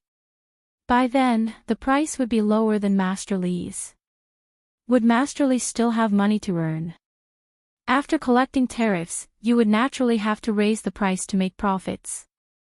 This is a form of protection for Master Li. Master Li nodded as his expression changed. It was indeed like what Zhang Tai had said. When the Tang caravan started to transport goods to Xinluo, it would have a great impact on him. At this moment, Zhang Tai added, besides the impact of purchasing goods from Great Tang, there's another impact. Xinluo's trees are always less than Great Tang's, especially the output of cloth. For example, a weaver could earn 300 copper coins per year. Our Great Tang has more advanced weaving machines. Our cloth is cheap. If we sell it to Xinluo at a lower price, would the weavers of Xinluo starve to death? This time, more people nodded. They admitted that Great Tang's technology was more advanced than Xinluo's. They also understood this logic. If silk was cheap, weavers would not be able to weave. If grains were cheap, farmers would not work. If goods were cheap, craftsmen would not work. If there was no output, there would be no money. If there was no money, one would not be able to afford goods. If goods could not be sold, the merchants would be doomed. This is called an economic crisis. Abnormal supply exceeds demand. By then, Xinluo would be doomed. Our young master does not intend to harm Xinluo like this. Otherwise, he would not mention this matter. By then, he would mobilize a large number of materials and attack Xinluo several times. Xinluo would still have a good chance to survive. Our young master is benevolent and righteous. Zhang Tai even showed off his knowledge to Li Dong and the others. Regardless of whether it was right or wrong, Li Dong's people did not know. Li Dong agreed with Zhang Tai's words very much. The only thing he disagreed with was that Zhang Xiaobao was benevolent and righteous. He did not believe that Zhang Xiaobao would be kind-hearted. We need to discuss it when we go back. Li Dong couldn't make up his mind. As it involved too much, he needed to discuss it with that member of the imperial clan of Xinluo last time. It seemed that Zhang Xiaobao and Wang Wan had already stabilized the affairs in Jilin province and were ready to hold a negotiation with Xinluo. This was a big trouble. It doesn't matter. We can understand your difficulties. We're not in a hurry. We'll talk about it after you've discussed it with me. After all, 1 million strings of cash is too much for Xinluo. Even Xinluo's annual income might not reach that amount, not to mention the merchants headed by Li Dong. Zhang Tai replied with a smile. However, his words made them very uncomfortable. Even though he did not show it on his face, Wei Wei's words revealed a condescending attitude. Li Dong and the others just bore this uncomfortable feeling and didn't refute it. After all, Zhang Tai asked for 10 million strings of cash. The sun was warm. Li Longji was lying on the artificial lake that was saturated with salt, looking at the floating clouds in the sky. He appeared to be very satisfied. From time to time, he would take a sip of wine that was floating on the table beside him. This kind of life was really enjoyable. After drinking a cup of wine, he felt a bit tipsy. He glanced at the entrance and waited for Gao Lishir, who had gone to fetch a letter. Not far away, he heard a splash sound. It was the palace maids performing a water dance. In front of him was Wu Huifei. She was wearing a translucent swimsuit, which was very seductive. Your Majesty, don't let others come to this lake in the future. After they swim, the water will be dirty. Wu Huifei said softly as she held a peach in her hand. She had just washed it clean and peeled it. She then put it in front of Li Longji's mouth. Li Longji took a bite of the peach and narrowed his eyes in satisfaction. He said to Wu Huifei, "The lake is huge. How can anyone dirty it? Those who come to swim are checked by doctors outside.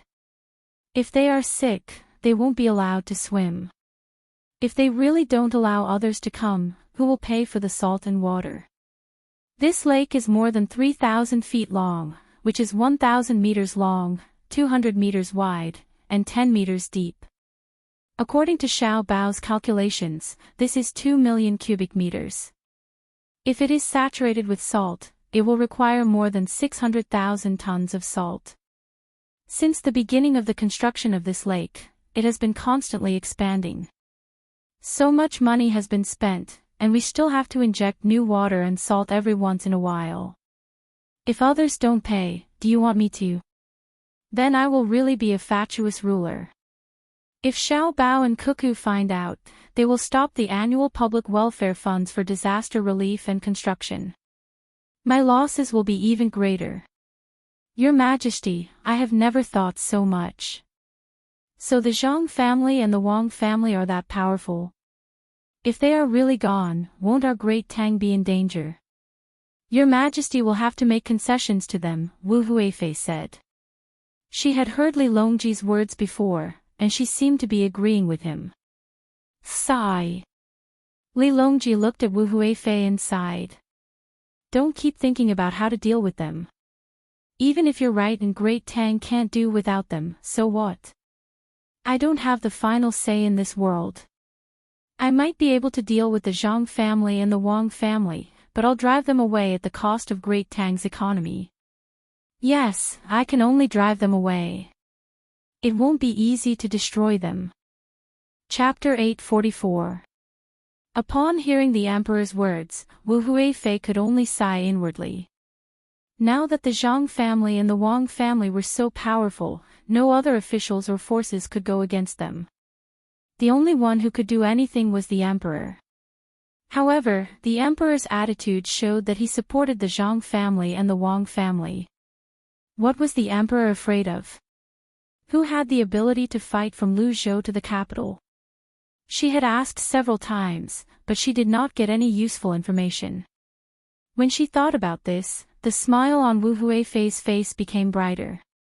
She said to the emperor, "Your Majesty, a few days ago, Cuckoo asked someone to send me a set of clothes. The places that should be exposed were not, but the places that should not be exposed were all exposed. I wore it once. It was so embarrassing." Li Longji naturally knew what kind of clothes it was. It was specially made for women to wear to seduce men. He had seen it at Empress Wang's place the day before yesterday. The workmanship was exquisite, and the materials were exquisite. He heard that it was the work of Xiao Bao and Cuckoo.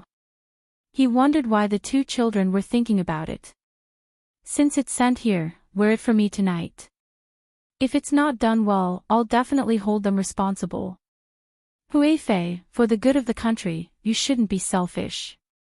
It's easy to destroy a person, but it's difficult to build a country. Moreover, the Zhang family and the Wang family can't be destroyed as you wish. I know you have resentment in your heart, so keep it in your heart. Don't take it out, and don't do anything. No one can touch the Zhang family and the Wang family in Luzhou. Even if it's my decree, Luzhou still has to give face to the two families.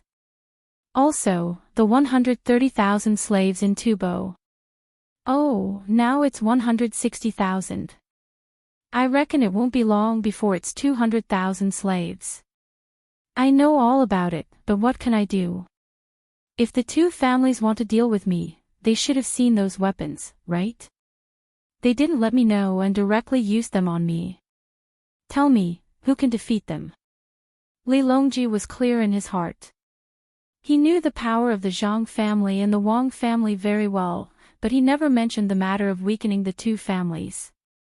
Wu Huifei rarely heard the emperor say such things to her. Today, when the emperor said this, the charming smile on her face faded. She frowned slightly and said, "Your Majesty, are we really going to ignore them? What if they want to take His Majesty's position? If I wanted to sit, I would have done so long ago." I also thought about it for a long time. I was worried, scared, and helpless. Later, I suddenly thought it through. The Zhang family and the Wang family did not want to be the emperor. Xiao Bao and Cuckoo were not very respectful to me. Just look at Xiao Bei, who kept calling me Uncle Emperor. In the eyes of Xiao Bei and the other children, I was only respected because I was older, not because of my identity. Every night, after I finish reading the memorials, I always think, why? Later on, we understood. Oh, to put it in Xiao Bei's words, we understood. The Zhang clan and the Wang clan, especially Xiao Bao and Cuckoo, probably didn't like to be emperor. They only treated the Great Tang as theirs. They want me to always sit on the dragon throne, and then follow them to make the Great Tang stronger. Their thoughts are not on me, but on the people of the Great Tang. It is true that the people are the most important, followed by the country, and the emperor is the least important. As Li Longji spoke, he also felt that he had talked a little too much today. He thought that it might be because the weather was good, and the surrounding countries were gradually stabilizing, so he could let go of many things in his heart. Looking at Wu Huifei's puzzled eyes, he said, "Starting from Sanshui County, the Zhang family and the Wang clan would always compromise with me as long as it involved interests. If they were afraid of me in the beginning, then they don't need to be afraid of me now.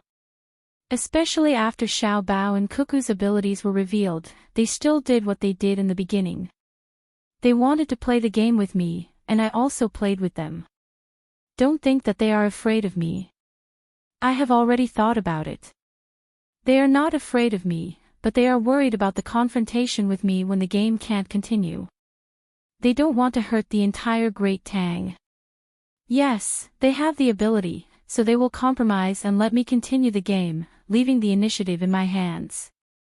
However, this initiative of mine is not because of the position of emperor, but because of the people of the Great Tang. They are not willing to fight a war that will affect the Great Tang. Therefore, compared to them, I am more selfish. They don't care about the position, but I care.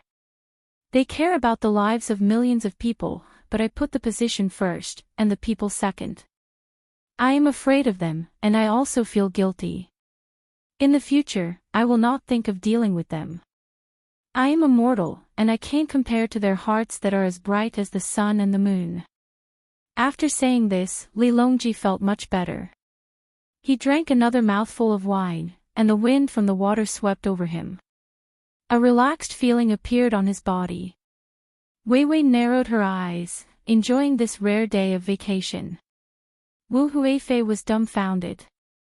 She had never thought that the emperor would place the Zhang family and Wang family in such a position.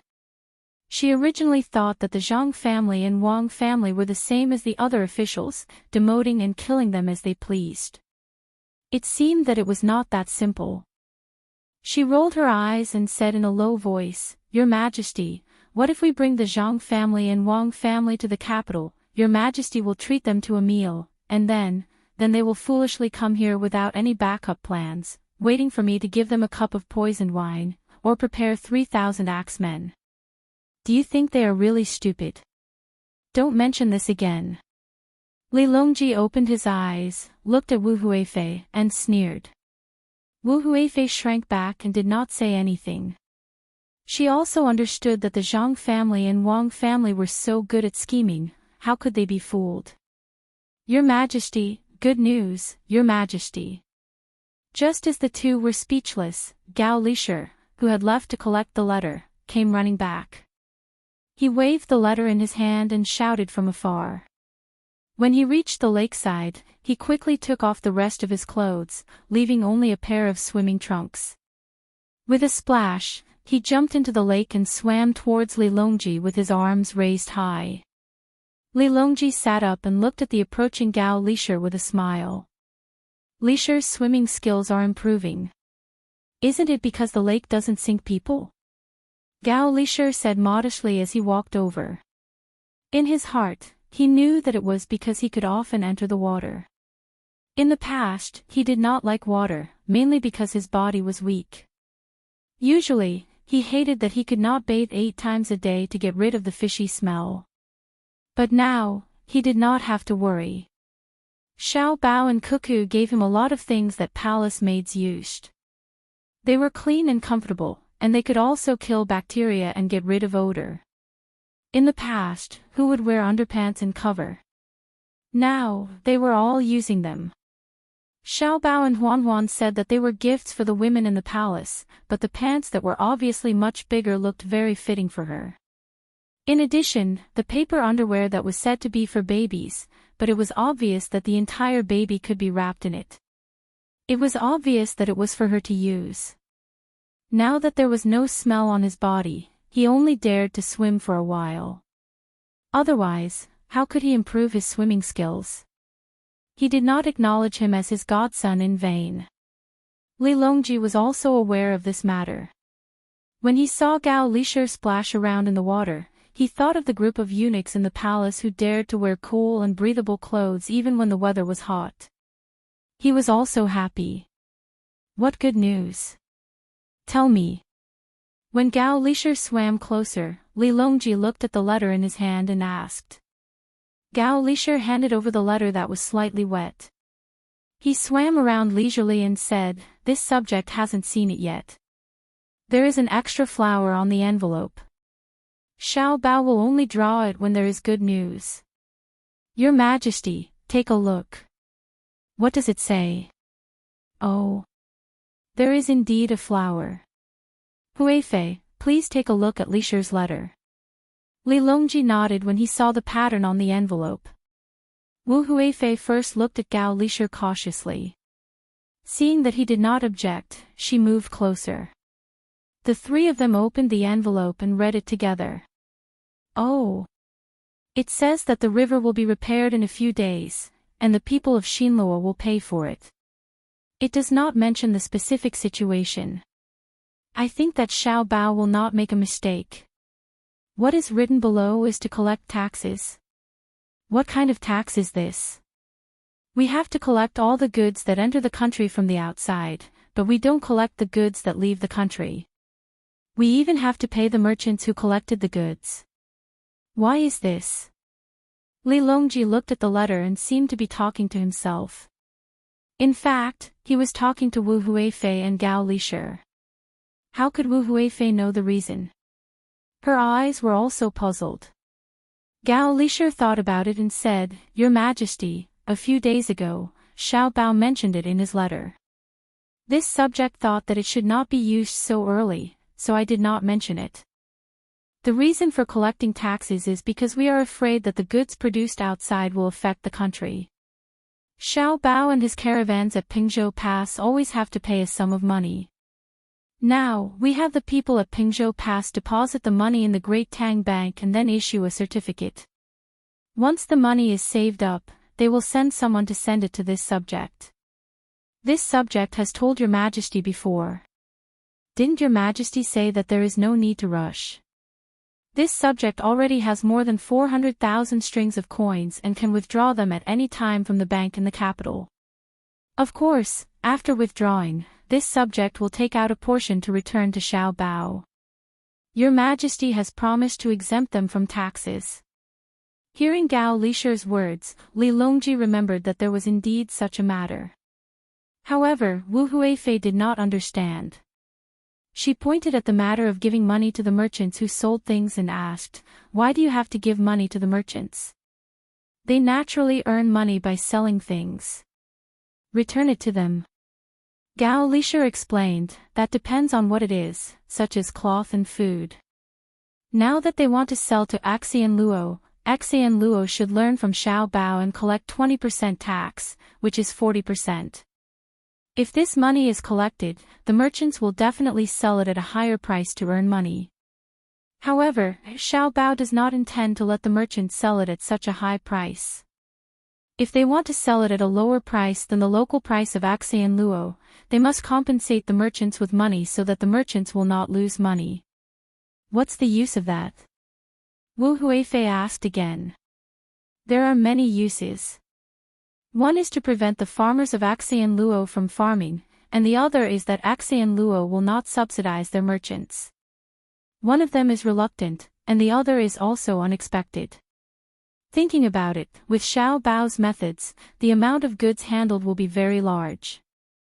Under the situation of attacking Axian Luo's local industry, it will also make the merchants of Axian Luo resentful of the people in charge. Without agriculture, it will be unstable, and without commerce, it will not be able to live. This is a strategy to destroy the country. Chapter 845. The weather was getting hotter, and the people were getting more and more agitated. The third floor of Changfeng Pavilion once again welcomed a distinguished guest. Li Dong, who had previously contacted the members of the imperial clan, came over today to gather more merchants from Xinluo. They gathered on the third floor of Changfeng Pavilion to discuss important matters. Everyone, the matter of the road repair has been settled. Let's see how much money you have left. Gather 1 million strings of coins as soon as possible and repair the road. The higher-ups will give us some benefits. Li Dong saw that everyone's eyes were on him, so he took out a piece of paper and pushed it in front of a person beside him. When he passed it around, he said to the group of people. There were not many words on the paper. One could read it from the beginning to the end with just a few glances. The room immediately fell silent. For the time being, no one answered Li Dong's words. They passed it around. After a quarter of an hour, everyone finished reading it. When they raised their heads again, there was a trace of worry between their brows. The person who first read the words on the paper hesitated for a moment before asking, Mr. Li, 1 million strings of coins is not a small amount for us. The higher-ups only said that there would be a reward in the future, but we don't know when it will be or how much the reward will be. It's worrying. The others also thought of this and nodded. They looked at Li Dong again, wanting to get a specific time and amount from him. Li Dong looked around, a sense of helplessness welling up in his heart. 1 million strings of cash was enough to make them feel so distressed. From the various reports he had received from the Great Tang, let alone the mountainous wealth of the Zhang and Wang clans, even a merchant with some ability could gather 1 million strings of cash when in need. This was the difference. How could the merchants of the Tang dynasty have such ability in 10 years? 10 years, if one said it was long, it was like the sun rising and setting all day long. If one said it was short, it was like the colorful clouds in the wind. When one looked back, it suddenly flowed away. When he met with the members of the imperial clan, he had also mentioned this matter. In 10 years, the children who had entered school at the age of 10 had grown up. In 10 years, the grain output of the Tang dynasty had more than quadrupled. 10 years had passed. Perhaps the mountains had not changed their color, and the water had not weakened, but the Tang dynasty had become stronger and stronger. 10 years ago, Li Longji could only be gentle with Xinluo. 10 years later, Li Longji gave the order and the gunship surrounded. Sigh.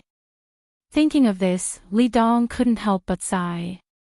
Looking at the people who were still scheming, he said, Everyone, now that the Tang Empire has mountains of grain and forests of people, all kinds of advanced technologies are emerging one after another. If you still think about that little bit of personal gain, perhaps in another 10 years, there won't be Xinluo. At that time, you and I will both be sinners, and perhaps we won't even have the qualifications to be sinners. When they heard Li Dong's words, they were stunned at first, but when they thought about it carefully, they realized that it was true. Once Xinluo was annexed by the Great Tang, their positions would definitely be at risk. Even though they knew this, they still felt uncomfortable. One of the people sitting across from Li Dong moved and asked, Since you know, why don't the imperial clan take out the money to repair the road? Why do you insist on making things difficult for us merchants? It's all because of the Great Tang. In the past, when Xinluo went to the Great Tang to pay tribute, the Great Tang would accept more things and give more things. There was money, technology, cloth, and leather as a reward.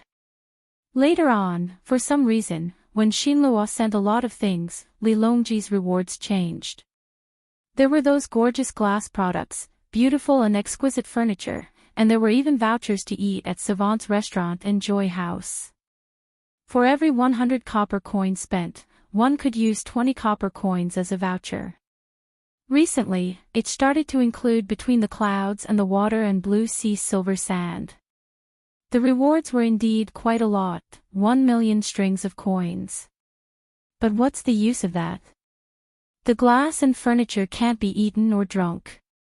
If you really want to use up the 1 million strings of coins with the vouchers, you have to take out 4 million strings of coins to eat and drink.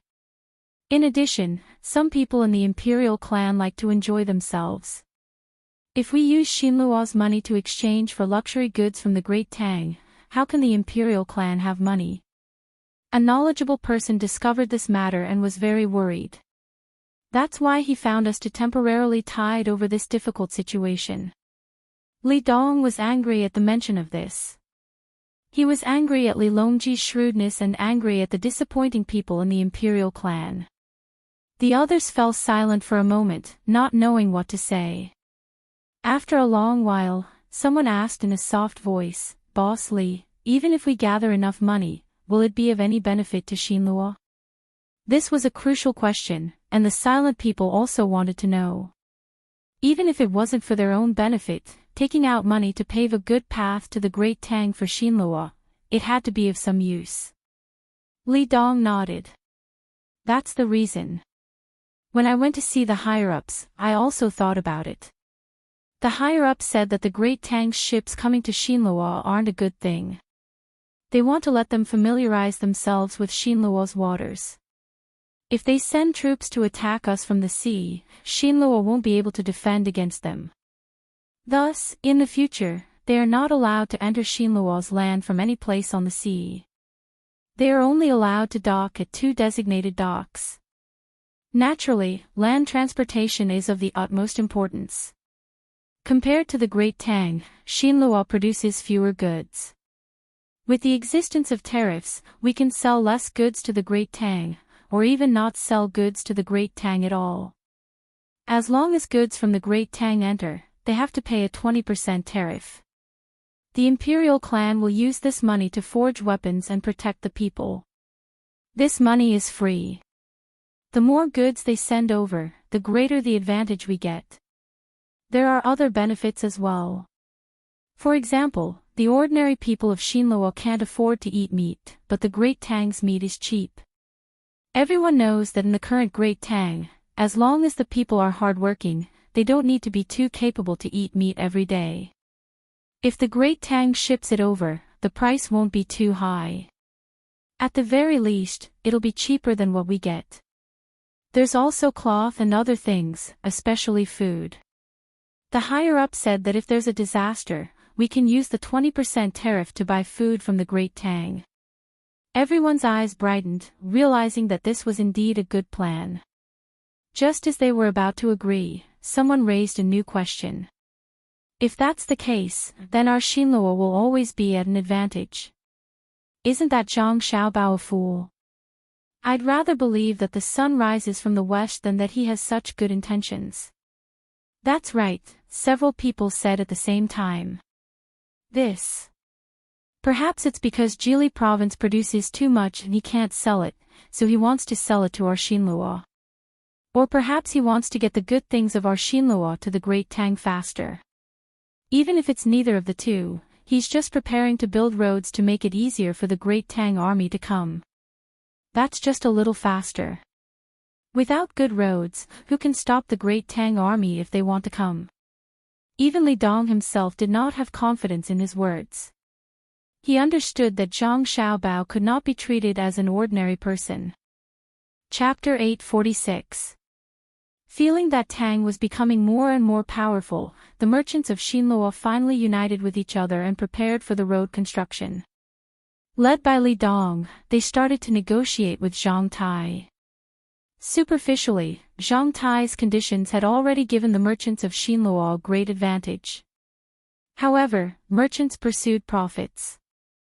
As long as you made a concession, they would want to take a step forward. Facing Li Dong's group who were united and aggressive, Zhang Tai was not anxious at all. He knew that even if they continued to make concessions, the merchants of Xinluo would not gain any advantage at all. Instead, they would suffer a complete loss. However, he could not agree with all the conditions of the other party at once in case of arousing suspicion. Therefore, he called a team to negotiate with the merchants of Xinluo. At the same time, the transport team of Zhang clan and Wang clan also transported piles of goods from Tang to Sashui River, which was dozens of kilometers away from Nihe River. This batch of goods was made up of the worst quality pottery and the first batch of silk that had not been sold out. There were also a small number of luxury goods. It would take some time for them to complete. It was the right time for Zhang Tai to negotiate with the merchants of Xinluo. Zhang Xiaobao and Wang Wan still didn't leave. They were fishing and eating the barbecue that they had been bored with. They looked very leisurely. At the beginning, they were accompanied by some guards. Later on, when the construction site was suspended, all the guards had left. The hired guards of Xinluo also went back home helplessly. When the riverside became tranquil, the two people came here alone every day in a very regular manner. They're fighting over there again. Go ahead. Fight with your full strength. Zhang Xiaobao opened the bellies of some shrimps and prepared to dry them under the sun. When he smoked them and gave them to his younger siblings as snacks, he gloated at the moving figures on the other side of the river. Wang Wan picked up the binoculars and took a look. Seeing that the people over there were bleeding, she shook her head. You're really ruthless. You're too evil. Did you have this idea when you wanted to connect the river? It's blasphemy to hear the word cruel from your mouth. No matter how cruel others are they cold-blooded like you? There aren't many kind-hearted people like me nowadays. I can't bear to see others bleed. After seeing it, my legs went weak. To be honest, I really didn't expect them to fight because I didn't know that someone would cause trouble. I only wanted to clear the river so that it would be convenient for the Blackwater governor's mansion to transport goods and at the same time, hold Xinluo hostage. However, when they saw an honest person like me, they started to bully me. It's a crime to bully an honest person.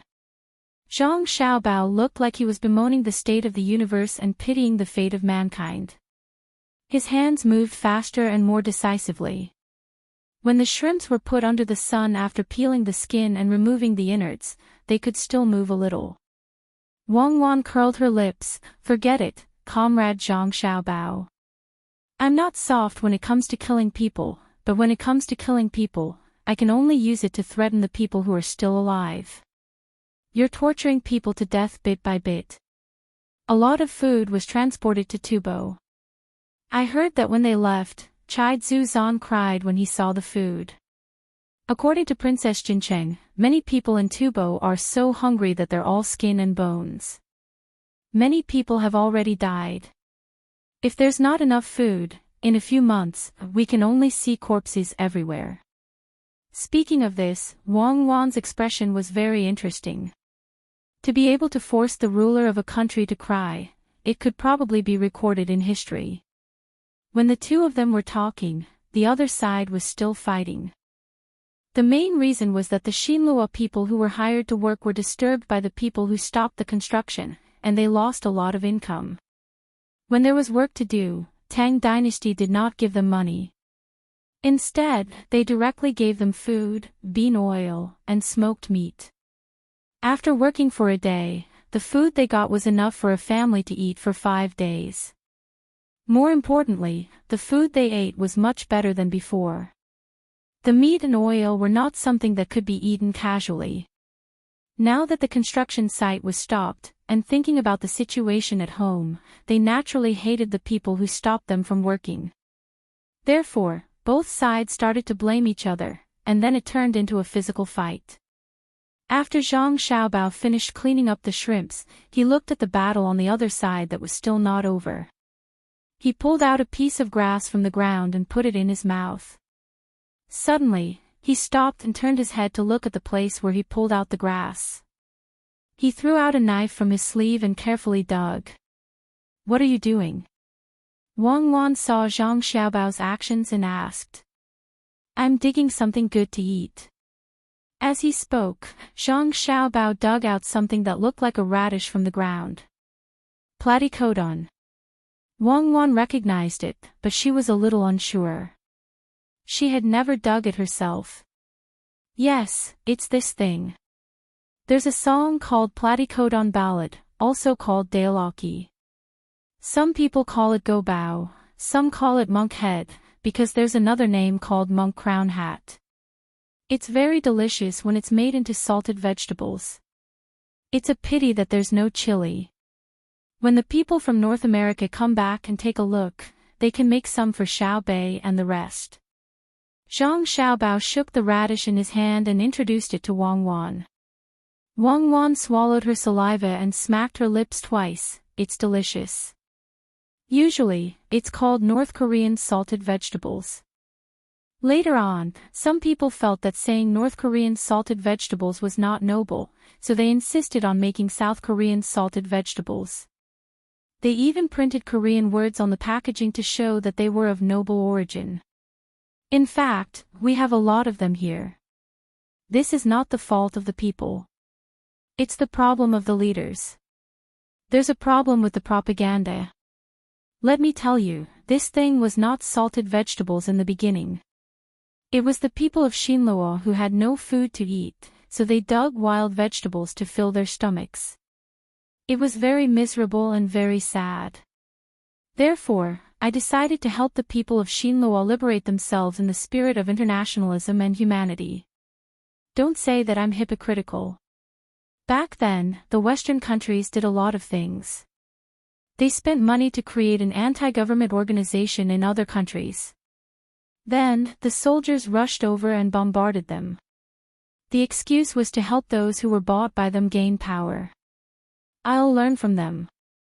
Zhang Xiaobao chuckled and continued to search for the platycodon. This thing was too small, one was not enough to eat. Wang Wan looked at the leaves on the platycodon and also started to help find them. She prepared to dry them first and wait for the chili so that Zhang Xiaobao could make them into North Korean salted vegetables. At that time, the spicy cabbage would also appear. "Xiaobao, are you planning to do something ruthless to Xinluo? At first, I thought that you only wanted to connect the river. Later on, seeing that your plan was constantly improving, I reckon that your thoughts are not small." Wang Wan, who had found 2 platycodon, picked it up in satisfaction and showed it to Zhang Xiaobao, who had already dug out more than 10 platycodon, and said to him. "At that time, I didn't think too much about it. Later on, I saw that there was an opportunity. If I wasted it, I would be punished by the heavens. So, I conveniently made the arrangements and stayed for another 5 days. If no one else made a move, we'll go back." Zhang Xiaobao pretended to be surprised, took the 2 precious platycodon from Wang Wan's hands, and replied.